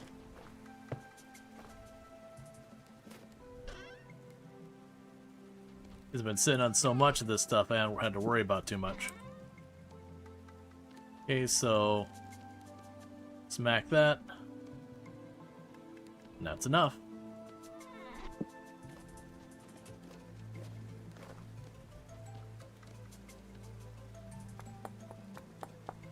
All right.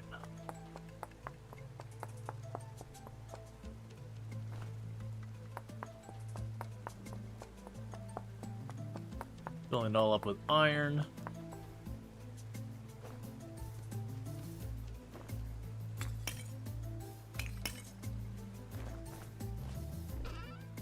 Chuck all that in there.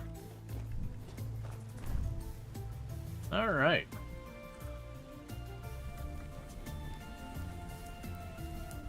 Because basically there's no reason not for me to just keep firing up the iron every time it comes up.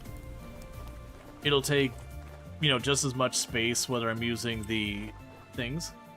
It bothers you greatly, it doesn't fit a stack. Oh yeah, you just have like the 8 spare every time.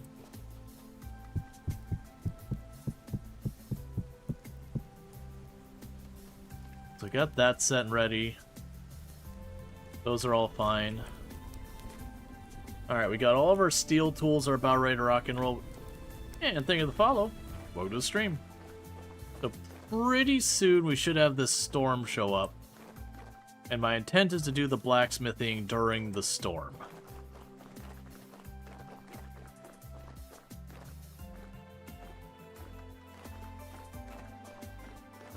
And also check out Treacle, another fantastic content creator. Does a lot of similar stuff to what we're doing here. Has done like RimWorld, Hotel Architect, bunch of stuff like that. Has he got all the handles for the tools made yet? There's not handles.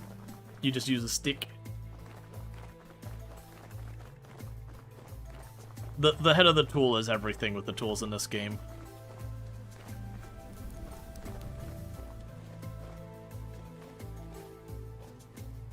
Oh, okay, it's imminent. Let's go ahead and get in here. Time to get to work.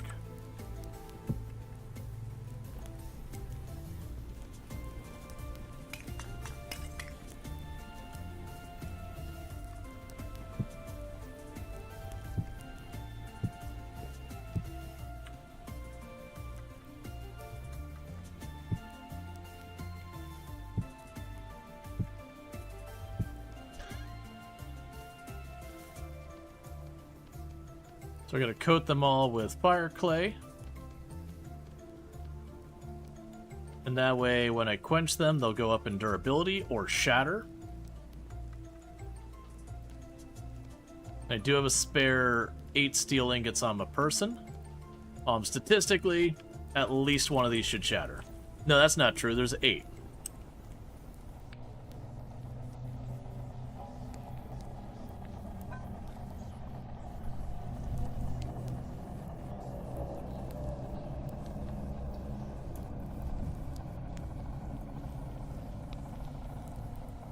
So pretty much the plan's straightforward. Get it to 900. Please stop making weird clouds in my building. Get it to 900. Dunk it in the water. Pray it doesn't shatter. Put it back on there. Get it to 600. drop it on the floor. Repeat until all tool heads are done. And then if we successfully not destroy any of them, then we'll start making our chainmail for armor.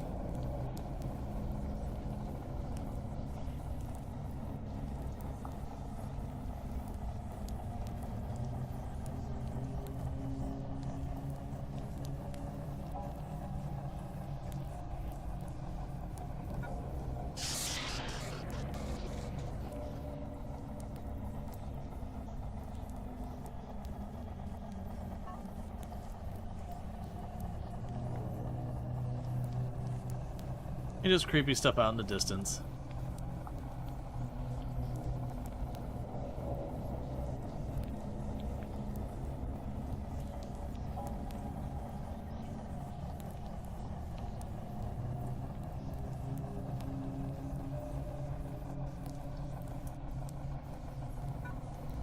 Okay, and you go on the floor in the corner.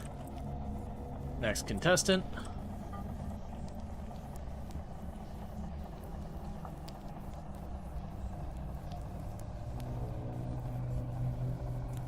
And this is us making all of our steel tools and quenching them and tempering them and get them as good as they can be. And then next up is armor.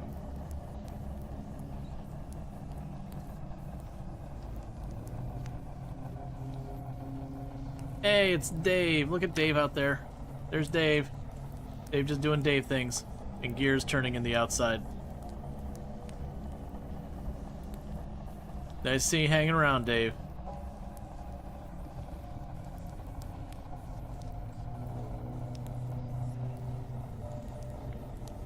We didn't start the fire, it was always burning.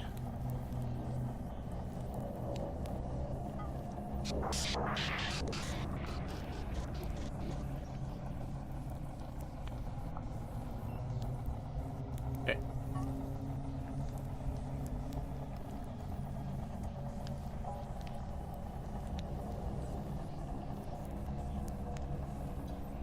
All right.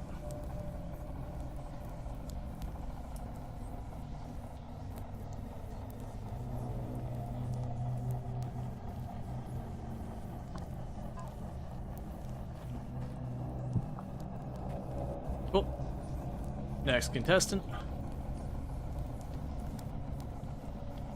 I did not check. Your temperature is still... Okay, cool. I was about to say, I didn't check to make sure those temperatures were the same as iron, which is a dangerous thing.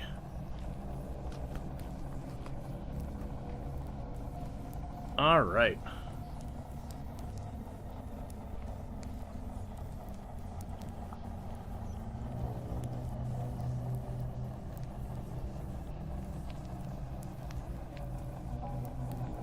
Both horns outside? Yeah, no, I noticed the one running down the road.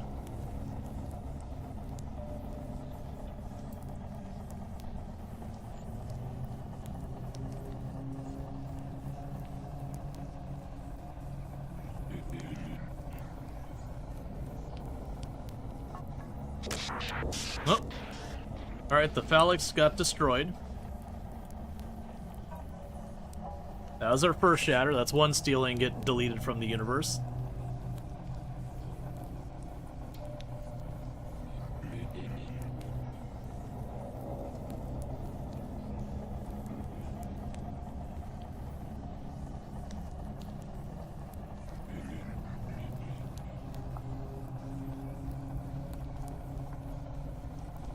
And for those who don't know, that's just an RNG thing. You can skip this whole process I'm doing, but by doing this, we're going to boost their durability up to almost 40%. But there is somewhere in the area of like a 12% chance we destroy a tool. So ultimately, statistically, it'll work out in the long run doing this, but it does mean every once in a while eating a loss.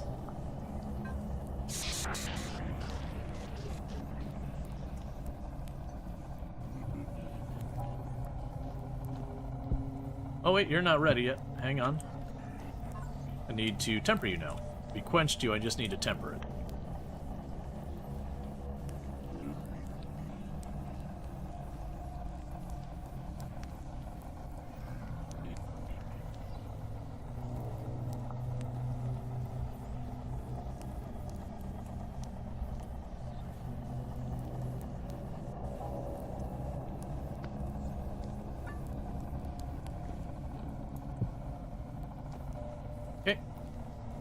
Next contestant.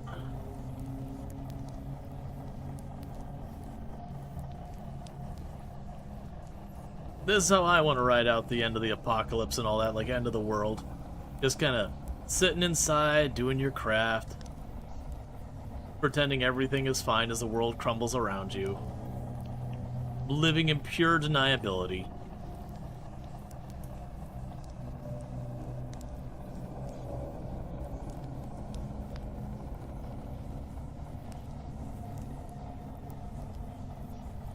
Is this a new mechanic or was introduced recently? You're going to have to be a little bit more specific about what you mean by this. Do you mean the bellows? Do you mean the quenching? Do you mean the storm? Because the storm is not new. The storm's been around for a very long time. Alright, so we lost the phalanx and the scythe. So that sucks. That's actually pretty bad luck. That's what I get for being so lucky early on with all the bronze and copper. Sorry, not bronze, iron. We got so lucky with the iron that the entire time all the tools we made, we only broke one. And now, out of the 5 tools we've done, we've broken 2 of them. The bellows and quenching? Yep. Bellows and quenching are new with whatever 2.2. Version 1.22?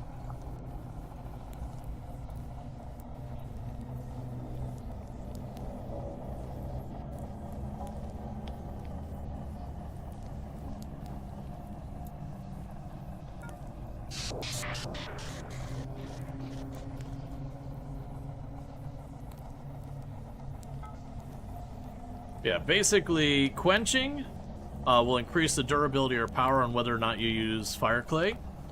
And then tempering will increase reduce the chance of it shattering on your next attempt. Because generally with all the tools I'm doing 2 rounds of quenching.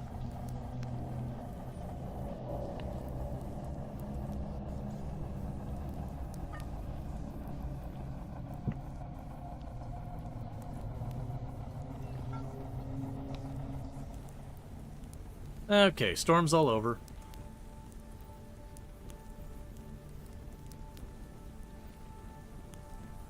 I'm pretty sure you just learned they updated temporal stability. Did they update temporal stability? In which way? Because I'm not aware of it changing much.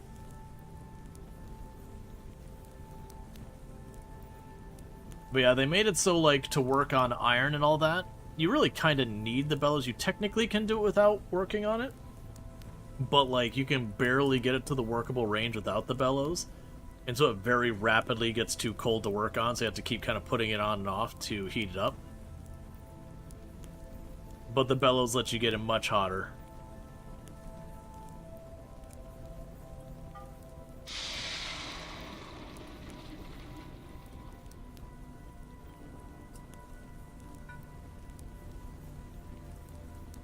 Okay.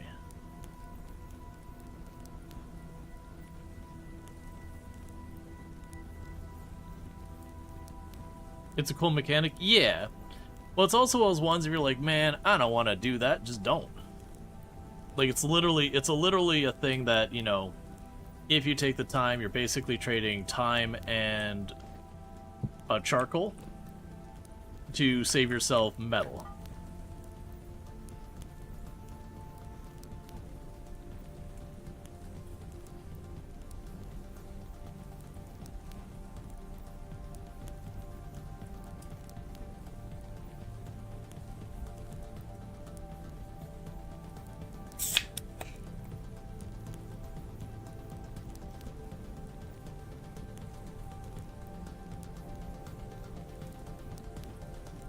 Now, it definitely feels like it'd be a big one for steel, because steel already costs a lot of coal and charcoal. It is a very costly process. Is there any progression after Gloomery, or I'm just blind? After Bloomery? Or do you mean Refractory? Because you have the Refractory that comes after it. But after the Bloomery, because Bloomery is iron. The refractory is steel. Steel is kind of the last material you make tools and armor and all that with. There is electrum, and then all the thing like the Jonas parts and all that, but that's more for utility stuff like teleporter and night vision and all that kind of stuff. The big thing is a lot of that costs to operate. No? Okay, cool. We're fine. We're fine. I got it in time. Okay, so those are still cooling down.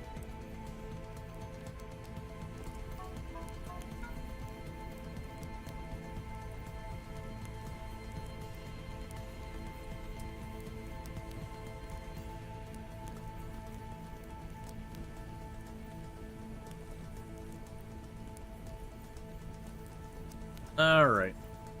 Oh, I'm gonna need my hammer.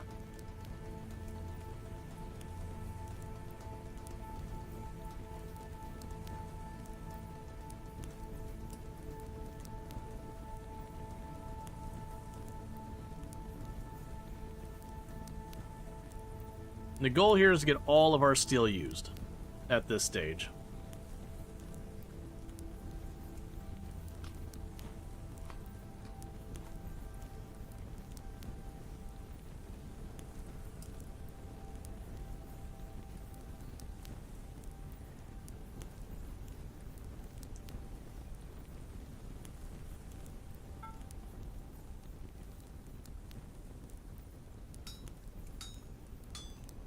Okay, so we get this, and then we broke our phalanx, and we broke our scythe. Okay, put it back down. Or the falx, whatever it's called.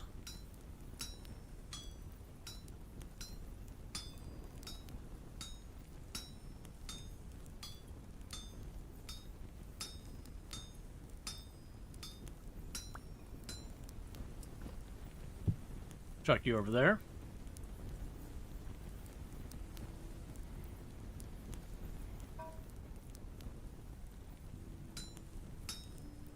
And now I have to get the scythe.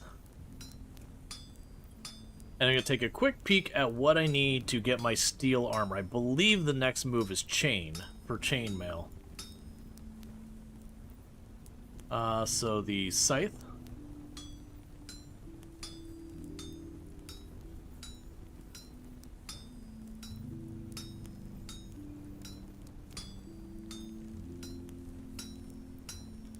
Alright.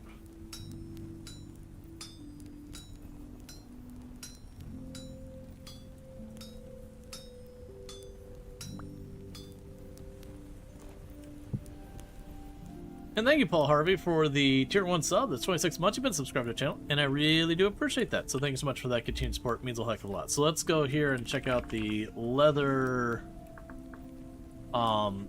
jerkin, which we can then upgrade to chainmail. That can be later upgraded to that. So we would need chain, which is unfortunately 2 ingots per unit of chain. And you probably noticed on that list is like the entire chest and most of that was like 2 pieces, and then the shoulders are 1. So you are talking a substantial amount of chain.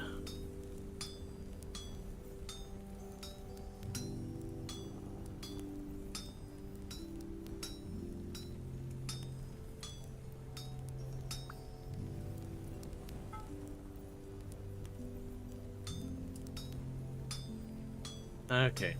Is it reaching 0 stability summons like 5 to 6 drifters at nightmare or higher? Used to just be a Bowthorn, but it was changed without the wiki being updated. Gotcha. We kind of ran into that earlier where I was pushing my stability really, really low to try and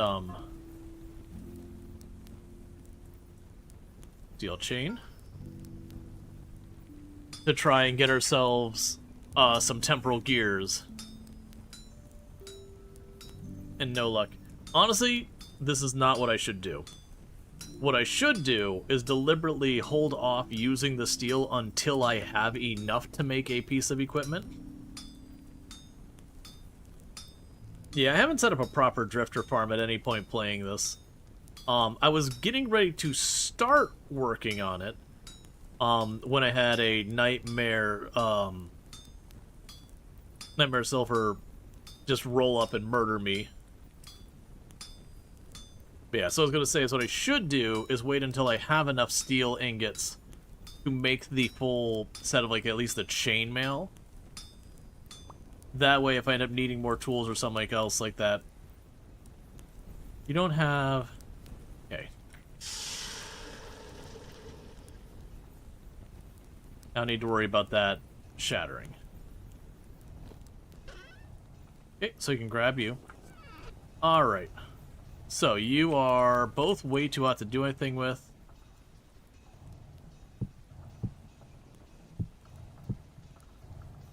You two are still cooling down.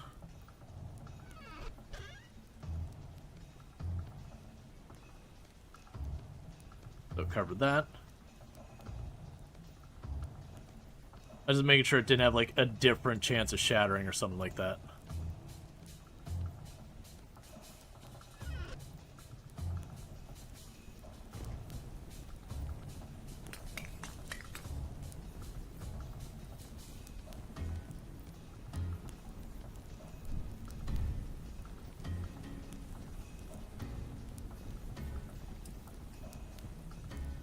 Like 20 pieces? Oh yeah, no, it's a whole thing. Like, I do remember that much, because we ended up making it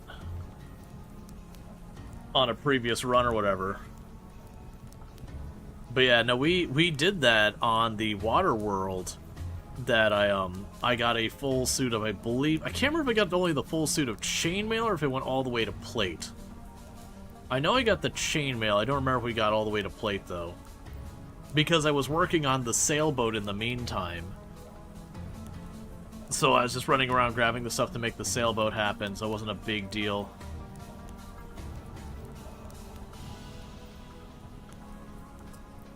Yeah, no, absolutely. That's always a catch with these kind of games when they're being updated regularly. You're like, oh man, I want to do this really big, long objective, like build this really impressive thing. But then the game's being updated, you're like, well...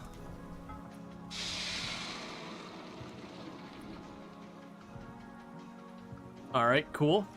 So that's done.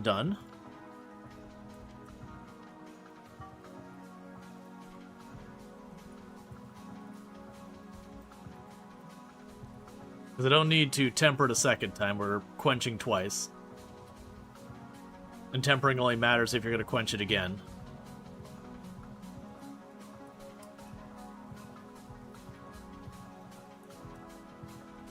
When's the next update anyways? I don't think they go and give you, like, a here's the date or whatever.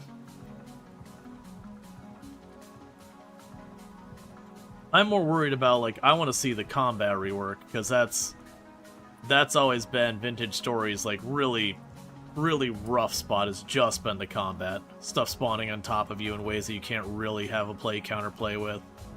The scaling of, like, damage tier versus armor, where... it just doesn't really do anything for you.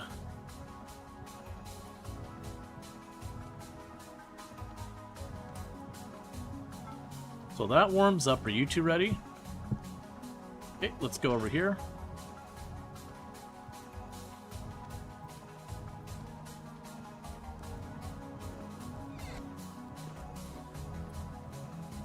You're just chilling, rethinking your armor and farm? Yeah. Nightmare Dwellers put you in place? Oh yeah, no, that's like... unless you have, like, full-on plate, they one-tap you. And then even if you have, like, full-on plate, they pretty close to still instantly kill you. It is one of those things. Like, if you get full-on plate, that's the thing, like, with the scaling of it, you get the really high enemies. If you're lower than them, they insta-kill you just about. But then you have the lower enemies, if you're on the higher armor, do basically nothing.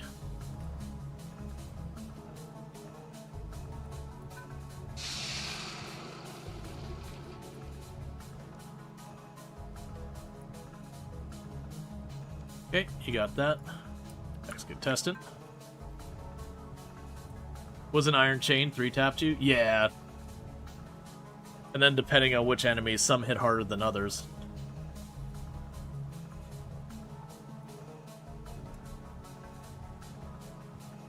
And if you get this sawblade tail scorpion thing, I always forget the name of. It hits just so much harder than everything else.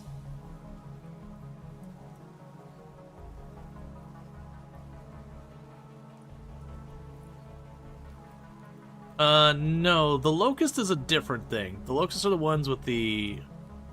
I mean, maybe it's a type of locust, but the locusts are the ones with, like, the little light bulb on them.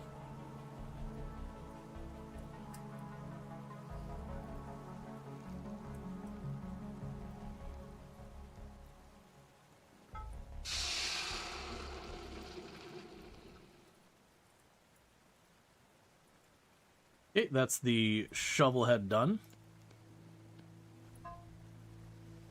Next up is the hammer.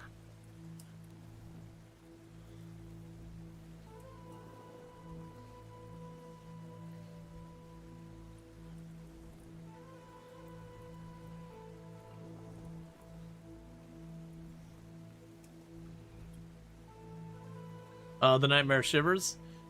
Yeah. The Nightmare Shiver is the one that killed me on the second one. The first one I actually didn't even see which enemy killed me, because a ton had spawned because we hit zero stability. And I tried to run past him to get to the teleporter and got one shot on the way through. Oh, the Sawblade is Locust Tier 3. Gotcha, good to know.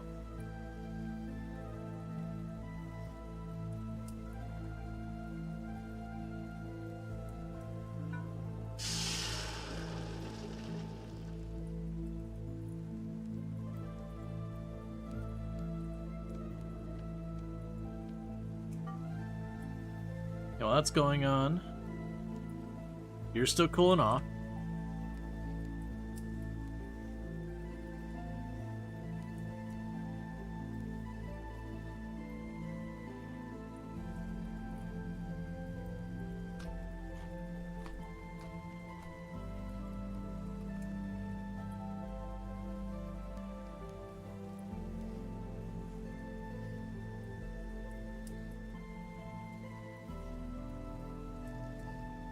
Okay, so good news is we are getting most of these through the process.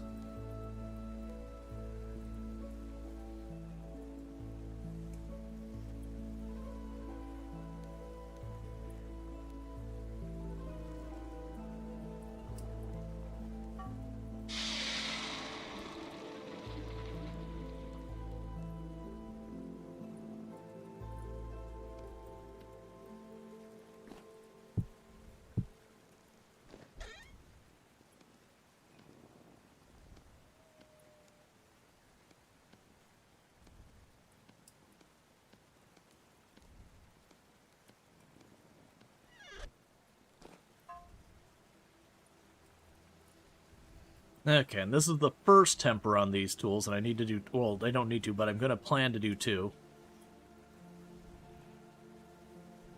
How do you imagine or think the combat will be like? I think one thing that they'll need to do is the tier system, so far as, like, Tier 1 armor, Tier 2 armor. I would imagine they're going to bring that range discrepancy down a lot. To me, that's kind of the biggest one. One of the other things I definitely will need to do is change the spawning mechanic. Give it something like the player has a grace period, like a grace area around them, or if it's anything but pitch black, there is some amount of tiles that enemies just can never spawn.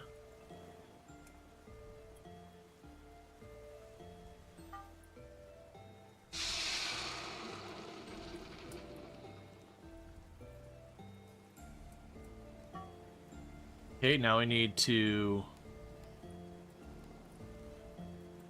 temper it.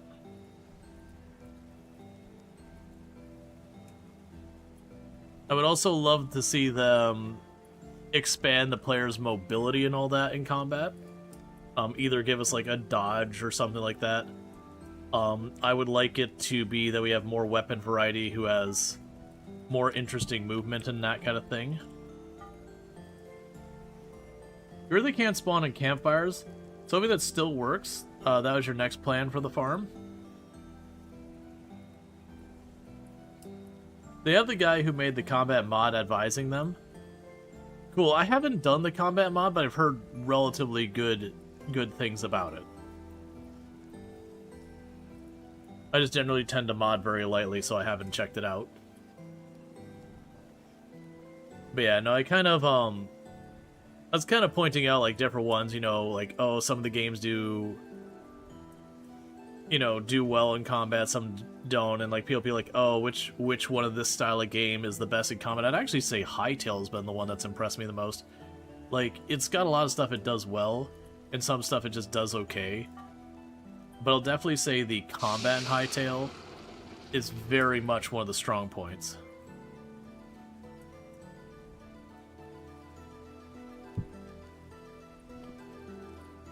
Okay, so we have to wait for those. Oh, wait.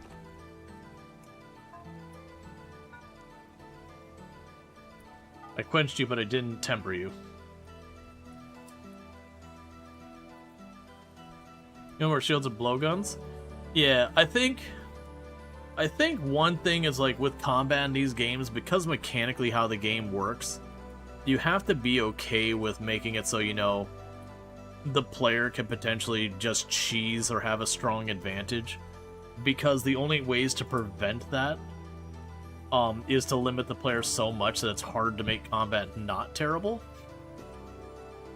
Okay, so we got 4 blister steel.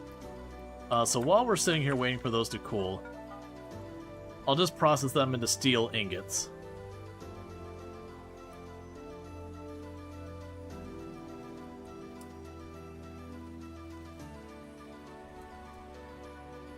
Alright.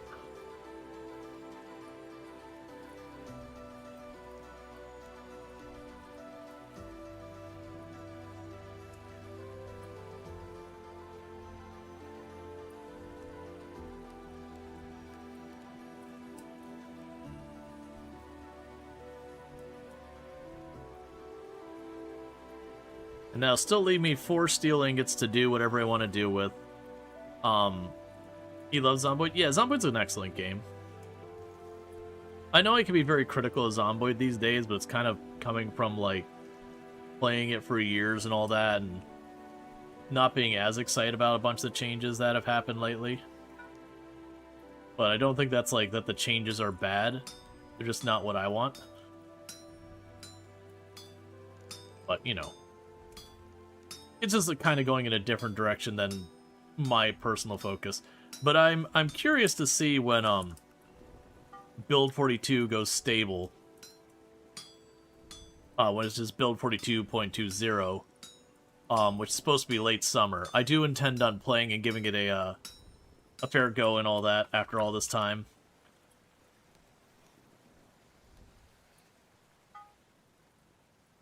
And see how I feel about build 42 then. Because I haven't played in quite a while. So there's actually a number of mechanics when we were doing the Skyblock mod the other day. I think that was actually yesterday.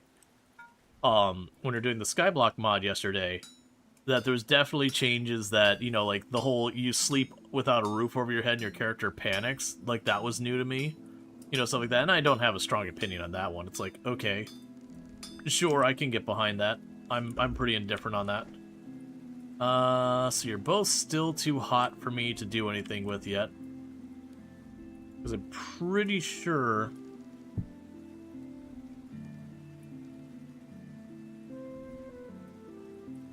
Oh no, we've already got the shatter chances already down. What about you? Okay, yours is still up. But you've already got the counting where there's that, so let's go ahead and get you coated again. Get you back in the fire. You can also make a bomb inventory, but boy, is a lot of materials. Yeah, no, and I generally find in most games, unless it's practically free, I don't tend to go for explosives. I do find a lot of times you're usually better served doing other things. Like Project Zomboid, you can make pipe bombs, and they do work well, but they start fires, which I generally find destroys everything. They have a tendency to get out of control very rapidly. And it's really easy to kill yourself, and plus the the throwing mechanic of Molotovs and pipe bombs and Product Zomboid is super janky. It's super janky. It does not look good.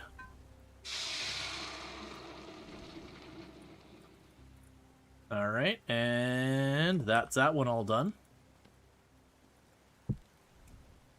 Okay, and you are considered being done with both. So there's your clay. There's that.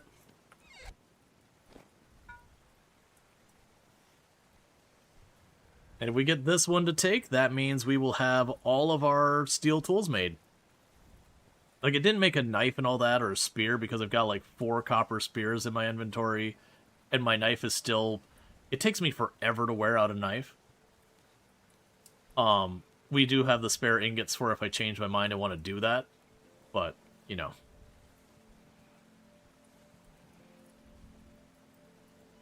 We have just about enough fuel to do this one, and then we're going to be out of charcoal. I mean, not out of charcoal completely, but I'll have to, like, redo the furnace.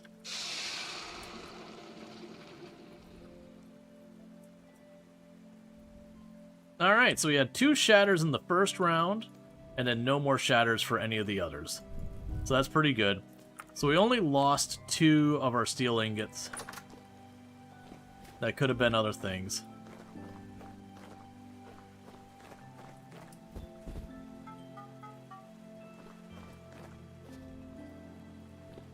Okay. So with that... There's our saw, there's our pickaxe, there's our phalanx, there's our axe, there's our scythe, there's our shovel, there's our hammer, there's our secondary pickaxe. Put you on the wall. Put you on the wall. Put you on the wall. For right now, the steel pickaxes are spares.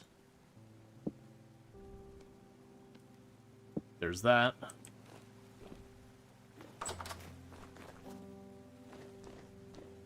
We can go in here.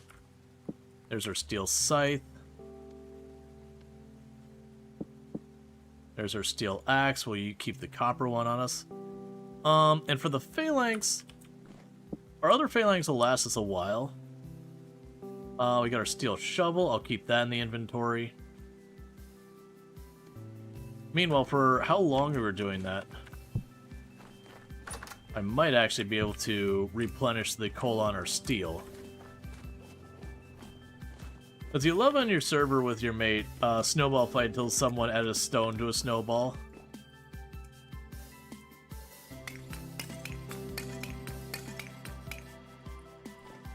Okay.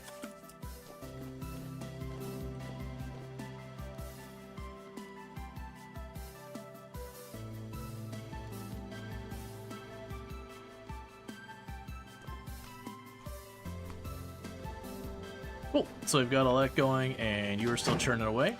14% done on our next round of steel. Alright, so I think the current priority now is to get that help hammer up.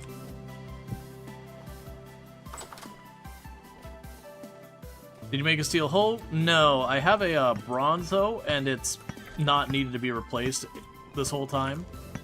So it's kind of one of those things that I can certainly make one. But, like, not getting done.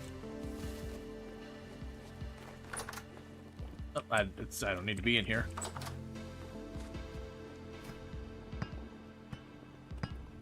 Okay.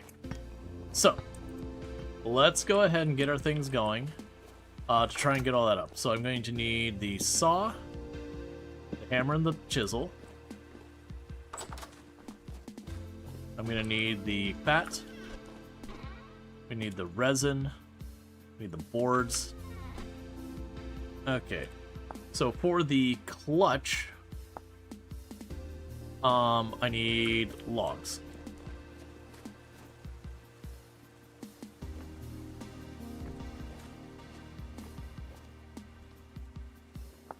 Okay, so for the clutch, it is Resin, logs, fat. Was it sticks, boards, hammer, saw, chisel? Yes.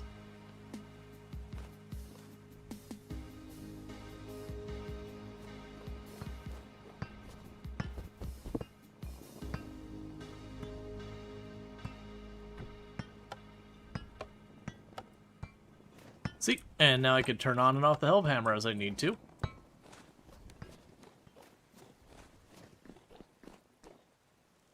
Alright, so we got you, we've got the axle. I don't need that thing.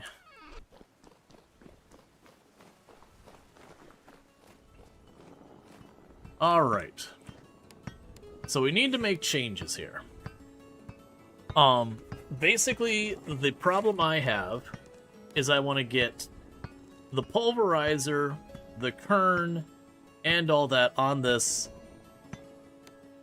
without, like, losing any of the mechanical power behind it. And the challenge there is going, well, where I can turn it on and off, I should say. Now, a challenge we're going to run into is, as you can see, the pulverizer, I need to kind of lift it up to really have it all do its stuff. I think what we're going to do is we're going to put the kern in the front, the helve hammer on the right, and the pulverizer on the left to hook it all up. And I did just put all that in there, but I'm going to take that back out because we're moving all that stuff. So drop the flour in here and chuck the flax in there.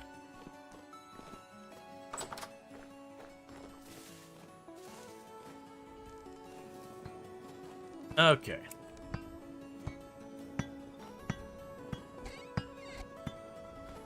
So, we have the shaft there, and I can put a gear here, and that would be at the right height for this and this, but higher than I want for that.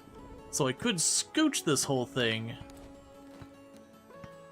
one tile to the right or left. It'd probably be easier to the left. So I could scooch this whole thing over here to the left to give me room to then take it, angle it down on a thing, and then angle it back over. But regardless, a lot of stuff needs to be picked up.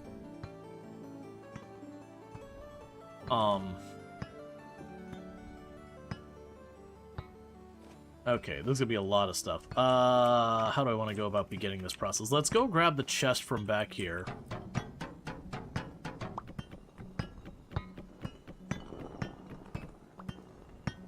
Because then what I can do is I can go over here real fast. And drop all the different gadgets as we grab them. Honestly, just drop all this in here for right now.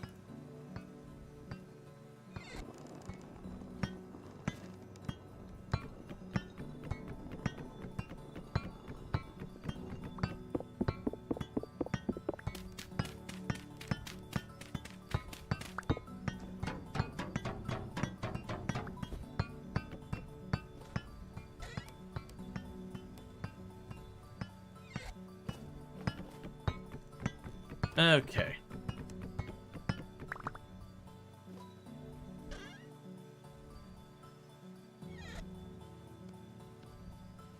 It's tier 3. Do I need tier 4? Does that mean I need steel caps on that? What was it? Was it chromite that I needed the steel for? Or the tier 4?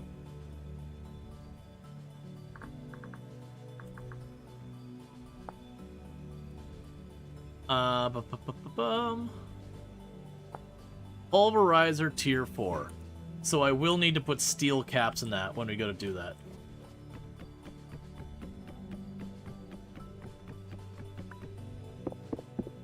And this is just the cost of being able to do these things. Alright, so now if I go over here and I grab the big gear, we put that there.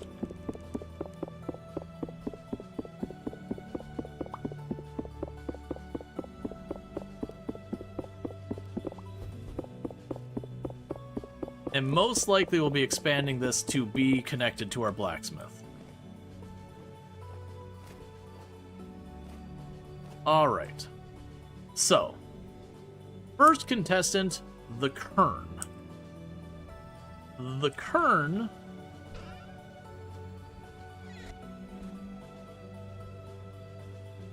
Potentially put here and there.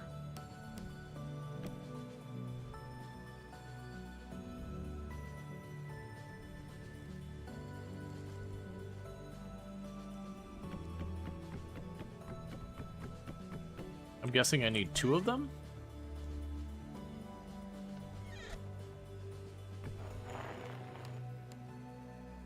What? Okay.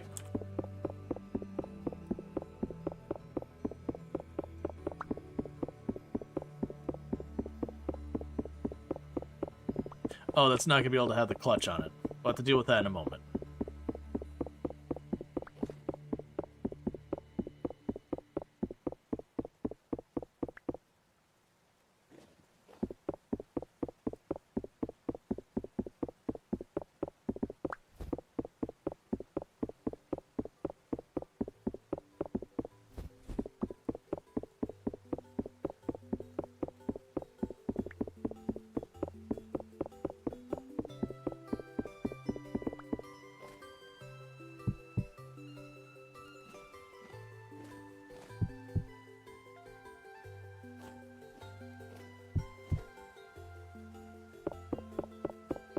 Oh, I can go ahead and put windows on this side.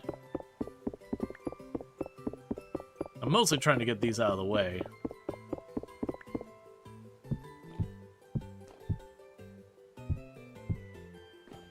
Alright.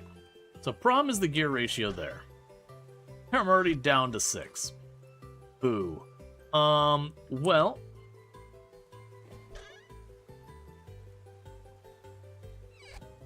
It's not what I was hoping for. But that's okay.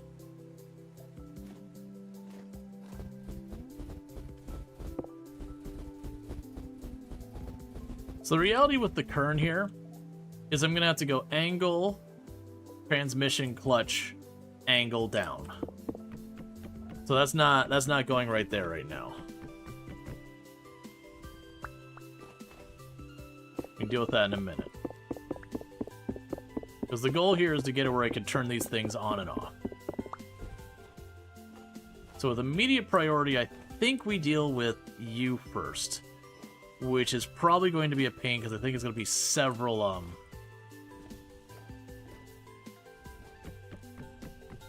several different mechanisms here just to make it work.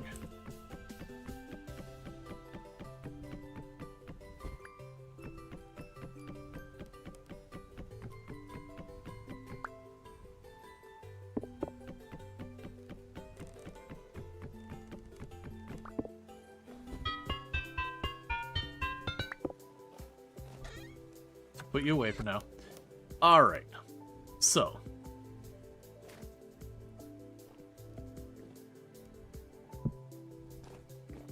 We need to get that Hellhammer over here. So I think what we need to do, then we need an angle.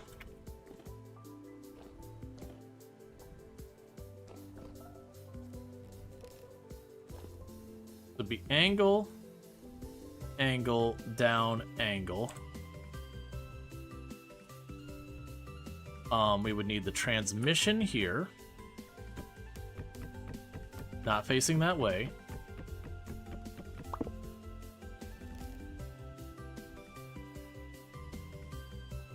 Actually, do I put it over here? So, angle up, angle over, down, angle this way. Transmission. Clutch.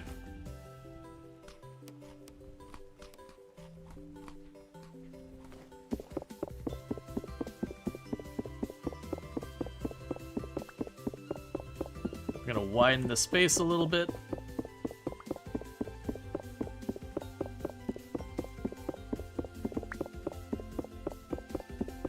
Well, I mean, we're twitching a little bit because of cold.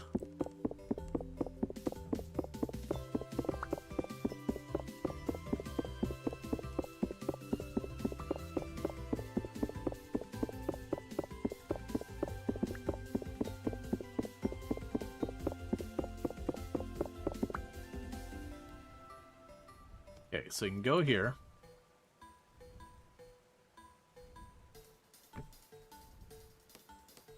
We can grab the helve hammer. We can grab the wood toggle.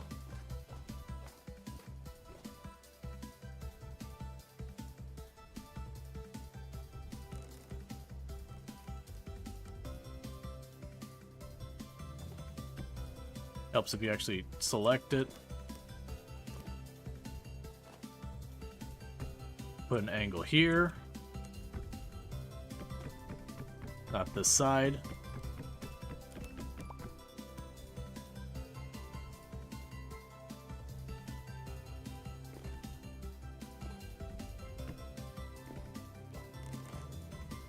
Alright, and then we need an axle. I should have a spare one in here. It's not really what I had in mind, but okay.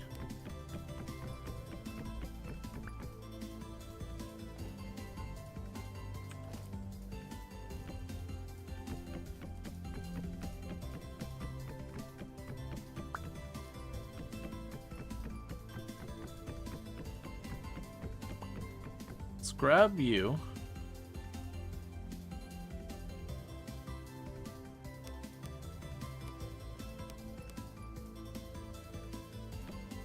Ah, there we go, that's right.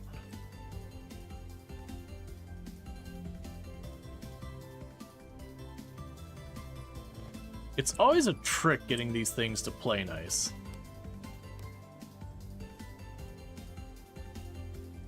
Because what it needs to do 2 gears like we did on the other side, so I might be able to get that to play nice by kind of cheekily messing with this. We could take that away again. Grab a box, drop you here, grab you, grab the kern, put you here, do this. Now I remove you.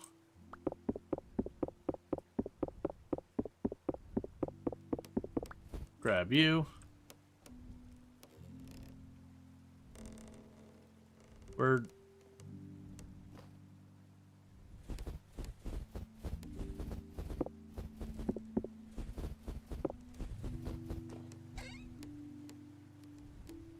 Where's the axle? Okay, cool. So now I just need one more angle. And the angle is going to be wood fat sticks. There's saw, hammer, chisel.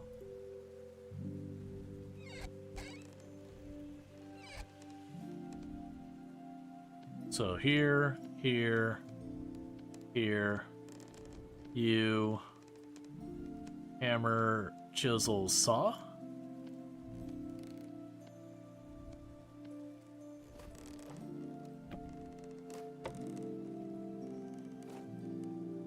All right. So the important part is that is all hooked up and functional. We have to get a lot more resin so I can actually run that up there.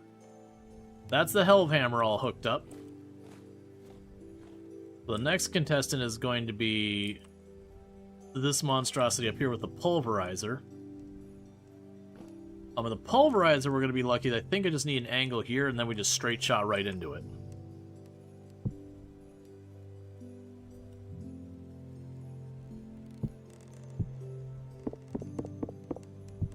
I need that for the transmission and the clutch. Put that there for right now.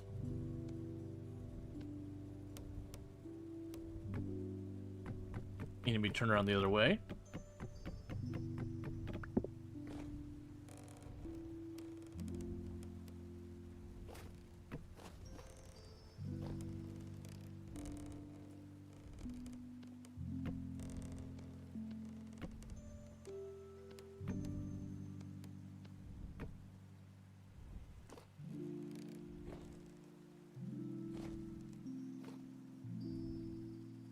Okay.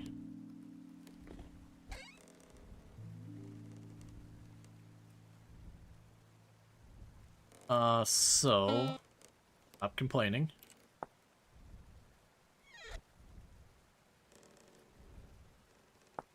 the axle is... Okay, that's easy. Boom, boom, boom, boom. Grab you.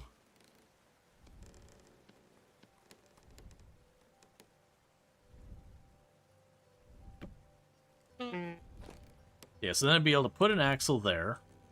Or sorry, not axle. An angle there. And that needs to be a transmission.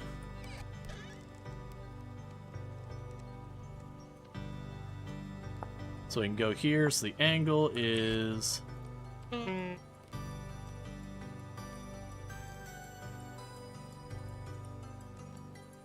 I'm blanking out already.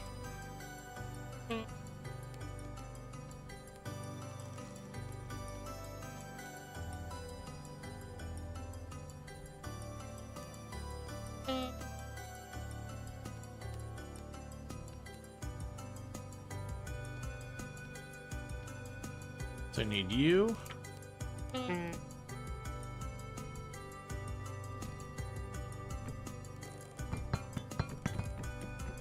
Here, and then we grab you.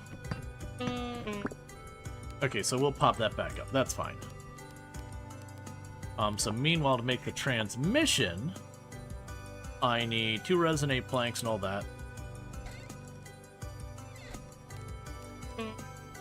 So let's see.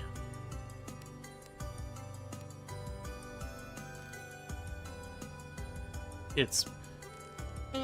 Trying to remember all these patterns is so much of a pain in the butt. Okay. So boom, boom, boom, boom. You.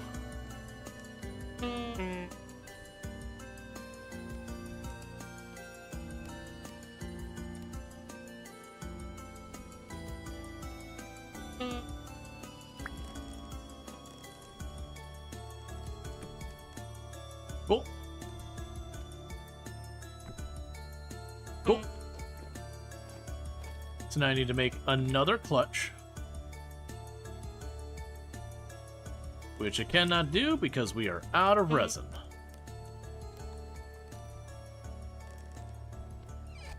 But that's okay. I figured that was coming.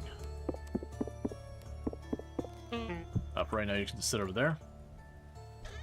No, I figured we were going to run out of resin because we were looking at a lot of machinery getting done. But there's more than likely I have plenty of resin that I can go collect. I just need to go out and collect it.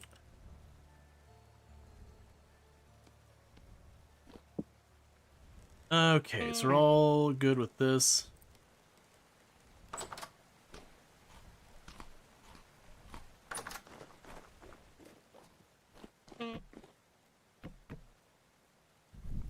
All right.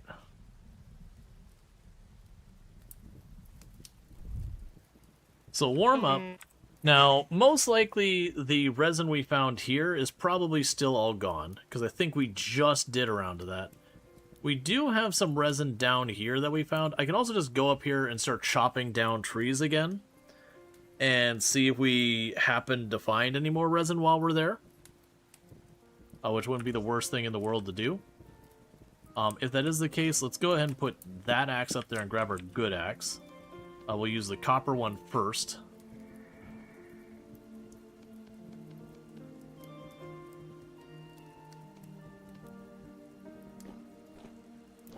And with this many pies, you just go boom.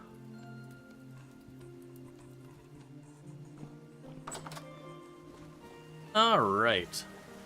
So let's go run over here. Because I need a yes amount more resin.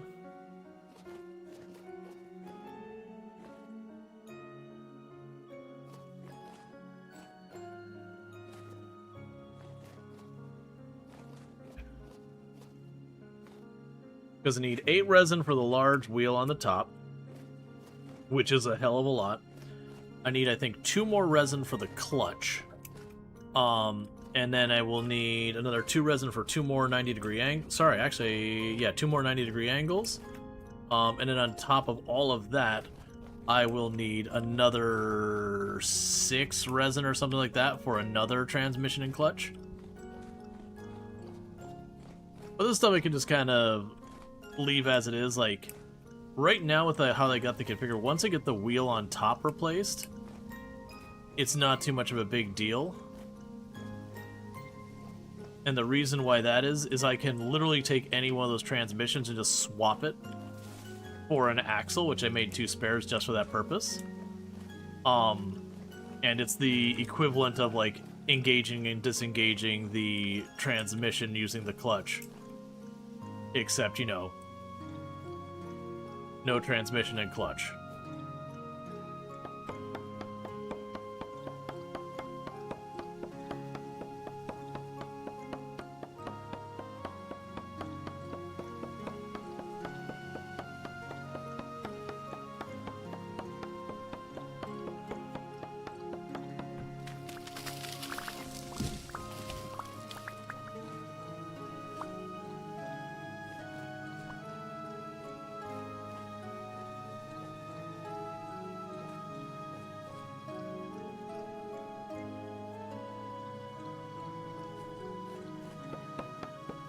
Okay.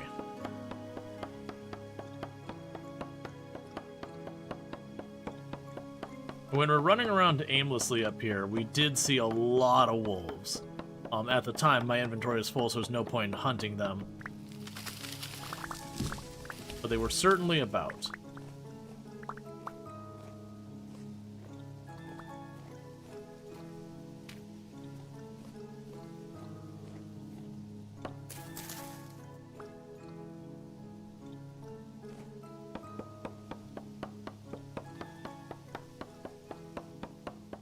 Okay.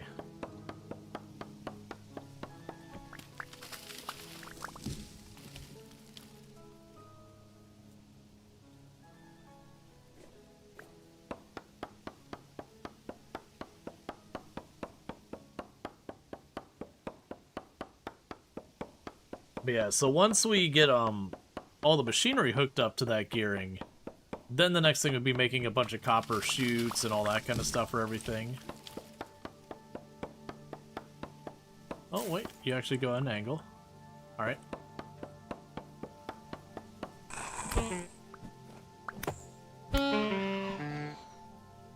Do not be a punk. For once, I'm not trying to kill you all.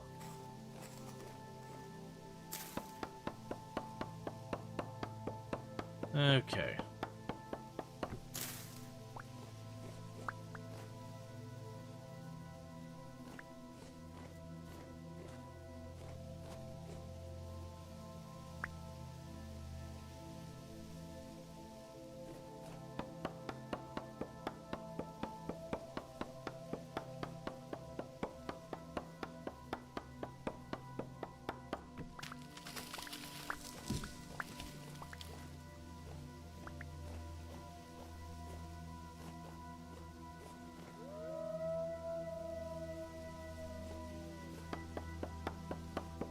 And just slowly clearing out all the pine trees.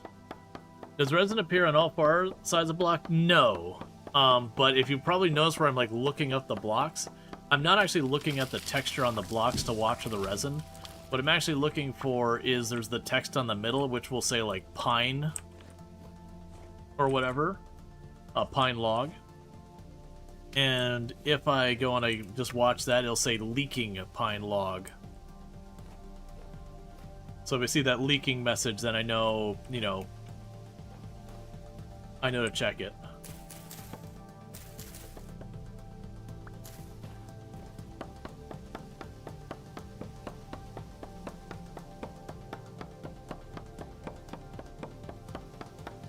Alright. And this is the copper pickaxe we looted. Or copper axe, not pickaxe. So we're just using it up because I'm not going to want to keep it for anything.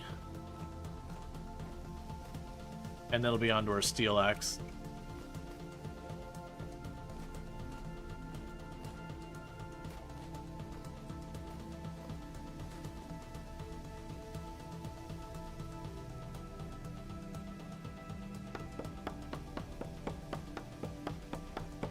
Okay.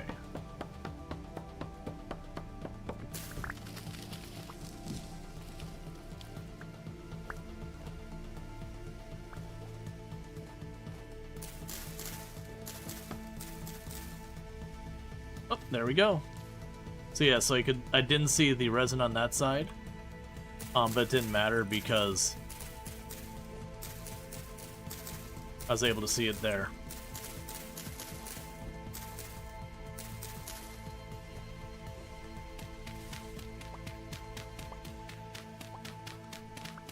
And we're going to mark it off.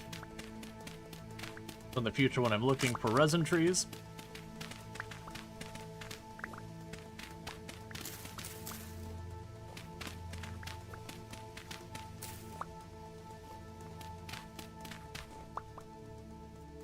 alright.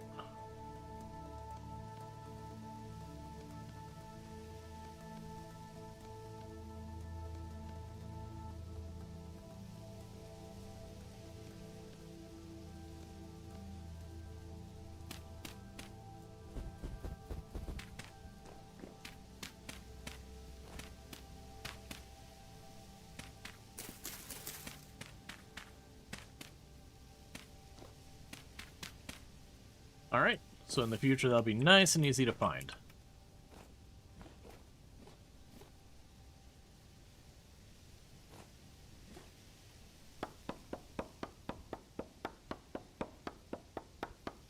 But yeah, so you probably noticed because I'm not cutting off any of the branches, I'm cutting down way more trees than I'm getting pine cones for. That is not something I'm trying to discourage. There are trees I'll try to put a little bit more effort into trying to keep around.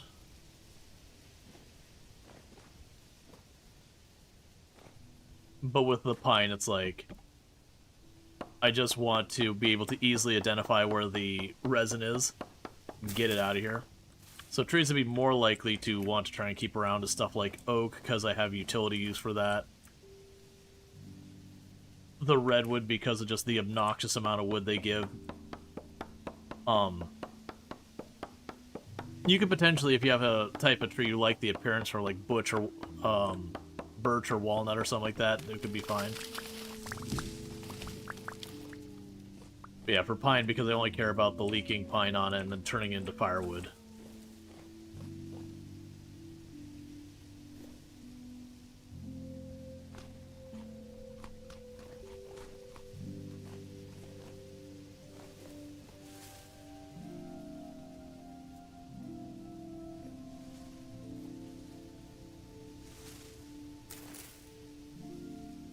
Alright.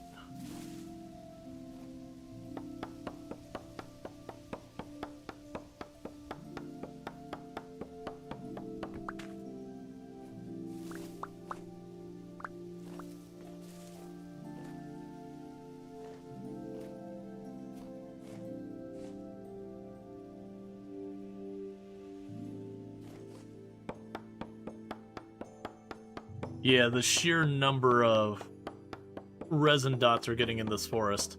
I really should have done this earlier in the round, because like in this run, if we were just going out here and every, what is it, like 9 days or so that the resin is available, I'd probably be sitting at like 30 or 40 resin just sitting in the bank. But it's fine. We're doing it now.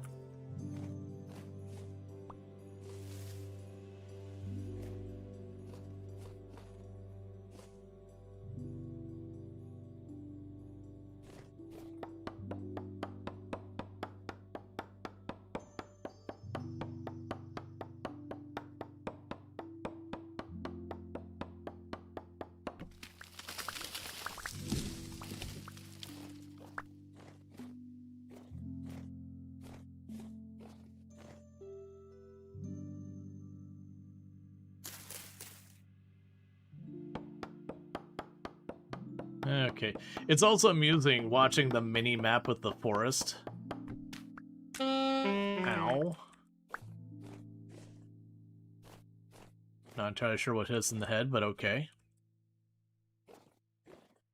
But, like, looking at the mini-map and all that, and just seeing the trees very visibly thinning out as I'm basically wiping out one whole type of tree.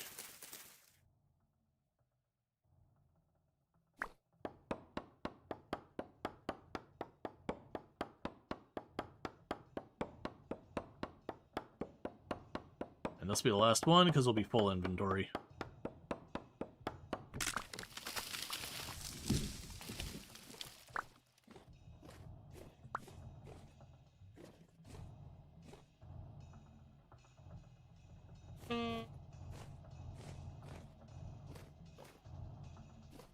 Or I guess one more. For full inventory. Hey, Cock, thanks so much for the 5 stream streak. I do appreciate that. Do hope you've been enjoying the stream and all that good stuff. Okay. So we got ourselves, what was it, 2 more resin? 1 more resin? We got ourselves a non-zero amount more resin. And a whole bunch of a whole bunch of wood that I could potentially make into firewood. Let's run this home.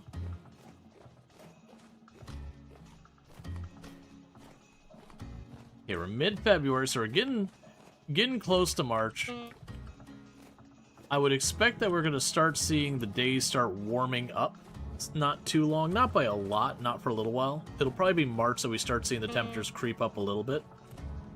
And what we're watching for is if we check on our seeds, let's see what crops do the temperatures, like what have the most acceptable low. Because what you can do is whatever crop can handle the coldest, once the temperatures creep into that range, you can start planting.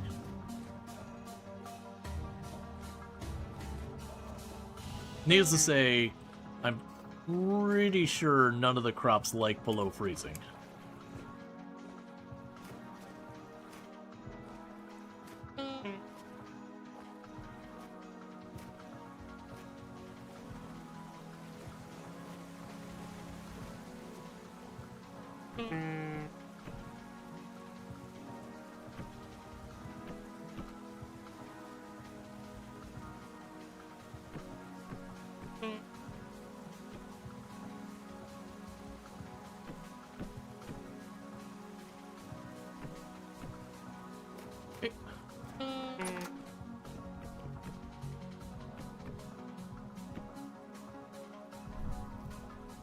Alright, light this up so we stop complaining about being cold.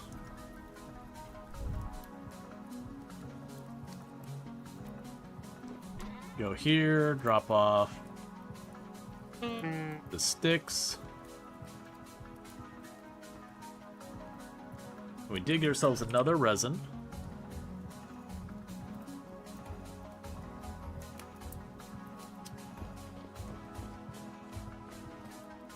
Oh, let's grab the brown coal in case we can top you off again. Since we're going down to the basement anyways.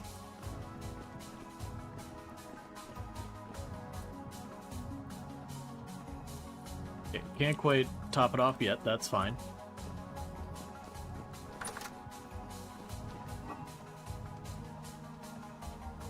There's some more pie. Drop off more mushrooms.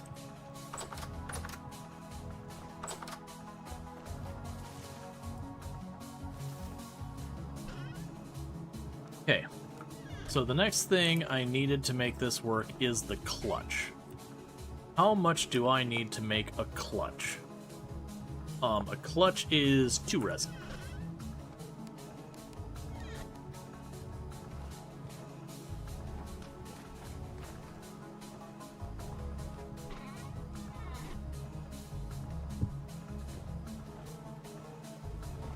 So that went well. We go right back out.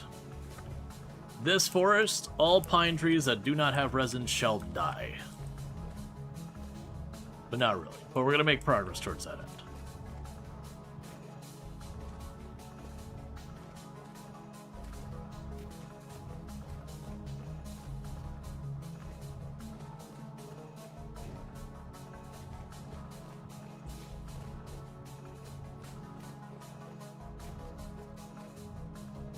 Another thing I should actually do, now I think about it, we should be taking down an oak tree, because I need to make more tannin and I'm out of oak. So we're going to add one non-pine tree to the list of trees going down today. So this oak tree right here, sorry, that's what you get for being the closest.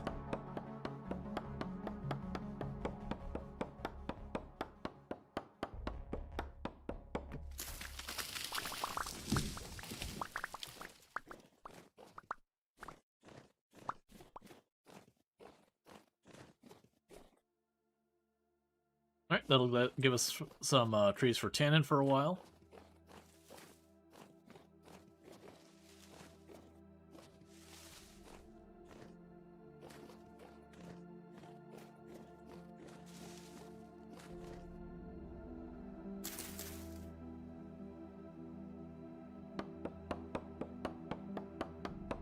All right.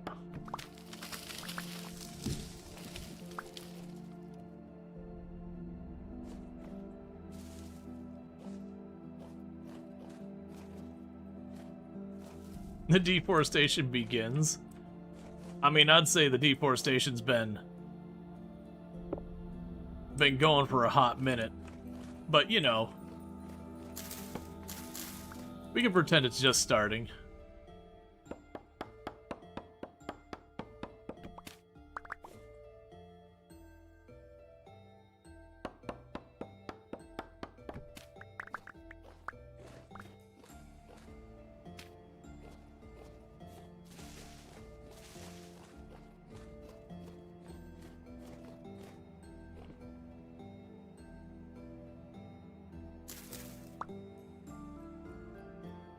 Where?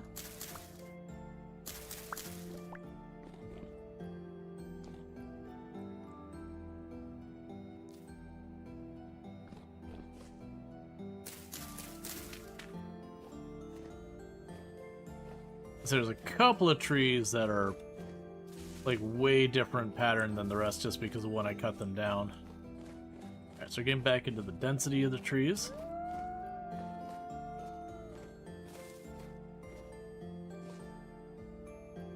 Alright, puppers. If you leave me alone, you get to live. I don't really in the mood to deal with you right now, but I will absolutely murder the living crap out of you and take your skin if you bother me. You've been warned. I've given you the chance to make good decisions.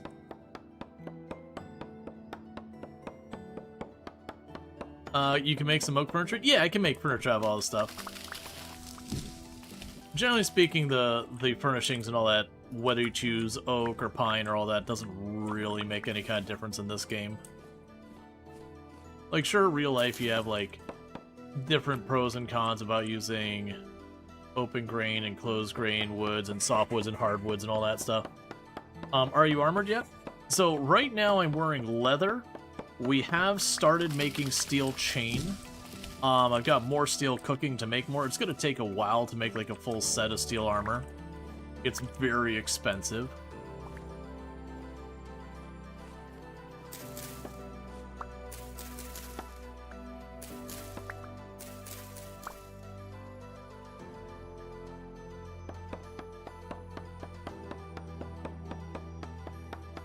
They're different colors, huge difference. Oh yeah, no, absolutely. Both in real life and in game. But like,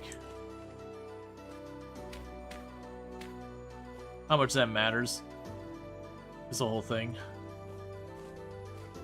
As far as your gameplay. But you can probably make them all look pretty good. But yeah, so right now we're trying to, oh, you bet it's expensive? Oh yeah, it's ridiculous. It ends up being like 40 ingots or something like that. For the full set.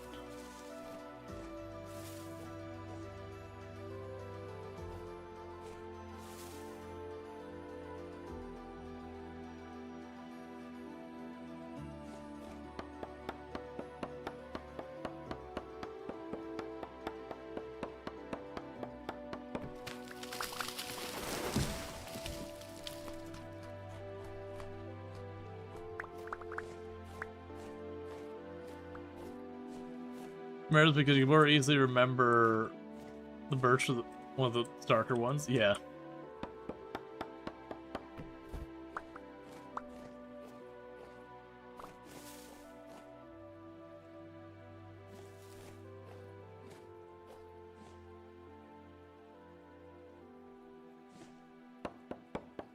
Okay.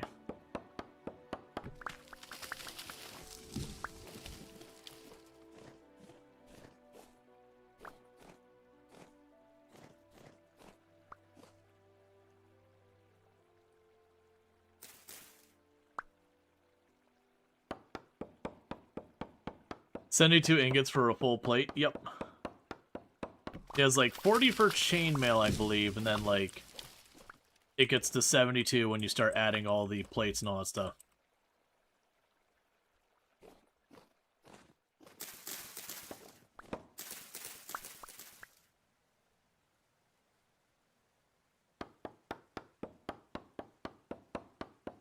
You laugh at like real life.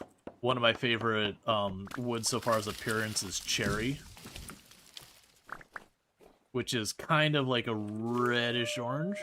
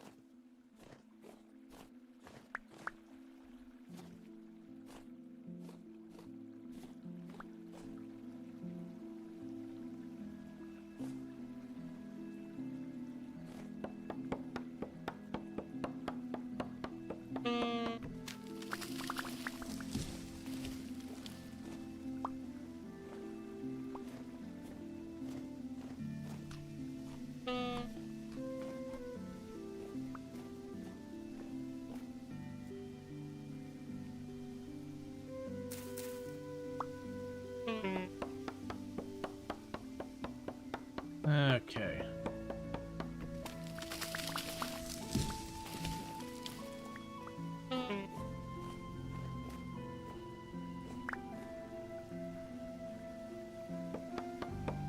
And almost a full inventory again.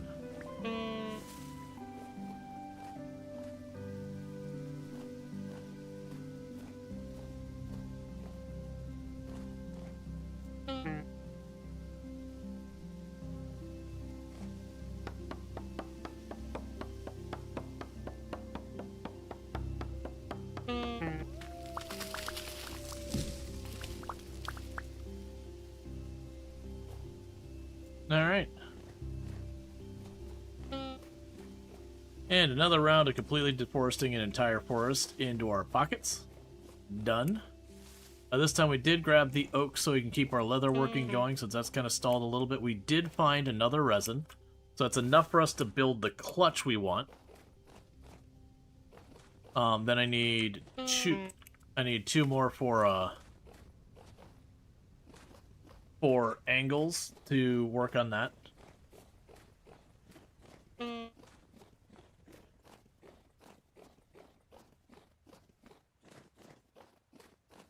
You know, I've fought some of the harder shivers. I've not run into a bell shiver. I've only run into bells. I didn't get a really good look at it beyond it had a bell and it was making a ruckus, and I didn't like it. And so I started just wailing on it as aggressively as possible, and then I died. Because it brought everyone in, which is what the bell does, is it just summons enemies. And it could summon a lot, and it can kind of summon the whole range of tiers, too. So if you're in a dangerous place, it can very rapidly degrade.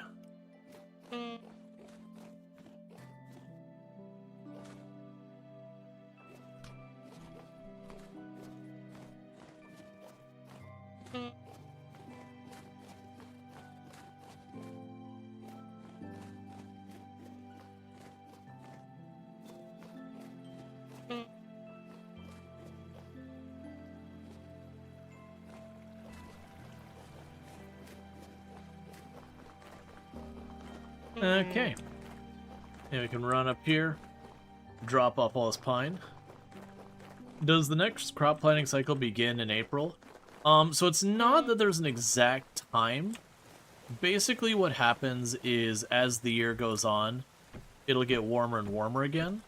And different crops have different ranges they can have stuff grown in them. Like when you look at your seed, there'll be like, some of the seeds can handle -5C, some of them can handle like only 5 or 10C. Like, you know, there's that whole range you deal with.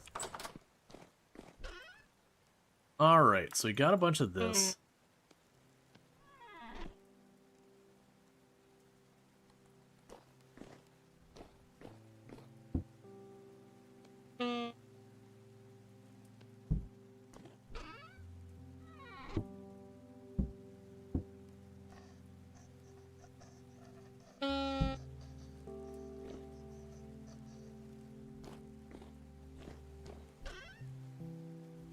We got a bunch of those to process.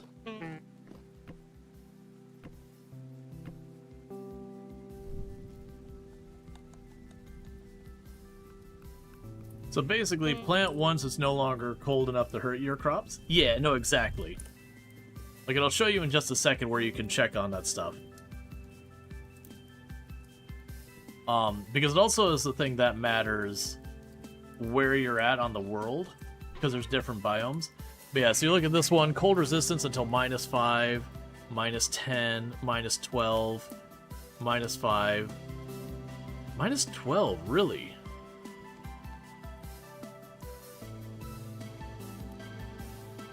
It looks like the rye seeds are pretty durable.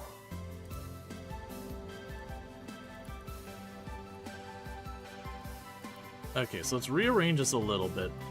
Anything that's -12, we're gonna move down to the bottom. I'll put -10 down there as well, because it's close enough to the same thing.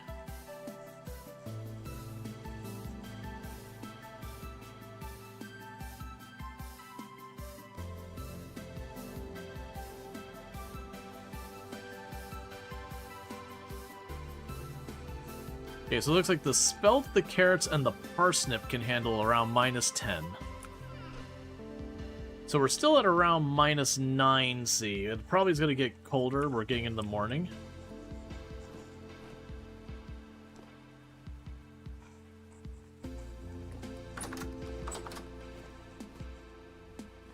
So let's go in here, because I feel safe to say that this is probably going to be a thing. I'm really happy you could use brown coal for this, because it does...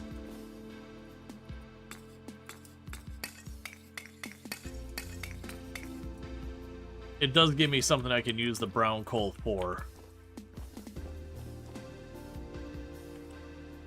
So I got plenty of pie on me. Okay, 30% towards the next batch of steel.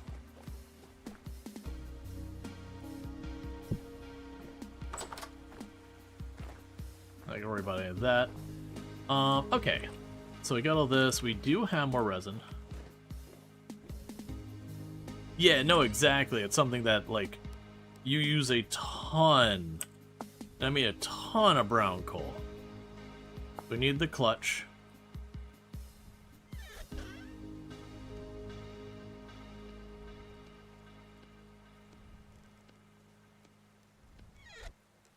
I need my tools. Oh, that's the thing. You usually have a couple of, that's not what I wanted. You usually have a couple of veins of that sitting around. Alright, so let's go ahead and double check for the clutch again. Okay. So, boom.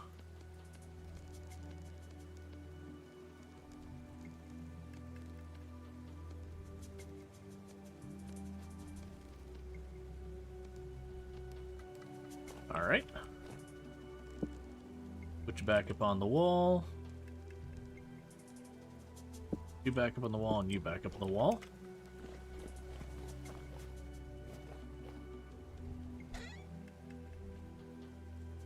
Drop the rest of that in there for now.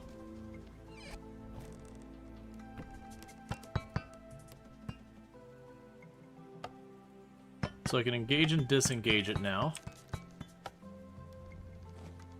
So the next things to do... There's your hopper.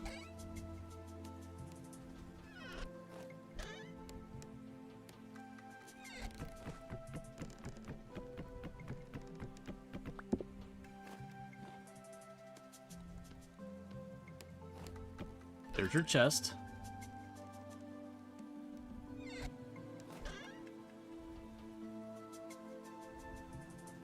I have to wait for the other chest to be in place.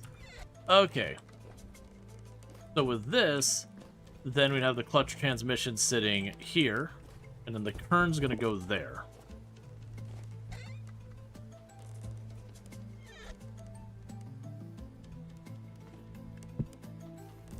Okay, so have it be up one tile.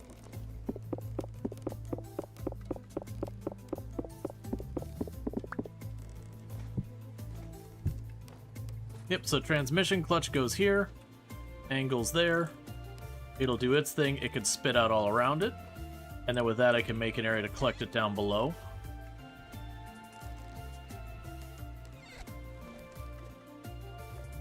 Yeah, no, I can put it under there, but I'm deliberately trying to set it up so I could, you know, disengage and engage stuff as I need. For putting a clutch and a transmission on everything. And then I need to put a big gear up there as well, so it's a 1-to-1. Because then, you know, I need this. It's just right now I have a big gear to little gear, which means it'll run extremely fast, but it'll also have heavy resistance, so it'll like massively pressure the torque. You'll just need more torque to operate it, which I don't have. But I'm not urgently needing any of those things right now, so I'm not too fussed by it. Which is the reason why I'm just doing lap after lap after lap, going for resin and cutting down the wood. Because that also means if we end up needing more charcoal, I've already got a ton of trees. I just gotta make a bunch of stone axes and split the logs into firewood.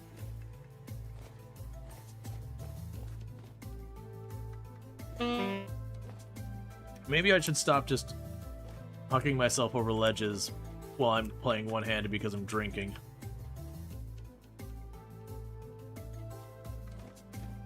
Oh, hey. Oh, I've already taken you to cutting of that bush. Alright.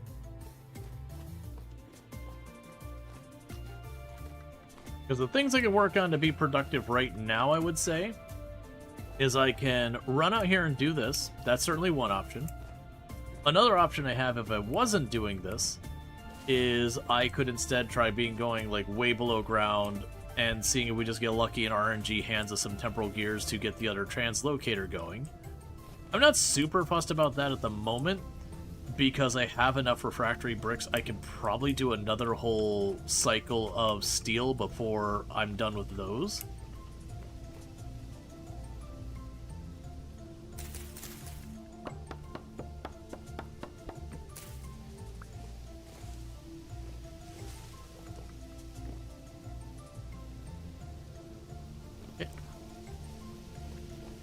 Alright, Luxor, you take it easy.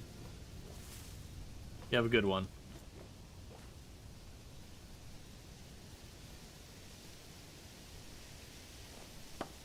Your kingdom for a resin farm? Yeah, I mean, we've got it here where I'm getting like... I'll get like 10 or 12 resin per cycle.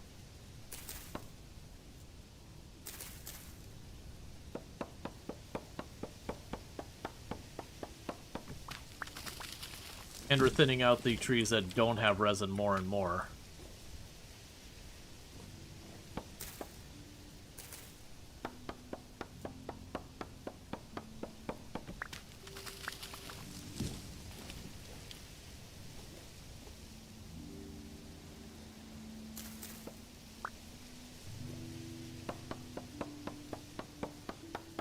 Okay.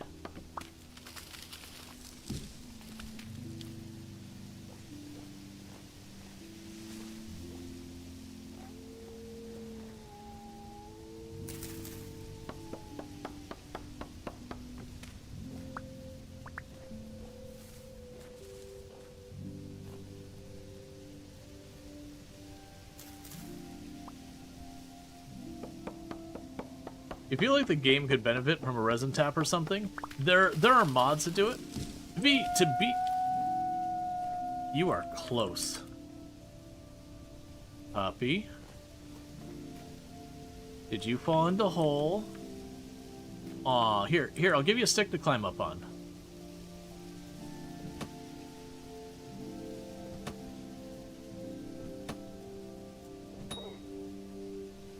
Well, here, I'm helping, puppy. I'm helping. See? Now, if you look down here, I no longer see a puppy in a hole.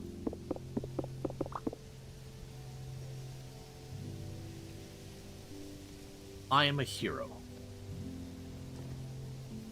Also, yeah, I bet that dog got stuck in here. This thing's straight up a trap.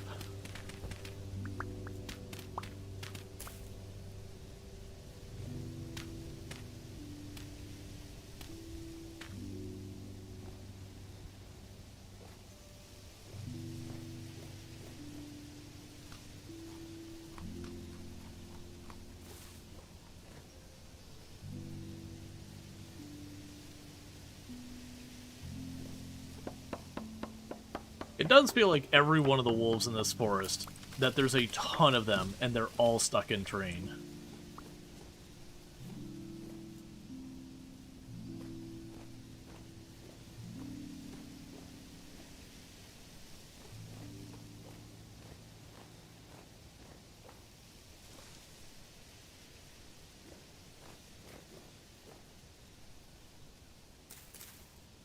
Aha!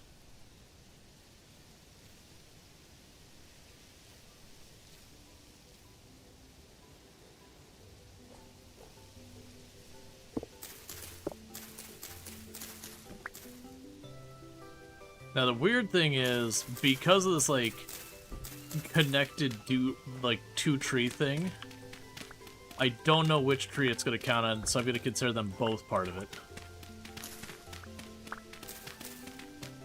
Because I had one earlier that I cut that was similar to this, luckily didn't have resin, and it did explode both trees.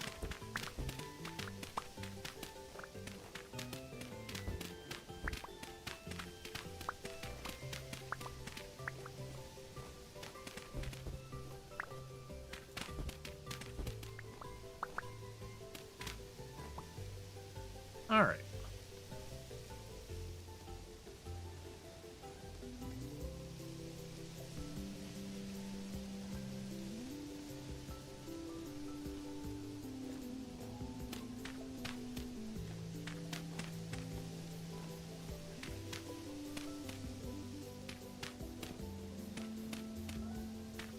And just marking our trees so that I know where to find the resin in the future. Oh, that's too far.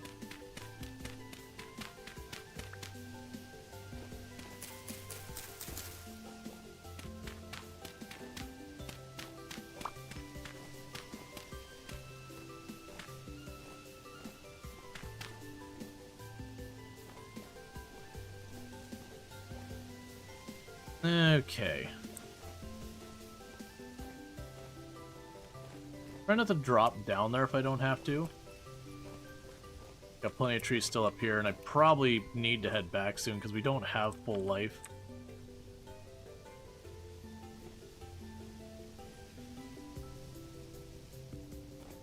Alright. Okay.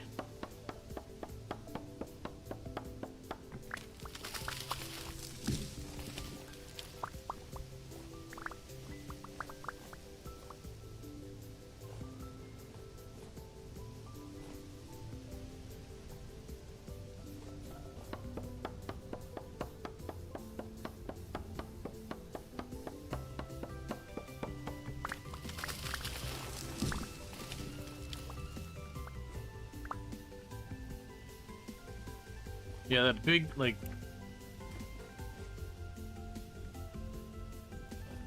the big crevices in the ground are certainly a whole thing. Imagine they have wolf pack, and they always had an alpha wolf that bites hard in the next update. Are you suggesting that they would do something as incredibly unrealistic as having an alpha wolf?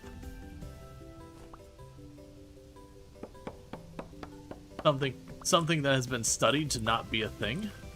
Outside of extreme conditions and captivity?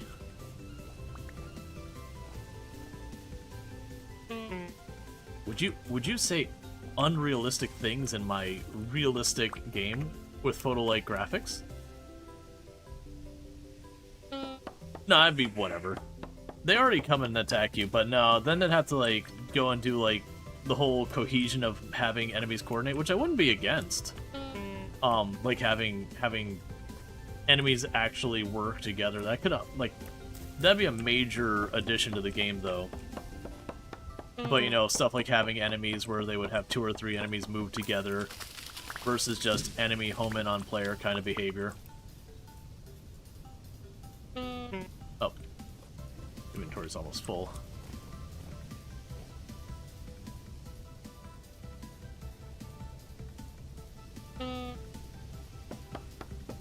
Yeah, I'll have to get out of here soon.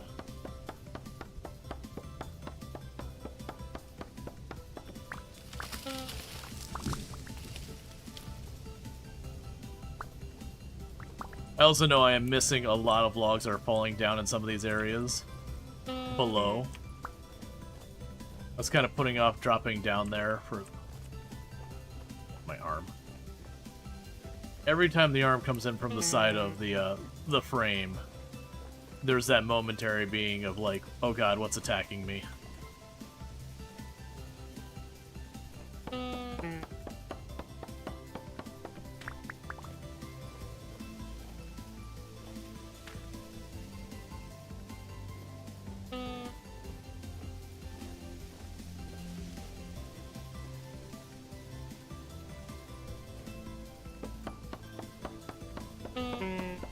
The last one I can fit.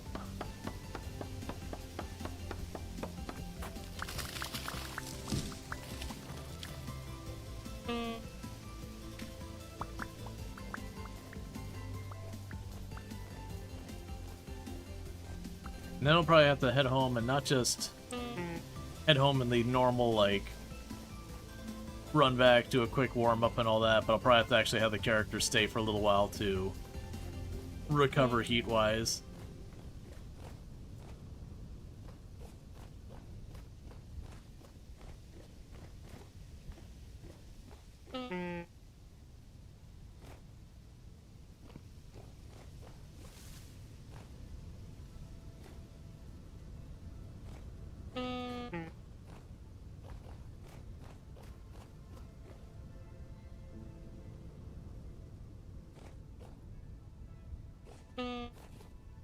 That's fine. Alright.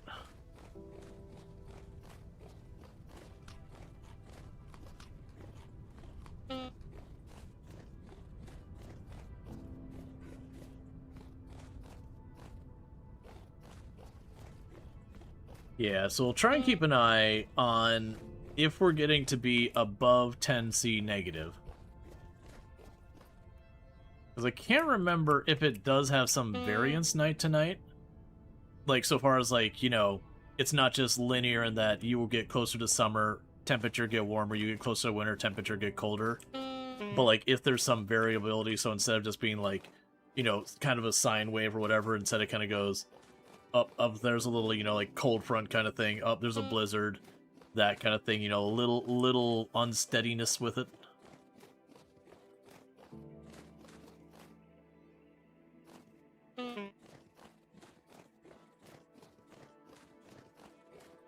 Alright.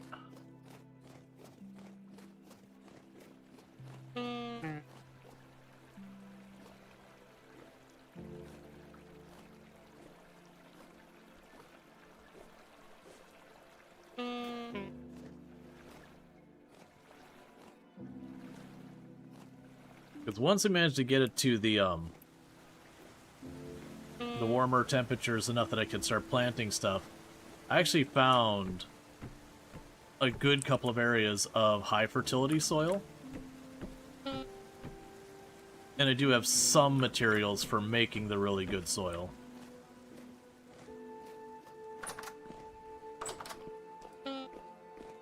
Okay. So let's drop you in there.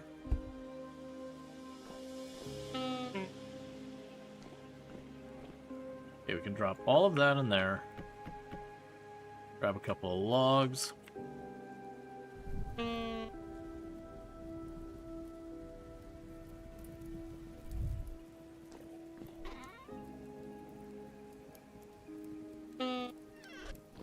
Go over there and drop another stack of sticks in there.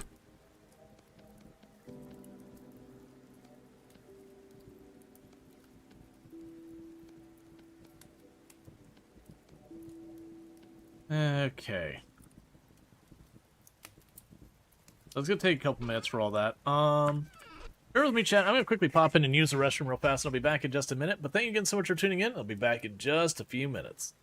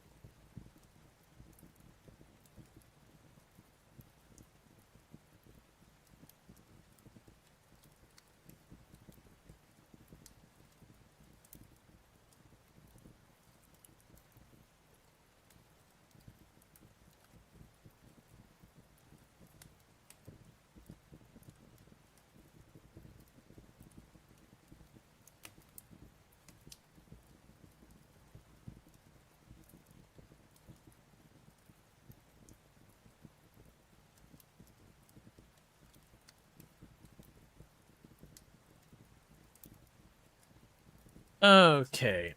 Let's see. You're saving any high fertility soil you find because you can't get it back once you make it to farmland, and you can double the output of the Terra Preta recipe by adding high fertility soil. Oh, I forgot that was a thing you could do. Right. That is the other recipe. Right. So one thing I need is go over here. I forgot we were trying to make more tannin.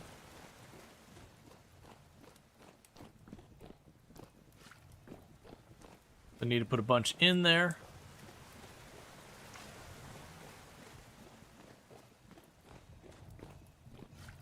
I actually need more strong tannin, not just regular.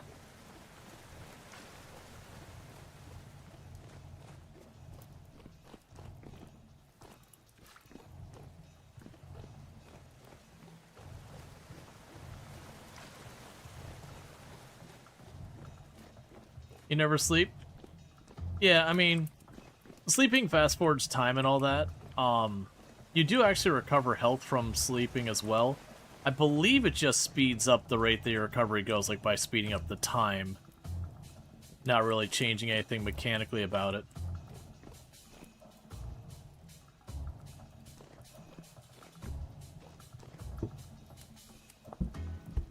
Okay, so that's being made.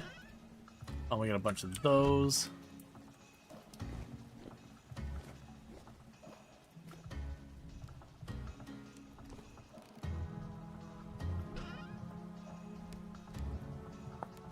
Alright, so we would need 2 of the angles. Grab our tools.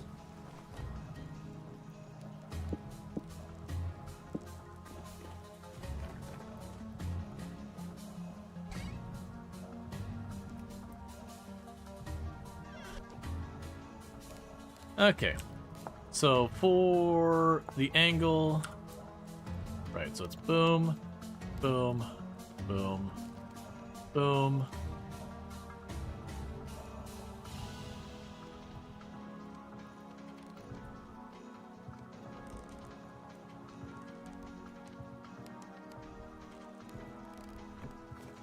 There's the first one. I can't remember if I actually need another angle here or not. Yeah, so I'll need another angle there.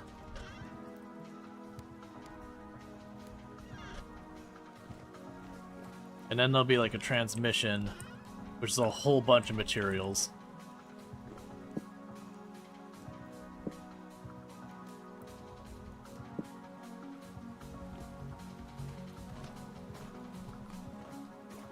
And you mentioned sleeping. I haven't made a bed yet, actually. Probably something I should have made at some point, but you know. Okay, too full for me to do anything with.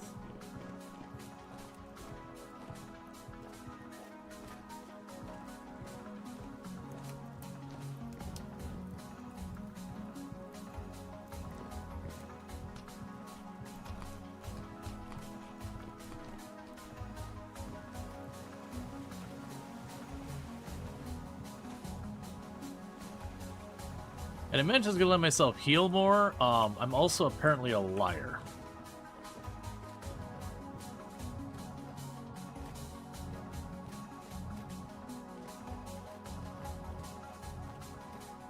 Okay, so it's about 5 p.m.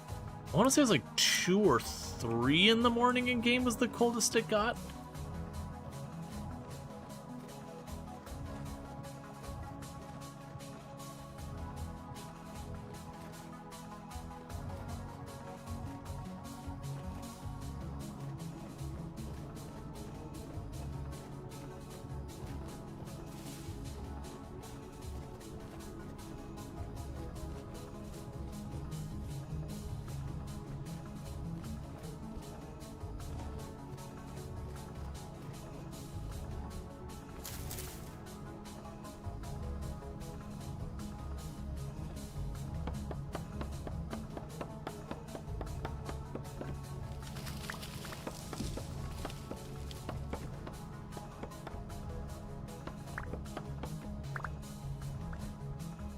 And in... Okay, that was a weird place for that pine tree to grow, but alright.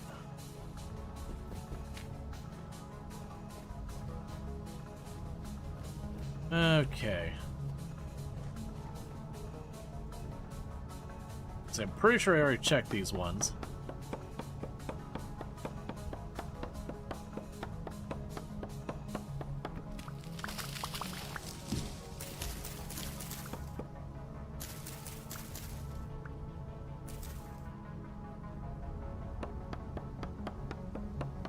Okay.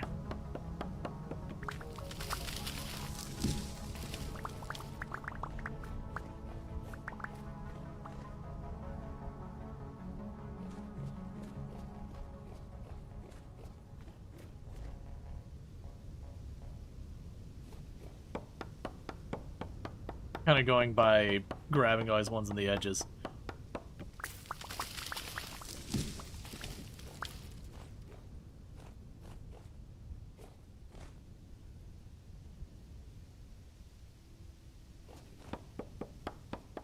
Here's the thing, I do wonder if the trees in this game, like, spread on their own in any way.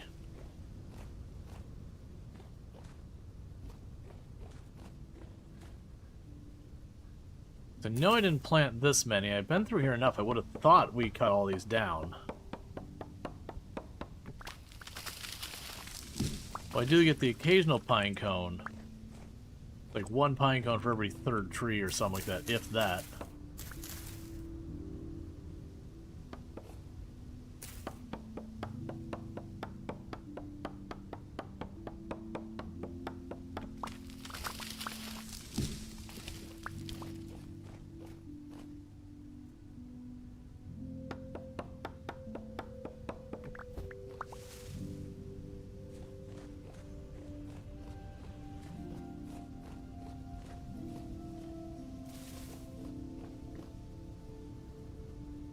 I'm betting it's mostly because I cut through real fast.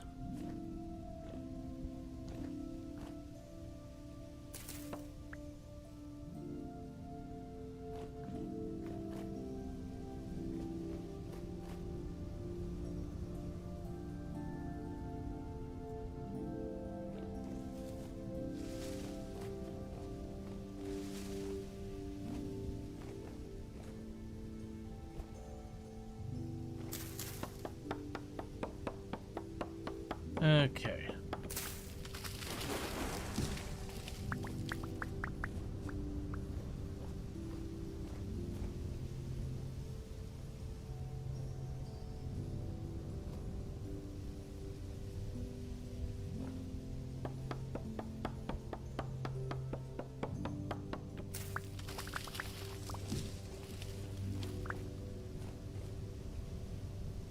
I expect it won't be too much longer till we just start running into full inventory problems.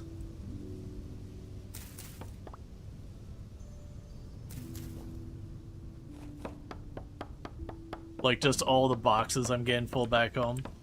Like I said, that's as well as once. Then I can just grab a bunch of stone, make a bunch of the axes, just split logs and dump them in our fire pit.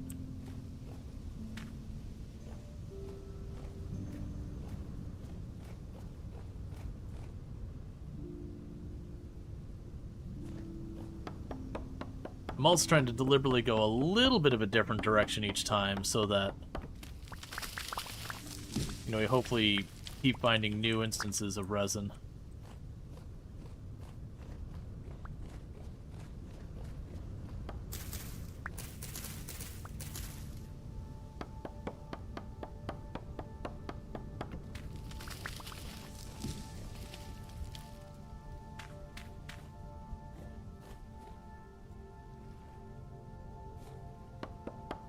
Okay.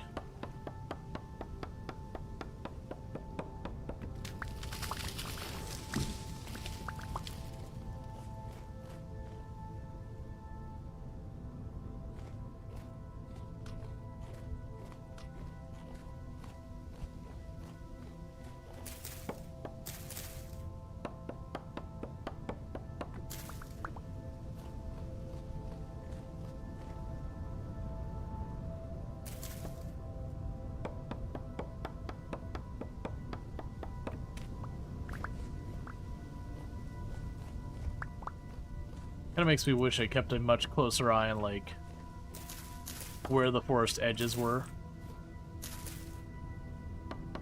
To learn, like, what mechanics the game has so far as, like, you know, is it only strictly the player planting things that spreads trees, or is their own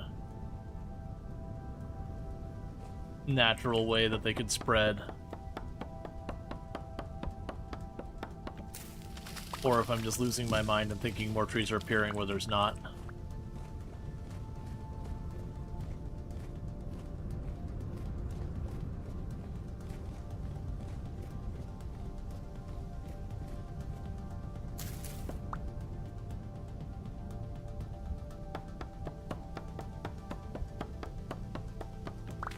Alright. I think it'd also be cool to have, like, a map time-lapse kind of thing. Where every so often just take a screenshot of, like, the known map and how it appears, so you'd see, like, random, like, expansions as you look around and go seek out other things. But then also be able to see, like, nearby your base where things are just constantly changing just a little bit at a time.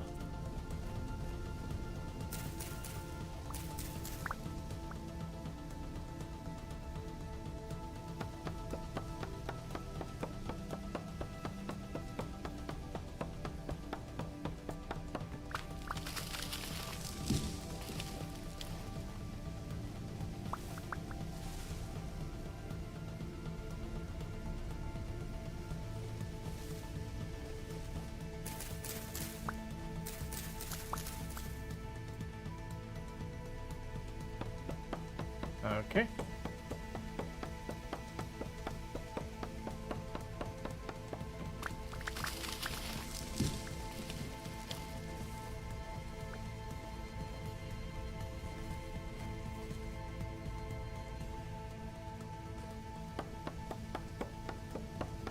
So much of this forest is gone. I imagine it would stand out so much more if it wasn't snow, but like, all of this, you see how dense it was? All of this was the same way. And we're just peeling it away. The only reason it doesn't look worse is because we're leaving the oak and the birch intact.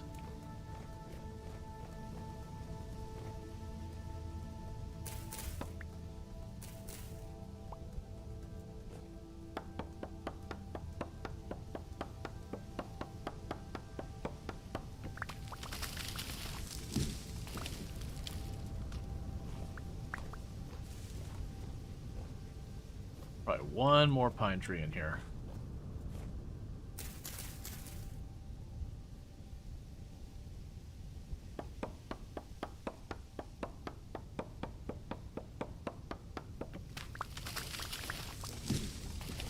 All right.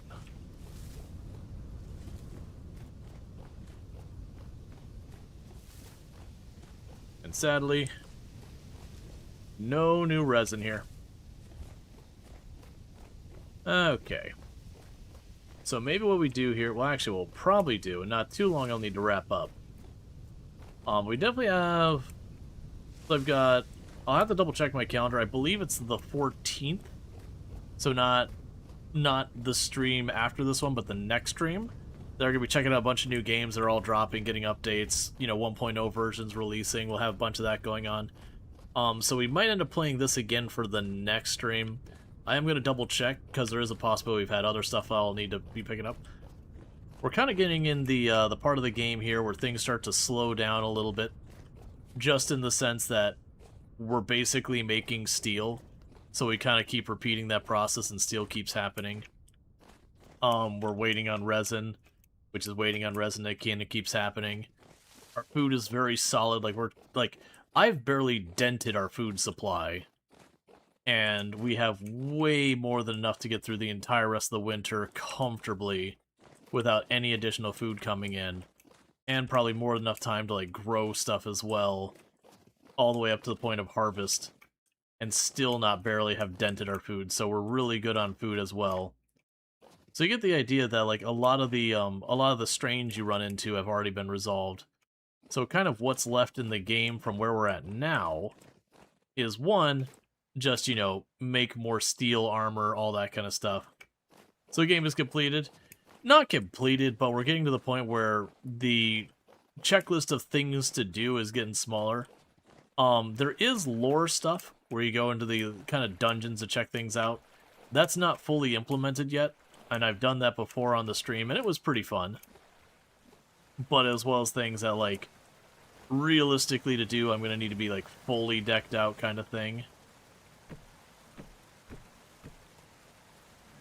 And we are looking at the rate of being able to get somewhere in the ballpark of 32 steel ingots made a stream. We'd be looking at over 2 streams just to make my armor, not counting any tools we wore out. How's steel making going? It's going good. We are using steel tools for a bunch of our tools now. So we have made steel, and we still have more going.